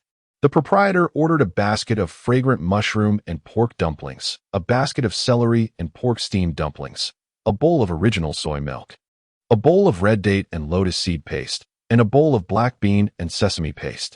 Oh, and 1 crispy fried dough stick, Zhang Xiaohua added. With that, she swallowed hard, pulling her chatty best friend into the eatery. After the 2 ladies finished their meal, Lu Yu, Wang Ruoxin, and Zhang Xiaohua seamlessly joined in to assist at the small shop. Chen Feng found himself uncertain whether to decline their help. With Shun Yuchu overseeing operations, he felt rather superfluous and decided to venture to the nearby Hunan restaurant instead. Lu Qi and Li Yin had arrived earlier in the morning, accompanied by their son Lu Ziru. They exchanged greetings with Chen Feng. Lu Ziru had initially wanted to invite Tuan Tuan to play, but she outright declined, asserting that she was no longer a child and needed to focus on her career, leaving the little boy to amuse himself. This elicited laughter from everyone. Lu Gu, Chen Feng greeted upon entering the kitchen of Lu Qi's Hunan restaurant. Ah, you're here, Lu Qi replied, a cigarette dangling from his lips, surrounded by a rack of ingredients. He was preparing garlic, scallions, and small chili peppers. Despite having a limp, he was still capable of cooking. Where's your sister-in-law? Chen Feng casually inquired. Ziru's mother took him to the market for groceries. You know how it is. I've handed over the grocery shopping duty to her for a while now, Lu Qi explained. Need any help? Chen Feng offered. No need, haha. The tides have turned. I used to ask you for help, but do prepare that smashed cucumber for me. The success of my restaurant relies heavily on your dish, Lu Qi insisted. Not a problem, Chen Feng assured him. After chatting for a while, he took his leave, pondering whether the artisans he might encounter in the celestial realms would possess any medical skills akin to the miraculous Tai Chi techniques of the venerable Long Tianxiang. Perhaps he could attempt to treat Lu Ji's knee and expedite its healing. Time slipped away effortlessly. By 9:40 a.m., breakfast had entirely sold out. Chen Feng headed to the market to procure ingredients for lunch while the 5 women tidied up the shop. Upon his return, he prepared the smashed cucumber and invited Lu Yu, Wang Ruoxin, and Zhang Xiaohua to join him for lunch. Zhang Xiaohua clapped with delight.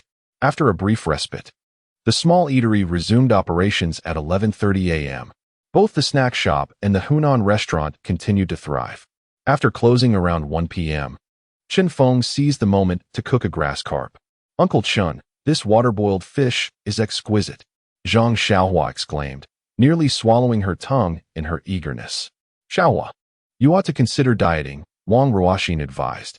Following lunch, Chen Feng embraced the role of the hands-off proprietor. He strolled down the adjacent street, entered an electronics store, purchased an item, and wrapped it as a gift. Upon returning to the shop, he felt it was imperative to reward his daughter for her diligent efforts in her career. At that moment, Huang Shi arrived, jovially driving a dilapidated van. "Boss Huang," he called out, greeting the god of wealth with enthusiasm. Chapter 49. The delight in witnessing other bosses being humiliated outside the store, Chen Feng awaited Huang Shi's arrival. "Boss Huang, how many servings of smashed cucumber can we prepare today?" Huang Shi hurriedly approached, panting. "Yesterday, while delivering, I secured agreements with 10 restaurants, all of which expressed interest in trying. Shall we start with 1,000 servings of smashed cucumber?" "No rush. Let us step inside first," Chen Feng replied. Chen Feng cast a surprised glance at Huang Shi, astonished by his swiftness. Could this be the strategy of moving the supplies before the troops? The two pushed open the glass door and entered the shop. "Dad." "Hello, Uncle." At once, Tuan rushed over, her wide eyes sparkling with anticipation as she gazed at the gift box in Chen Feng's hands. "Brother Chen, Uncle, Boss, Uncle Boss." The cheerful voices filled the air. Huang Shi stood dumbfounded at the sight of the 4 enchanting ladies: Lu Yu, Wang Ruoxin, Shen Yuchu, and Chen Xiaowan. It felt as though he had stumbled into a realm reserved for celestial beings. Each beauty was more stunning than the last. And even upon seeing the slightly plump Zhang Xiaohua, he could not help but think she rivaled the fairest of beauties. During his first visit to the shop 2 days prior, only Chen Feng had been present. He could tell that the ladies gazed at Chen Feng with a sense of infatuation. "I have some matters to discuss with Boss Huang," Chen Feng smiled. Huang Shi nodded at the ladies, involuntarily straightening his posture, his mind racing with thoughts of earning substantial profits and courting beautiful women. Noticing her father was engaged in conversation, Tuan obediently stood aside. Chen Feng and Huang Shi settled at a small table, where Chen Feng graciously handed over the gift box. "This is a reward for you, Tuan, for helping out at Daddy's shop these past few days. You've worked hard." "Really? Thank you, Daddy." Tuan climbed onto Chen Feng's lap, wrapping her arms around his neck, and planted a heavy kiss on his cheek. "Teacher Lu, Sister Ruoxin, Sister Yuchu, Sister Xiaohua, Daddy bought me a gift." With that, Tuan dashed over to the table of ladies, excitedly showcasing her present. Tuan, hurry and open it to see what it is." The ladies were equally curious, surprised that Chen Feng had come to buy a gift for his daughter. They too harbored desires for such thoughtful gestures. Chen Feng watched with a smile. "Boss, tea." At that moment, Shen Yuchu brought over 2 cups of tea. "Thank you, beautiful," Huang Shi replied, accepting the tea with an air of politeness.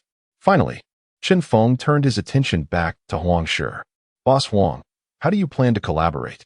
Please, just call me Xiao Huang or Shi. No need for Boss Huang. I'm merely a delivery guy," Huang Shi chuckled, waving his hand dismissively. Chen Feng was the one deserving of the title of boss, surrounded by such lovely ladies and with a daughter so adorable. He was merely a small player in comparison.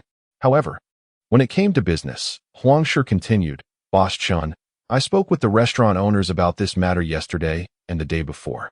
Initially, they were reluctant, unsure of the taste of smashed cucumber. But I have tasted it, and I am confident, being an old friend who delivers to them. My enthusiastic praises convinced them to give it a try. However, they require an advance on the supplies, and we will settle the payment once the stock is sold. How about this?" Huang Shi began to outline his plans. He intended to place the smashed cucumber dish in restaurants, offering a small portion to every table of guests. If the patrons found it delectable, they could order another serving. After all, no restaurant owner would simply take a tiny portion of smashed cucumber, much like Lu Ji, who cleverly utilized this dish to attract customers.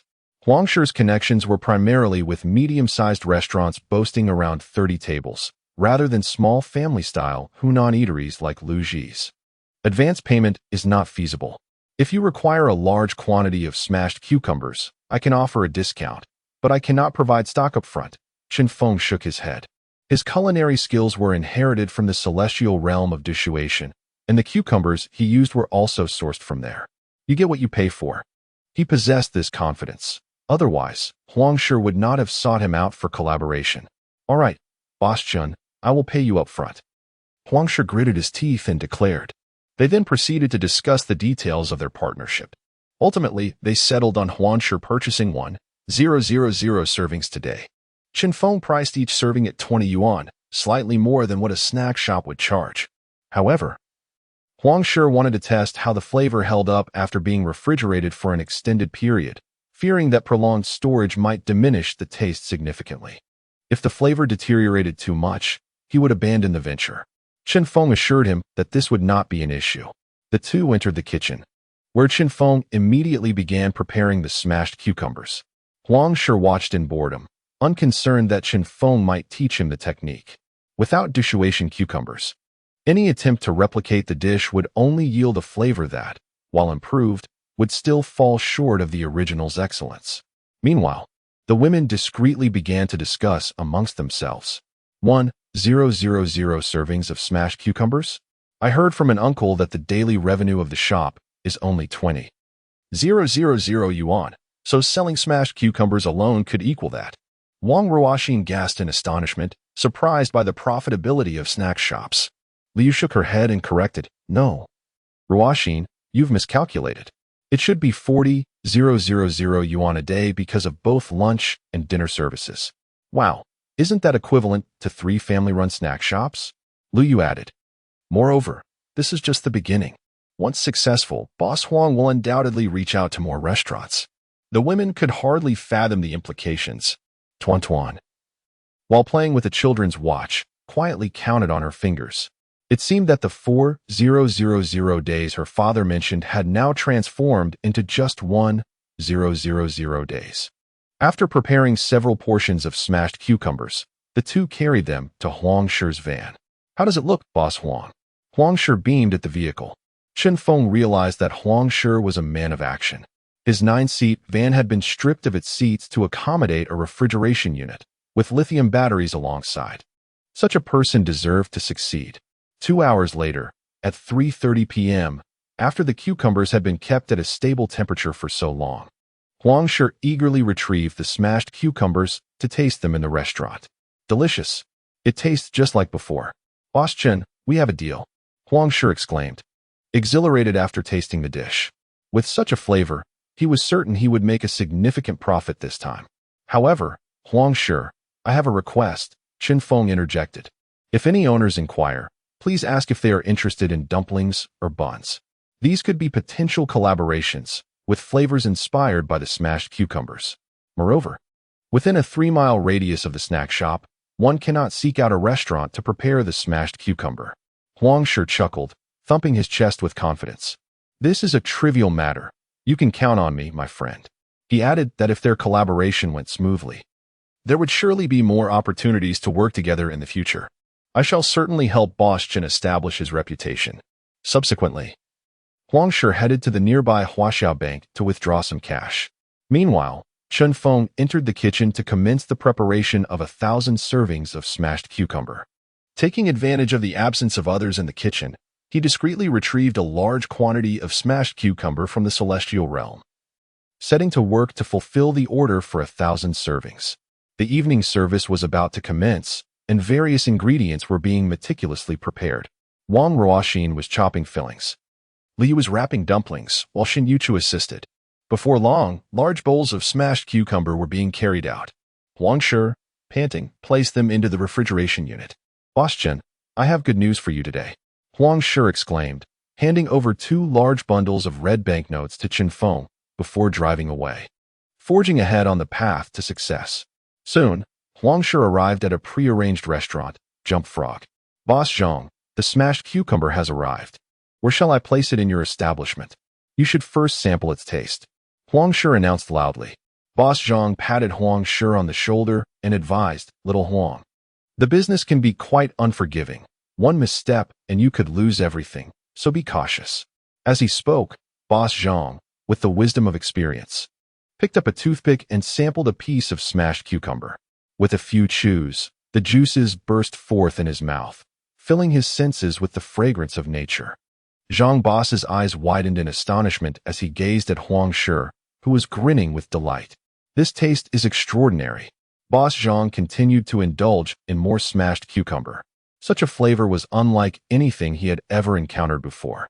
With over a decade of experience in the restaurant industry, he recognized this as a potential blockbuster dish, one that no customer could resist.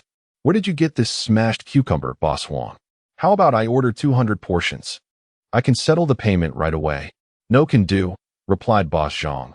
I already promised 100 portions. We can discuss increasing the order tomorrow. I must head to the next restaurant. Wait a moment, Boss Zhang. Let me settle the payment first. Tomorrow, I assure you, it will be 200 portions. Huang Shi then drove his dilapidated van to the next dining establishment. His enthusiasm for delivering was not merely about the money. He relished the sight of the restaurant owner's astonished expressions. With Boss Chen backing him, he was on the path to prosperity. Chapter 50. Little Huang becomes Boss Huang in front of the Life's Feast restaurant, a grand establishment with 50 dining tables. Uncle Lu asked, Are you truly not dining at my place tonight? It's such a hassle to go home. You can have a simple meal here, and I'll give you an 85% discount. The restaurant owner was chatting with a friend when he spotted Huang Shi approaching and greeted him. Little Huang, you've arrived. Boss Kai, I'm here, and I brought the smashed cucumber I mentioned. Huang Shi called out, holding a bowl of smashed cucumber aloft. Everyone, come and give it a try. Are you trying to make money off me? Kai Tian cast a glance into the basin, observing the paltry amount of cucumber dishes and muttering, Weren't we supposed to prepare 100 servings? This barely amounts to 50. How could I dare, Boss Kai? Huang Shi chuckled as he placed the large basin on a stool, offering toothpicks to the gathered crowd. Dear uncles, do taste this. Originally, there were indeed 100 servings, he explained, but after Boss Huang sampled the dish and found it delightful, he requested an additional 50 servings, leaving you with less. He had finally completed his rounds to all the prearranged restaurants, and this was the last one. To Huang Shi's delight, there was no need to reach out to the customers. After tasting the dish, all the restaurant owners expressed their desire to order more and were willing to pay cash immediately, even stating that if the customers responded positively, they would prepare even larger quantities the following day. At the penultimate restaurant, Boss Huang had devoured 3 servings of the cucumber dish, preventing Huang Shi from leaving until he agreed to part with another 50 servings. As Huang Shi finished his explanation, Boss Kai scrutinized him with skepticism, suspecting that Huang Shi was attempting to inflate the price of the cucumber dishes. Come here, Uncle Lu, give this cucumber dish a try. Huang Shi lauded the dish extravagantly, claiming it was unforgettable. Observing the hardships faced by the young Huang, the others agreed to sample it. Boss Kai beckoned his friends to partake. Huang Shi smiled, but internally he scoffed at Boss Kai's self-proclaimed benevolence. Just yesterday, Boss Kai had insisted that the cucumber dishes would not sell, refusing to accept any payment until he was convinced otherwise. Now, it seemed as if he had graciously consented out of pity for Huang Shi. Despite all being shrewd individuals, after tasting the cucumber dish, they were bound to commend Boss Chen's culinary skills. Huang Shi mused to himself, a toothpick perched between his lips. As he noticed Boss Kai and his companions each grasping a toothpick, their expressions frozen in astonishment after the first bite. One elderly man even closed his eyes in sheer delight. Is it delicious, esteemed uncles? Huang Shi asked with a smile. Delicious, delicious. Who made this cucumber dish? It's exquisite, they exclaimed, with even Boss Kai staring in amazement at Huang Shi. Such cucumber dishes are simply outstanding. We must have more, especially in this summer heat. They reached for more toothpicks to sample the cucumbers once again. However, Boss Kai quickly seized the basin, laughing cunningly, Uncle Lu, Brother Zhang, if you want this cucumber dish, You must come to my restaurant. I'll give you a 10% discount. Haha, all right. Let us go, let us go. We'll enjoy a meal at your place today. Bring us 2 servings of the cucumber dish to start. The group headed towards the restaurant in unison. As Boss Kai carried the basin of cucumber dishes, he turned back and said, Huang, once I sell out, I'll pay you. Absolutely, Boss Kai, Huang sure replied, remaining behind and finding a spot to crouch down, affording him a view of the restaurant's entrance. Soon enough, he noticed a service staff member standing at the door, toothpicks and basin in hand, enticing customers. Lighting a cigarette, Huang sure took a slow drag. Moments later, his phone rang. It was Boss Wan from the 3rd restaurant calling. Huang sure answered the phone. Hello, Boss Wan. Haha, it's you, little Huang. I've transferred the payment for the cucumber dish to you via Lianshin. Can you deliver the cucumbers by noon tomorrow? Huang sure responded. Boss Wan, have all the cucumber dishes sold out? 100 portions gone. All right. How many would you like for tomorrow? Let's start with 200 portions to be safe. After hanging up, Huang sure opened Lianshin and noticed a new message. With a smile, he confirmed the transfer of 300 yuan. Delightful. Boss Chun, you are indeed my benefactor, Huang sure said, squinting his eyes and taking a satisfying drag from his cigarette. The phone rang again. Hello, Boss Zhang. Have all the 100 portions of cucumber sold out? Haha, great. I'll take 150 portions for tomorrow, no problem. Boss Zhang, could we possibly price them at 25 yuan each tomorrow? I just want to earn a little pocket money. Sure, I guarantee it. Just leave it to me, Huang. Huang sure hung up the phone, exhilarated. Call after call came in, each accompanied by a transfer notification. Huang sure's grin widened. Once known as Little Huang, he was now addressed as Boss Huang, all thanks to Boss Chen, who had provided him with this opportunity. He noticed many customers trying the cucumber dish and then entering the store. Before long, Boss Kai called him, sounding anxious as he stepped outside the store. Hello, Boss Kai. How's it going? Huang sure inquired. 50 portions of cucumbers sold out. Tomorrow, I need 300 portions. They are simply delicious, and the customers can't get enough. Boss Kai exclaimed. What about my payment? Huang sure pressed. Tomorrow, I'll transfer it all to you. Just deliver the cucumbers first. Huang sure flicked away his cigarette and replied with a grin. Then, Boss Kai, the price will be 30 yuan each tomorrow, payment in advance. What? You said it was 21. 5 yuan each. Boss Kai's voice rose sharply.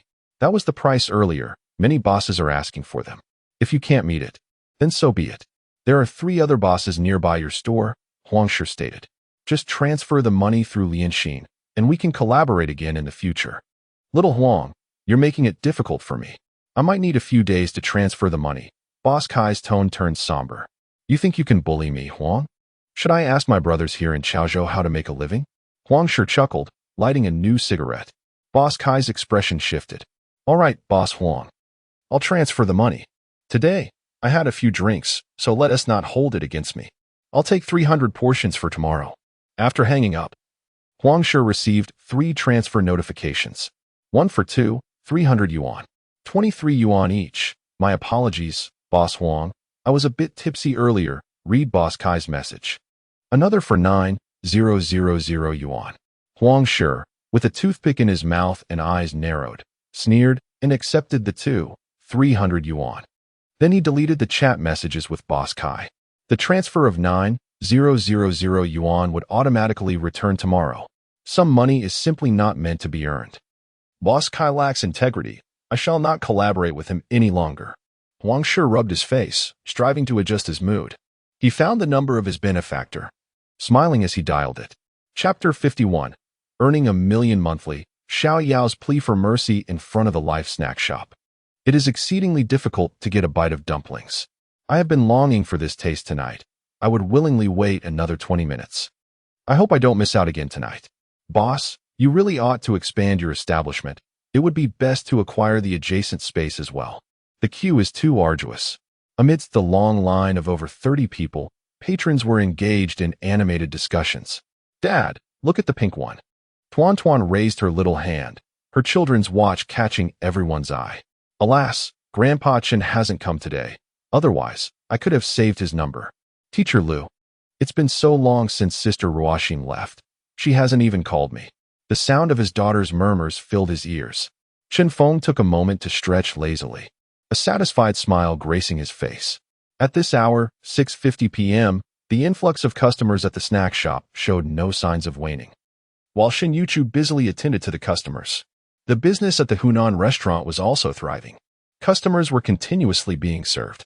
If Huang's shop manages to sell all 1,000 portions of the cold cucumber tonight, the fame of the life snack shop will undoubtedly resonate within a 10-mile radius. Chen Feng observed the serpentine queue and the content diners seated within. Should the number of patrons continue to rise, it may indeed be necessary to transition to a larger venue, perhaps even to dominate that bustling snack street. Chen Feng cast his gaze towards the snack street across the way. Before opening the shop, he had never anticipated such a booming business. At this hour, the entrance of the snack street remained a flurry of students, white-collar workers, and laborers venturing in search of culinary delights. In stark contrast, the few shops on the street ahead were nearly deserted, despite being merely a street away. The life snack shop also boasted a lengthy queue, while the diners across the way hardly spared a glance in their direction. They had grown accustomed to the myriad of delicacies in the snack street, lacking even the courage to venture over for a taste. In this world, most individuals, once they become familiar with the comfort of a particular environment, resist change, as if it were a death sentence.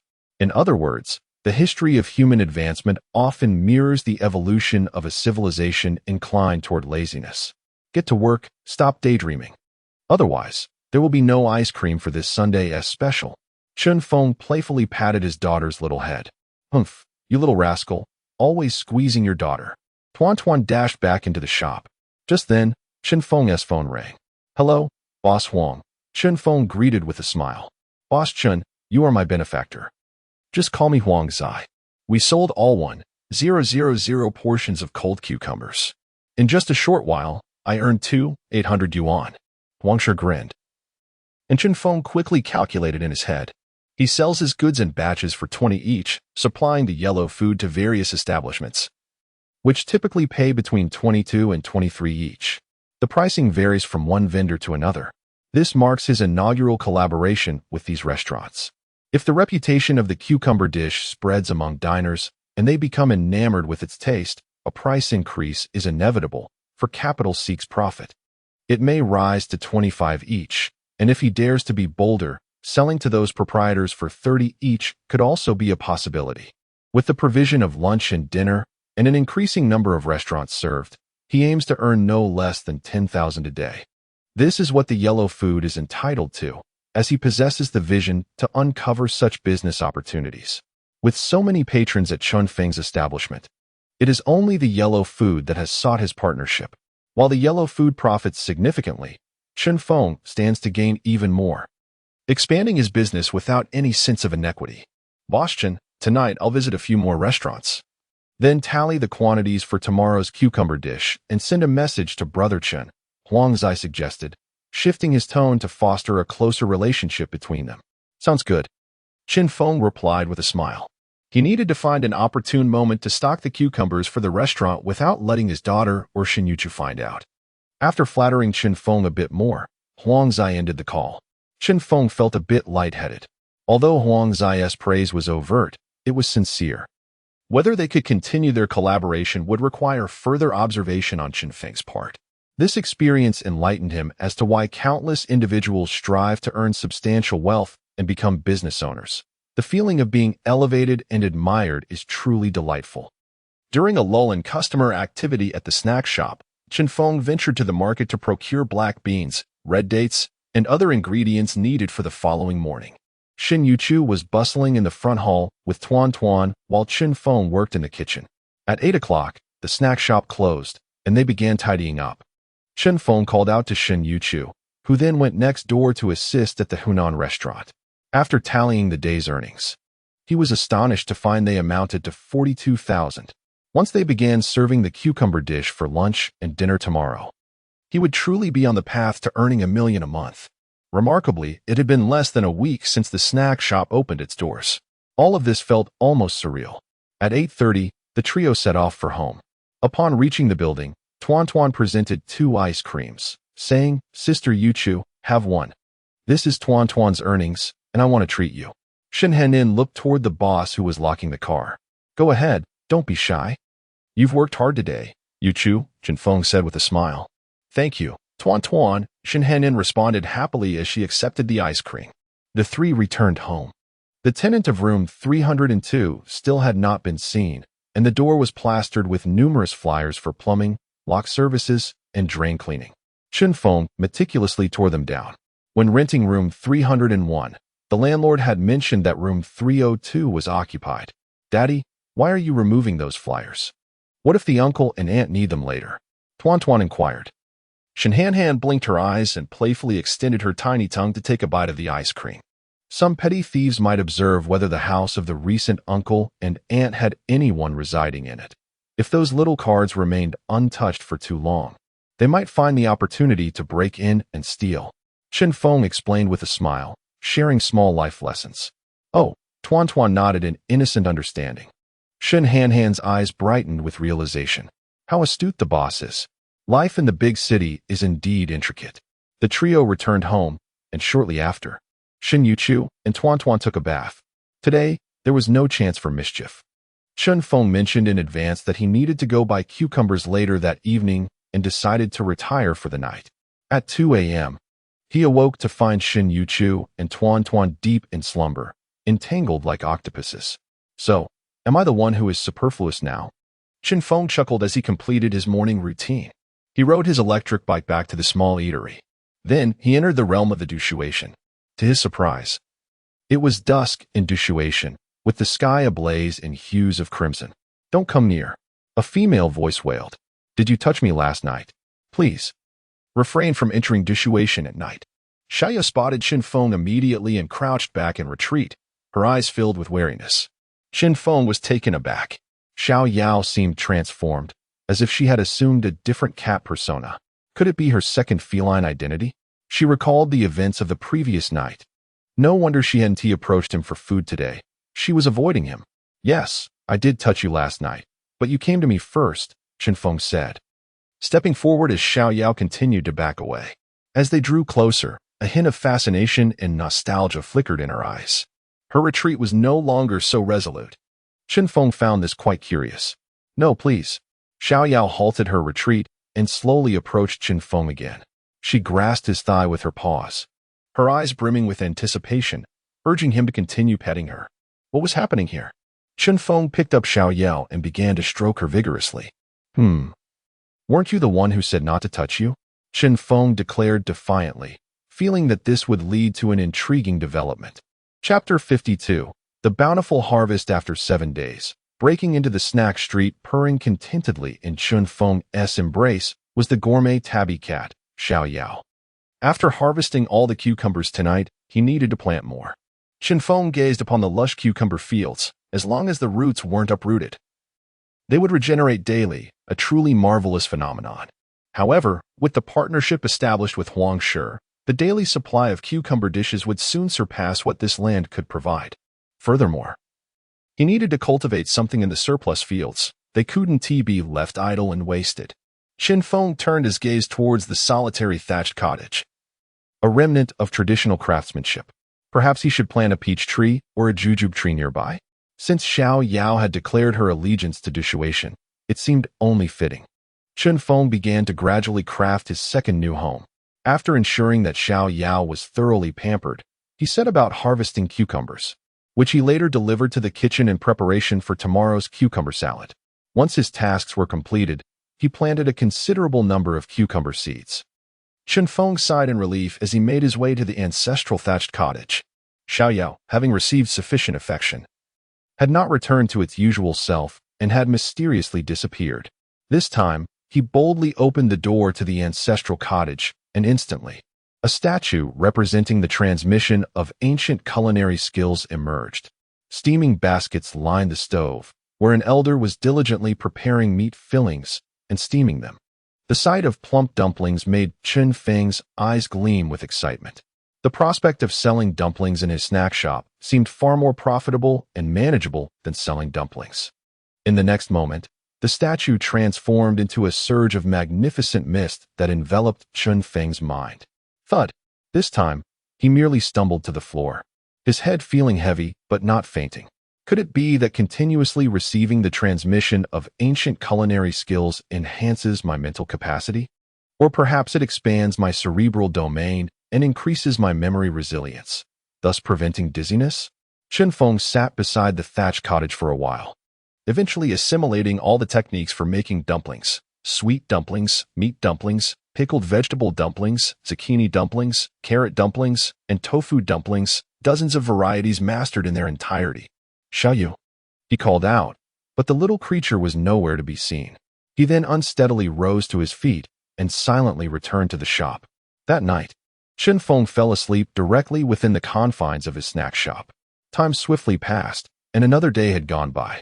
In the early hours, Chen Feng entered the dishwation once more, but Xiao Yao was still absent from sight. He proceeded to the thatched cottage to receive today's transmission of ancient culinary skills. Upon opening the cottage, he found an elder boiling eggs, various teas floating within. The statue transformed into a white mist that surged towards him. After completing this transmission, Chen Feng stood still. The memories imparted this time were rather sparse. Eggs infused with traditional tea, an intriguing snack. Chen Feng smiled faintly. Another day had passed. Upon opening the cottage door, he found an elder artisan standing before a round, convex pot, surrounded by jars and containers. As the statue morphed into a white mist, he was introduced to the art of making jianbingguozi, a beloved snack throughout the nation. Unfortunately, the intricate preparation process rendered it unsuitable for mass production, making it ill-suited for his existing offerings. Thereafter, each day, Chen Feng visited Dushuation to receive the transmission of ancient culinary skills. However, Xiao Yao seemed to have completely vanished. Its whereabouts unknown since that night he had lavished it with affection a second time. Time continued to fly by, and a full week had elapsed since he had received the dumpling transmission. In that week, the snack shop underwent a monumental transformation. On this particular afternoon, the establishment has successfully sold an impressive 700 portions of smashed cucumber. Boss Chun, after preparing such a substantial quantity, has not introduced any new dishes yet. It seems we will have to wait a while longer. It won't be long, Chen Feng replied with a smile. Once the last patron departed, the humble eatery temporarily closed its doors. Shin Yuchu wiped her forehead and began tidying up. "Boss, you've prepared so many portions this morning. You should take a break." "I'll handle the rest," she suggested. "All right." Chen Feng nodded, taking a seat to rest. Over the past week, Shin Yuchu's diligent performance had been commendable. Chen Feng, armed with a pen, reflected on the transformations within both the eatery and himself over the past fortnight. He meticulously noted down the names of traditional delicacies: soybean milk, fried dough, dumplings, smashed cucumber, dragon beard noodles, sorghum liquor craftsmanship, buns, ancient-style tea eggs, pancakes with fillings, fried goods, cold noodles, and hot dry noodles. These traditional recipes were recently acquired by Chen Feng. What puzzled him, however, was the absence of the tabby cat, Xiao Yao, from the dishwation. Its whereabouts remain a mystery.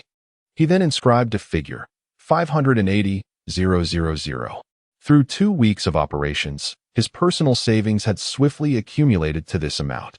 The number of restaurants collaborating with Huangshi had nearly reached 30. He had recruited 2 assistants, both from Chaozhou, to help deliver goods in a van. Given the current daily sales of smashed cucumbers, as long as Chen Feng maintained his energy, he could earn 100,000 a day. In a few days, local diners might grow weary of this snack. Perhaps it was time to introduce a new offering, he mused. In Dushuation, he had also devised new plans.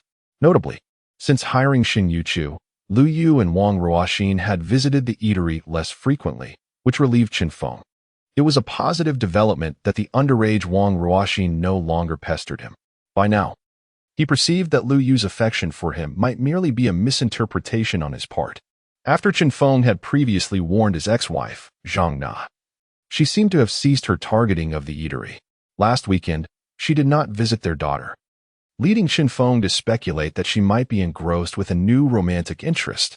It was time to venture towards the nearby snack street. At this moment, Chen Feng's gaze shifted towards the snack street diagonally across from him.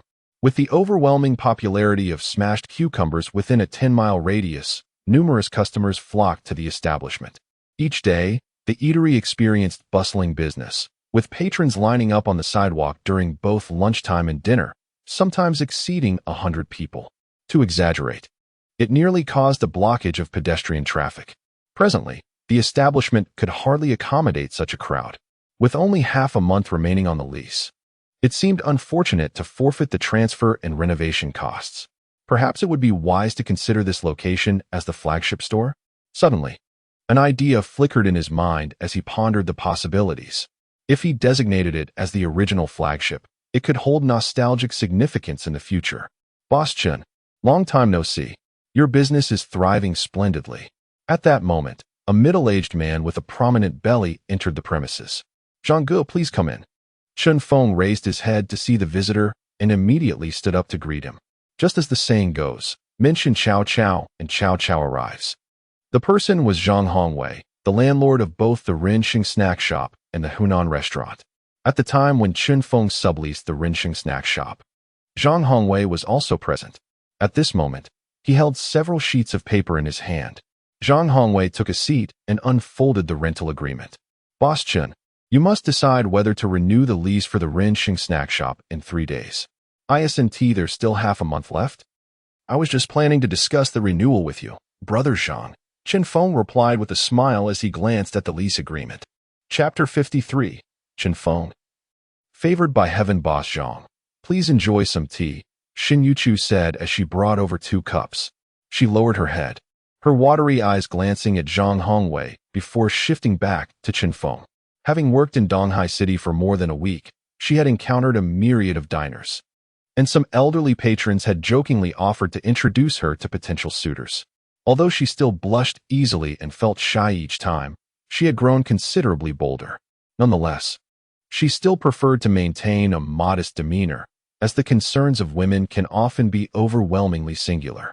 Upon hearing her gentle voice, Zhang Hongwei's eyes brightened as he glanced at Xin Yuchu. Meanwhile, Chen Feng continued reading the contract, his brow gradually furrowing in realization. It dawned on him that he had been outmaneuvered by both Zhang Hongwei and the previous tenant. Haha, my dear brother Chen, take your time to think it over. There's no rush in responding to me, Zhang Hongwei said, leisurely sipping his tea, looking at Chen Feng with the gaze of a butcher eyeing a lamb for slaughter. As Chen Feng delved deeper into the agreement, he discovered that it was the original commercial lease signed between Zhang Hongwei and the initial tenant. The lease term was 3 years, with a monthly rent of 4,000 yuan. Over the course of these 3 years, the Renxing snack shop had changed hands 4 times. As the business gradually flourished, each subsequent transfer of the shop required the next tenant to pay a transfer fee ranging from 10,000 to 20,000 yuan. When Chen Feng initially took over the shop, business was poor, yet he still paid the previous tenant a transfer fee of 20,000 yuan. In future rentals, he would have to negotiate directly with the primary landlord, Zhang Hongwei. The first landlord had stipulated in the contract with the original tenant that a decision regarding lease renewal must be communicated to him 15 days prior to the final month of the 3-year term. Should the tenant choose not to renew, they were obligated to vacate the premises 15 days in advance, allowing the landlord ample time to find a new tenant. At the time, Chen Feng had only been able to sign for the final month, which meant that although it appeared he had signed for a month, he effectively had only 15 days. This critical detail had not been disclosed by Zhang Hongwei or the second-hand tenant, leaving a trap laid for him. If Chen Feng failed to provide a response today, Zhang Hongwei had the right to evict him from the shop. Indeed, the world is fraught with pitfalls. Chen Feng reflected inwardly, realizing that he had unwittingly fallen into a trap. Had he known of such a clause, he would never have rented the shop. It was a lesson life had imparted upon him. Chen Feng raised his head and asked, Brother Zhang, if I choose to renew, what would the rent be? He was determined to clarify this matter. Zhang Hongwei smiled as he sipped his tea. The location of this establishment has certainly contributed to your success, and Chen, my dear brother, your culinary skills have also played a vital role in this business. I sincerely hope you can elevate this place to greater heights. Henceforth, the monthly rent will be 7,500 yuan. After all, 3 years have passed, and due to inflation, money has lost its value. From now on, it will be an annual rental. As he spoke, Zhang Hongwei acknowledged the advantageous location. Chen Feng, maintaining a stoic demeanor, found the amount of 7,500 yuan acceptable. Zhang Hongwei shook his head, chuckling. Then there's no issue. However, my dear brother Chen must also provide me with a tea fee of 50,000 yuan. Once this fee is settled, I shall not request any further payments for future rentals. Tea fee. Chen Feng slightly furrowed his brow. The so-called tea fee was, in fact, a transfer fee, a common practice in the southern regions. When a lease expires and the tenant decides not to renew, the landlord often charges a transfer fee when leasing to a new tenant, essentially a fee for the previous tenant transferring their rights to the new one. However, Chen Feng had just paid a transfer fee of 20,000 yuan, and now, with the value of his snack shop skyrocketing, Zhang Hongwei sought yet another transfer fee. No way. Chen Feng was resolute in not paying this unjust charge. An annual lease would allow his snack shop to flourish even further, increasing its value. Despite Zhang Hongwei's smooth words about not charging a tea fee in the future, what would stop him from introducing a consulting fee or a chatting fee? Why treat him like a fool? After all, he had already been tricked once in their contract. And both transfer fees and tea fees are market practices with no clear legal stipulation. 50,000 yuan was no trivial sum, Chen Feng remarked. Haha, my dear brother Chen. With your business thriving, you can recoup that amount in just 2 days. That smashed cucumber dish is incredibly popular. I've encountered it in several restaurants. And it is truly delectable, Zhang Hongwei exclaimed, giving a thumbs up. Chen Feng, however, shook his head. Brother Zhang, I could earn it back in just half a day. Zhang Hongwei's eyes sparkled with surprise, realizing he had underestimated the tea fee's value. He was astonished that this small snack shop could be so lucrative. The youth, indeed, could not contain their excitement and enjoyed showing off, though Chen Feng was merely teasing him. How about this, brother Zhang? Let me contemplate this further. I will provide you with a response in a couple of days, Chen Feng suggested. To be honest, my dear brother Chen, a friend of mine is also interested in this shop. I will give you a response by tomorrow at the latest, and I'll come by this afternoon. All right. Chen Feng nodded in agreement. Once Zhang Hongwei departed, Shin Yuchu approached him. Boss, will you renew the lease? Of course not. Time is still on our side. Let us explore the snack street across the way. Sure, boss. Locking the shop, Chen Feng strolled leisurely with Shun Yuchu to the nearby snack street. Zhang Hongwei's visit had solidified Chen Feng's resolve. He felt a twinge of reluctance at being pressured by Zhang Hongwei. Alas, it feels unjust to be driven away like this. Chen Feng murmured. Boss, the heavens will not spare any wicked person, Shin Yuchu remarked. Chen Feng shook his head. Relying on fate is far less effective than depending on oneself. However, Chen Feng did not anticipate that sometimes, while one is striving, the heavens are indeed watching. When fortune smiles upon a person, it seems as if the heavens themselves rush to offer assistance. The two arrived at the street diagonally opposite. At this moment in the afternoon, the sun was rather fierce, and the street was devoid of pedestrians. A few students lingered by the milk tea shop, exchanging flirtatious banter while waiting for their drinks. Shinhanai gazed at them with envy. Yet, there were still some patrons who continued to enter the nearby snack street. This thoroughfare in front of the sidewalk is commonly referred to as Ming Street. Behind these shops lies the true culinary haven. Each establishment along Ming Street boasts a spacious area in front, but their business pales in comparison to the bustling snack street behind, which offers a plethora of culinary delights. If Chen Feng were to seek a new location for his shop, he would undoubtedly choose a storefront along Ming Street, as the establishments within the snack street are quite compact. It was indeed the dumpling house on the diagonal street, directly opposite the snack shop. A middle-aged man was tidying up the soy milk and fried dough sticks at the entrance, his demeanor lackluster as he affixed a notice to the transparent glass window. Boss, this was the very shop that aimed to compete with our snack establishment, Shinyuchu whispered. Chen Feng replied with a smile. Over the past few days, the business of soy milk and fried dough sticks had been declining. He recalled that the owner of the dumpling house had visited his shop last week, inquiring about job openings. The notice posted on the window read, thriving shop for transfer.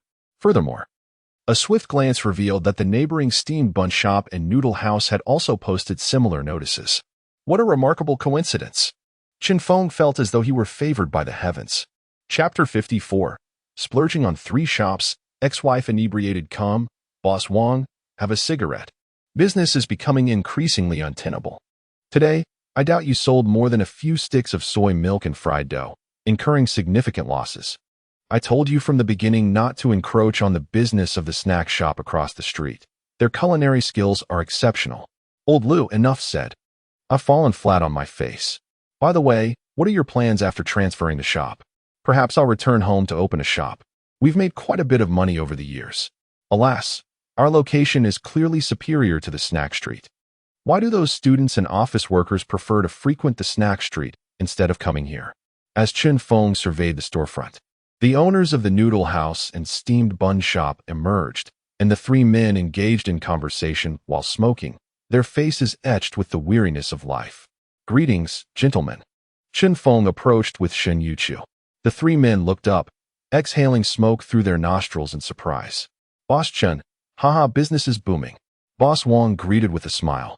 While the other 2 owners recognized Chen Feng, he was indeed the very person they had just mentioned. This time, instead of pilfering a wife, Chow Chow had come to abscond with the shop. Upon seeing Chen Feng, Boss Wang showed no hint of shame for selling soy milk and fried dough. After all, everyone is in business, relying solely on their abilities. If one is outclassed, defeat is inevitable.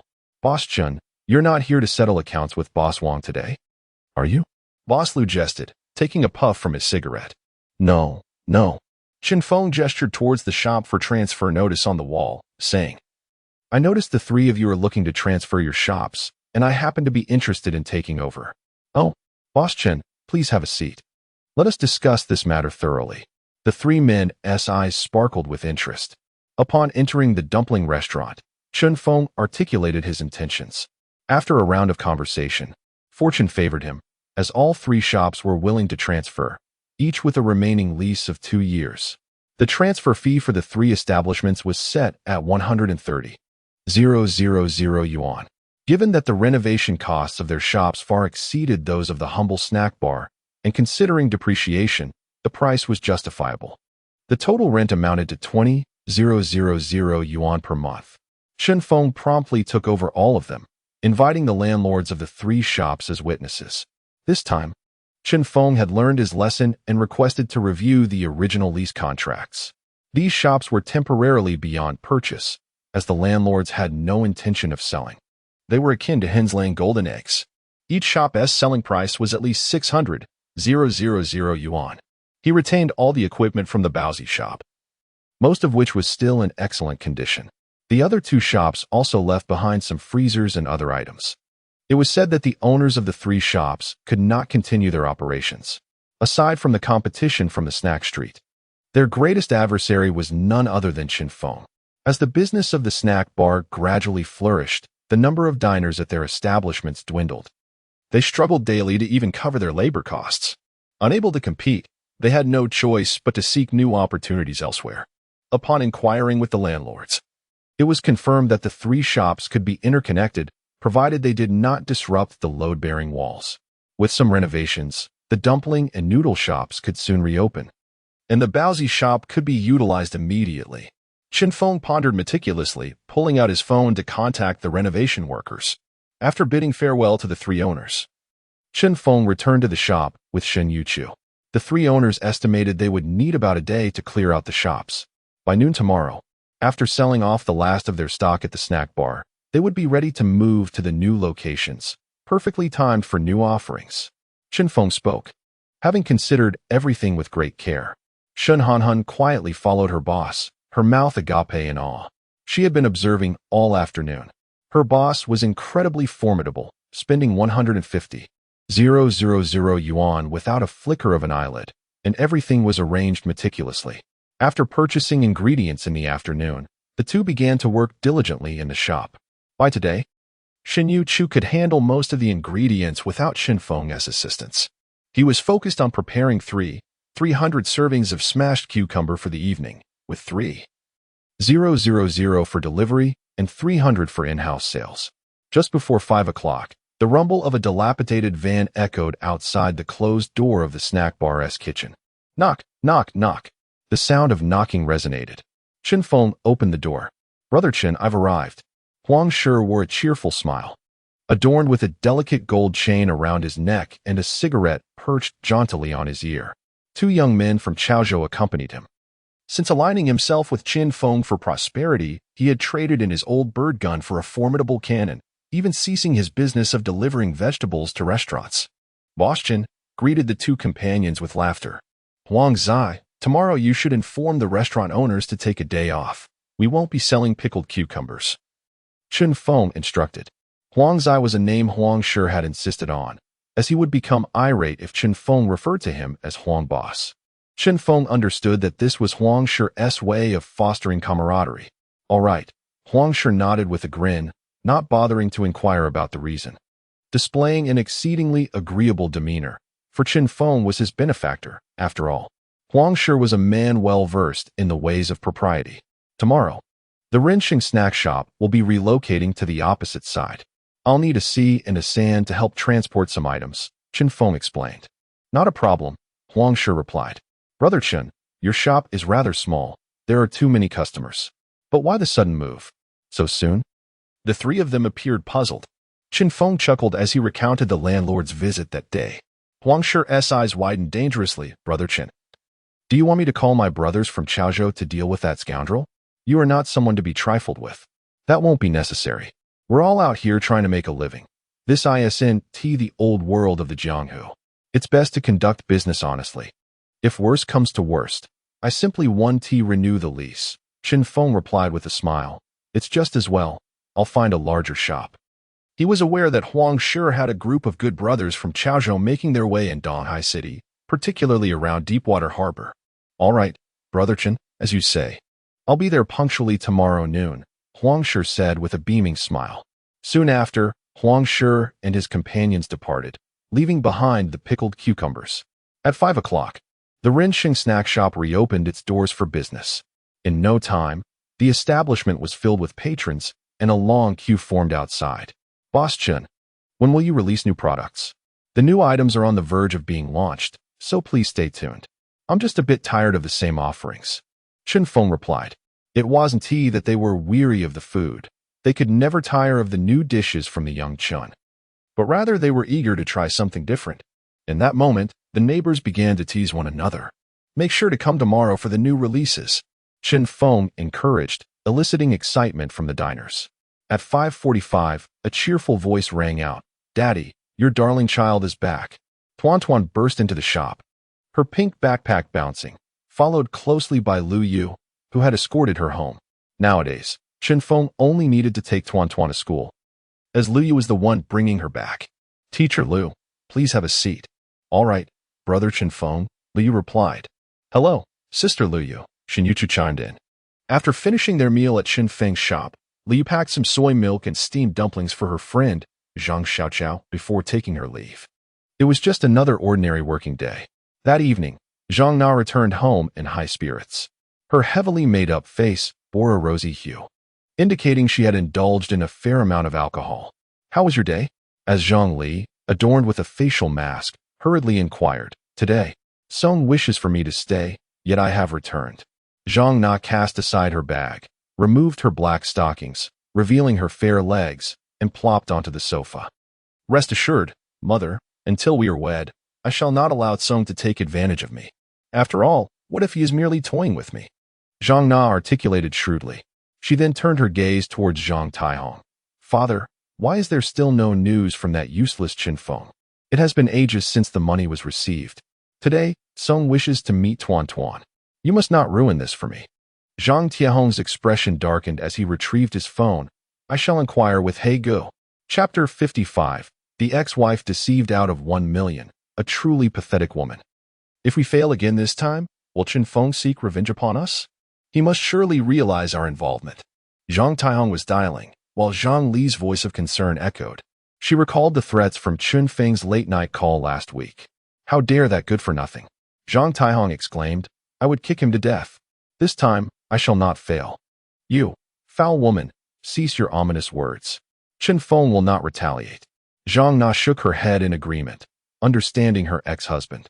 Throughout the years of their quarrels, it was she who had always been the aggressor. She had never witnessed Chen Feng lose his temper. Such a man, devoid of any semblance of anger, would never seek revenge, merely barking like a dog to intimidate. As the adage goes, past experiences can lead one astray. Soon, Zhang Na would realize just how gravely mistaken she was.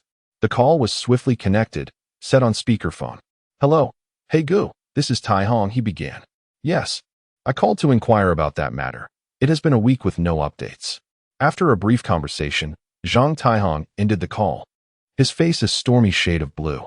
That scoundrel, having accepted the money yet rendered no service. Zhang Taihong glared at Zhang Na. Daughter, you must secure that scoundrel. Huasu Tsong as soon as possible. I shall see that the old black man no longer dares to look down upon me. Understood, father. There is no need to rush with Tsong. Mother has advised that we must take our time to reel him in. Zhang Na munched on a cucumber. Besides, did not He Gu mention that the money has been given to Wang Chong? He suggested you call Wang Chong to urge him. Ding dong. At that moment, Zhang Taihong received a text message from the old black man, containing a phone number. It was Wang Chong's. Zhang Taihong composed himself and dialed the number. Hello. Is this Chong Gu? I am Taihong, introduced by He Gu, the one who transferred 1 million. Yes, I am the employer causing trouble at the snack bar. Oh, I remember, Boss Hong. What brings you to call? Wang Chong's cold voice resonated. Zhang Taihong hesitated. Zhang Na exchanged glances with the others, bewildered. What is this situation? Chong Gu, I merely wish to inquire about the progress at the snack bar and with the owner. After all, you have received the payment, have you not? Zhang Taihong inquired. Haha, of course, we must handle it.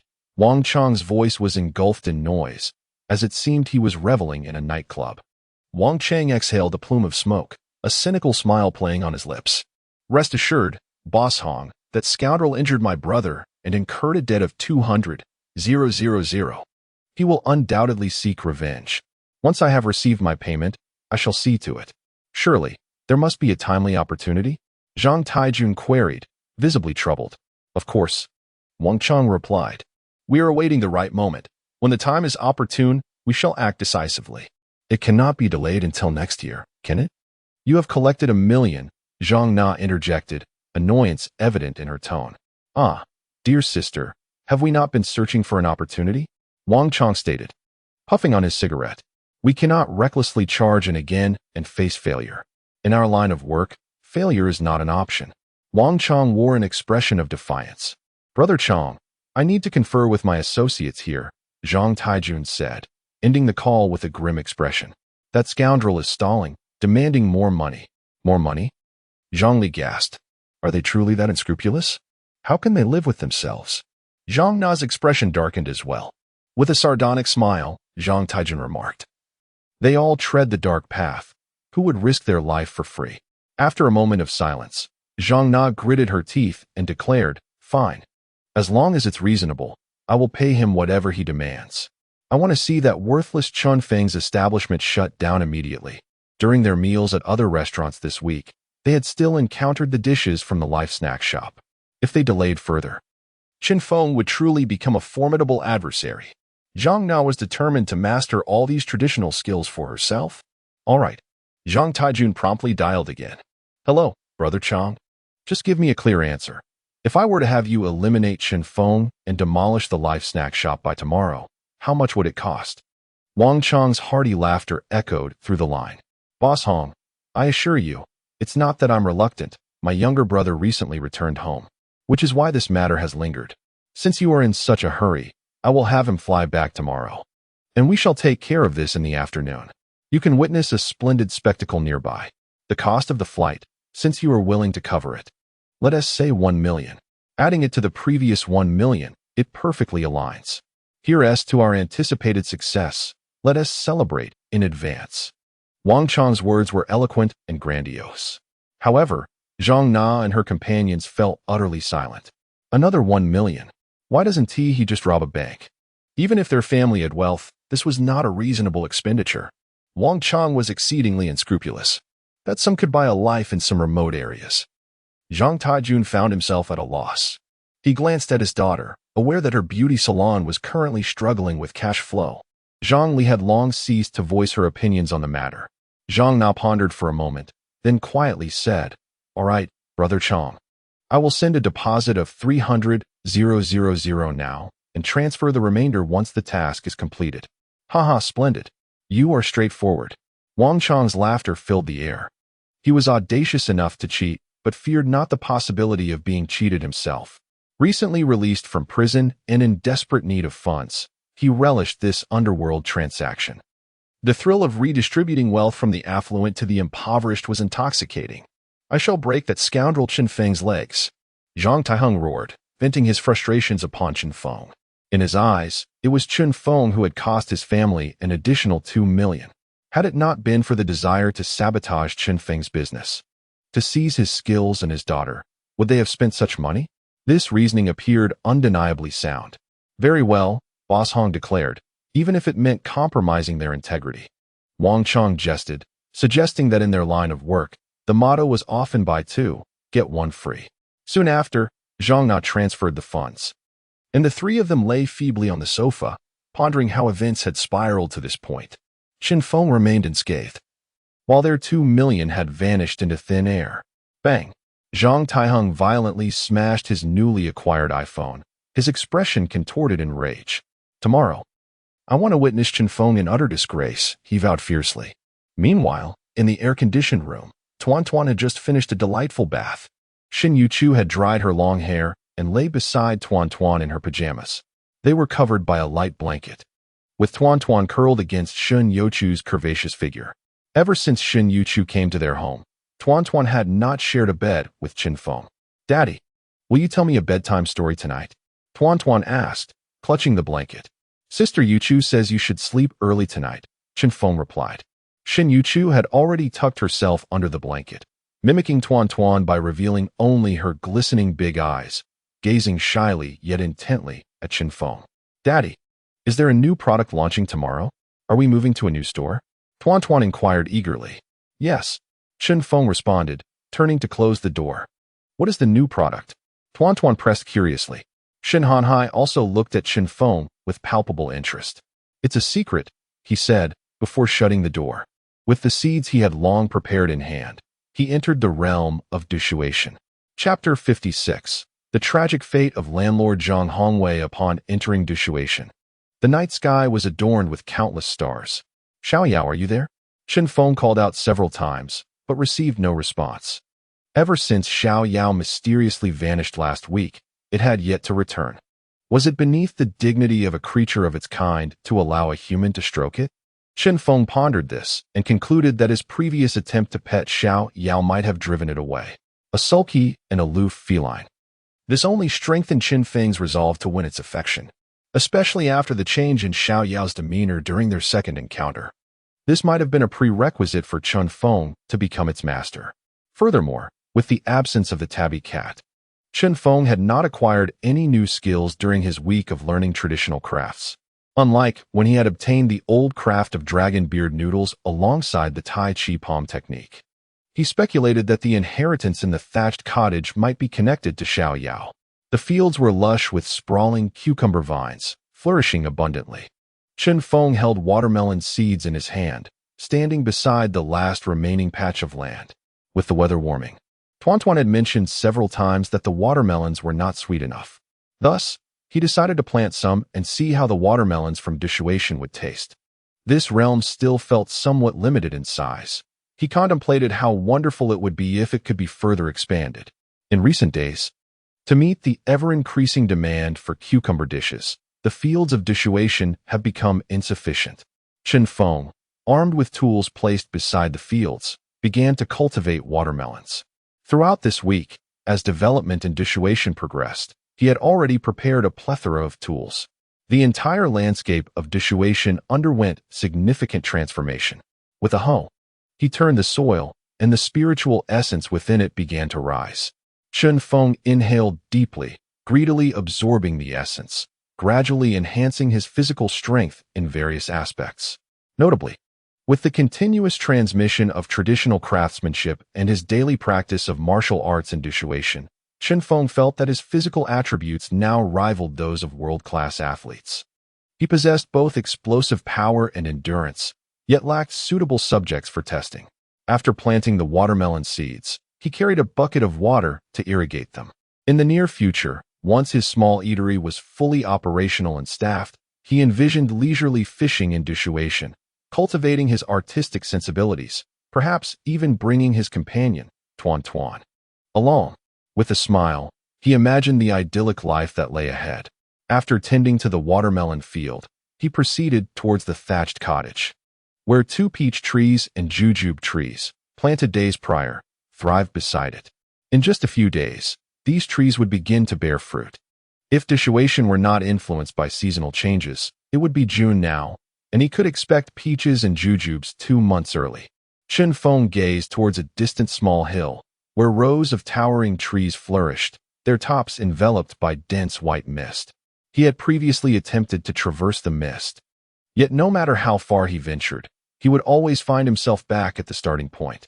It could be said that dissuasion concealed numerous secrets. Before long, he would be able to brew wine. Chen Feng's gaze shifted to a spot not far from the thatched cottage, where fermentation pits and large jars crafted from dissuasion's clay were being formed. Most of these were in semi-finished states. Upon receiving his inheritance, he had acquired the old craftsmanship of sorghum wine. He had not invested in modern equipment, opting instead to complete the process by hand whenever he had time and dissuasion. This, he mused, was the essence of life. Regrettably, the elder Chun had not visited the eatery during this period. Once he perfected the sorghum wine he had mastered, he would offer it to him, curious to see whether the much-lauded osmanthus sorghum wine at 200,000 a bottle was truly superior to his own brew. Knock, knock, knock. Chen Feng rapped on the door of the cottage. With a creak, the door swung open, revealing a new stone sculpture. What sort of beans were these? This time, he beheld a woman with long hair standing by a table. She wielded a thick stick, rhythmically pounding something in a large basin. The beans within sparkled like jewels. Nearby, several barrels were arranged, some emitting steam. Was it ice? The statue was suddenly engulfed in a cloud of white mist, surging into Chen Feng's mind. He felt a jolt, shaking his head as he leaned against the doorframe. Memories flood my mind. Recently, I have received the transmission of traditional craftsmanship. Unless the process is exceedingly intricate and complex, Chen Feng has managed to avoid fainting. This is red bean paste. Indeed, the various methods of preparing beans. As the weather grows increasingly warm, a sip of chilled mung bean paste in the summer provides a refreshing experience that invigorates the spirit. After a busy day, Chen Feng returned home to rest. A day feels long with books and short without them. Another unpretentious day passed. At 12:30 p.m., little boss Chen, what about the new products you promised today? Oh, yes. First, I'd like a bowl of original flavored soy milk and 2 baskets of pork and mushroom steamed dumplings. We sold out. We're closing for the day. Chen Feng chuckled. Everyone, come early this afternoon. The new products will be available in the evening. You must come to support us. Is it closing time already? Please, Boss Chen, be merciful. Have pity on the children. The anticipation surrounding the birth of a new product was artfully crafted by little Boss Chen. I thought I had arrived just in time for lunch. Boss Chen, why not take over the shop next door? It's too small here. Customers offered various suggestions, and as the long queue dispersed, Chen Feng and Shen Yuchu locked the shop door. The morning had been quite relaxed, for he had not prepared the much-anticipated cucumber salad for the major suppliers at lunch. He first stopped by the Hunan restaurant to greet Lu Qi. The restaurant was bustling with activity, and Lu Qi and his wife, Lian, were busy beyond measure. As Chen Feng passed by, he could hear patrons lamenting about the absence of cucumber salad, which they had come to savor. Moving the shop already? Lu Qi had learned of Chen Feng's decision to relocate just yesterday. Help him out, would you? Understood, Lian called from a distance. No need. Chen Feng shook his head. I merely came to inform Brother Lu. Subsequently, Chen Feng returned to his shop and secured the front glass door. He made a phone call to Huang Shi. Before long, Huang Shi arrived with 5 companions, parking a van at the back of the snack shop. Brother Chen, take a break. Let my friends handle it. Rest? If you dare move anything, it would imply you look down upon us, Huang Shi insisted, visibly agitated. Since Chen Feng had not prepared the cucumber salad today, Huang Shi and his friends had found themselves without tasks, growing restless. With Huang Shi's encouragement, Chen Feng relented and began directing them with a smile. Huang Shi and his 5 companions began relocating the soy milk machine, refrigeration units, and other equipment from the kitchen, loading them onto the van to transport to the new shop diagonally across the street. Shinyuchu seized the opportunity to rest as well. A considerable amount of items from the front of the snack shop had been moved. Chen Feng had left behind the fixed stainless steel workstations and tables, planning to have new ones custom-made for the new shop. A fresh start at the new location. Chen Feng mused. No worries, boss. The heavens are watching over us. Shinyuchu whispered, pointing to the sky with her small fingers. Haha. Chen Feng shook his head, choosing not to elaborate. The heavens seemed to be napping at this hour. By 2 p.m., most of the items from the snack shop had been successfully relocated. Chen Feng secured the glass door and proceeded to the new establishment. Huang Shi, accompanied by others, busied himself with the cleaning tasks at the new eatery. Meanwhile, the landlord, Zhang Hongwei, sauntered towards the Rensheng snack shop, humming a tune, eagerly anticipating a modest profit today. With the thriving business of Rensheng, it was certain that Boss Chun would renew the lease. Zhang Hongwei was convinced that his tea fees would surely increase. Had everything been completed?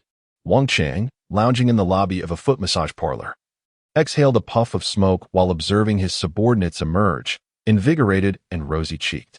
This was the pre-battle morale boost. This time, he was determined to achieve victory in one decisive strike. Chapter 57. The heart-wrenching weeping of landlord Zhang Hongwei. The heavens are watching. Are you all comfortable? Wang Chang exhaled another smoke ring, standing before a dozen of his brothers. Haha, quite comfortable. They laughed, having just received invigorating massages that left them feeling rejuvenated. In this era, the massage therapists were all strikingly attractive, with fair skin and alluring figures that resembled the tempting red apples of summer. Moreover, they hailed from various corners of the country, diligently learning different dialects, ensuring they could traverse the land without fear. The opportunity for vengeance against Peng Fei had arrived. This time, they intended to break the legs of that boss, celebrating their triumph upon their return. Wang Chang spat out the cigarette but glancing sideways. Nearby, 4 young men with bleached hair sat together, each with their left leg heavily bandaged and immobilized. Those were the same 4 who had failed at Chen Feng's eatery last time. Peng Fei clasped his fists with a cold demeanor, saying, I appreciate your assistance, brothers. Haha, no trouble at all. Fei go. Today, we shall avenge you. Indeed. Soon, 8 of Wang Chang's subordinates departed, each with bulging waistbands, armed with either iron rods or steel pipes. This time, they were not just aiming to smash a shop. They intended to inflict harm on individuals as well. Such trivial matters did not require Wang Chang's direct involvement. After the last 4 had failed in their mission, Wang Chang had doubled the number of men. He had faith that the little eatery's proprietor could not withstand 16 fists. Simultaneously, Wang Chang retrieved his phone and dialed a number. Boss Hong, you may proceed to enjoy the show. It will be over in half an hour at most. In the afternoon, the blazing sun had hidden behind thick clouds, casting a stifling atmosphere. Yet, the salty sea breeze blew northward from the coastline, invigorating the spirits of those on the street. A Buick Regal worth over 200,000 yuan turned the corner at the intersection, halting once more on the sidewalk opposite the Rensheng snack shop. Today, they were finally going to witness Chen Feng's misfortune. Zhang Li sat in the back seat, brimming with anticipation. They had chosen not to arrive in their conspicuous Maserati, suspecting that Chen Feng might be aware of their involvement, potentially due to the car's visibility. As long as they refrained from driving, they could leave without a trace. In the driver's seat, Zhang Taihong lit a cigarette, his expression darkening. Damn it. If I have to spend 2 million and do not break Chen Feng's legs, my heart will be filled with unresolved hatred. Why is the snack shop closed? Zhang Na in the passenger seat glanced out the front window towards the opposite street. The 3 of them observed that the Rensheng snack shop was indeed shuttered. Moreover, the snack shop today appeared somewhat peculiar, as if something were amiss. Yet, They could not immediately discern what it was. Could it be that Chen Feng, that good-for-nothing, has gone to restock and hasn't returned? Zhang Na speculated. That is indeed a possibility. Zhang Taihong replied. However, at this hour, with the shop set to open for business in the afternoon, you should be back to prepare. Then, they beheld a rotund figure approaching the snack shop, ascending the 3 steps leading to the entrance. Who is this person? How does he possess the key to the shop? The expressions of Zhang Taihong and the others darkened. Damn it, we've been played. This is outrageous. Boss Chun has deceived me. He never intended to rent the shop again. At this moment, Zhang Hongwei erupted in furious expletives, his face turning an ashen hue. He had been envisioning the advantages of this shop's prime location, how Chen Feng had invested in renovations, and even compensated the previous tenant with a transfer fee. The sunk costs associated with this establishment were considerable. He believed that when the time came to discuss the tea fees, Chen Feng would inevitably yield, resigning himself to this bitter fate. After all, the losses incurred by Chen Feng for a single day without operation would far exceed these considerations. However, upon arriving at the shop, they discovered that most of the items within had been removed. The gas canisters from the stainless steel stove were absent, and the bottles of chili sauce and vinegar adorning the tables had vanished. Was this not a departure? This was also the reason why Zhang Taihong and his companions had failed to recognize the situation sooner. They were too distant, and the sunlight outside was too bright. At this moment, the portly landlord, Zhang Hongwei, was drenched in sweat. Fortunately, he had brought the shop's key with him today. He fished it out of his pocket, unlocked the door, and entered the establishment, taking a seat at one of the dining tables. Damn it, that Chen Feng must give me an explanation for this. Zhang Hongwei grumbled before dialing Chen Feng's number. Before long, the call connected. Hello, Brother Zhang, is there something you need? Chen Feng answered. You treacherous scoundrel. You've played me for a fool. Zhang Hongwei retorted with indignation. Oh, by the way, I've been rather busy today and forgot to call you Brother Zhang. After careful consideration last night, I've decided not to rent your shop after all. I simply cannot afford it. You may rent it to someone else, Chen Feng stated, simultaneously pausing his work across the street. He held a cup of water, gazing toward the original shop. Indeed, he could vaguely see someone inside, presumably the landlord. You can't do this. Zhang Hongwei began to protest. What do you mean I can't do this? I want to rent it. Do I owe you anything? Chen Feng challenged. Zhang Hongwei was momentarily speechless. If Chen Feng chose not to rent the shop, it was his prerogative. There was no right or wrong in his decision. Furthermore, Chen Feng's assertive tone immediately deflated Zhang Hongwei's confrontation. He had heard about how Chen Feng had single-handedly taken on 4 opponents recently and was hailed as the war god of this snack street.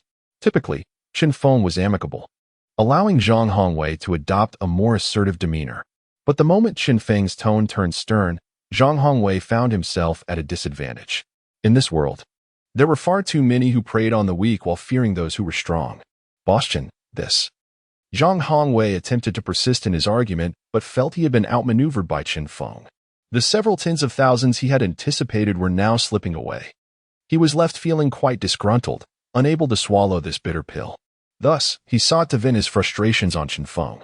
It was at this moment that Chen Feng's expression shifted dramatically. He observed 8 individuals, clad in hats and masks, emerging from the snack shop, brandishing iron rods and advancing menacingly. They headed straight for the snack establishment. Chen Feng had no intention of returning to the shop. What was Wang Chong thinking? Sending people without gathering accurate information?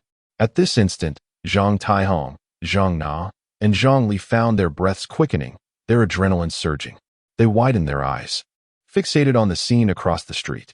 Wang Chong's men had arrived, yet the principal figure, Chen Feng, was conspicuously absent. Boss Zhang, flee quickly. Chen Feng urgently cautioned over the phone, sensing that these individuals were undoubtedly targeting his shop. What do you mean, run? Are you out of your mind? This is my establishment, and it's sweltering outside. Landlord Zhang Hongwei erupted in anger, feeling as if Chen Feng had suddenly lost his senses. Boss Chen. Zhang Hongwei's voice escalated in pitch as he attempted to engage Chen Feng further. He was, after all, the proprietor. Brothers, eliminate this scoundrel. Charge. The loud shouts of the youths echoed outside the shop. Zhang Hongwei felt a surge of people entering the establishment behind him and turned around just in time to hear a pained cry. With a startling ouch, he collapsed to the ground, agony contorting his features. Bang! Bang! Bang! The 8 youths stormed into the shop, wreaking havoc with their iron rods, smashing walls and floors indiscriminately. Break his legs. 2 of them ventured into the kitchen, following orders. Please, it's not me. I didn't do anything. Zhang Hongwei wept, curling into a ball. Suddenly, his eyes widened in terror, his expression twisted in anguish as one of the assailants brought down an iron rod upon him. With a sickening crack, his leg shattered, tears streaming from his eyes. Bang! Bang! Bang! The entire snack shop was in disarray, glass shattered, and destruction rampant. The 8 ruffians exerted every effort to demolish the premises, and the kitchen bore the brunt of their rampage. At that moment, Chen Feng felt a gentle poke on his arm. Shin Yuchu, with a naive expression, gazed toward the street across and murmured, "Boss, the heavens are watching us. Look, the landlord is receiving his comeuppance." Chen Feng reflected, how fortuitous indeed. As Shin Yuchu pointed out, "Brother Chen, what are you looking at?" Huang Shi emerged, following the gaze of the 2. Upon seeing the chaos within the snack shop, where someone wielded an iron rod, he exclaimed, "Damn." Immediately, Huang Shi's eyes gleamed with fury. "Asan, Lu Zi, forget about cleaning, everyone come out. Someone is vandalizing my boss's shop. Arm yourselves. Eliminate that pack of scoundrels." Huang Shi bellowed, radiating an air of intimidation. His 5 brothers charged out. "It's unnecessary. I've moved my shop already. We must prioritize peace," Chen Feng interjected, simultaneously dialing the phone. "Hello, Public Security Bureau? There are individuals vandalizing a shop here. Yes." At 30 Xiangfu Road. As he spoke, he began to walk toward the street across. Huan Shi, standing nearby, remarked, "Chenge, if I were in your position, I wouldn't assist that scoundrel of a landlord by calling the police or summoning an ambulance. To save a life is worth more than erecting a pagoda of 7 levels." Chen Feng smiled in response. Shin Yuchu quietly added, "It's merely heaven's way of punishing the landlord for his numerous misdeeds." Huang Shi cast a furtive glance at Shin Yuchu, deliberately distancing himself from Chen Ji's subordinate. While he acknowledged her beauty, he had little interest, considering her merely as Chen Ji's employee. He preferred a more provocative allure. Moreover, hailing from Hunan, he found the mystique and fear associated with its local sorcery far more intriguing compared to the coastal beliefs of Mazu, which he observed in his own upbringing. Typically, Shin Yuchu was quiet and demure, yet her current cryptic demeanor unsettled even Huang Shi, who was accustomed to perilous encounters. The group swiftly approached a snack shop. "Damn it, 8 of them. How ruthless." Huang Shi cursed. As they walked, they witnessed 8 individuals emerging from the shop after wreaking havoc, strutting away with brazen arrogance. Chen Feng's expression turned icy. This group resembled the 4 troublemakers from the previous week. He had thought his ex-wife, Zhang Na, had ceased her antics, yet their audacity had only escalated. Had he been in the shop today, Chen Feng was confident he could have defended himself against 8 assailants with his Tai Chi skills. However, what if his daughter had been present? What if Lu Yu and Wang Ruoxin had been there? The consequences were too dire to contemplate. Once this matter was resolved, Chen Feng would ensure his ex-wife faced the consequences of her actions, for he was a man of his word. "Chen Feng," he was called. "Damn it, Wang Chong." That fool, hadn't he even confirmed if anyone was inside before attacking a stranger? Rage surged within Chen Feng as he arrived. Zhang Taihong roared in the car, his fury palpable. Zhang Na and Zhang Li's expressions darkened. Despite the snack shop being utterly demolished, the sight of Chen Feng approaching unscathed only intensified their frustration. They had spent a staggering 2 million, only to witness this chaos. It was infuriating. Inside the snack shop, the landlord, Zhang Hongwei, writhed in agony on the floor. "Who did this? I will have them killed. They shall rot in jail," he bellowed. "Stop your howling. We've already called the police and an ambulance." Huang Shi shouted back. Zhang Hongwei turned, his eyes widening in shock as he beheld Chen Feng. "Is it you who orchestrated this? I merely wished to collect a small fee, and you had them break my legs. How cruel." "No, These individuals are part of the same group that attempted to vandalize my shop previously. Zhang Gu just happened to be here and was caught in the crossfire. Chen Feng clarified. Zhang Hongwei was left dumbfounded. What a coincidence! How could he not believe it? He wondered if he had been particularly unfortunate lately. Not long after, the local law enforcement arrived. Upon seeing Chen Feng and the wreckage of the snack shop, they too were taken aback. Sheriff, we are the valiant ones, the good-hearted individuals. Huang Shi chuckled, then proceeded to elaborate. Several deputies, upon witnessing the landlord Zhang Hongwei, suddenly changed their expressions. Brother Zhang, you've been assaulted. I want those perpetrators imprisoned. Zhang Hongwei bellowed. Shortly thereafter, he was whisked away in an ambulance. Chen Feng and his companions, being mere witnesses, were briefly interrogated by the deputies before being dismissed. Chen Feng provided a crucial lead, the suspect, Wang Chong. They returned to the new establishment, where Huang Shi casually instructed his underlings to remove the sign of the former snack shop. However, what took Chen Feng and the others by surprise was the revelation that landlord Zhang Hongwei was the brother-in-law of the substation chief at Xiangfu Road. This meant that Wang Chong and his cohorts were certainly in dire straits. Inside the new shop, Huang Shi inquired, Brother Chun, does that Wang Chong truly not want me to intervene? Trust me, I have many brothers who will assist you in resolving this matter. And I can teach Wang Chong's backers a lesson, Huang Shi replied. Those backers are my ex-wife, Chen Feng interjected. It was she who instigated them. What? Huang Shi was utterly dumbfounded. Uncertain of Chen Feng's feelings towards his ex-wife, he found himself at a loss for words. With Zhang Hongwei being the substation chief's brother-in-law, the assailants were likely doomed. Chen Feng chuckled and patted Huang Shi on the shoulder, assuring him, I will handle matters concerning my ex-wife. All right, if you need anything, be sure to call me, Huang Shi replied.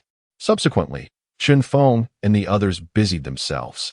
Chen Feng took Shin Yuchu to the market to procure ingredients. They were moving into their new shop today, and to attract old customers. They planned to unveil new dishes in the afternoon, especially after the delay. They were quite occupied. After purchasing the fresh ingredients, Chen Feng swiftly began preparing the new offerings in the new establishment. Although renovations were underway, only the noodle shop and the northern dumpling house were being worked on. The Baozi shop in between remained operational. The sign for the former snack shop had also been reinstalled by Huang Shi and his crew. Simultaneously, Chen Feng had Huang Shi create a simple sign to hang at the old snack shop, directing loyal patrons to the new location across the street. In the midst of their tasks, Chen Feng took out his phone and sent a message to his ex-wife, Zhang Na.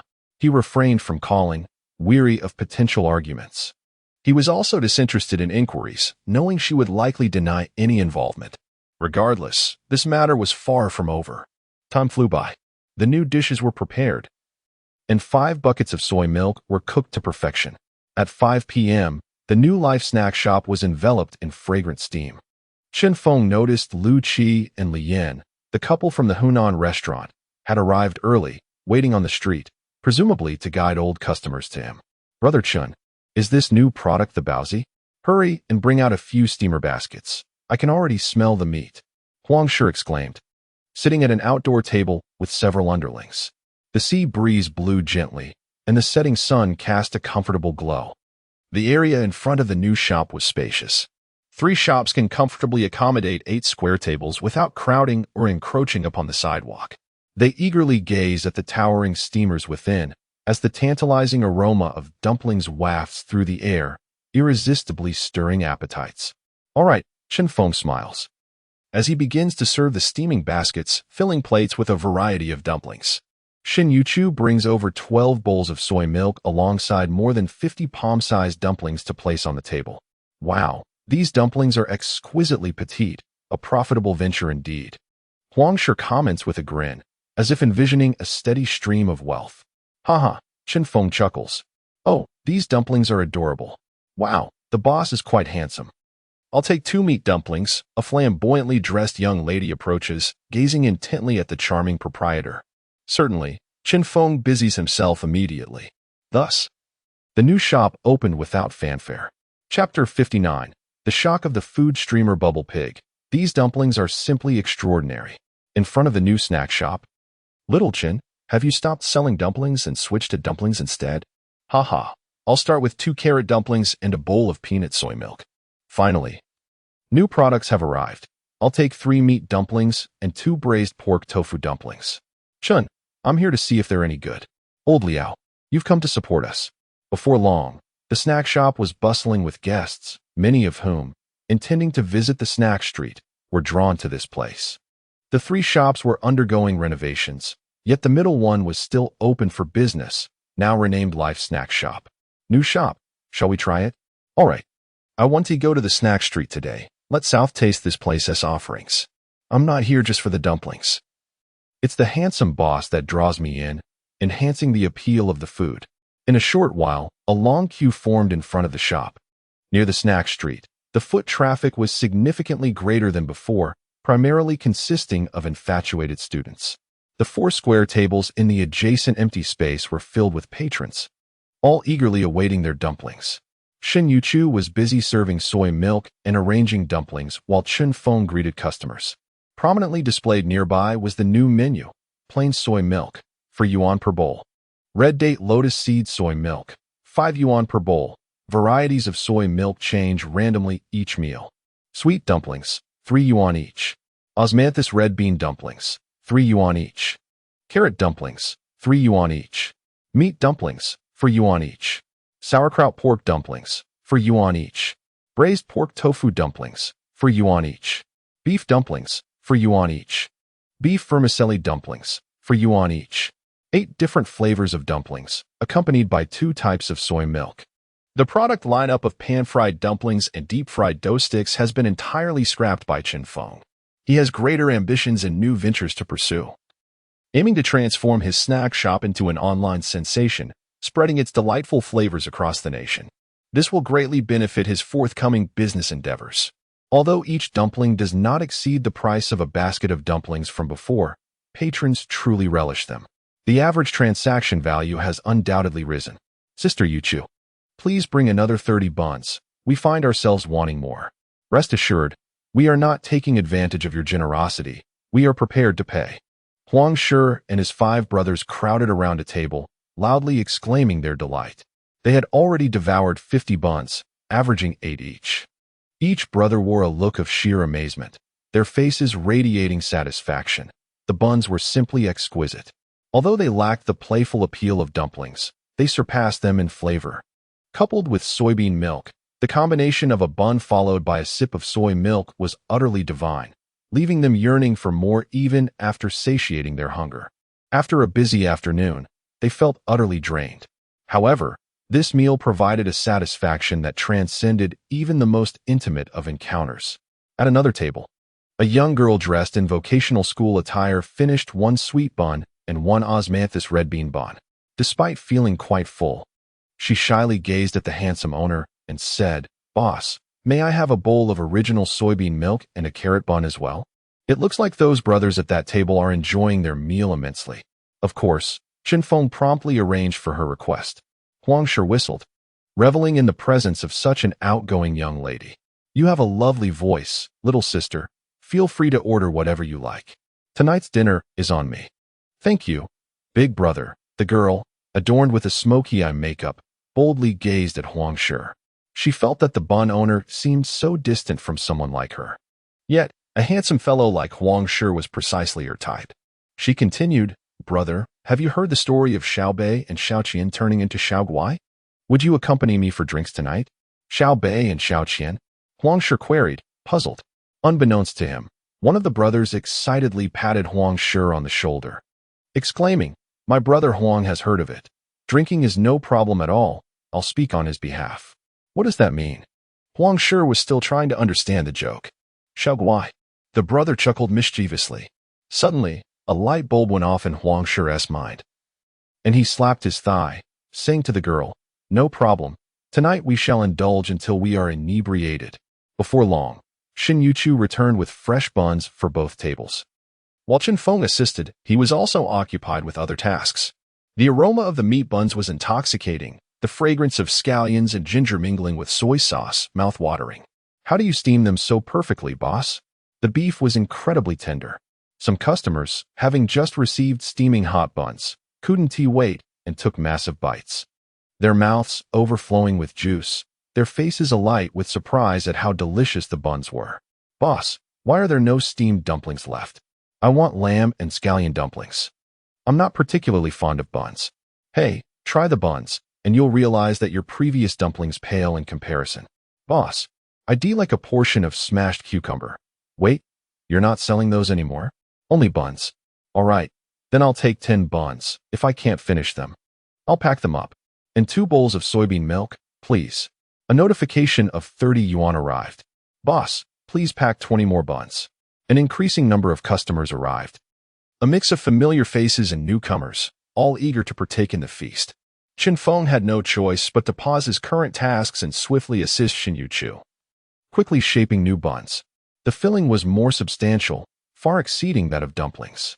Yet, the meticulously kneaded dough transformed in Chen Feng's hands as he filled and pinched them, resulting in an array of plump and adorable little buns emerging from the steamer. "The new buns will take about 10 minutes. Our filling is light, the portions small, and the cooking time swift," Chen Feng remarked. "All right, we shall wait," the eager patrons responded. One by one, new steamers graced the tables, and the line of customers only grew longer as the queue extended like a serpent. People are drawn to lively gatherings, after all. "Look, there's a long line over there. My goodness, what a sight. It must be nearly 100 people. Shall we give it a try?" exclaimed one, eyeing the striking owners. As patrons prepared to venture towards the snack street, they spotted the bun shop at the corner and swiftly redirected their steps. With such a crowd queuing for buns, the establishment's flavors surely warranted a taste. They mistakenly assumed Shin Yuchu was the proprietress, believing she and Chen Feng were a perfect match. Meanwhile, a hefty figure wielding a selfie stick, weighing approximately 350 pounds, approached, standing at 175 meters. He was half a head shorter than Chen Feng, engaging in jovial banter with his livestream audience. He was a food vlogger with a modest following of 700,000 fans, affectionately nicknamed Bubble Pig by his viewers. Bubble Pig, with his round face and cheerful demeanor, walked with a buoyant gait. His large belly and short neck made him resemble a circular bubble, and after indulging in copious amounts of food, he had earned his moniker. "Let me tell you, that cucumber salad is simply divine. If you ever find yourself in Donghai City, be sure to come here to try it," he proclaimed. However, to my dismay, the restaurant isn't serving it today. I've eaten it for a week straight and still can't get enough. I asked the owner, which led me to this main branch. Guess what I just saw? My heavens! Bubble Pig exaggeratedly exclaimed, not forgetting to mention food. After that, he swung his selfie stick around. The thousands of viewers in his live stream immediately caught sight of the long queue. "Look at this line. It's at least 200 people deep. This is the little shop that sells cucumber salad. Too incredible. Haha, Bubble Pig will probably starve by the time he finishes waiting in line. Hurry up, hurry up. We want to see Bubble Pig eat." Without hesitation, Bubble Pig joined the line while continuing to broadcast to his fans. "How peculiar. I just learned this new shop only sells buns and soy milk. Can you really eat those at night? They must be that delicious to have such a lengthy queue. Come on, let us see how Bubble Pig makes the shop prosperous." Chapter 60. The enviable culinary haven for live stream viewers. 10 minutes later, Bubble Pig Zhuquan reached the ordering station. He had perused the menu in advance and realized the size of the buns were barely sufficient to fill his tooth gaps. "Boss, I'll have 5 of each type of bun and 5 bowls of both soy milks," he declared, holding up his selfie stick to capture the steamers. "Boss, why aren't you serving cucumber salad? I also heard there are pan-fried dumplings and youtiao, yet I don't see any." Owner Shin Yuchu looked at Bubble Pig, calling for Chen Feng, somewhat at a loss. The diner appeared to be alone. Could he possibly consume all this? Chen Feng, while preparing buns, lifted his gaze and spotted the food vlogger, Bubble Pig. He was somewhat dumbfounded yet secretly delighted. He had not anticipated that a renowned food influencer would grace his humble eatery. Previously, he had encountered Bubble Pig's videos, which had gained a modest following around Donghai City. Chen Feng had contemplated starting his own food channel, but now he felt relieved of that burden. When fortune smiles upon a person, it seems even the heavens conspire to assist him. "All right, you can serve him. Yuchu, Chen Feng remarked with a smile. A few days ago, I was making cucumber salad, pan-fried dumplings, and fried dough sticks. I just moved to a new location today, so if you visit in a few days, you might get to taste them. The implication of his words was clear. Even if the diner returned, he might not be able to sample everything, as he had altered the offerings of his eatery. To savor all the delicacies would require frequent visits, perhaps even daily. Great. Let us see how much I can indulge today and make the boss rich. Bubble Pig exclaimed in a humorous yet bold manner, turning to survey the seating. This catchphrase signified his remarkable appetite, often leading to substantial profits for the owner. Thanks to this saying and his charming demeanor, Bubble Pig had gained some fame online.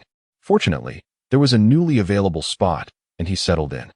I've seen your videos, Bubble Pig, remarked two vocational school female students at the same table, their faces lighting up with admiration. Haha. Today, I'm fortunate to share buns with two celestial beauties, so I must eat plenty. Bubble Pig greeted them and proceeded to set up his selfie stick, aiming it at himself. We want to see the sisters, not Brother Pig, came a chorus of lamentations from the live stream audience, eager to catch a glimpse of the lovely girls. Meanwhile, Shin Yuchu approached with a tray in hand, bearing a large bowl filled with 40 assorted buns and 10 bowls of soy milk. I just saw the owner. He is so handsome. And the owner's wife is equally beautiful. What a lucky pair. The viewers expressed their envy, urging their fellow viewers to gift Bubble Pig to encourage his hearty feast. Bubble Pig, make sure to take more photos with the owner's wife. They clamored again. The audience erupted in excitement upon catching sight of Shin Yuchu. Mesmerized by her beauty, once she had set down the food, Bubble Pig inquired, "Do you have any garlic, owner's wife?" "We don't." "And I'm not the owner's wife," Shin Yuchu replied shyly, her cheeks flushing red as she hurried away. The viewers grew even more animated at the revelation that this enchanting beauty was single, howling with excitement. With a clap, Bubble Pig took a deep breath. His expression reverent as he declared, "I can already sense the aroma of the delicacies. All right, my dear viewers, I am about to begin. First, let us taste the original soy milk." He lifted a bowl of the soy milk and took a sip, instantly downing half of it. Bubble Pig's eyes widened in surprise as the warm soy milk slid down his throat and into his stomach, filling him with vigor. "Brothers, this soy milk is the most delectable the Bubble Pig, have ever tasted. Absolutely divine. How utterly delightful!" Bubble Pig exclaimed in astonishment. With great enthusiasm, he swiftly finished the bowl of soy milk in just 2 gulps, followed by a blissful sigh. "Truly, it is exquisite. In Donghai City, I have traversed far and wide, aware of every culinary delight, yet today's soy milk is undoubtedly the finest." Upon hearing Bubble Pig's words, the live chat erupted with excitement. "Enough talk. Is anyone going? I'm heading to Donghai City tonight. Let us find someone to accompany me. Let us go. Let us depart tonight. I'll fly from Harbei. It's not expensive, just a mere 10,000 yuan for the ticket," Bubble Pig boasted, declaring it to be a culinary masterpiece. All the viewers nodded in agreement, well aware that Bubble Pig is a sincere food critic who never speaks falsely. "Hold on, let me first try this bun. The flavor is indeed remarkable. There is no rush for you all to come." Then, Bubble Pig picked up a bun, which had a red dot in the center, indicating it was a sweet bun, a customary delight in the South. He took a large bite, the white sugar transforming into a thick syrup while a hint of steam lingered within the dough, soft yet not overly sticky. As he savored the taste, Bubble Pig could not help but emit noises of delight, his face radiating ecstasy as he chewed. In a matter of moments, he devoured the bun in one go. With a blissful gaze towards the live chat, he closed his eyes and raised a cup of original soy milk to his lips. After several satisfying gulps, he sighed contentedly. "Brothers, I swear, the flavor of this sweet bun is worth your visit to this snack shop. It surpasses even the initial cucumber dish in deliciousness. How can I feel so fortunate?" He mused, lifting his selfie stick to capture the bustling queue and his own joyful expressions while eating the bun. "See? It's incredibly delicious. No more talk. Let us eat, fellow food enthusiasts. Watch me make the owner prosperous today." This was a braised pork and dried tofu bun. After proclaiming this, Bubble Pig picked up another bun, tearing it open to reveal the mingled pork and tofu filling. He took a hearty bite and chewed with abandon. Then, Bubble Pig made a most challenging decision. He began to eat the bun while sipping the soy milk, choosing silence over conversation. Pig brother, speak. Don't just eat. Is it really that good? Oh my, I've finished 20 buns already. Today, I shall surely make the owner wealthy. Pig brother, doesn't he the staff at that snack shop look even more beautiful in reality? Yet Bubble Pig remained focused on devouring his food, savoring each bite with fervor. The viewers in the live chat grew increasingly anxious as they witnessed the buns vanishing at an astonishing rate. Before long, Bubble Pig finished the last bun. Burp, brothers. It was utterly delicious, he exclaimed, slapping the table and calling out, Owner, bring me 50 more buns and 10 bowls of soy milk. Today, Bubble Pig is determined to make you prosperous. As she spoke, Bubble Pig lifted the selfie stick. At that moment, two exceptionally beautiful women strolled into the frame. One exuded a gentle grace, while the other radiated youthful exuberance, equally as lovely as the waitress from the snack shop. They were accompanied by an adorable little girl, donning a pink backpack. Daddy, I'm back. Uncle, Brother Chen Feng. The three women greeted Chen Feng, who was busily arranging some cookware. Tuan is back. Chen Feng smiled and nodded at Lu Yu and Wang Ruoxin. The thousands of genuine viewers in the live stream were utterly captivated. What a divine snack shop this is, with so many celestial beauties. The owner must be incredibly fortunate. Bubble Pig's brother was the first to notice the substantial figure of Bubble Pig in the distance.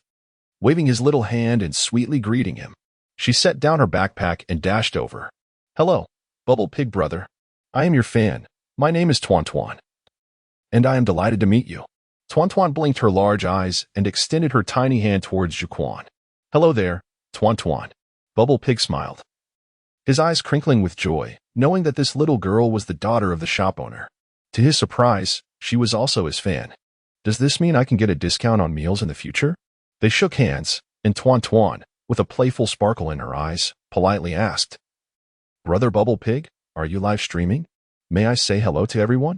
Of course. Bubble Pig beamed even brighter, adjusting the selfie stick to focus on the two of them and introduced, This is the owner's daughter. From now on, Tuan is my little sister. Please say hello to everyone. Hello, I am Tuan. This little shop is run by my father. Tuan glanced around the establishment and continued, I welcome everyone to come eat snacks at my home.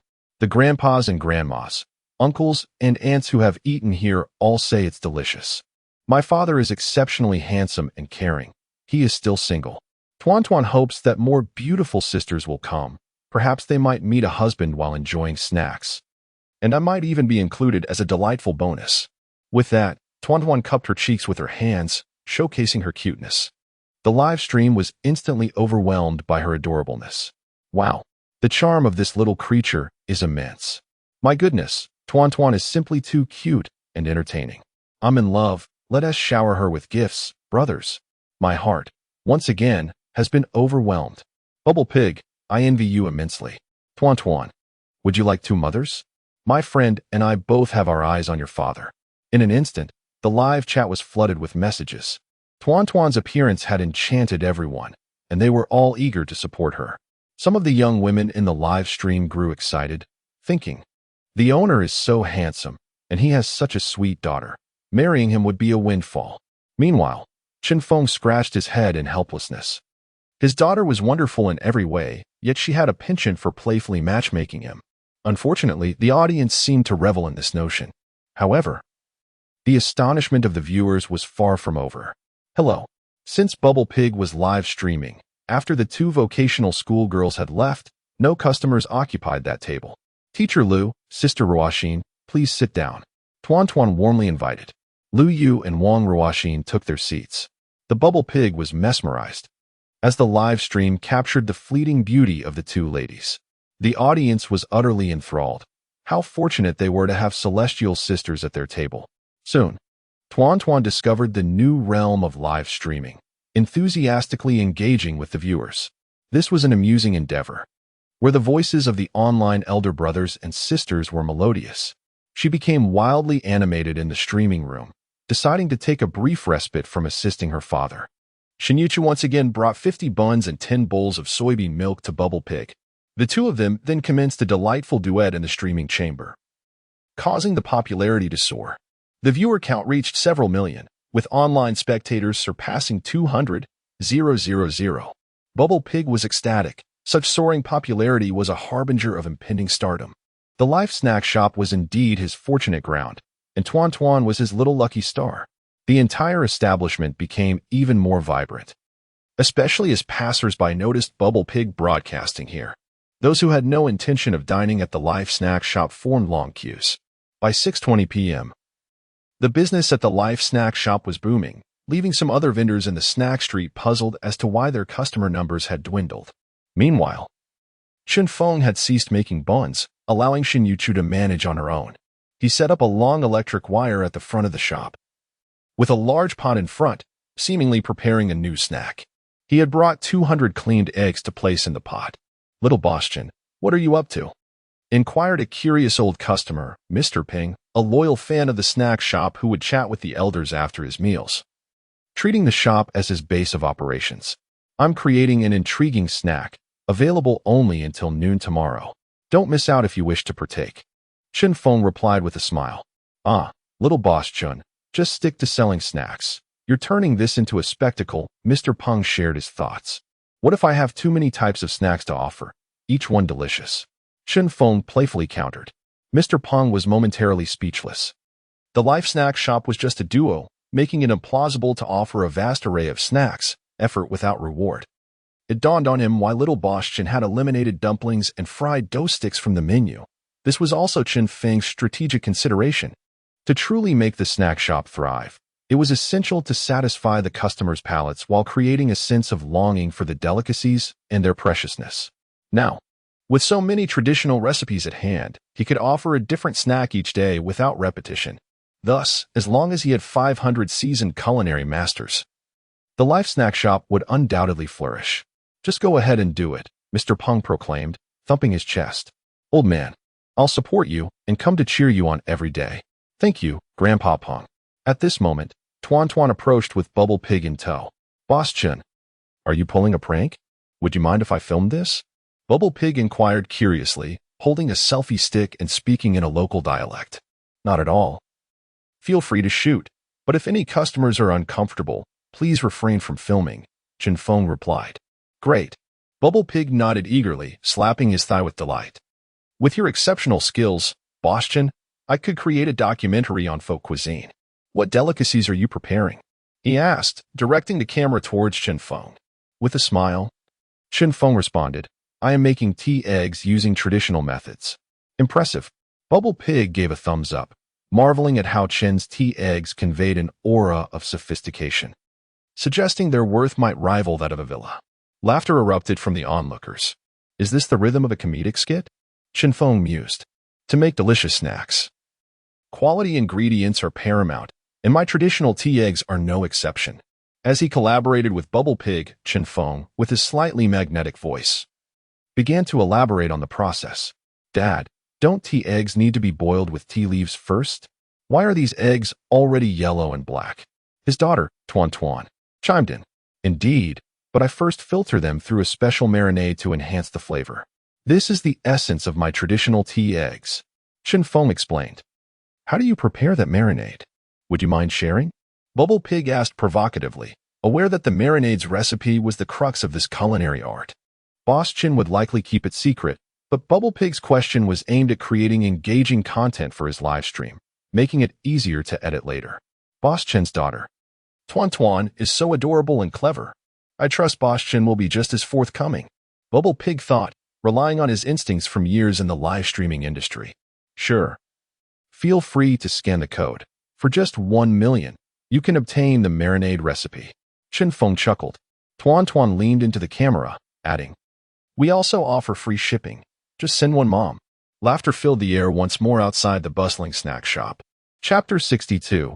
The complex world of adults. After boiling the eggs on low heat for 8 minutes, Chen Feng punctured each egg with a skewer to reach the yolk, then added a suitable amount of salvia, safflower, and walnuts, cooking them for an additional 3 minutes to deepen the flavor of the tea eggs. The intricate layers of flavor began to emerge. As Chen Feng concluded his explanation of the final step, silence enveloped the snack shop. Some patrons even set aside their buns, Bubble Pig, dazed while holding the selfie stick, kept sniffing the air as the aroma of the traditional tea eggs wafted over a considerable distance. With the gentle breeze, the rich fragrance spread. What is that delightful scent? Star anise, cinnamon, and the essence of salvia. It smells incredibly nourishing. Seeing the long line of eager customers, more individuals emerged, drawn by the enticing aroma, eager to join the queue.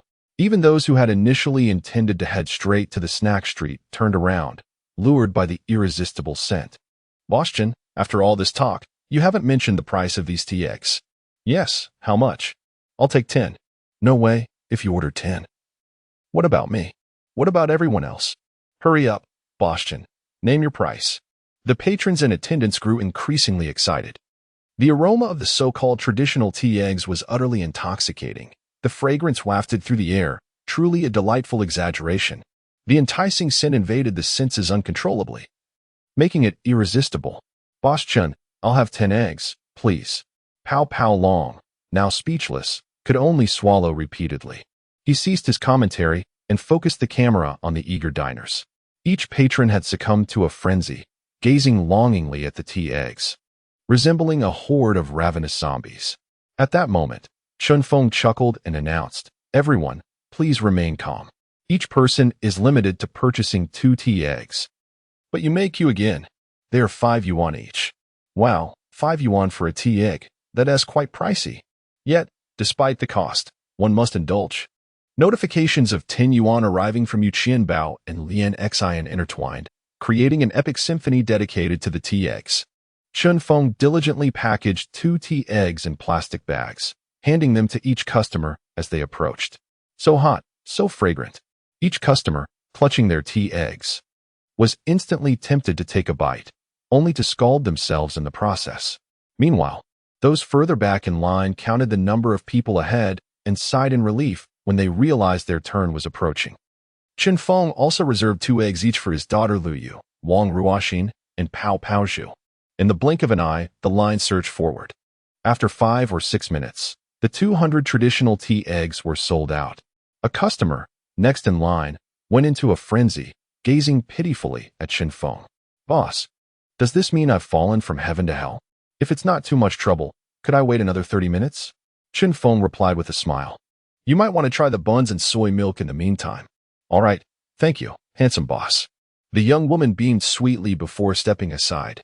At that moment, the first batch of customers who received their tea eggs had already peeled the brown shells and held the eggs aloft.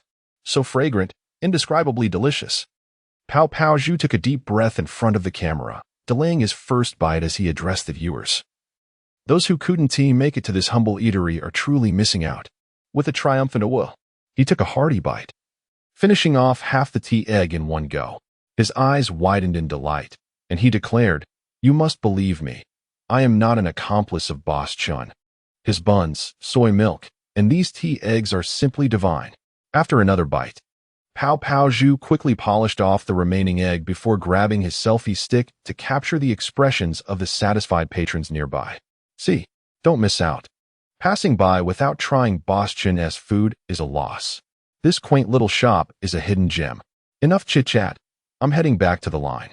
Pao Pao Zhu exclaimed before rejoining the queue, eager to gather material for tonight's video. "Delicious, Papa, the tea eggs are so fragrant." Tun Tun, with great enthusiasm, devoured a tea egg.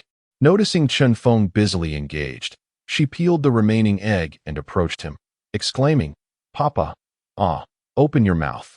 Chen Feng smiled and complied, and Tun Tun clumsily stuffed the egg into his mouth. "The verdict is in. She is indeed my true daughter," Chen Feng remarked. "It is evident that my daughter cares for me. Of course, Papa, you are still a child at heart, while Tun Tun has already matured," she replied with a smile. Time swiftly passed. Today, Chen Feng prepared 3 batches of tea eggs, totaling 500, not 600, as he had not procured that many. The outcome was unexpectedly splendid. "All right. We have sold out of buns and tea eggs today. If you wish to indulge, please return tomorrow," Chen Feng announced. The patrons reluctantly departed as the small eatery closed for the day. Lu Yu and Wang Ruoxin had left earlier, but the lively Bao Bao Zhu remained, having concluded his live stream due to a dead phone battery. Boss Chen, may I upload the footage of the tea eggs I captured today online? Bao Baozhu inquired. Certainly. Chen Feng nodded. Will there be more tea eggs tomorrow? Bao Baozhu asked eagerly.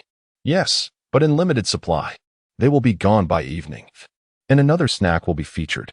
Come early if you wish to partake, Chen Feng replied. Bao Baozhu's eyes sparkled with excitement. Boss Chen, will you introduce new items daily? If they are as delectable as the tea eggs, I believe I have found a pathway to internet fame in the culinary world. I aspire to become a major food influencer. His plan was to capitalize on the small eatery's offerings. All right, I shall return tomorrow. Goodbye, Tun Tun. Goodbye, Yu Chu. And farewell, brother Bao Baozhu. He waved his goodbyes. As Chen Feng tidied up the shop, Xin Yu Chu and Tun Tun calculated the day's revenue. Before long, Tun Tun exclaimed, Papa, the evening's earnings are in. How much? Chen Feng inquired. 23,145 yuan, Tun Tun reported. Xin Yu Chu's eyes widened with astonishment. She had not anticipated that selling buns would be so profitable, far exceeding their previous sales of dumplings and youtiao. Adding the morning and noon's earnings, she stated, Boss, today's total revenue is 54,020 yuan. Papa is amazing, and so is Sister Yu Chu. Tun Tun clapped her hands joyfully. With this calculation, Xin Yu Chu was astounded. Once both shops are renovated, and they resume selling cucumber salad, with a bit of effort, daily earnings could soar to 200,000. That figure is simply staggering. Chen Feng chuckled softly, patting his daughter's little head. Tun Tun, one cannot be consumed solely by thoughts of money. Do you understand? From now on, the eatery will specialize in soy milk and buns. I will handle the arrangements for other snacks. He did not wish to burden the small eatery with additional tasks and might even reduce its offerings. As for future expansion, he had other plans. Life should not be solely about making money. The essence of life, when dissected, reveals that the issue of survival is fully resolved. Once wealth is attained, one should contemplate how to live joyfully and comfortably. After all, one has but a fleeting life. It is imperative to learn to seize the present moment. Chen Feng's outlook on life is in stark contrast to that of his ex-wife. Thus, at times, when Chen Feng encounters news of billionaires who succumb to cancer from relentless work, he often exclaims in dismay. The underworld does not accept renminbi. Earning such immense wealth only to leave it unspent is a tremendous loss. After the little eatery closed, Chen Feng rode his electric scooter to drop the two girls off at their home. Dad, aren't you going back? Tuan Tuan inquired, holding Xin Yu Chu's small hand. Dad needs to discuss something with your mother, Chen Feng replied. He had no intention of concealing his actions from his daughter. What do you need to see that woman for? Tuan Tuan suddenly appeared displeased. In her mind, her mother was unhappy. I plan to negotiate her visitation rights with Tuan Tuan, Chen Feng stated. Clap, clap. Tuan Tuan immediately clapped her hands in joy. That is wonderful. But if that woman disagrees, Dad, what should we do?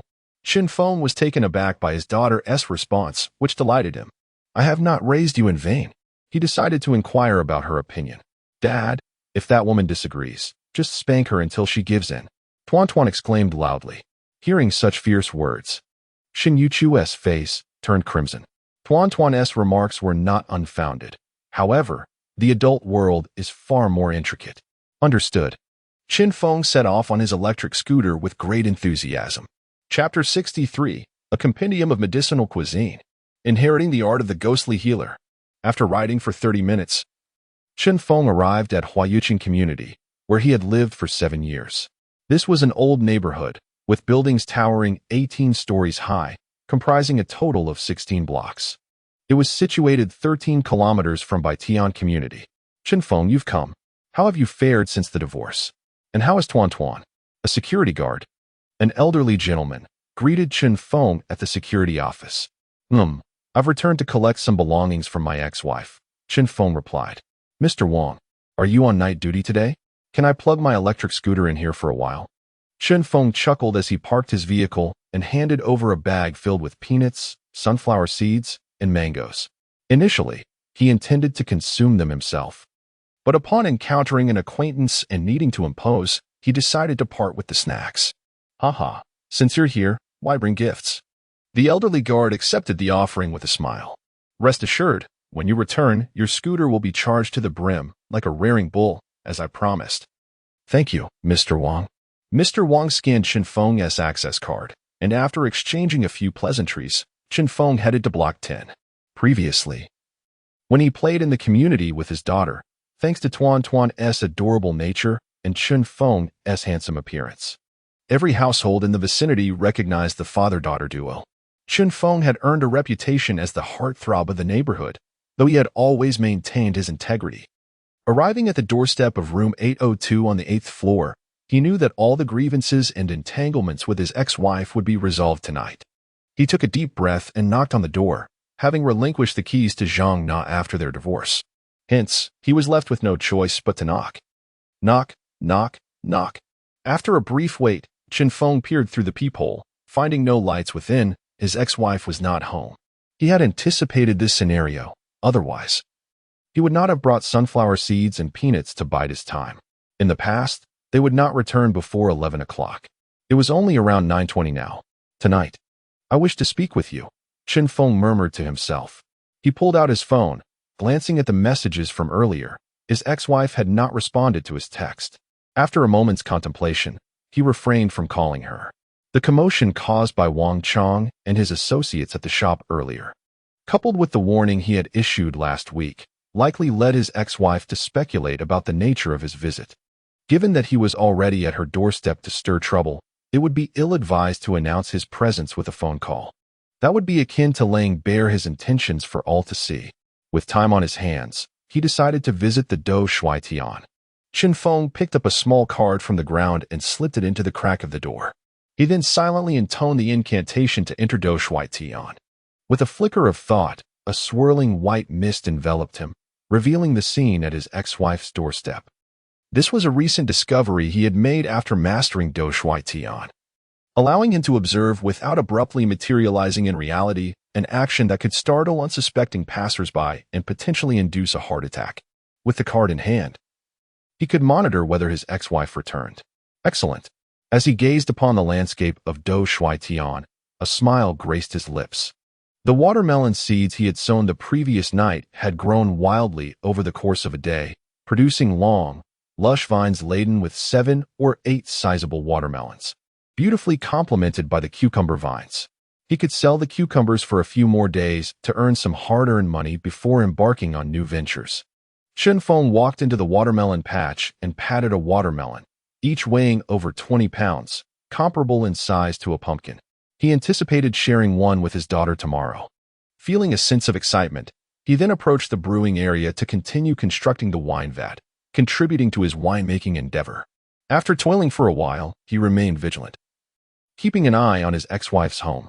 Today, Chen Feng had conserved his energy and refrained from practicing Tai Chi. What joy could be found in empty-handed strikes compared to the satisfaction of hitting a tangible target? It was the 8th day since Xiaoyao had left home. How he missed her. He resolved to pass on the traditional skills of the day to those who were receptive. Knock, knock, knock. Chen Feng approached the door of the grass hut, flanked by flourishing jujube and peach trees, still gradually growing. With a creak, a statue materialized. An elderly man with a long beard was simmering a small pot of soup, steam wafting from the lid. A smile gracing his face as he gently fanned the air with a straw fan. Beside him lay a stone bed. Was there a patient resting there? In the next moment, the statues transformed into a swirling white mist that surged toward Chen Feng, entering his mind. He vigorously shook his head, leaning against the grass hut, dazed and disoriented. His mind felt heavy. The memories he absorbed this time were far more extensive than before, surpassing even the legacy he received from the venerable Long Tianxiang. Including the dragon beard noodles and Tai Chi, the influx of memories was overwhelming, almost suffocating. As more than an hour passed, Chen Feng's pupils constricted. He beheld a cowhide scroll quietly resting on the ground within the thatched cottage, swollen with the promise of concealed treasures. Memories of ancient crafts began to surface in his mind. Herbal remedies, medicinal cuisine, the legendary 13 ghostly acupuncture needles, and the myriad experiences amassed by the venerable healer throughout his lifetime. He was also a master of broth, who, in his twilight years, ingeniously merged his medical expertise with culinary arts, developing countless medicinal dishes to heal through nourishment. Chen Feng, caught in astonishment, raised his hands. He felt a transformation enveloping him. His hands, fair as jade, appeared even more elongated, a striking contrast to his rustic upbringing, where he had labored tirelessly, his fingers calloused from years of toil. Yet, at this moment, all traces of those calluses had vanished. Could it be that I am more handsome now? Chen Feng hastened to the pond's edge, and indeed, he was not mistaken. He looked handsome. What a remarkable gain! His excitement surged. The medicinal cuisine was secondary. The pivotal treasure was the 13 ghostly acupuncture needles and the vast medical wisdom he had inherited. Every application of his newly acquired skills would surely succeed, earning him the moniker of a living Yama, a title symbolizing his ability to rescue souls from the clutches of despair back to the realm of the living. So, does this mean I am now a divine physician? Chen Feng's face radiated with profound joy. The blessings bestowed by the dissuasion were beyond his wildest imagination. To think that acquiring such an ancient craft would lead to extraordinary medical prowess. With this newfound ability, he believed he could finally heal his father's leg, which had been crippled for years upon returning to Chen family village. Moreover, he sensed an invigorating energy coursing through him. An invisible force generated from the strength of his limbs and bones, reminiscent of the chi cultivation detailed in the ghostly physician's scriptures. Over the past fortnight, he had diligently cultivated the energies within dissuasion, absorbing the spiritual essence concealed throughout its nooks and crannies, while also assimilating the physical prowess of the ancient artisans. His robust physique had already surpassed that of the world's elite athletes. Previously, as he practiced Tai Chi, it seemed he was on the verge of generating Qi. However, with the acquisition of the ghostly physician's scriptures, his progress had accelerated. Chen Feng formed a fist with one hand and an open palm with the other, uniting them as he felt the surging power within him. With the formidable strength he now possessed, he mused that his ex-wife would likely be unable to withstand even a single strike from him. At that moment, he noticed a tumultuous white mist swirling at the edge of a distant hill. Something was about to emerge. Had dissuasion begun to change? A gentle, enchanting meow resonated through the air, igniting his hope. Had the little one, who had run away, returned home? Chapter 64. The Punishment of an Ex-Wife. The Wrath of Heaven. Meanwhile, in Donghai City, Haishi, in a rented room, Pow Pow Pig took a hearty bite of a spicy chicken leg burger while editing the video of the night's shoot on his computer. At last, he had completed the editing. His small eyes scoured through the selected footage, a contented squint forming on his face. After reviewing the 5-minute video 3 times, he uploaded it to the largest audio platform. Title: A Unique Snack Shop. The Handsome Boss Who Gives So Much. Subtitle: The Family Journey of Tuan Tuan. Just one mom with free shipping. Enjoy snacks at will in this day and age. If one does not incorporate a touch of risque allure into their short videos, they may find their content largely ignored.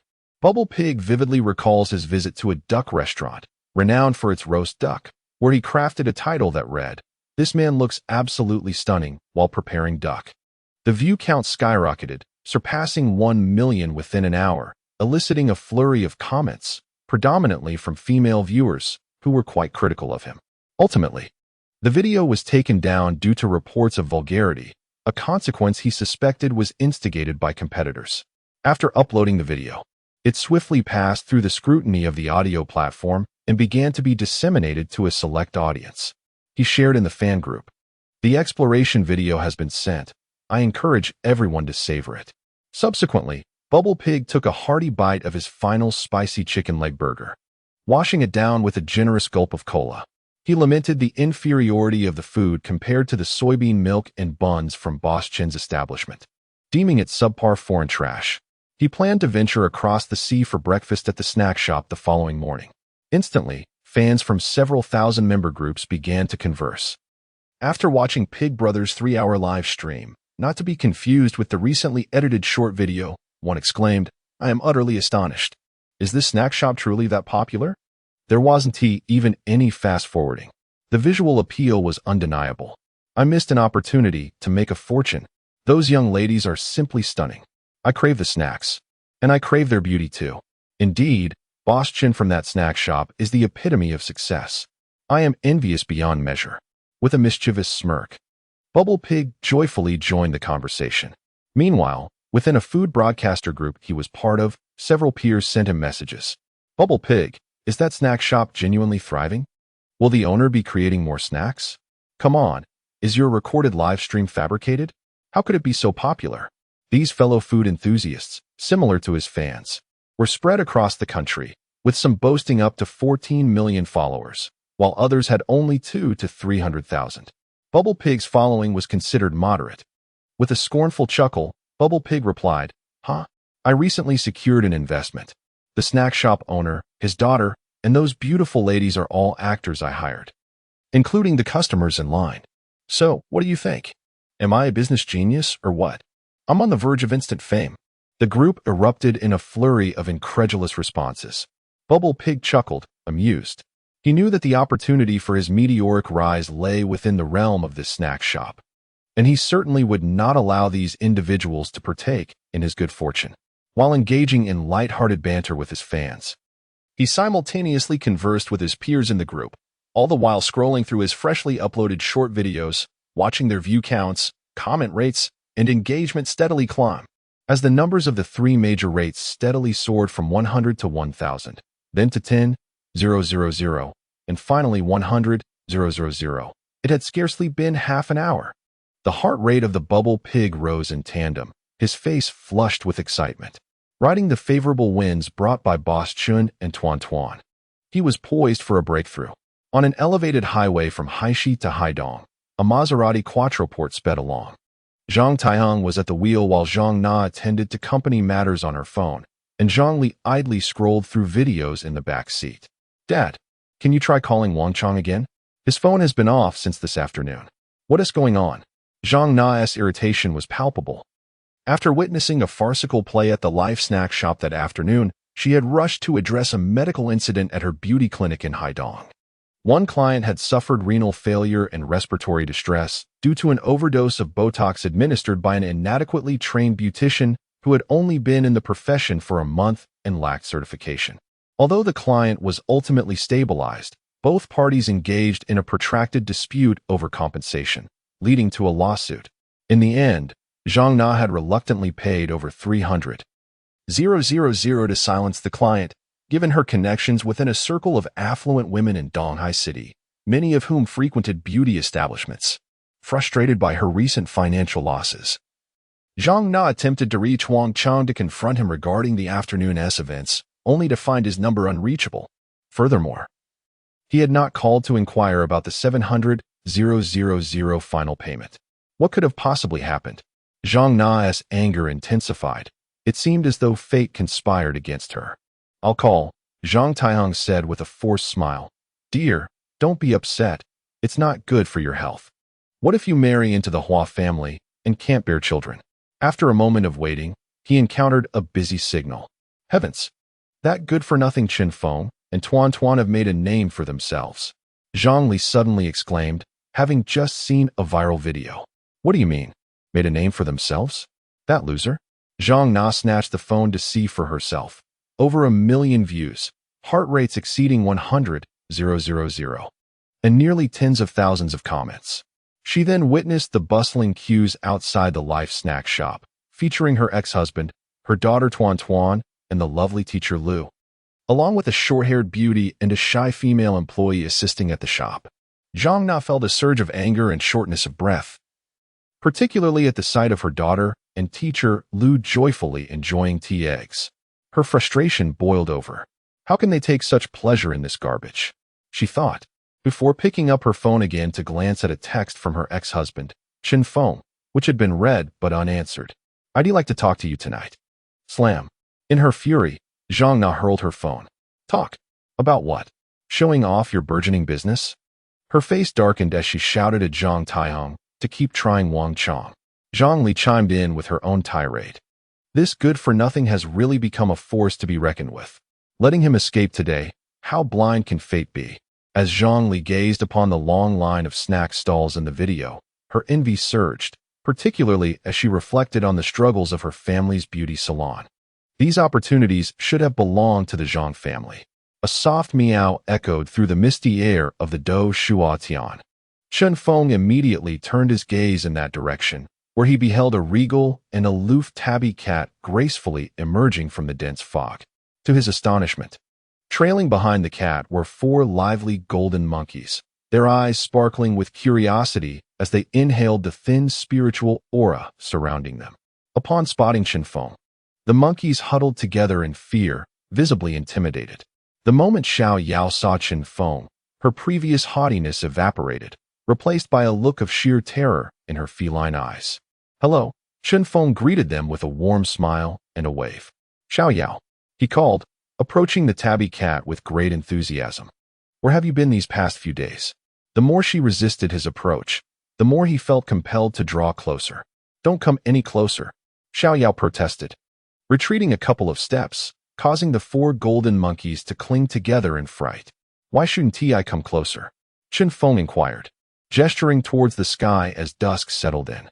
He recalled that the last 2 times Xiao Yao had lost her senses, it had been at night. With a resigned sigh, Xiao Yao relented. "Fine, I'll come to you. Such is my fate."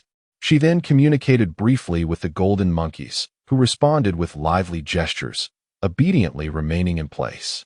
Xiao Yao approached Chen Feng, and gradually, the distance between them diminished. Her eyes glimmered with an enchanting allure as she reached his side and wrapped herself around his leg. Chen Feng instinctively lifted her into his arms, stroking her fur.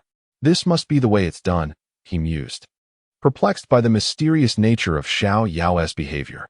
After a few minutes of gentle petting, during which Chen Feng explored every inch of her soft fur, Xiao Yao emitted a contented purr and nuzzled against his face, a delightful sensation that was both ticklish and soothing.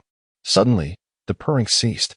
When Chen Feng looked down, he found Xiao Yao's eyes clear and focused, and she shot him a disapproving glance before leaping away, heading straight for the 4 golden monkeys. "All right. You've petted me 3 times, so from now on, you are my master," she declared with a final meow that hinted at a touch of reluctant acceptance of her fate. "I'm your master now? Aren't you a cat demon from Do Shuatian?" Chen Feng asked, bewildered. "Not anymore," Xiao Yao replied, glancing back. Intrigued, Chen Feng pointed at the 4 monkeys climbing a small tree. "Did you bring them to Do Shuatian?" "Indeed," Xiao Yao affirmed. "This will be beneficial for Do Shuatian, and you will come to understand in due time. What advantages does it confer for me to be your master?" Chen Feng inquired. "You will find out eventually." Chen Feng opened his mouth to ask further questions. "Enough. I shall not inquire further, shall I?" He conceded. It seems that even as the master of the little one cannot act with impunity. Chen Feng yearned to engage with the 4 golden monkeys. Yet they retreated into the hills, exceedingly fearful of humans. Disheartened, Chen Feng turned his attention to the grass hut, where he picked up a cowhide scroll that lay on the ground. This was the 13 needles of the ghostly physician. He unfurled it to reveal 13 medical needles of varying lengths, the longest measuring an impressive 6.6 inches. Chen Feng tucked them into his embrace.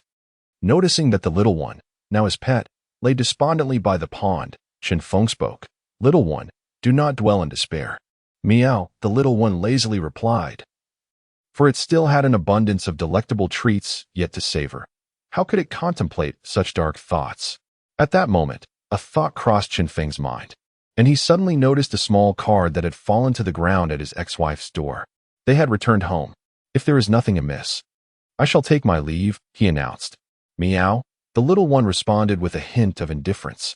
In high spirits, Chen Feng vanished into the celestial realm of Do Shuitian. This evening was not in vain. He had unexpectedly found joy in becoming the little one's master. Sister Yuchu, come quickly. We have gone viral, and so many people have liked us." Tuan Tuan exclaimed excitedly, dancing about under the thin blanket. The blanket flew in disarray, revealing expansive mountain vistas. Tuan Tuan held out her phone for Shen Yuchu to see. With a simple expression, Shen Yuchu observed her busy figure in the video, alongside the boss preparing tea eggs. Her eyes sparkled with delight. "Look, there are 200,000 hearts. And so many comments from older brothers and sisters. Sister Yuchu, could you read them to me?" Tuan Tuan pleaded, as she struggled with the numerous characters, planning to share them with her kindergarten friends the next day. Shen Yuchu took the phone, smiling gently, "Of course. Stinky Daddy, Why haven't you returned so late? Does it take that long to spank mommy's bottom? Tuan Tuan mumbled as Shun Yuchu began to read. Gradually, Tuan Tuan's eyes brightened with joy. The comments section overflowed with sisters who wished to be her mother. Yeah, look. You've gone viral. Such heated popularity. Suddenly, her friend Zhang Xiaoqiao burst out of the room, phone in hand, rushing over. It's the first time I've seen Chen Feng's face. He is so handsome. His daughter is truly adorable, haha. Zhang Xiaoqiao exclaimed excitedly, salivating with envy. Being a programmer, she worked tirelessly every day and even on weekends. Never having visited a food stall in her life, relying solely on Lu Yu's culinary offerings upon her return. Is this girl your rival? Quite beautiful. Zhang Xiaoqiao remarked while watching the video. Lu Yu suddenly pointed at Shun Yuchu, who was selling buns nearby. It seems you might have another competitor. Wow, Zhang Xiaoqiao gasped. Is Chen Feng so charming? This young lady is lovely and gentle. Tell me how to defeat them. Lu Yu began to share her insights. Only women understand women. Although Shin Yuchu concealed her true self, Lu Yu had quietly observed her for the entire week and had already discerned the truth. In other words, the three of them lived together daily. Shin Yuchu, merely 20 years old, spoke with a gentleness that surpassed her own and was diligent in her endeavors. How could she not harbor affection for her charming Chen Feng? No, I must devise a plan to alter this situation, for I cannot simply wait idly. Lu Yuexin mused silently. In another room, Ruo Xian. Look, you have a musical competition coming up. How could you not bring me some of the new traditional tea-infused eggs that Uncle Chun has made? Woe is me, Ruo Xian, have you ceased to love me? Zhang Xiaohua lamented tearfully. Wang Ruo Xian rubbed her forehead. Xiaohua, you look quite unappealing like this. Let the competition be the competition. Uncle is exceedingly busy with his business, and I cannot assist him. The college entrance examination is just half a month away. I feel as if I'm drifting further from Uncle Chen. What should I do? Zhang Xiaohua blinked. Didn't Uncle Chen say that after the exams, you could work and study? Wang Ruo Xian shook her head. My family insists I return home immediately after the exams. Sigh. With a long sigh, her short hair framing her delicate earlobes, she propped her chin on her hand. How troubling. In just half a month, I will depart and come of age. Suddenly, a spark of inspiration ignited in Wang Ruo Xian's eyes. A bold plan materialized in her mind. If only her inept brother would come to fetch her home, Uncle Chun would undoubtedly be hers. Zhang Xiaohua grew apprehensive. Ruo Xian, your smile is quite sinister. In Chun family village, within a courtyard-like abode, dear. Look at your precious granddaughter. She is participating in a musical competition, and their S-phone surrounded by such beautiful girls. Is he courting someone again? Chen's mother exclaimed excitedly from her bed. Let me see. Chen's father, leisurely drying his feet with a towel, limped to the bed and took the phone, suddenly astonished. Haha. My dear granddaughter, which of these lovely ladies is Feng's girlfriend? I have no idea, Chen's mother replied, shaking her head. Perhaps we should visit the city another day to inquire about Tuan Tuan and ask Feng. We mustn't meddle and delay another family's daughter. Two of those girls look somewhat familiar. Chen's father furrowed his brow in contemplation. Which two? Chen's mother inquired, her concern evident. Matters regarding their son were of utmost importance. I won't tell you, haha. Chen's father chuckled. Oh, you. Chen's mother playfully punched him. Chen's father examined the photos several times, his face beaming with pride. My son is indeed handsome, resembling me in his youth. Ah, let go of my ear. Suddenly, Chen's father gasped as his ear was twisted painfully by Chen's mother. How could he resemble me in his youth? Tonight, we shall have a serious discussion, she coldly retorted. Chen Laoba, if you do not clarify matters today, I shall have no more dealings with you. Oh dear, Chen's father lamented, his face a picture of woe. His tongue had betrayed him. In the bustling metropolis, not far from the Pearl Tower, within a high-rise apartment, Yunwei, your daughter has been found. We've also located the young man who has captured her heart. I never anticipated he would be so talented and participating in a musical competition. Lu's mother held her phone, a gentle smile gracing her face as she remarked on the young man who had recently become a father, noting his commendable appearance and the cuteness of his daughter. Feeling that he and her daughter, Yuer, were quite compatible. In the distance, at an office desk, A middle-aged man wearing gold-rimmed glasses sat upright. Impeccably dressed in a tailored gray shirt, still engrossed in handling corporate affairs at such a late hour. He set down his pen and approached silently, taking the phone to examine it, his brows furrowing gradually. "I trust you wear's judgment. You needn't meddle. It was because of you that our daughter left home in the first place," Lu's mother complained. "Once I finish my work in a few days, let us take a trip to Donghai City together." Lu Yunwei pondered for a moment, offering no opinion and displaying no excessive emotion. As he continued to address his official duties, coughing persistently, Lu Yunwei struggled to catch his breath. Under the full moon, Lu's mother gazed at the composed man on the screen, her satisfaction with her son-in-law growing with each glance. Knock, knock, knock. After leaving the realm of bliss, Chen Feng took a deep breath and knocked on the door, his mind replaying the image of Lu Qi's broken leg and the destruction of the snack shop. Recalling Zhang Hongwei's similarly broken limbs, Chen Feng's eyes reddened, his fists clenching tightly. Since he had severed ties with his ex-wife, they were now strangers. Had he been in Lu Qi's place, or Zhang Hongwei's that day, it would have been his legs that were shattered. They still wished to snatch Tuan Tuan away from him, wanting him to acknowledge them as his father, attempting to seize the most precious thing in his life. With his breath coming in heavy gasps and his eyes ablaze, Chen Feng thought, "Since you act without compassion, I shall act without righteousness." "Who is it? It's late. Are you unwell?" came Zhang Tiahong's voice from inside. "I am Chen Feng. I need to speak with Zhang Na," he replied in a low tone. "Wait a moment." Zhang Na, who had just reclined on the sofa, along with Zhang Li and Zhang Taihong, were startled, exchanging glances. "What does this good-for-nothing want?" Zhang Li asked warily. "Is it because of this afternoon's incident?" Her hands trembled with fear. "Humph, he is probably just scared. Does he dare to confront me while I am here?" Zhang Taihong retorted. However, Zhang Na shook her head and declared loudly, "Chen Feng, you should go back. I do not wish to see you tonight." With that, she felt a sense of satisfaction. Usually indifferent to her, he would find himself left outside today, as she was not in a good mood. What could he do about it? Silence fell as Chen Feng's voice did not echo back from outside. The three inside stood up, heading toward the door. Meanwhile, outside, Chen Feng retrieved a 3-inch needle from his pocket, inserting it into the keyhole. The energy he had just mastered flowed through the needle, sensing the situation within the lock. Unbeknownst to them, he had once been adept at using medicinal needles and was also a locksmith. So, they would not open the door, would they? Then he would take matters into his own hands. The soft needle, infused with his energy, became rigid and, after a few twists, with a click, the door swung open. Chen Feng pushed the door open, only to find Zhang Na, Zhang Li, and Zhang Taihong standing there, their expressions frozen in disbelief. Had they forgotten to secure the anti-theft door upon returning home? Chen Feng strode forward, approaching Zhang Na, and raised his right hand. With a swift motion, he delivered a powerful slap, accompanied by a fierce gust of wind.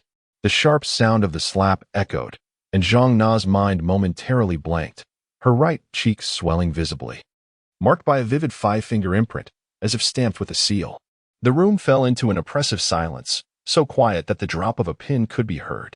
Zhang Na let out a frantic scream, her voice filled with madness. She glared at Chen Feng, her heavily made-up face contorted in rage. "You dare strike me? You worthless fool!" A violent gust swept through, and with another resounding slap, her face jerked violently to the side, warm blood seeping from her lips and nose. Stunned, she felt a buzzing in her head, while her left cheek began to swell at the same alarming rate. "Beast! You bully my daughter! I will fight back!"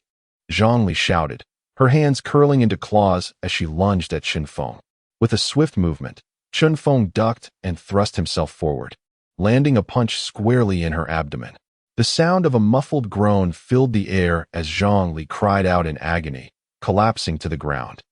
The world spinning around her, nausea overwhelming her. Suddenly, a fierce roar erupted as Zhang Taihong, his face twisted with rage, wielded an iron chair and aimed for Chen Feng's head. "Die, you little beast!" Chen Feng raised his right hand, halting the chair's descent. Zhang Taihong faltered, fear flashing across his face as Chen Feng's icy gaze pierced through him. "Who are you calling a little beast, old man?" With his right foot poised for action, Chen Feng pivoted, delivering a powerful kick to Zhang Taihong's abdomen. His features contorted in pain, Zhang Taihong crumpled, crashing against the wall 3 meters away. Blood streaming from his nose and mouth. Chen Feng, you hit my parents.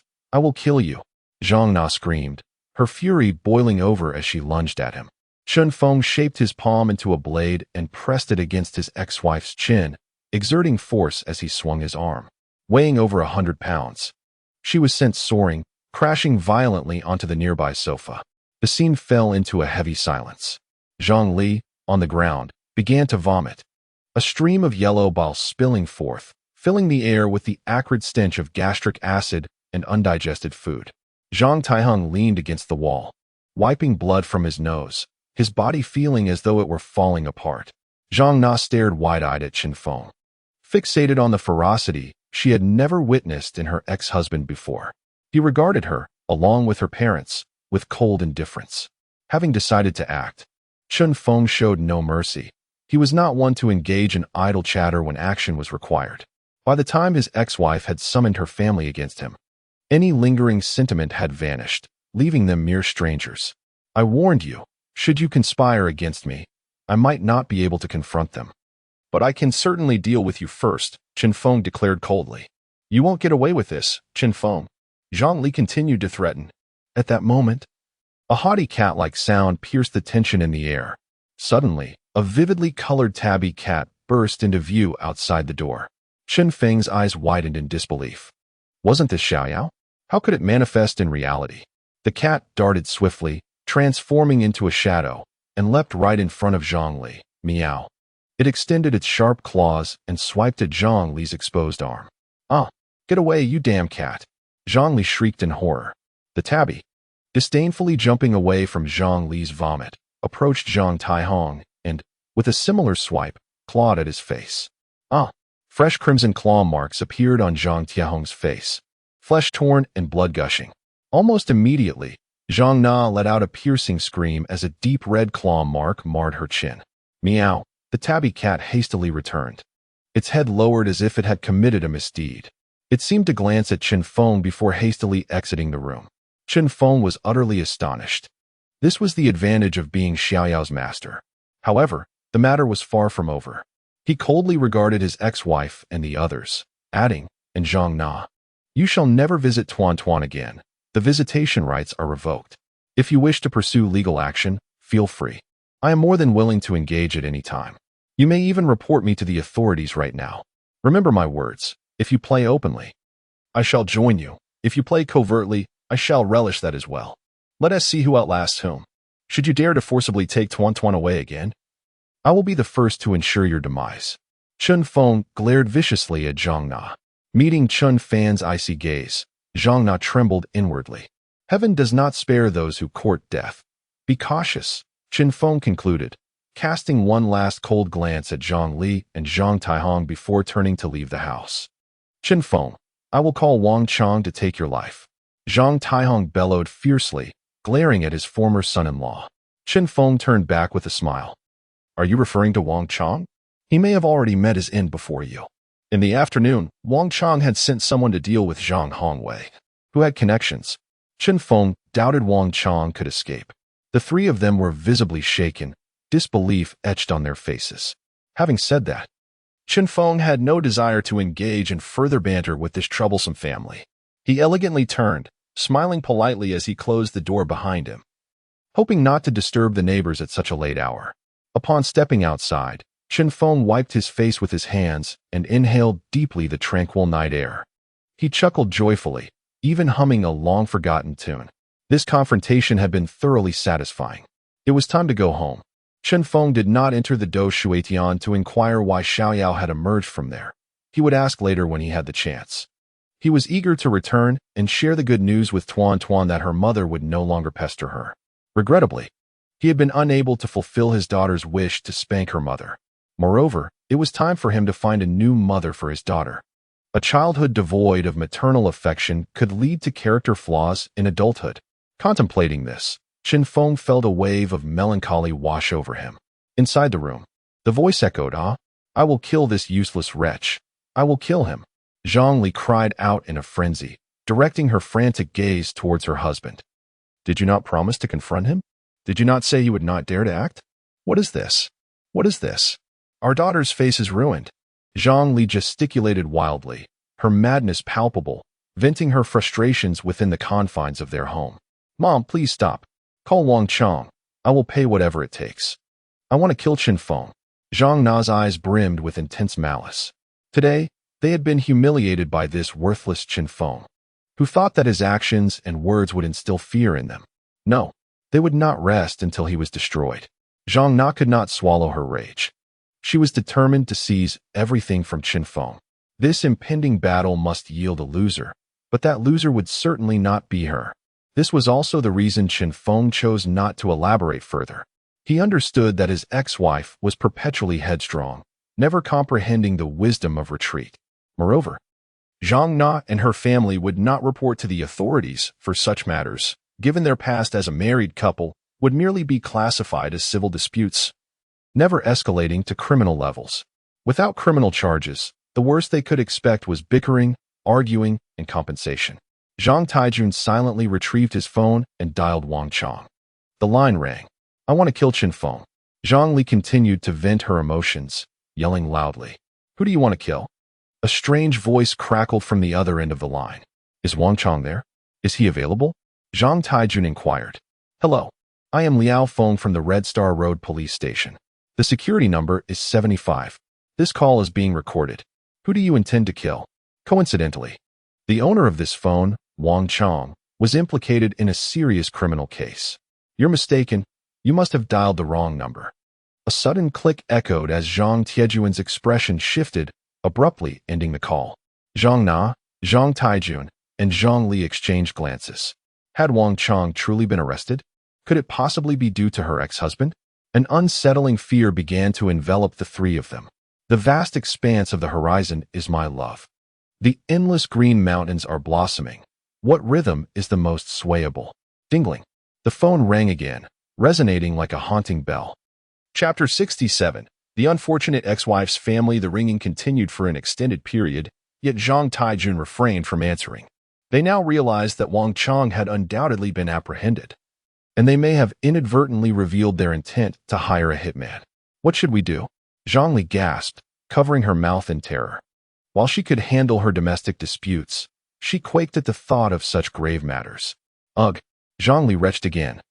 A dual response to the intense stimulation of her nerves and the violent turmoil in her stomach. The phone rang persistently. Answer it. Deny everything. Just say Mom was drunk. Zhang Na quickly suggested.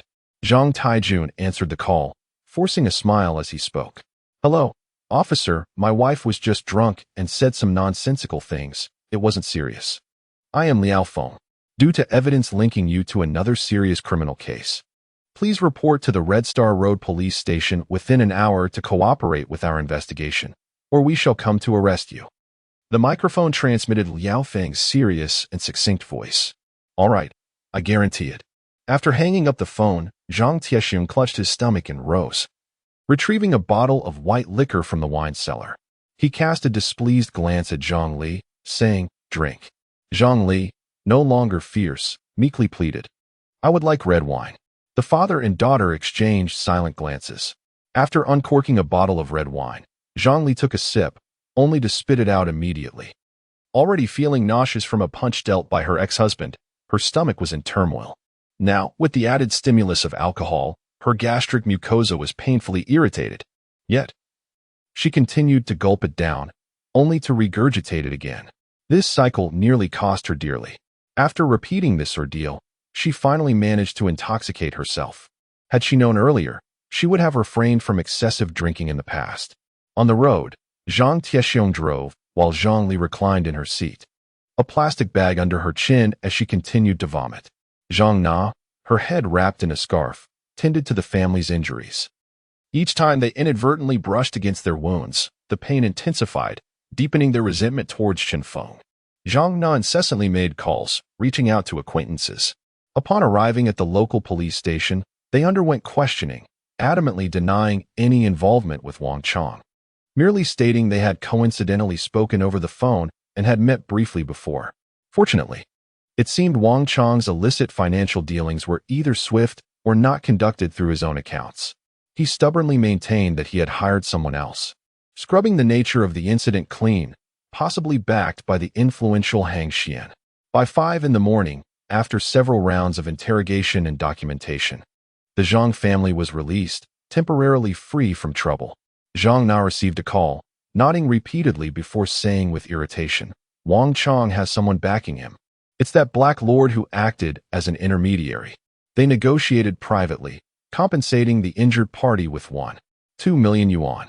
The injured individual has significant connections, which still means Wang Chang will have to serve 3 months in prison before this matter can be laid to rest. This is the web of relationships, transforming major issues into minor ones and minor issues into nothing, with money paving the way. They could no longer rely on Wang Chang. Zhang Na shared this resolution with her parents, expressing frustration at having struck a passerby with such substantial consequences. Zhang Li scolded, relieved that they hadn't lost that 2 million yuan. The father and daughter fell into silence again. They hadn't lost 2 million, but they had lost 1.3 million. Was that not money? This matter could not be brushed aside. Zhang Na gritted her teeth, still feeling a sting on her face. Her visage was severely swollen, and it would take at least half a month to heal. She couldn't wear makeup and certainly couldn't face anyone. Chen Feng, if you wish to play with me, I shall indulge you. If your underhanded tactics prove futile, I shall confront you openly. How will we proceed? Zhang Tiexiong asked grimly, unable to tolerate being trampled upon by a worthless adversary. Feeling lost, he suggested, let us discuss this later. First, we must sell that old house. It is no longer safe to reside there. The three of them recalled Chen Feng's formidable skills. Zhang Na, feeling agitated, walked outside. Zhang Li hurriedly said, daughter, the car is here. Let us return quickly so you can get some rest. Go get the rabies vaccine. I was scratched by a wild cat last night. I have no idea which beast from the neighborhood wandered in. Why did it not scratch Chen Feng? Do you all wish to meet your demise?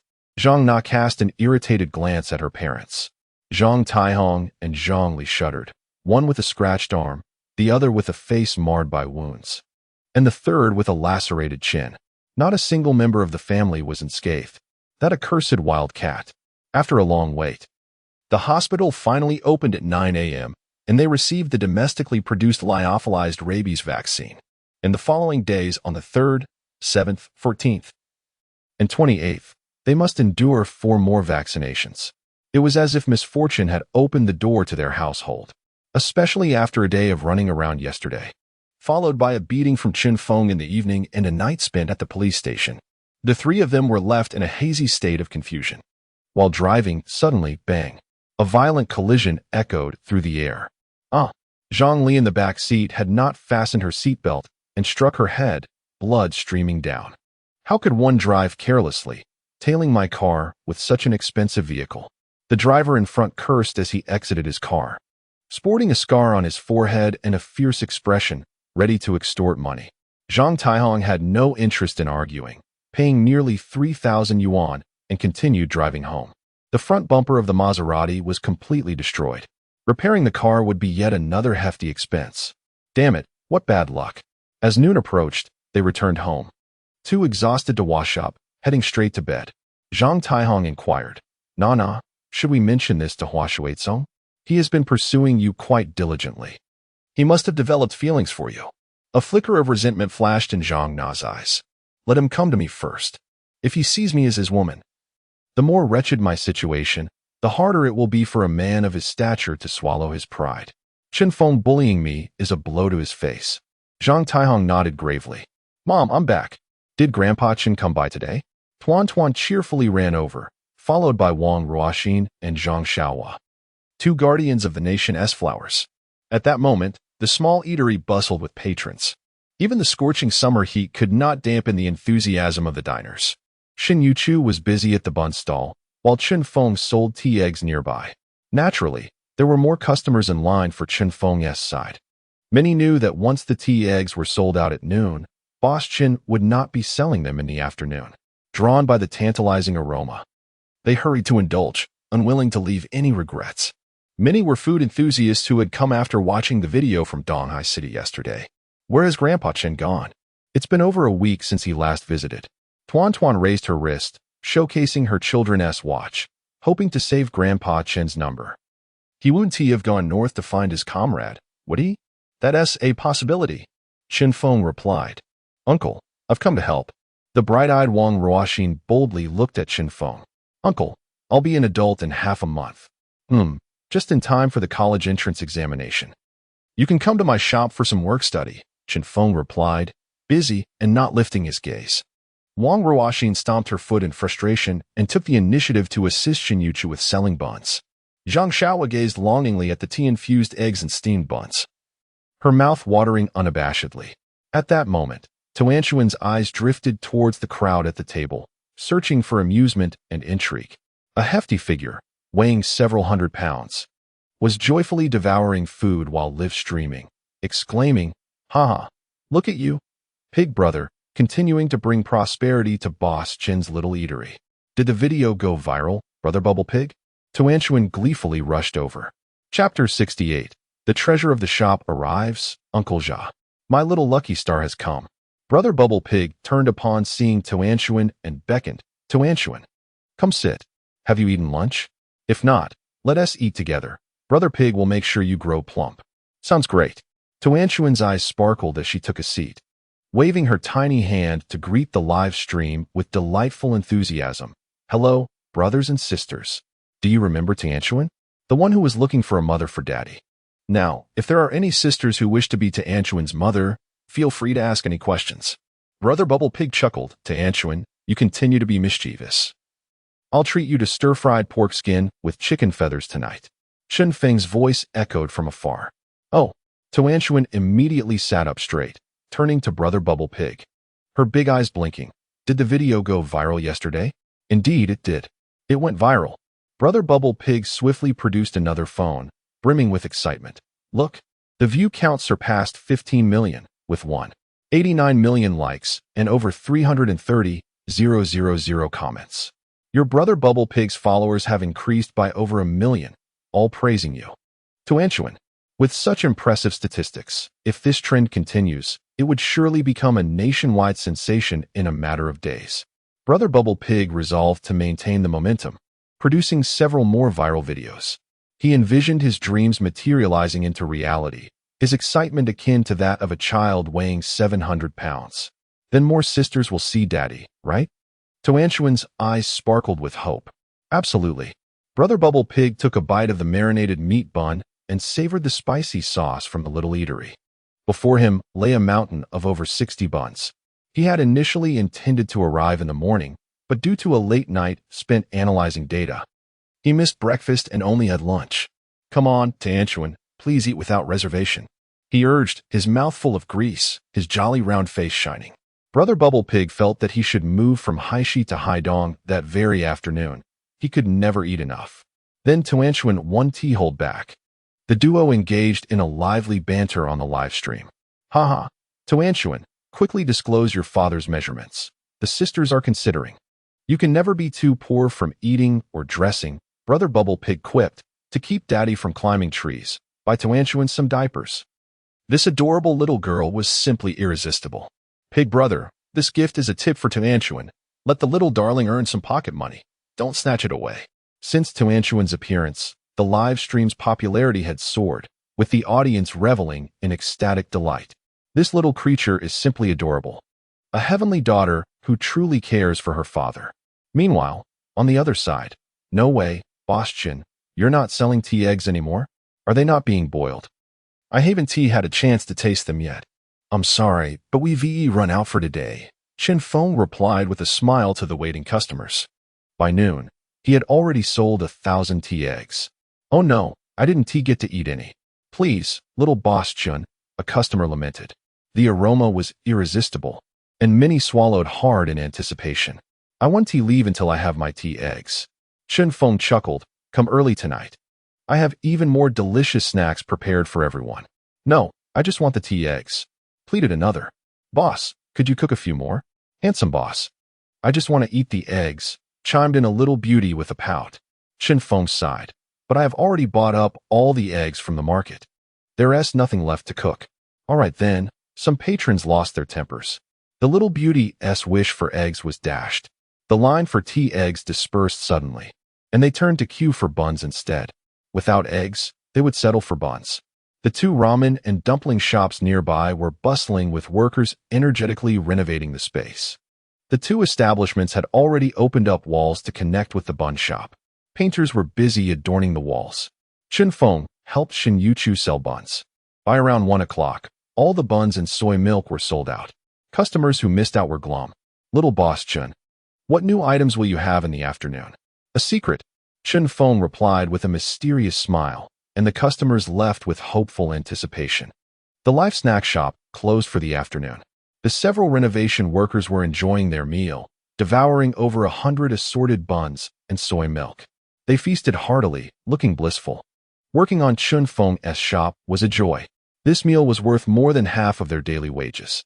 At that moment, at a table outside the shop, Bubble Pig Zhu Quan was amusing Tuan Tuan, wrapping up the midday livestream. Zhang Xiaohua, Wang Ruoxin, Chen Feng, and Shin Yuchu were also savoring buns. Huang Shi was discussing business with several younger companions, noting it was yet another day without the cucumber dish being delivered because Chen Feng hadn't prepared it. In just the past week, Huang Shi had earned nearly 50,000, and he had completely lost interest in small-time ventures, only wishing to follow in Chen Feng's footsteps to prosperity. I'm full. You all enjoy your meal. Chen Feng wiped his mouth and smiled as he observed the increasingly lively scene at the life snack shop. Then, he hurried into the bun shop. In a small pot, a thick, dark paste was simmering. Earlier that morning, Chen Feng had taken the time to purchase various herbs from the traditional medicine shop and had been stewing them. However, it was not for a medicinal dish. He then called Lu Ji. Hello, Lu Gu. After closing the shop at noon, come visit my new shop with your wife. Chen Feng said. Sure. Lu Ji didn't ask further and hung up. Seeing that the paste was nearly ready, Chen Feng turned off the heat. He was just about to find Huang Shi to discuss matters when Tuan Tuan approached him. Dad, did that woman agree yesterday? Did you spank her? Though the sound made by Tuan Tuan was faint, it was clearly heard by Wang Ruoxin, Shin Yuchu, Zhang Xiaohua, and Huang Shi, who were not far away. The girls all blushed with embarrassment. Zhang Xiaohua widened her eyes in shock, silently cursing the scoundrel uncle. She was well aware that her close friend Ruoxin had feelings for Chen Feng, the same for teacher Lu, and even Shin Yuchu, who worked for Chen Feng, secretly admired him. Yet, Chen Feng showed no signs of reciprocation. And now there was that woman, engaging in such inappropriate games. What else could he be but a scoundrel? Ahem, ahem. Chen Feng nearly choked, gently patting his daughter's head while searching for a feather duster, but finding none. Tuan Tuan, your mother has consented. And please refrain from discussing such matters in public. I have never spanked your mother, so let's leave it at that. I merely went to negotiate with my ex-wife yesterday. As he realized the absurdity of his words, Chen Feng exclaimed helplessly, I said your mother agreed. She probably won't come to visit you anymore. At least for the time being, she surely won't. He silently added in his mind. He recalled the scene from yesterday when Xiaoyu scratched his ex-wife's chin. Given his ex-wife Zhang Na's obsessive vanity, she would never dare to venture out until her wounds had healed completely. Hooray! Tuan Tuan cheered, waving her little hands joyfully. As long as she was not with that woman, she would be a happy little dumpling. As for her mother, she hoped she would find someone better. Perhaps the sister in line for eggs today was a good option. Just then, a cool meow resonated throughout the bun shop. Upon hearing the cat's call, Tuan Tuan perked up her ears in excitement and looked toward the store. It was Xiao Yao's voice. Chen Feng's gaze sharpened as he turned to the shop, where he spotted the tabby cat Xiao Yao standing beneath a stainless steel table, accompanied by a 20-pound watermelon. Meow, Xiao Yao called out. Hello, little cat. Tuan Tuan stood nearby, wanting to reach out but hesitating. Although the little cat appeared gentle, her father had taught her not to touch stray cats and dogs indiscriminately. She looked at Chen Feng with questioning eyes. Chen Feng smiled and reassured her. It's all right. Xiao Yao is harmless. Hello, Xiao Yao, she said as she cautiously approached, extending her small hand from a distance. However, Xiao Yao scuttled beneath Tuan Tuan, eagerly rubbing its little head against her hand. Hee hee. Tuan Tuan giggled as she stroked the cat a couple of times, her joy evident as she cradled Xiao Yao in her arms. Daddy, How did you know its name is Xiao Yao? What a wonderful name. Meow? I just guessed. Chen Feng replied, realizing he had let that slip. He never expected Xiao Yao to appear so spontaneously in reality, and even in his shop. He stepped closer to his daughter, wanting to pet Xiao Yao himself, reminiscing about the cat's familiar touch. With a meow, the tabby cat proudly dodged Chen Feng's reaching hand, and Chen Feng locked eyes with Xiao Yao, noticing its impatient demeanor. The wretched cat, having become its master, now refuses to be petted. Xiao Yao, Tuan Tuan adores you. Tuan Tuan exclaimed, cradling Xiao Yao. Daddy, may I take Xiao Yao out to play? Chen Feng, understanding his daughter's desire to share the joy, chuckled, of course, go ahead. Then I shall. Once his daughter departed, Chen Feng turned his gaze toward the sizable watermelon below. To his surprise, Xiao Yao had not only arrived, but had also plucked a ripe watermelon from the celestial realm. Let us indulge. Chen Feng fetched a fruit knife and sliced it open, the vibrant red flesh bursting forth with juice. The sight of that crimson pulp ignited a voracious appetite within him. He severed a piece, placing it in his mouth. With a delightful crunch, the juice erupted, enveloping his palate in a sweet, refreshing flavor. Sweet. So sweet. It reminded him of the innocent, ephemeral love of his elementary school days. This was the essence of first love. As he continued to slice, he devoured several pieces, the sweetness penetrating deep into his heart, prompting him to reflect. This is the epitome of a pleasurable life. Chen Feng arranged the watermelon on a platter, intending to share it with everyone. At that moment, he noticed Xiao Yao had become the center of attention, languishing in Tuan Tuan's embrace, while Xin Yuchu and Wang Ruoxin gently stroked its sleek fur. Meow? However, when Zhang Xiaohua and Huang Shi attempted to pet it, Xiao Yao shot them an indignant glare, arching its back in a clear warning. Zhang Xiaohua nearly shrank into a frightened flower. Huang Shi rubbed his nose, somewhat begrudgingly remarking, "It seems Xiao Yao recognizes people. Indeed, from now on, I shall call it Sister Xiao Yao." Tuan Tuan nodded in agreement. Come, everyone, let us enjoy the watermelon." Chen Feng placed the watermelon bowl on another table, also serving some to the renovation workers. A 20-kilogram watermelon was far too much for them to consume alone. Meow? Xiao Yao leaped onto the table. Sister Xiao Yao, would you like to eat as well? Tuan Tuan set a slice of watermelon down. Xiao Yao immediately dove into it. Yet, Huang Shi, undeterred, sought to pet the cat once more. Meow? Xiao Yao reacted swiftly, raising a paw in defense, its sharp claws glistening. Huang Shi withdrew his hand, chuckling nervously. Xiao Yao is quite fierce. Fear gripped Huang Shi, sending a chill down his spine. He narrowly escaped a disastrous encounter. Had he been scratched, he would have faced another needle from the nurse. Chen Feng casually picked up a large piece of watermelon, devouring it with gusto. So sweet. Daddy, where did you buy this watermelon? It's incredibly sweet. After the first bite, everyone wore expressions of astonishment. This watermelon was not merely sweet. It was sweet enough to touch the very depths of the heart. Chen Ge, where did you purchase it? I plan to buy a few later, Wang Shi's companion inquired.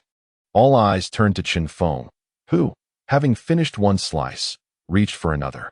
This watermelon is simply delectable. My father's family grows it on their farm. But there's not much to go around, so don't get your hopes up, Chen Feng replied with a smile. The group acquiesced, yet their pace of consumption quickened. The watermelon is so sweet. Having savored it once, I cannot be certain when I shall have the pleasure again.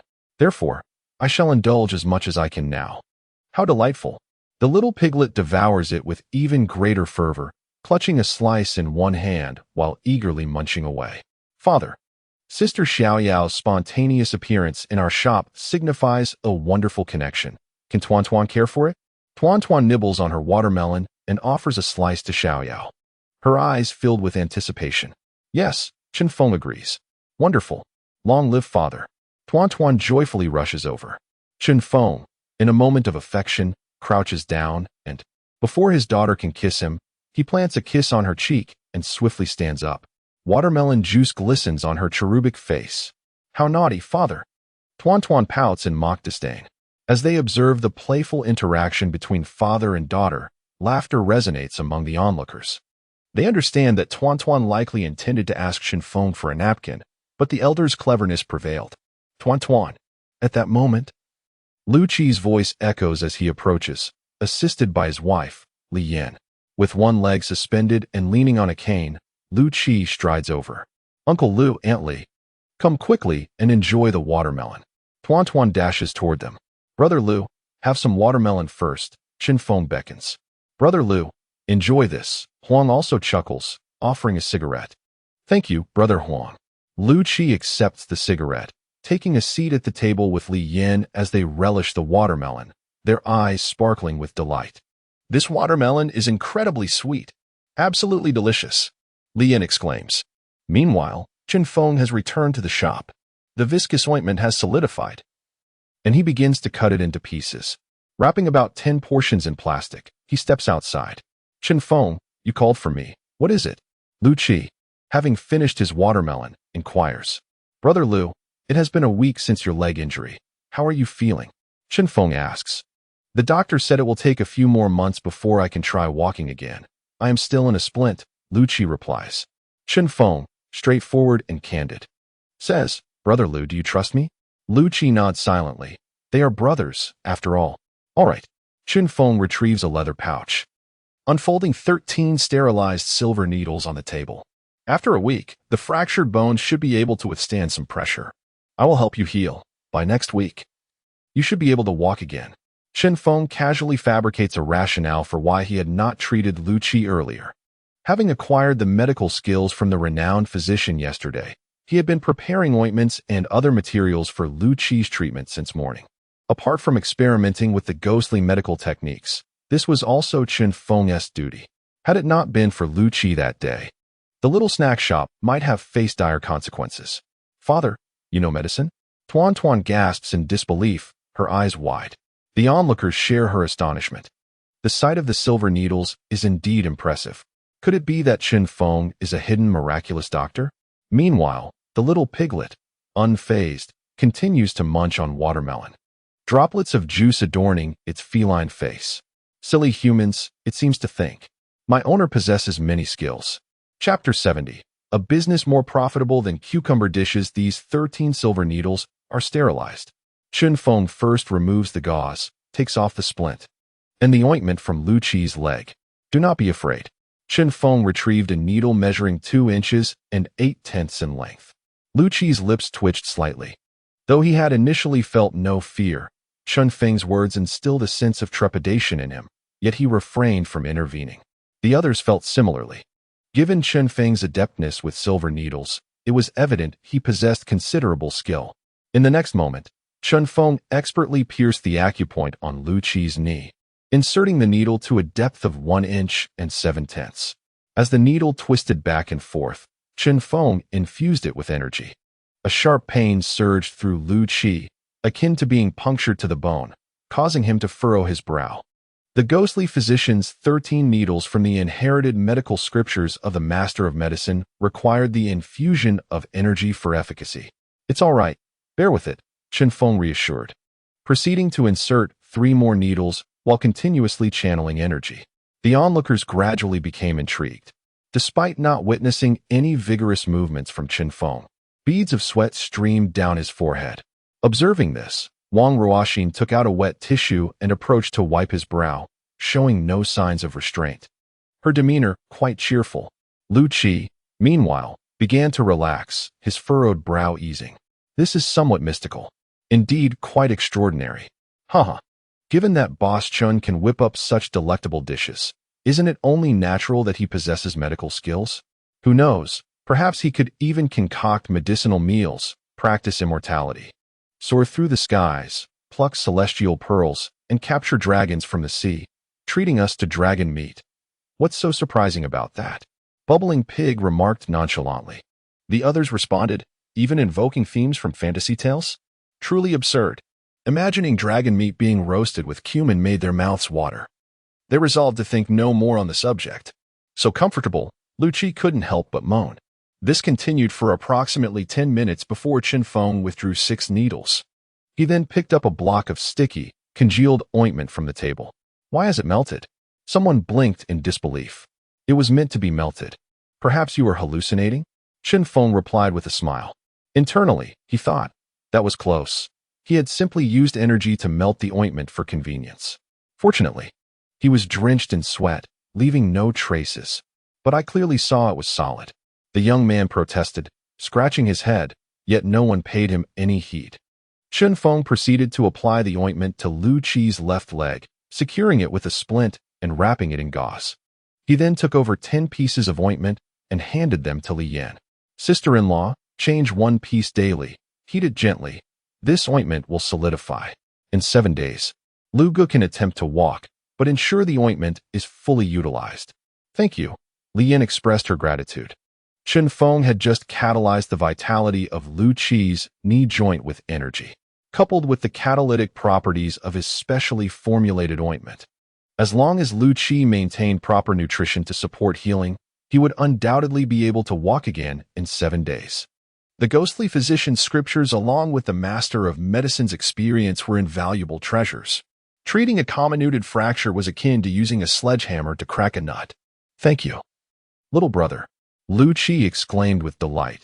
The prospect of his leg healing in less than half a year brought him immense joy.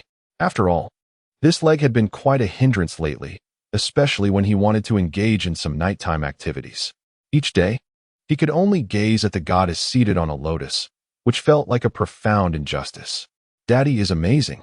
Tuan Tuan sat quietly by, cradling the little kitten in her arms, exuding an air of preciousness. The onlookers were filled with admiration, having witnessed the remarkable transformation in Lu Qi's demeanor.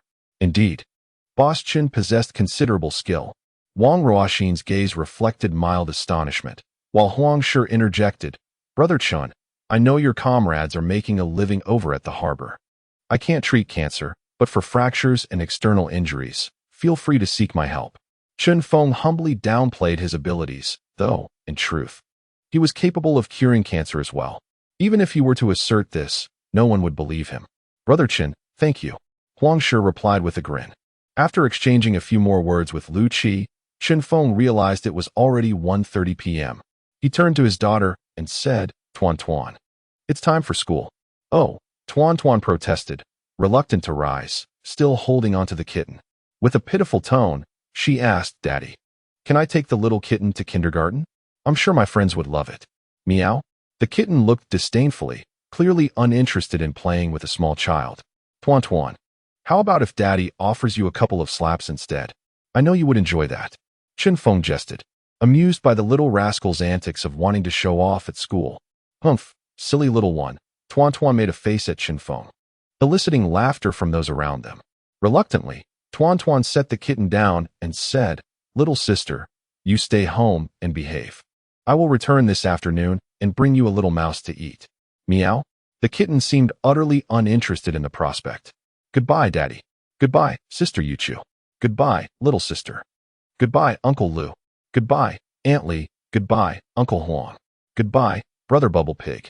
Goodbye, my dear. Wang Ruoxin and Zhang Xiaohua led Tuan Tuan away. Bubble Pig touched his nose, realizing he was at the very bottom of Tuan Tuan's heart. I'm still second to last. Even below the kitten, Huang Shi sighed. Laughter erupted among the group.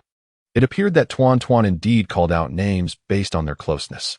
At that moment, Chen Feng glanced at Bubble Pig, whose chubby face bore some dark spots. Zhu Quan, have those spots been there for a while, or have they appeared recently? Chen Feng inquired with a frown. They've been there since childhood, Bubble Pig replied, touching his face.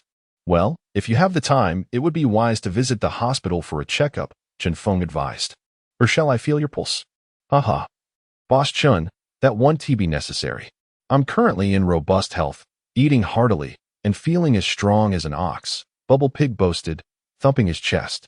Causing a ripple of laughter, Huang Shi chimed in, playfully extending his hand. Brother Chen, could you check my pulse? I used to be known as Six Spicy Hot Pot, but now I'm called Southern Soft Lobster. What is going on? Get lost. Chen Feng replied, exasperated. Haha, Brother Huang. That's just kidney deficiency. I could diagnose that. The laughter grew louder. My youth is slipping away, Huang Shi lamented. Chen Feng chuckled. I'll make you a nourishing soup to help restore your vitality. All right, Brother Chen, you are truly loyal. It seems I must join the team seeking Tuan Tuan's mother. Huangshi said, his eyes sparkling with enthusiasm. You're out of luck, Huangshi, Chen Feng replied. Don't, Chen Gu. Chen Yi, you are indeed my elder. Teased by such banter, Chen Feng momentarily forgot about the dark spots on the face of the piglet. Primarily, the spots were not very pronounced. According to traditional Chinese medicine, large dark patches on the face indicate the presence of excessive yin energy, signifying ailments of the internal organs. From a Western medical perspective, it is known as acanthosis nigricans, commonly seen in obese individuals whose digestive and urinary systems may harbor malignant tumors. The piglet weighed 350 pounds. After a moment of jovial laughter, Chen Feng turned to Huangshi Dao. All right, enough jesting. Huangshi, I have something to discuss with you. Brother Chen, are we finally going to film a cucumber? Huangshi exclaimed excitedly. It's a business far more lucrative than filming cucumbers, Chen Feng replied, shaking his head. Chapter 71. Shen Youchu's departure. Tuan Catering Company. Upon hearing this, Huangshi promptly extinguished his cigarette and approached Chen Feng. Li Yin had gone to assist Shen Youchu in tidying up the establishment. The renovation workers began their hammering and sawing, while Lu Qi engaged in conversation with the piglet, discussing matters of business. Chen Feng chose not to call them over, naturally opting to avoid involvement. As humans, we must learn to gauge our sense of propriety. Listening is harmless. One never knows when assistance may be required in the future. With a smile, Chen Feng addressed Huangshi. Huangshi, this afternoon, could you help me locate any nearby factories that process buns and dumplings? Huangshi's expression first froze, then widened in astonishment. Brother Chen, are we finally starting a factory? Haha, with your skills in making dumplings and buns, the quality is undoubtedly guaranteed. Huangshi did not inquire what benefits he would gain from Chen Feng's venture in a factory ownership. He had not received much formal education, yet he was filled with loyalty, confident that assisting Chen Feng would not leave him at a disadvantage. He trusted in Chen Feng as a person. Brother Chen, leave this to me. I will find out this afternoon. If there are no processing plants, I, Huangzai, will create one for you, Huangshi proclaimed, thumping his chest, and hurriedly called upon his brothers before departing in a dilapidated van. Chen Feng exchanged a few more words with Lu Qi, who advised him to consider his actions carefully, as opening a factory was not a trivial endeavor. Lu Qi soon took his leave. Boss Chen, is there anything I can help you with? The piglet inquired, drawing closer. Certainly. After closing the shop, Chen Feng took Shen Youchu with him to the market. The piglet rode on a small electric scooter. They purchased flour, wheat flour, yellow beans, green beans, and various fillings for buns, spending over 1,000 yuan. Many ingredients were chosen solely by Shen Youchu, as Chen Feng had taught her to select and discern quality over the past week. She was more than ready. Chen Feng felt reassured. Soon, the group returned to the shop. Thud! The bags of flour and 100 pounds of green beans landed on the floor with a crash. The little kitten, basking comfortably in the sun, was startled awake and shot a disapproving glance at everyone before sauntering away. Puffing heavily, the piglet gasped for breath, legs trembling, and sweat dripping profusely. In contrast, Chen Feng remained unperturbed, not even slightly winded, having carried even more than the piglet, akin to a superhero. Boss Chen, is this the assistance you required? The piglet almost cried from exhaustion. He is more suited for technical work rather than manual labor. After all, one's health is the cornerstone of revolution. Do not merely indulge in feasting, but engage in physical activity more often, Chen Feng remarked. Only when well-fed can one muster the strength to work, sighed Bubble Pig, who, with a furrowed brow, lamented his ignorance of the demands of labor. Observing the bustling business of the snack shop, he was surprised by the extensive preparation required for each meal. You are even less capable than my little Youchu, Chen Feng quipped, eliciting a shy smile from the industrious Youchu nearby. Indeed, Bubble Pig, shamelessly optimistic, gazed at the ingredients. Boss Chen, what delectable snacks shall we prepare this afternoon? Youchu, do gather some ice for storage this afternoon, Chen Feng replied, his gaze fixed on the mung beans as he soaked them in water.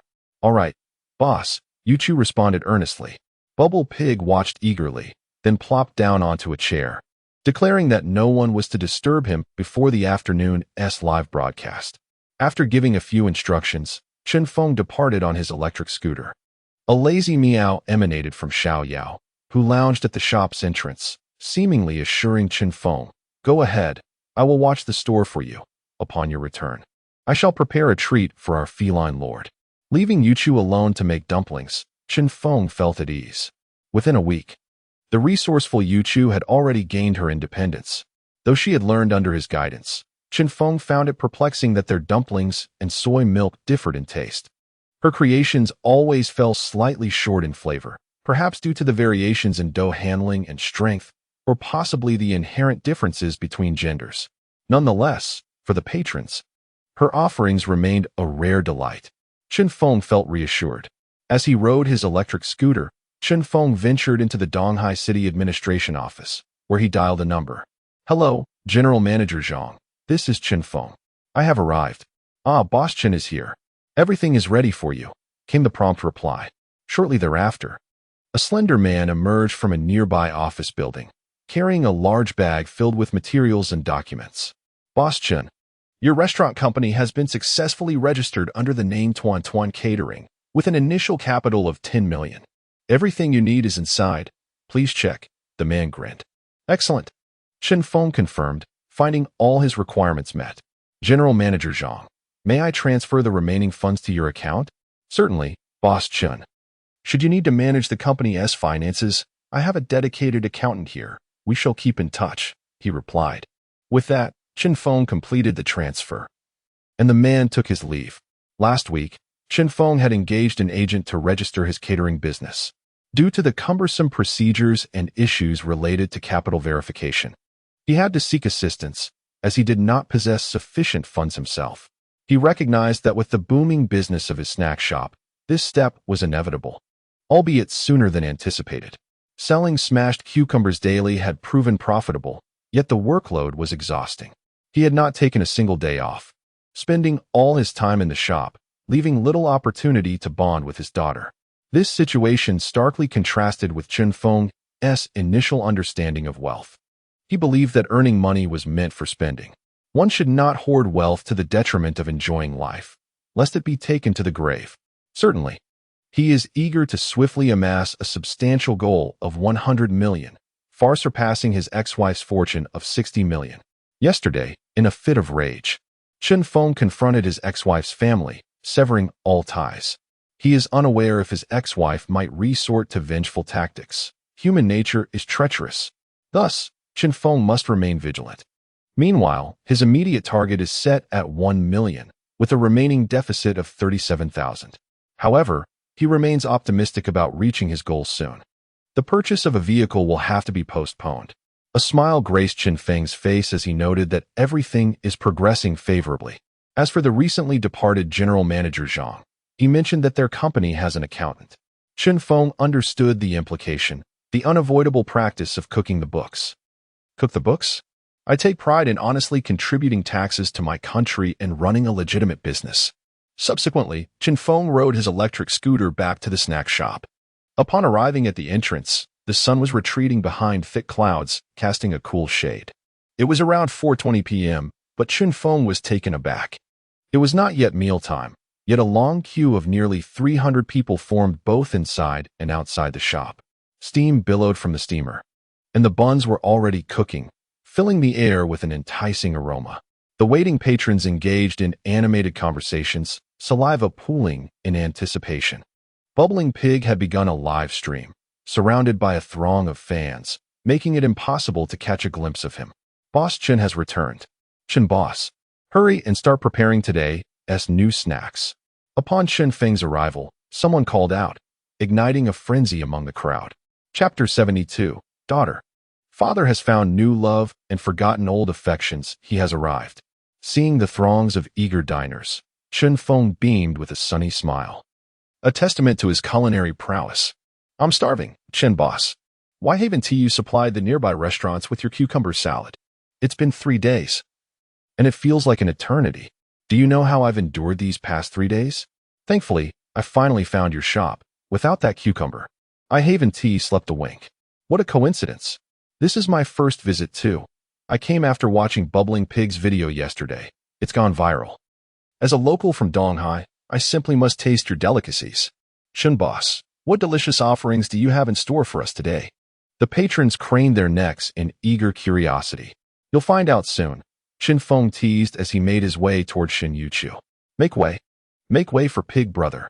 Bubbling Pig exclaimed, eager to emerge, but the enthusiastic fans blocked his path, their excitement palpable. Yuchu, what is going on? Why are there so many people at this hour? Chen Feng inquired of Shin Yuchu. She blinked her long eyelashes, hesitant to meet his gaze, and softly replied. They're all fans of Pig Brother from the local community, along with some regulars who have previously enjoyed your cucumber salad at nearby restaurants. After seeing yesterday's video, they all came here. I see. Chen Feng realized that Bubbling Pig was indeed the catalyst for this turnout. You shouldn't be making buns right now, Yuchu. You must be exhausted. Have you had any rest? I'm not tired. Shin Yuchu shook her head, a sweet sensation blossoming in her heart, and turned to continue making buns. Where was Xiao Yao? Chen Feng tugged at the cuffs of his white shirt, preparing to immerse himself in work. A resigned meow echoed at his feet. Chen Feng glanced down to see Xiao Yao sprawled before the coal stove. Even on this sweltering day, it seemed unbothered by the heat, despite the sun retreating behind the clouds. Shin Yuchu's voice broke the silence. Initially, Xiao Yao had been lounging outside. But once the customers arrived, finding the cat endearing, they engaged in playful antics to entertain themselves while waiting. At first, Xiao Yao ignored them, but as their boldness grew, they attempted to pet it. Chen Feng's heart tightened momentarily. No one was hurt, right? He vividly recalled Xiao Yao's fierce performance at his ex-wife's place last night, taking on 3 adversaries without breaking a sweat in less than 10 seconds. Thankfully, no harm was done. Shin Yuchu smiled gently. Xiao Yao, unperturbed, simply shifted away. The cat let out a weak meow, leaving Chen Feng pondering its indifference. He exhaled slowly, placing company documents into the cabinet before getting busy. He first carried a large pot outside, filled it with clean water, and set it to boil. What delicious dish could it be? The eagerly awaiting diners widened their eyes, each one a curious onlooker. Chen Feng then returned inside to retrieve the soaked mung beans with a strainer, adding them to the large pot. Haha, Boss Chen. I wager this is for making ice mung bean paste, exclaimed Pao Pao Zhu, rushing over to start a live broadcast and prepare his commentary. Where's the ice? Chen Feng inquired. In the freezer, came the reply. Chen Feng approached the freezer, retrieving a bucket of crushed ice and preparing a smaller pot beside the large one. He added rock sugar, sesame seeds, and dried osmanthus, along with a suitable amount of water to simmer. He left the large pot uncovered, knowing that if he sealed it, the mung beans and broth would turn a reddish hue. Both pots simmered away. As the large pot reached a rolling boil, Chen Feng diligently skimmed off the foam rising to the surface. After about 10 minutes, he lowered the heat, allowing the mixture to gently simmer. As the mung beans softened, he vigorously stirred and pressed them with a ladle to achieve a smooth, creamy consistency. Behold, this is how ice mung bean paste is made. In some regions, it's also referred to as sand bean ice, a quintessential summer delicacy. Wow, I wonder if any of you are salivating. I certainly am, Pao Pao Zhu remarked, taking a moment to express his admiration. Today, Chen Feng refrained from commentary, allowing Pao Pao Zhu to narrate in his own style. Chen Feng chuckled. Meanwhile, the rock sugar melted in a small amount of water, infusing the air with the fragrant essence of sesame and osmanthus. Nearby patrons eagerly inhaled the aroma, utterly captivated by its delightful scent, stirring their appetites. Merely inhaling the fragrance was irresistible. Was ice mung bean paste truly this enticing? Today was indeed an enlightening experience. With his other hand, Chen Feng continued to chisel the ice into smaller pieces. As the rock sugar and mung bean paste reached perfection, he turned off the heat, letting everything settle. His movements flowed seamlessly, creating a visually pleasing spectacle. Gazing upon Chen Feng's exquisite visage, the female audience in the live broadcast room was aglow with admiration, their eyes sparkling with excitement. A plethora of gifts floated through the virtual space as affluent patrons lavished rewards upon him, with extravagant donations exceeding 1,000 yuan for a dish of Buddha jumps over the wall. Oh, how handsome Uncle Chen Feng is! They exclaimed. Who would have thought that a man could cook so delightfully? If I were to marry Brother Chen, wouldn't that be a win-win? No need to bear daughters. Meanwhile, the thoughts of those upstairs were far from refined. Brother Chen Feng is simply stunning, one chimed in. Ladies, I've already booked my ticket to Donghai City. Is anyone traveling that way? Laughter erupted as another declared, I'm already on the train.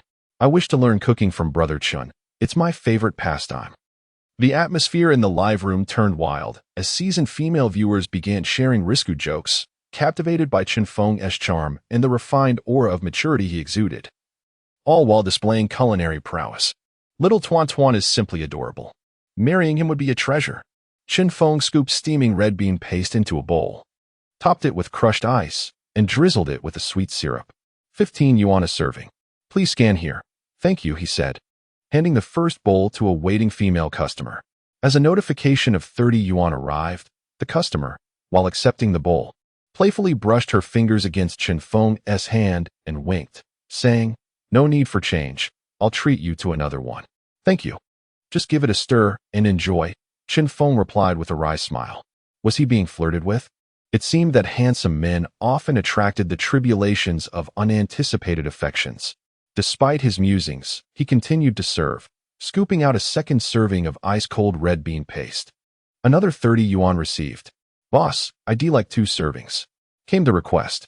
I'm afraid we only allow 1 per customer, Chen Feng replied with a smile. At that moment, Shin Yuchu began selling buns. The privileged bubble pig had received an early serving of the ice red bean paste and was seated at a table, indulging in an exaggerated eating broadcast. 15 minutes later, the last serving of ice red bean paste was sold out. If you wish to taste it, you must wait another 20 minutes while I prepare more, Mr. Zhang, Chen Feng informed an unfortunate customer. Hurry, don't tease this old man, came the reply. Chen Feng returned to his work. When the second large pot of ice red bean paste was ready, a familiar voice called out, Daddy, I'm back. Do you miss Tuan Tuan? Chen Feng looked up to see his dear daughter. Teacher Lu has arrived. Come, have a bowl of ice red bean paste. Thank you. Brother Chen Feng, Liu responded with a smile. Humph. Little sister, Daddy doesn't he love me anymore, Tuan Tuan pouted, dropping her backpack and seeking out her younger sister to play. At that moment, Chen Feng's phone rang, displaying an unfamiliar number. Hello, this is Chen Feng. May I ask who is calling? He answered, balancing the phone between his ear and shoulder while continuing his tasks. Mr. Chen, I am a compatriot from the southern region. Lately, I have been feeling rather lonely and desire to conceive a son. I have heard that your genes are remarkably excellent. Upon the successful realization of this endeavor, I would offer you 3 million as a token of appreciation. However, I would require a deposit of 200,000 first. Mr. Chen, would you be interested? A voice thick with a synthetic accent spoke over the phone. Feeling equally bored, I propose that you pay me a deposit of 50,000 and assist me in bearing a healthy son. Let me enjoy the benefits first, and then I shall provide you with 3 million. A sudden click resounded as the caller hastily ended the call. Chen Feng withdrew his phone, initially believing it to be news from Huang Shi. Instead, his information had somehow leaked, leading to unsolicited advertisements for childbearing reaching him. Chen Feng recalled a well-known theory within the realm of con artists. Sometimes, what seems like foolish trickery is not so. It merely indicates that the con artist has identified their target audience. Take, for example, the plethora of phishing messages bombarding mobile phones in recent years. In this vast world, with 8 billion tadpoles, if you do not believe, there will certainly be those who do. Ponder that statement carefully. Is it not true? Con artists prey upon the unsuspecting. The moment you recognize a ruse, you are no longer ensnared by it. Meow? Xiao Yao expressed her displeasure, having been inadvertently hurt by her owner. At that moment, Tuan Tuan had just picked up the tabby cat, and, upon hearing her father's words, gripped a bit too tightly. Goodness, has Daddy noticed her mischief and decided to raise a younger sibling? Tuan Tuan widened her sparkling eyes, a shiver coursing through her petite frame. No, she must behave for the next few days. Even if Daddy finds her a new mother, it must be with her consent. A notification chimed. 30 yuan had been credited. Boss Chun, 2 servings of ice bean paste, 1 for me and 1 for my boyfriend, spoke a fashionably dressed young man. gesturing towards a flamboyant figure seated at a nearby table. "Certainly," Chen Feng replied, a subtle twitch at the corner of his mouth. "Every guest is a welcome patron." And he promptly prepared 2 servings of ice bean paste. His clientele was indeed expanding increasingly with each passing day. Meanwhile, Liu had already taken her seat with an ice bean paste in hand, alongside an additional serving. "Lu Lao, sure, let's share a taste of Dad's new delicacy. If it doesn't appeal to your palate, do not hesitate to voice your feedback," Tuan Tuan urged. "Sounds great." Liu smiled in response. Tuan Tuan carried Xiaoyao over. Also holding a bowl, she seated herself at the table, using a spoon to divide her bowl of ice bean paste in half. "Sister Xiaoyao also wants to try, so I'll share with you." Meow. After portioning the food, both the girl and the cat dove into their meal. Liu took a spoonful of ice bean paste and savored it. The crushed ice melted swiftly upon contact with her warm mouth, blending with the fragrant osmanthus syrup, followed by the delightful crunch of the bean paste. Instantly, the oppressive heat of summer and all the day's vexations dissipated, leaving no trace behind. "Delicious," Liu remarked with a serene smile. Life felt tranquil, her lips adorned with delicate dimples. "So delightful, I can't find anything to suggest for improvement." Tuan Tuan took another generous spoonful, her little tongue eagerly licking her lips in satisfaction. Meow. Little Yao seems to have become less picky about her food since she formed a bond with her owner. Or perhaps it is that Chen Feng's culinary skills have reached new heights. The 2 women and the cat have cast aside all their worries, focusing solely on savoring the red bean ice. The other patrons at nearby tables, indulging in the same delight, are equally captivated. Little did they know, one taste would leave them astounded. Boss Chin's eatery is truly a gem in Donghai City, surpassing any other food establishment they have visited. The quality and flavor of the food are heavenly. Some diners, while enjoying their icy red bean dessert, sip on hot soy milk, relishing the contrasting sensations of cold and warmth. They then take a bite of the juicy buns, marveling at the exquisite taste. "How can it be this delicious? Boss, bring me 2 bowls of peanut soy milk and 3 carrot buns. This is absolutely divine," they exclaim, affirming that their visit has been worthwhile. "Also, 3 beef pots and 2 meat buns, please." Such delightful moments are etched in their memories. Local food enthusiasts from Donghai City, along with fans of Bubble Pig, enjoy the live stream, promoting the eatery as enthusiastic patrons. As time passes, Chen Feng, having prepared an ample supply of mung beans for the day, continues to make batch after batch, replenishing the ice as needed. Eventually, he takes a break alongside Shin Yuchu. "Yuchu, you should rest first. I'll handle the rest," Chen Feng suggests. Shin Yuchu, busy with her tasks, slowly wipes down the stainless steel table and softly replies, "Boss, I'm not tired. You've been running around all day. You should rest first. I, Bubble Pig, should take on more of the physical work." Just then, Bubble Pig joyfully concludes the live stream and joins the team in their efforts. A group of them busily works, and Huang Shi approaches with several companions.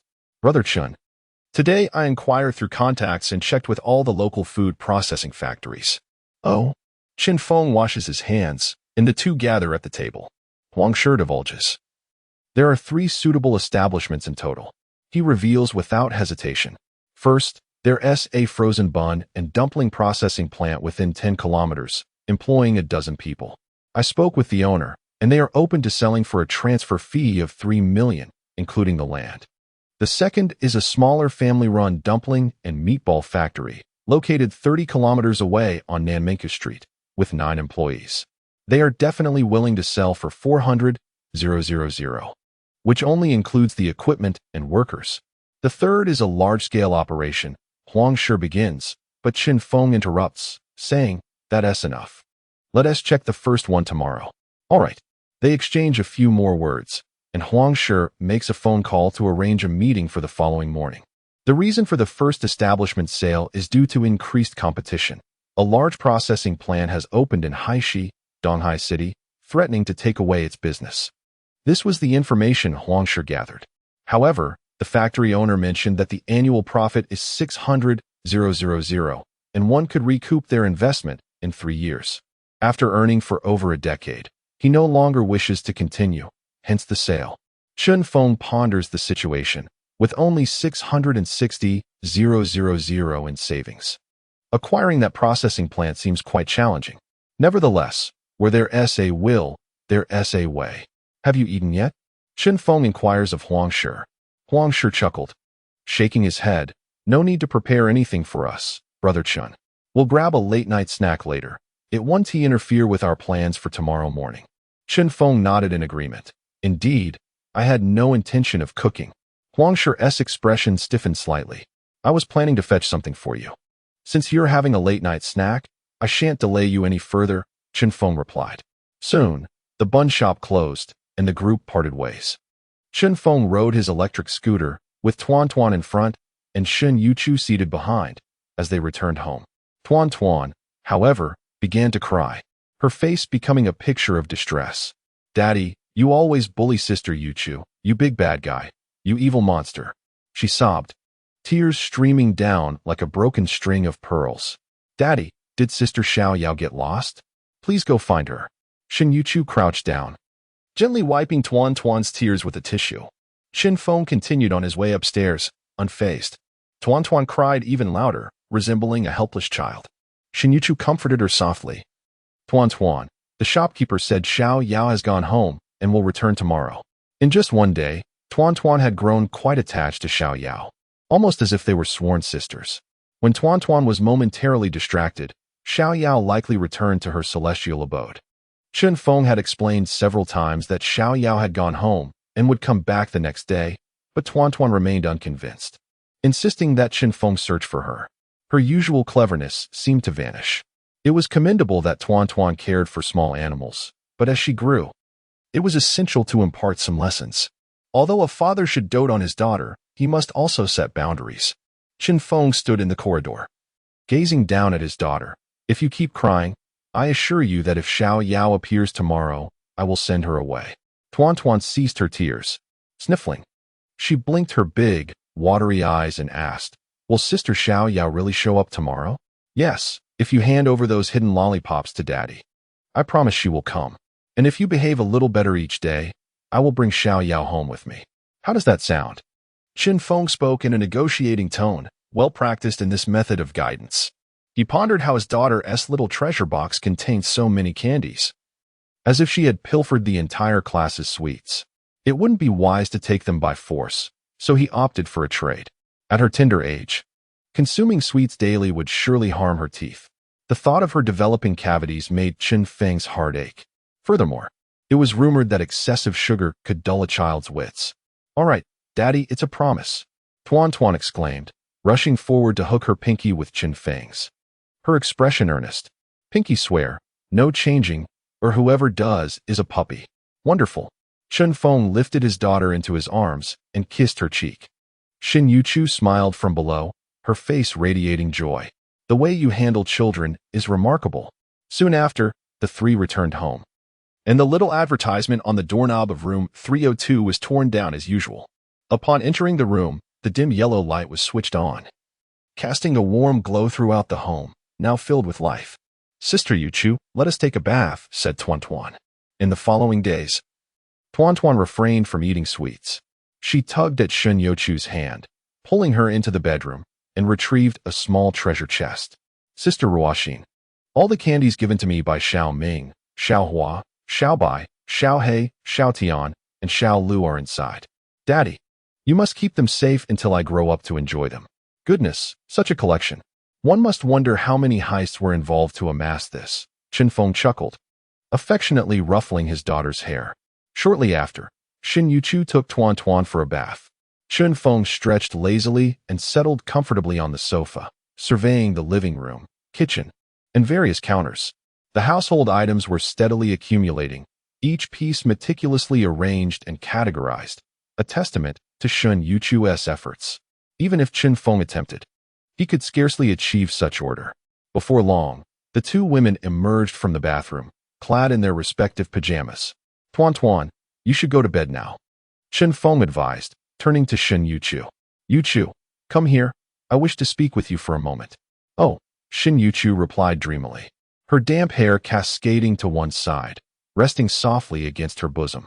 Tuan Tuan, disobeying her father's instruction, took Shin Yuchu's hand and approached the sofa. Her expression one of vigilance. "Daddy, what do you intend to do? Please don't do anything bad." Shin Yuchu blushed deeply, while Chen Feng momentarily felt a rush of frustration. This little rascal was becoming increasingly audacious. Her words shattered the atmosphere. Chen Feng addressed Shin Yuchu. "You have been working at the store for nearly half a month now. I previously mentioned a monthly salary of 3,000 during the probation period. Given that you are essentially managing everything on your own, do you not feel the remuneration is insufficient?" Shin Yuchu had transformed their home into a tidy sanctuary, embodying the essence of a complete family. She also took care of Tuan, alleviating much of Chen Feng's burdens. In the Baozi shop, she had single-handedly undertaken nearly all the responsibilities. Yet, she had never uttered a word of complaint, silently laboring away. When he initially hired her, Lu Qi had suggested that salary was not a concern. He merely desired for this aunt to establish herself in the city as swiftly as possible. Reflecting on the past 2 weeks, Chen Feng realized he had indeed pushed Shin Yuchu to her limits. Guilt washed over him. For all the work she had done, her salary seemed paltry. He considered himself to be a decent person, not yet a heartless capitalist. Thus, during this conversation, he intended to offer her a raise. However, to his surprise, Shin Yuchu shook her head innocently, counting on her fingers as she softly replied, "Boss, I have food to eat, a place to stay, and I can watch television every night. The food is good, and I sleep soundly. Besides, 3,000 is nearly double what I earned at the factory back home." Suddenly, Shin Yuchu lowered her head, her body slightly tensing, her nightgown visibly straining against her form. Her fingers fidgeted nervously as she murmured, "Boss, am I not doing well enough? Please don't dismiss me or reduce my salary. I would even forego my pay." Her voice dwindled, laced with a sense of grievance. As the words fell, Chen Feng found himself momentarily stunned. "You shall not chase away Sister Yuchu, you vile creature. I shall stand against you." Tuan swiftly embraced Shin Yuchu, furiously placing herself in front of the two. Chen Feng's mind spun in confusion. Was he the one who was behaving irrationally, or was it Shin Yuchu? His thoughts were bewilderingly misaligned. No wonder he often perceived Shin Yuchu as somewhat naive. "Very well, you need not leave. From now on, your monthly salary will be 10,000. At the beginning of next month, I will pay you for the first 2 weeks, and thereafter, you shall continue to work for me. Just perform better, do you understand? Otherwise, I shall have no choice but to dismiss you, leaving you to wander the streets." Chen Feng spoke directly, his tone harsh. Shin Yuchu lifted her head, gazing at Chen Feng with a simple-minded expression, and after a moment, a joyful smile broke across her face. "All right, boss." Chen Feng wearily waved his hand. "Rest early. Tomorrow morning, I must negotiate the factory purchase. From morning until noon, you may be the only one managing the store. If anything urgent arises, just call Brother Lu." "Okay, thank you, boss." Clad in oversized pajamas, Shin Yuchu stood up and unexpectedly bowed deeply to Chen Feng. "No more of that in the future, or I will have to dismiss you," he quickly sidestepped, feeling unworthy of such gratitude. He had no intention of taking advantage of Shin Yuchu's innocence. "Oh." Shin Yuchu nodded, her calm brown autumn eyes shimmering with excitement. "Humph. The vile creature is a great demon who bullies Sister Yuchu. Come on, Sister Yuchu, let us go." Tuan pulled Shin Yuchu back to her room, where her daughter's spirited voice continued to echo. "Fear not, Sister Yuchu, Tuan is here. No one shall dismiss you. Daddy is the true villain. If he dares to dismiss you, I shall dismiss him. Sister Yuchu has received a raise, hooray. Can we buy a beautiful Yang doll for Tuan?" As the bedroom door closed, Chen Feng found himself enveloped in perplexity. How did his act of granting Shin Yuchu a raise render him the villain? Chapter 75. One who dares to offer, another who dares to respond after his daughter had gone to sleep. Chen Feng took a change of clothes into the bathroom, locked the door, and entered the realm of Du Shuetian. The sound of chattering monkeys filled the air. In the depths of Du Shuetian, the night was deep, and the crescent moon hung like a bow. He observed Xiao Yao lounging beside the thatched hut, persistently licking the fur around its mouth, seemingly savoring the flavors of the day's meal. Meanwhile, four golden monkeys were energetically prodding a newly constructed wine vat with sticks, chattering excitedly. "What are you doing?" Chen Feng inquired with curiosity as he approached them. Upon noticing Chen Feng, the monkey's eyes widened with fear, and they dropped their sticks, scampering away into the distant hills with frantic cries. One golden-furred female monkey, after taking a few steps, turned back, gathering her courage to retrieve a piece of wood and cover the vat before fleeing in haste, panting as if she had narrowly escaped a calamity. Chen Feng could not help but chuckle. Were the monkeys truly terrified of him? Had he become the great demon his daughter described? As he passed through the fields, he noticed the watermelons thriving splendidly, yielding 7 or 8 large fruits, while the cucumber vines remained lush and verdant. The cucumber vines have grown larger, resembling toys rather than edibles with their grotesque appearance. I shall cease selling pickled cucumbers and dispose of them tonight, though I must reserve some for the monkeys. Chen Feng contemplated that saving a portion would satisfy his own cravings as well. Even if the fields were filled with cucumbers, their market price would hardly surpass what he could earn from selling dumplings and buns. Yet, what should he plant next? This required careful consideration. The peach and jujube trees beside the thatched cottage continued to thrive. Xiao Yao, what were the 4 monkeys just doing? Chen Feng inquired. Noticing the 4 golden monkeys perched on a tree in the nearby hill, anxiously gazing in his direction. Meow, will you go to the snack shop tomorrow? Meow, I want to, he mused. Chen Feng approached and scooped up the tabby cat, indulging in a gentle stroke. The initial terrified meows gave way to a soothing purr, revealing the cat's inherently feline nature. Despite its seemingly aloof demeanor, Chen Feng saw the cat's eyes filled with a lazy yet human-like indifference. After a session of affection, the cat sprawled languidly on the ground. Satisfied, Chen Feng refrained from further inquiries and moved toward the wine vat. The monkey's calls grew increasingly agitated. He lifted the wooden lid to reveal a vat brimming with various crushed fruits, an intoxicating sour aroma wafting forth. Chen Feng stood momentarily stunned, then joy surged within him. This was the brew of monkey wine, also known as fruit wine. In some supernatural tales, monkeys delight in crafting this beverage. No wonder the 4 monkeys were so anxious. They had been foraging various fruits from the hill to concoct their wine. Chuckling, Chen Feng replaced the lid. The wine was not yet ready, and he held little regard for these half-finished products. Once the monkeys completed their brewing, he would return for it. While the monkeys may evade him, the vat would remain, serving as a makeshift storage. As Chen Feng wandered into the fields, the 4 monkeys visibly relaxed. Soon, however, their indignation erupted as they protested. How dare this insufferable human tamper with their food? The will of humanity has never aligned with the desires of animals. After uprooting 80% of the cucumber vines, Chen Feng discarded some into the pond to feed the fish, leaving a portion for the monkeys to manage as they pleased. He then practiced Tai Chi and engaged in the cultivation of the ghost doctor immortal scripture. The celestial energy from the Doshui heaven surged into Chen Feng's being.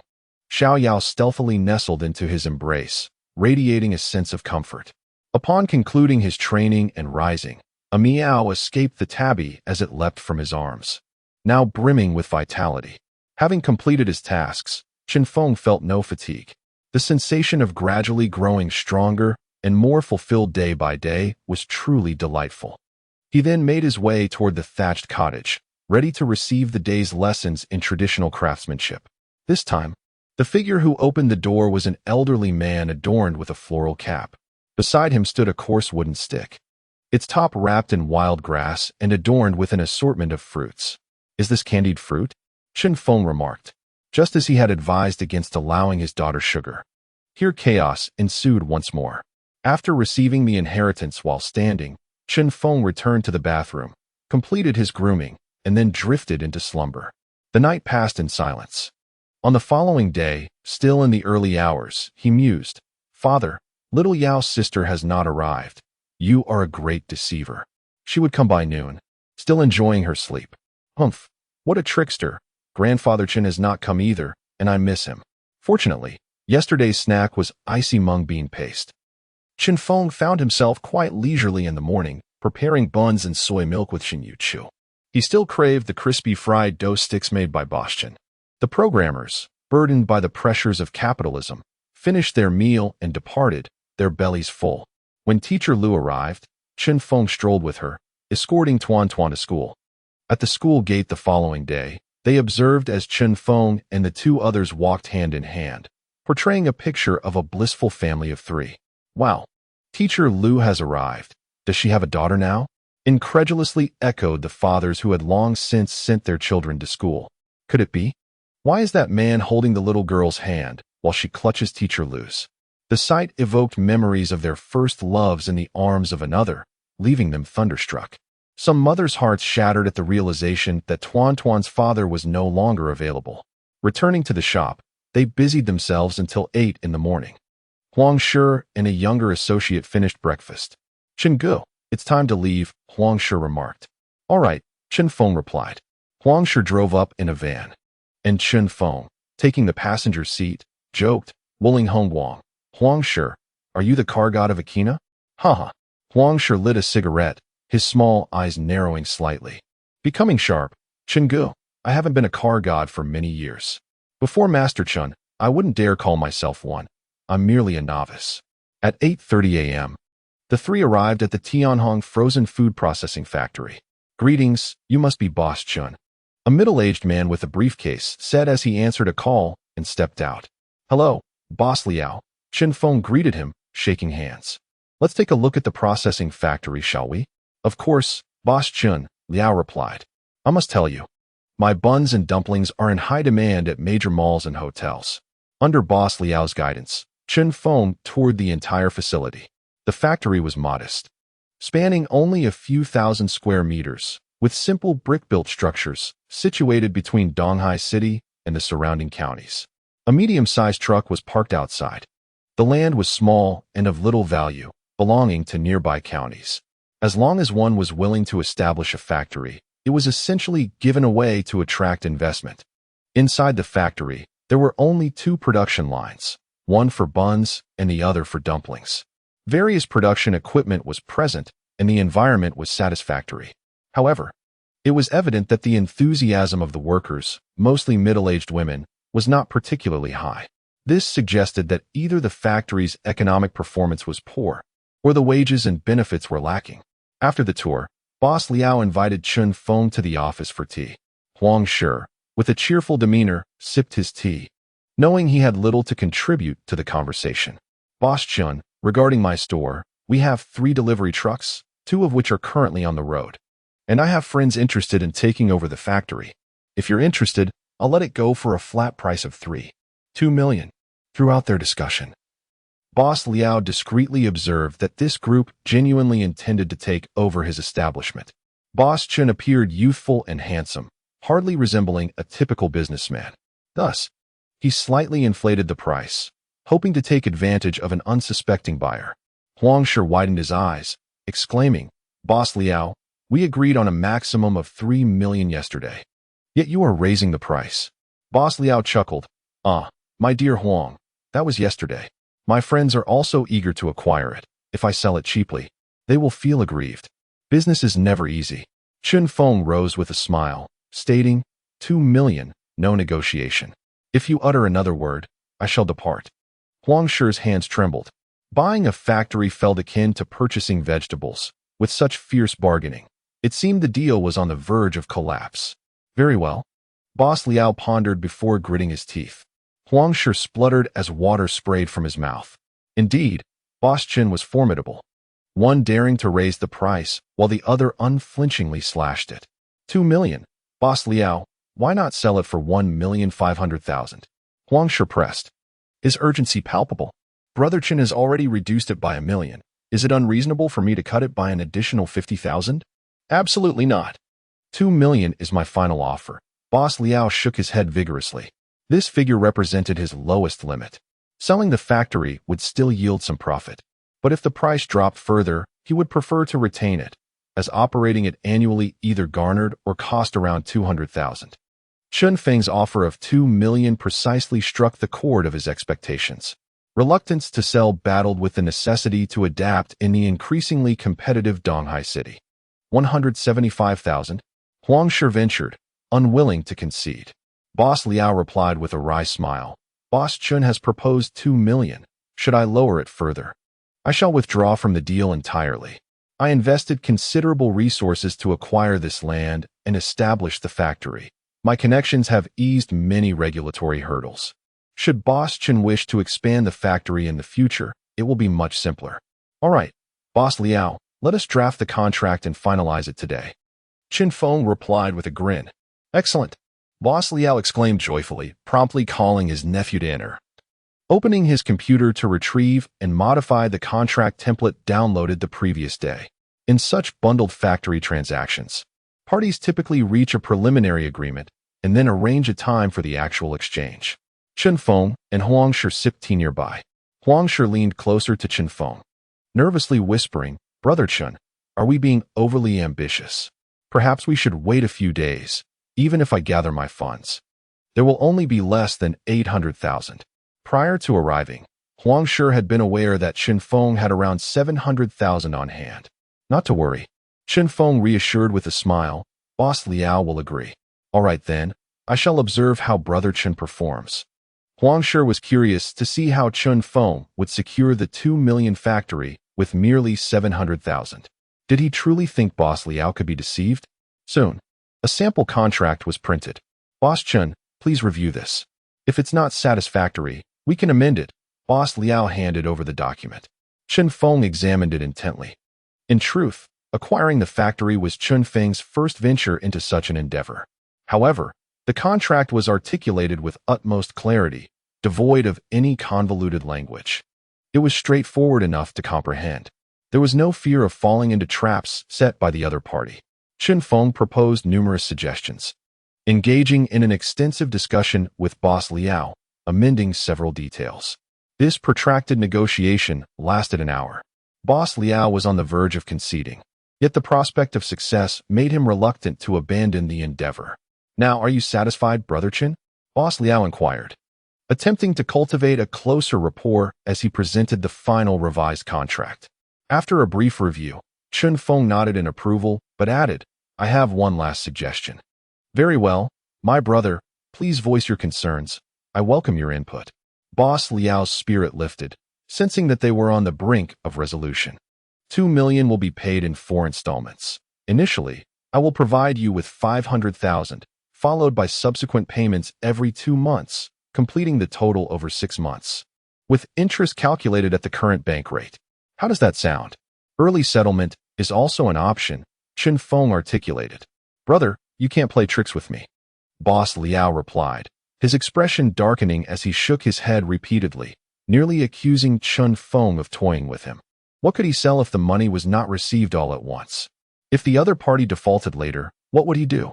Especially with Chen Feng's companion, Huang Shi, whose rebellious demeanor and tattoos depicting fierce dragons and tigers suggested a rough exterior. It seemed a precarious gamble. Chen Feng reassured him, Boss Liao, do not fret. We can stipulate these conditions in the contract. Furthermore, we can include a clause stating that if I fail to make the payments as agreed, the factory will be returned in full, allowing us to sign a wager agreement. Boss Liao fell silent, resisting the temptation of exorbitant profits. In these times, business was fraught with pitfalls. A single misstep could lead to harsh lessons from society. He weighed the pros and cons, glancing at Chen Feng and then at Huang Shi. His nephew, evidently intrigued, remarked, Uncle, we live in a society governed by law. Since it will be documented in the contract, there is little to fear. Boss Chen appears to be an honest man, unlikely to default. Very well, Boss Liao nodded in agreement. At that moment, a knock resounded at the office door, and a man clad in formal attire entered. Mr. Chen, I have arrived, the man announced. Who is this? Boss Liao inquired, perplexed. This is my attorney, brought in to draft the contract. As we are not well versed in wager agreements, we needed to enlist a professional, Chen Feng explained with a smile. Having contemplated the acquisition of the factory extensively, he had prepared thoroughly, which assuaged Boss Liao's final reservations. Subsequently, after confirming the lawyer's credentials, Boss Liao made continual amendments to the contract until both parties reached consensus. He signed with alacrity, and Chen Feng promptly executed the payment.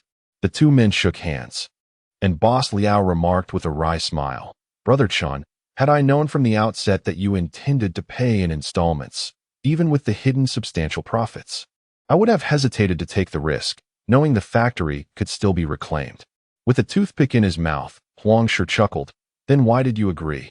Brother Liao? This revelation astonished Huang Shi. He had not anticipated that Chen Feng could secure the factory with merely 500,000. Even though he would ultimately be unable to pay the remaining sum, the factory would still be reclaimed. However, Huang Shi's confidence in Chen Feng swelled. With the factory secured, what could possibly stand in their way? Behind Chen Ge stood this man. Years ago, he had brandished a double-barreled kitchen knife on Beta Street, valiantly carving a path down Nanda Street, all to vindicate his brothers. Chen Feng smiled silently. Boss Liao elaborated, it's the sunk cost. Boss Chen has a remarkable knack for understanding people's hearts, always striking a chord with me, igniting my hope for success, making it hard to give up. Thus I unwittingly walked into his trap. Huang Shi clapped his hands.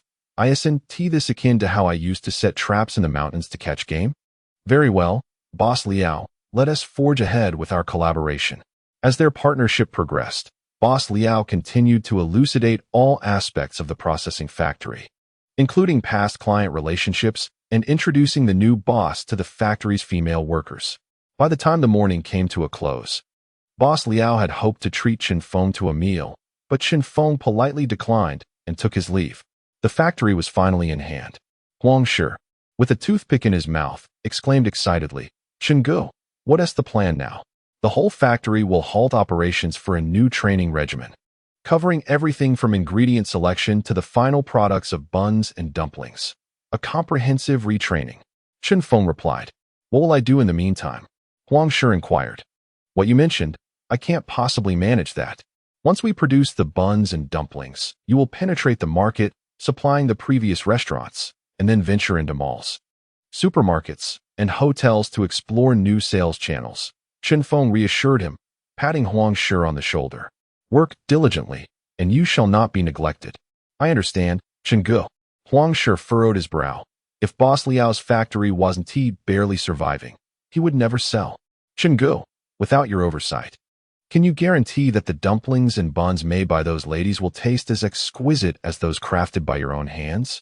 Even if the flavor is only half as good, I can help you capture the entire dumpling market in the city. Chen Feng chuckled. What if I assure you that the taste will reach 80% of my own standards? Then the whole world would be ours. Huang Shi's eyes sparkled with excitement, and he proudly thumped his chest. Then, leaning in playfully, he whispered, Chen Ge, how can you guarantee that? A mountain man has his clever schemes. Chen Feng smiled. Enveloped in mystery. Chapter 77. Chen Feng becomes a minor internet celebrity. Come, everyone, hold off on your work and gather here. The new factory director has some words to share. At the corner of the factory, Huang Shi waved his hand, calling out to the group of aunties and uncles.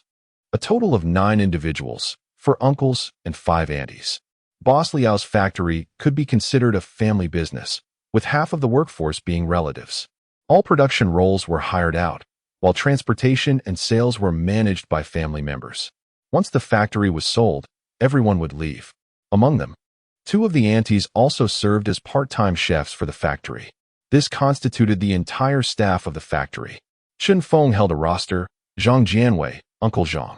Here, just call me Xiao Zhang, said an elderly man missing a tooth, flashing a smile as he hunched his back in a bid for favor. Get lost. I'm calling you Uncle Zhang. You are Uncle Zhang. Don't embellish your role. If you want to be called Xiao Zhang, aren't you belittling Boss Chen? There is no need to flatter in such a manner. Huang Shi rolled his eyes while taking a drag of his cigarette, simultaneously handing a pack of soft cigarettes to Mr. Zhang, saying, Here, a little gift. Don't light it up. Smoking is prohibited in the factory workshop from now on. Understand? Otherwise, your wages will be docked. Ah, thank you, Master Huang. Scram, just call me Huang Zai or Handsome, whatever you prefer, Huang Shi retorted, slightly annoyed. He felt that addressing him as Master Huang undermined Chen Ji's status. Yes, Mr. Zhang chuckled heartily, accepting the cigarettes and carefully tucking them away. The eyes of the other workers also lit up with excitement. Chen Feng observed Huang Shi's little antics and his carefree demeanor, instantly earning the respect of the 9 employees. Ai Zugua. Here, Chen Feng called out the names one by one, recognizing the workers. With every name called, Huang Shi handed over a pack of soft cigarettes. Even to the older ladies, who accepted them joyfully. Though they did not smoke, their husbands certainly did. The new boss was quite generous.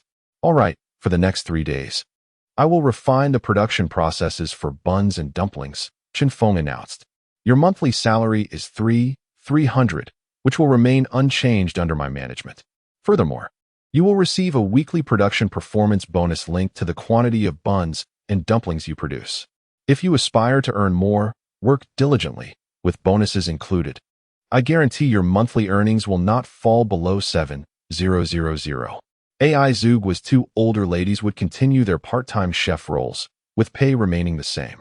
Next month, the 5 insurances and 1 fund will also be covered for you. With these words, the elderly ladies and gentlemen were filled with excitement.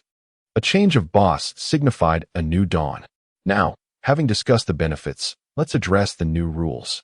The factory's sanitary conditions will be enforced more stringently. After all, these are the foods that will enter our customers' stomachs. The factory management regulations will be issued, and any violations will result in wage deductions. Currently, there are 2 positions available regarding future ingredient procurement. Who would like to volunteer? Chen Feng surveyed the crowd. I will. The elderly crowd buzzed with enthusiasm.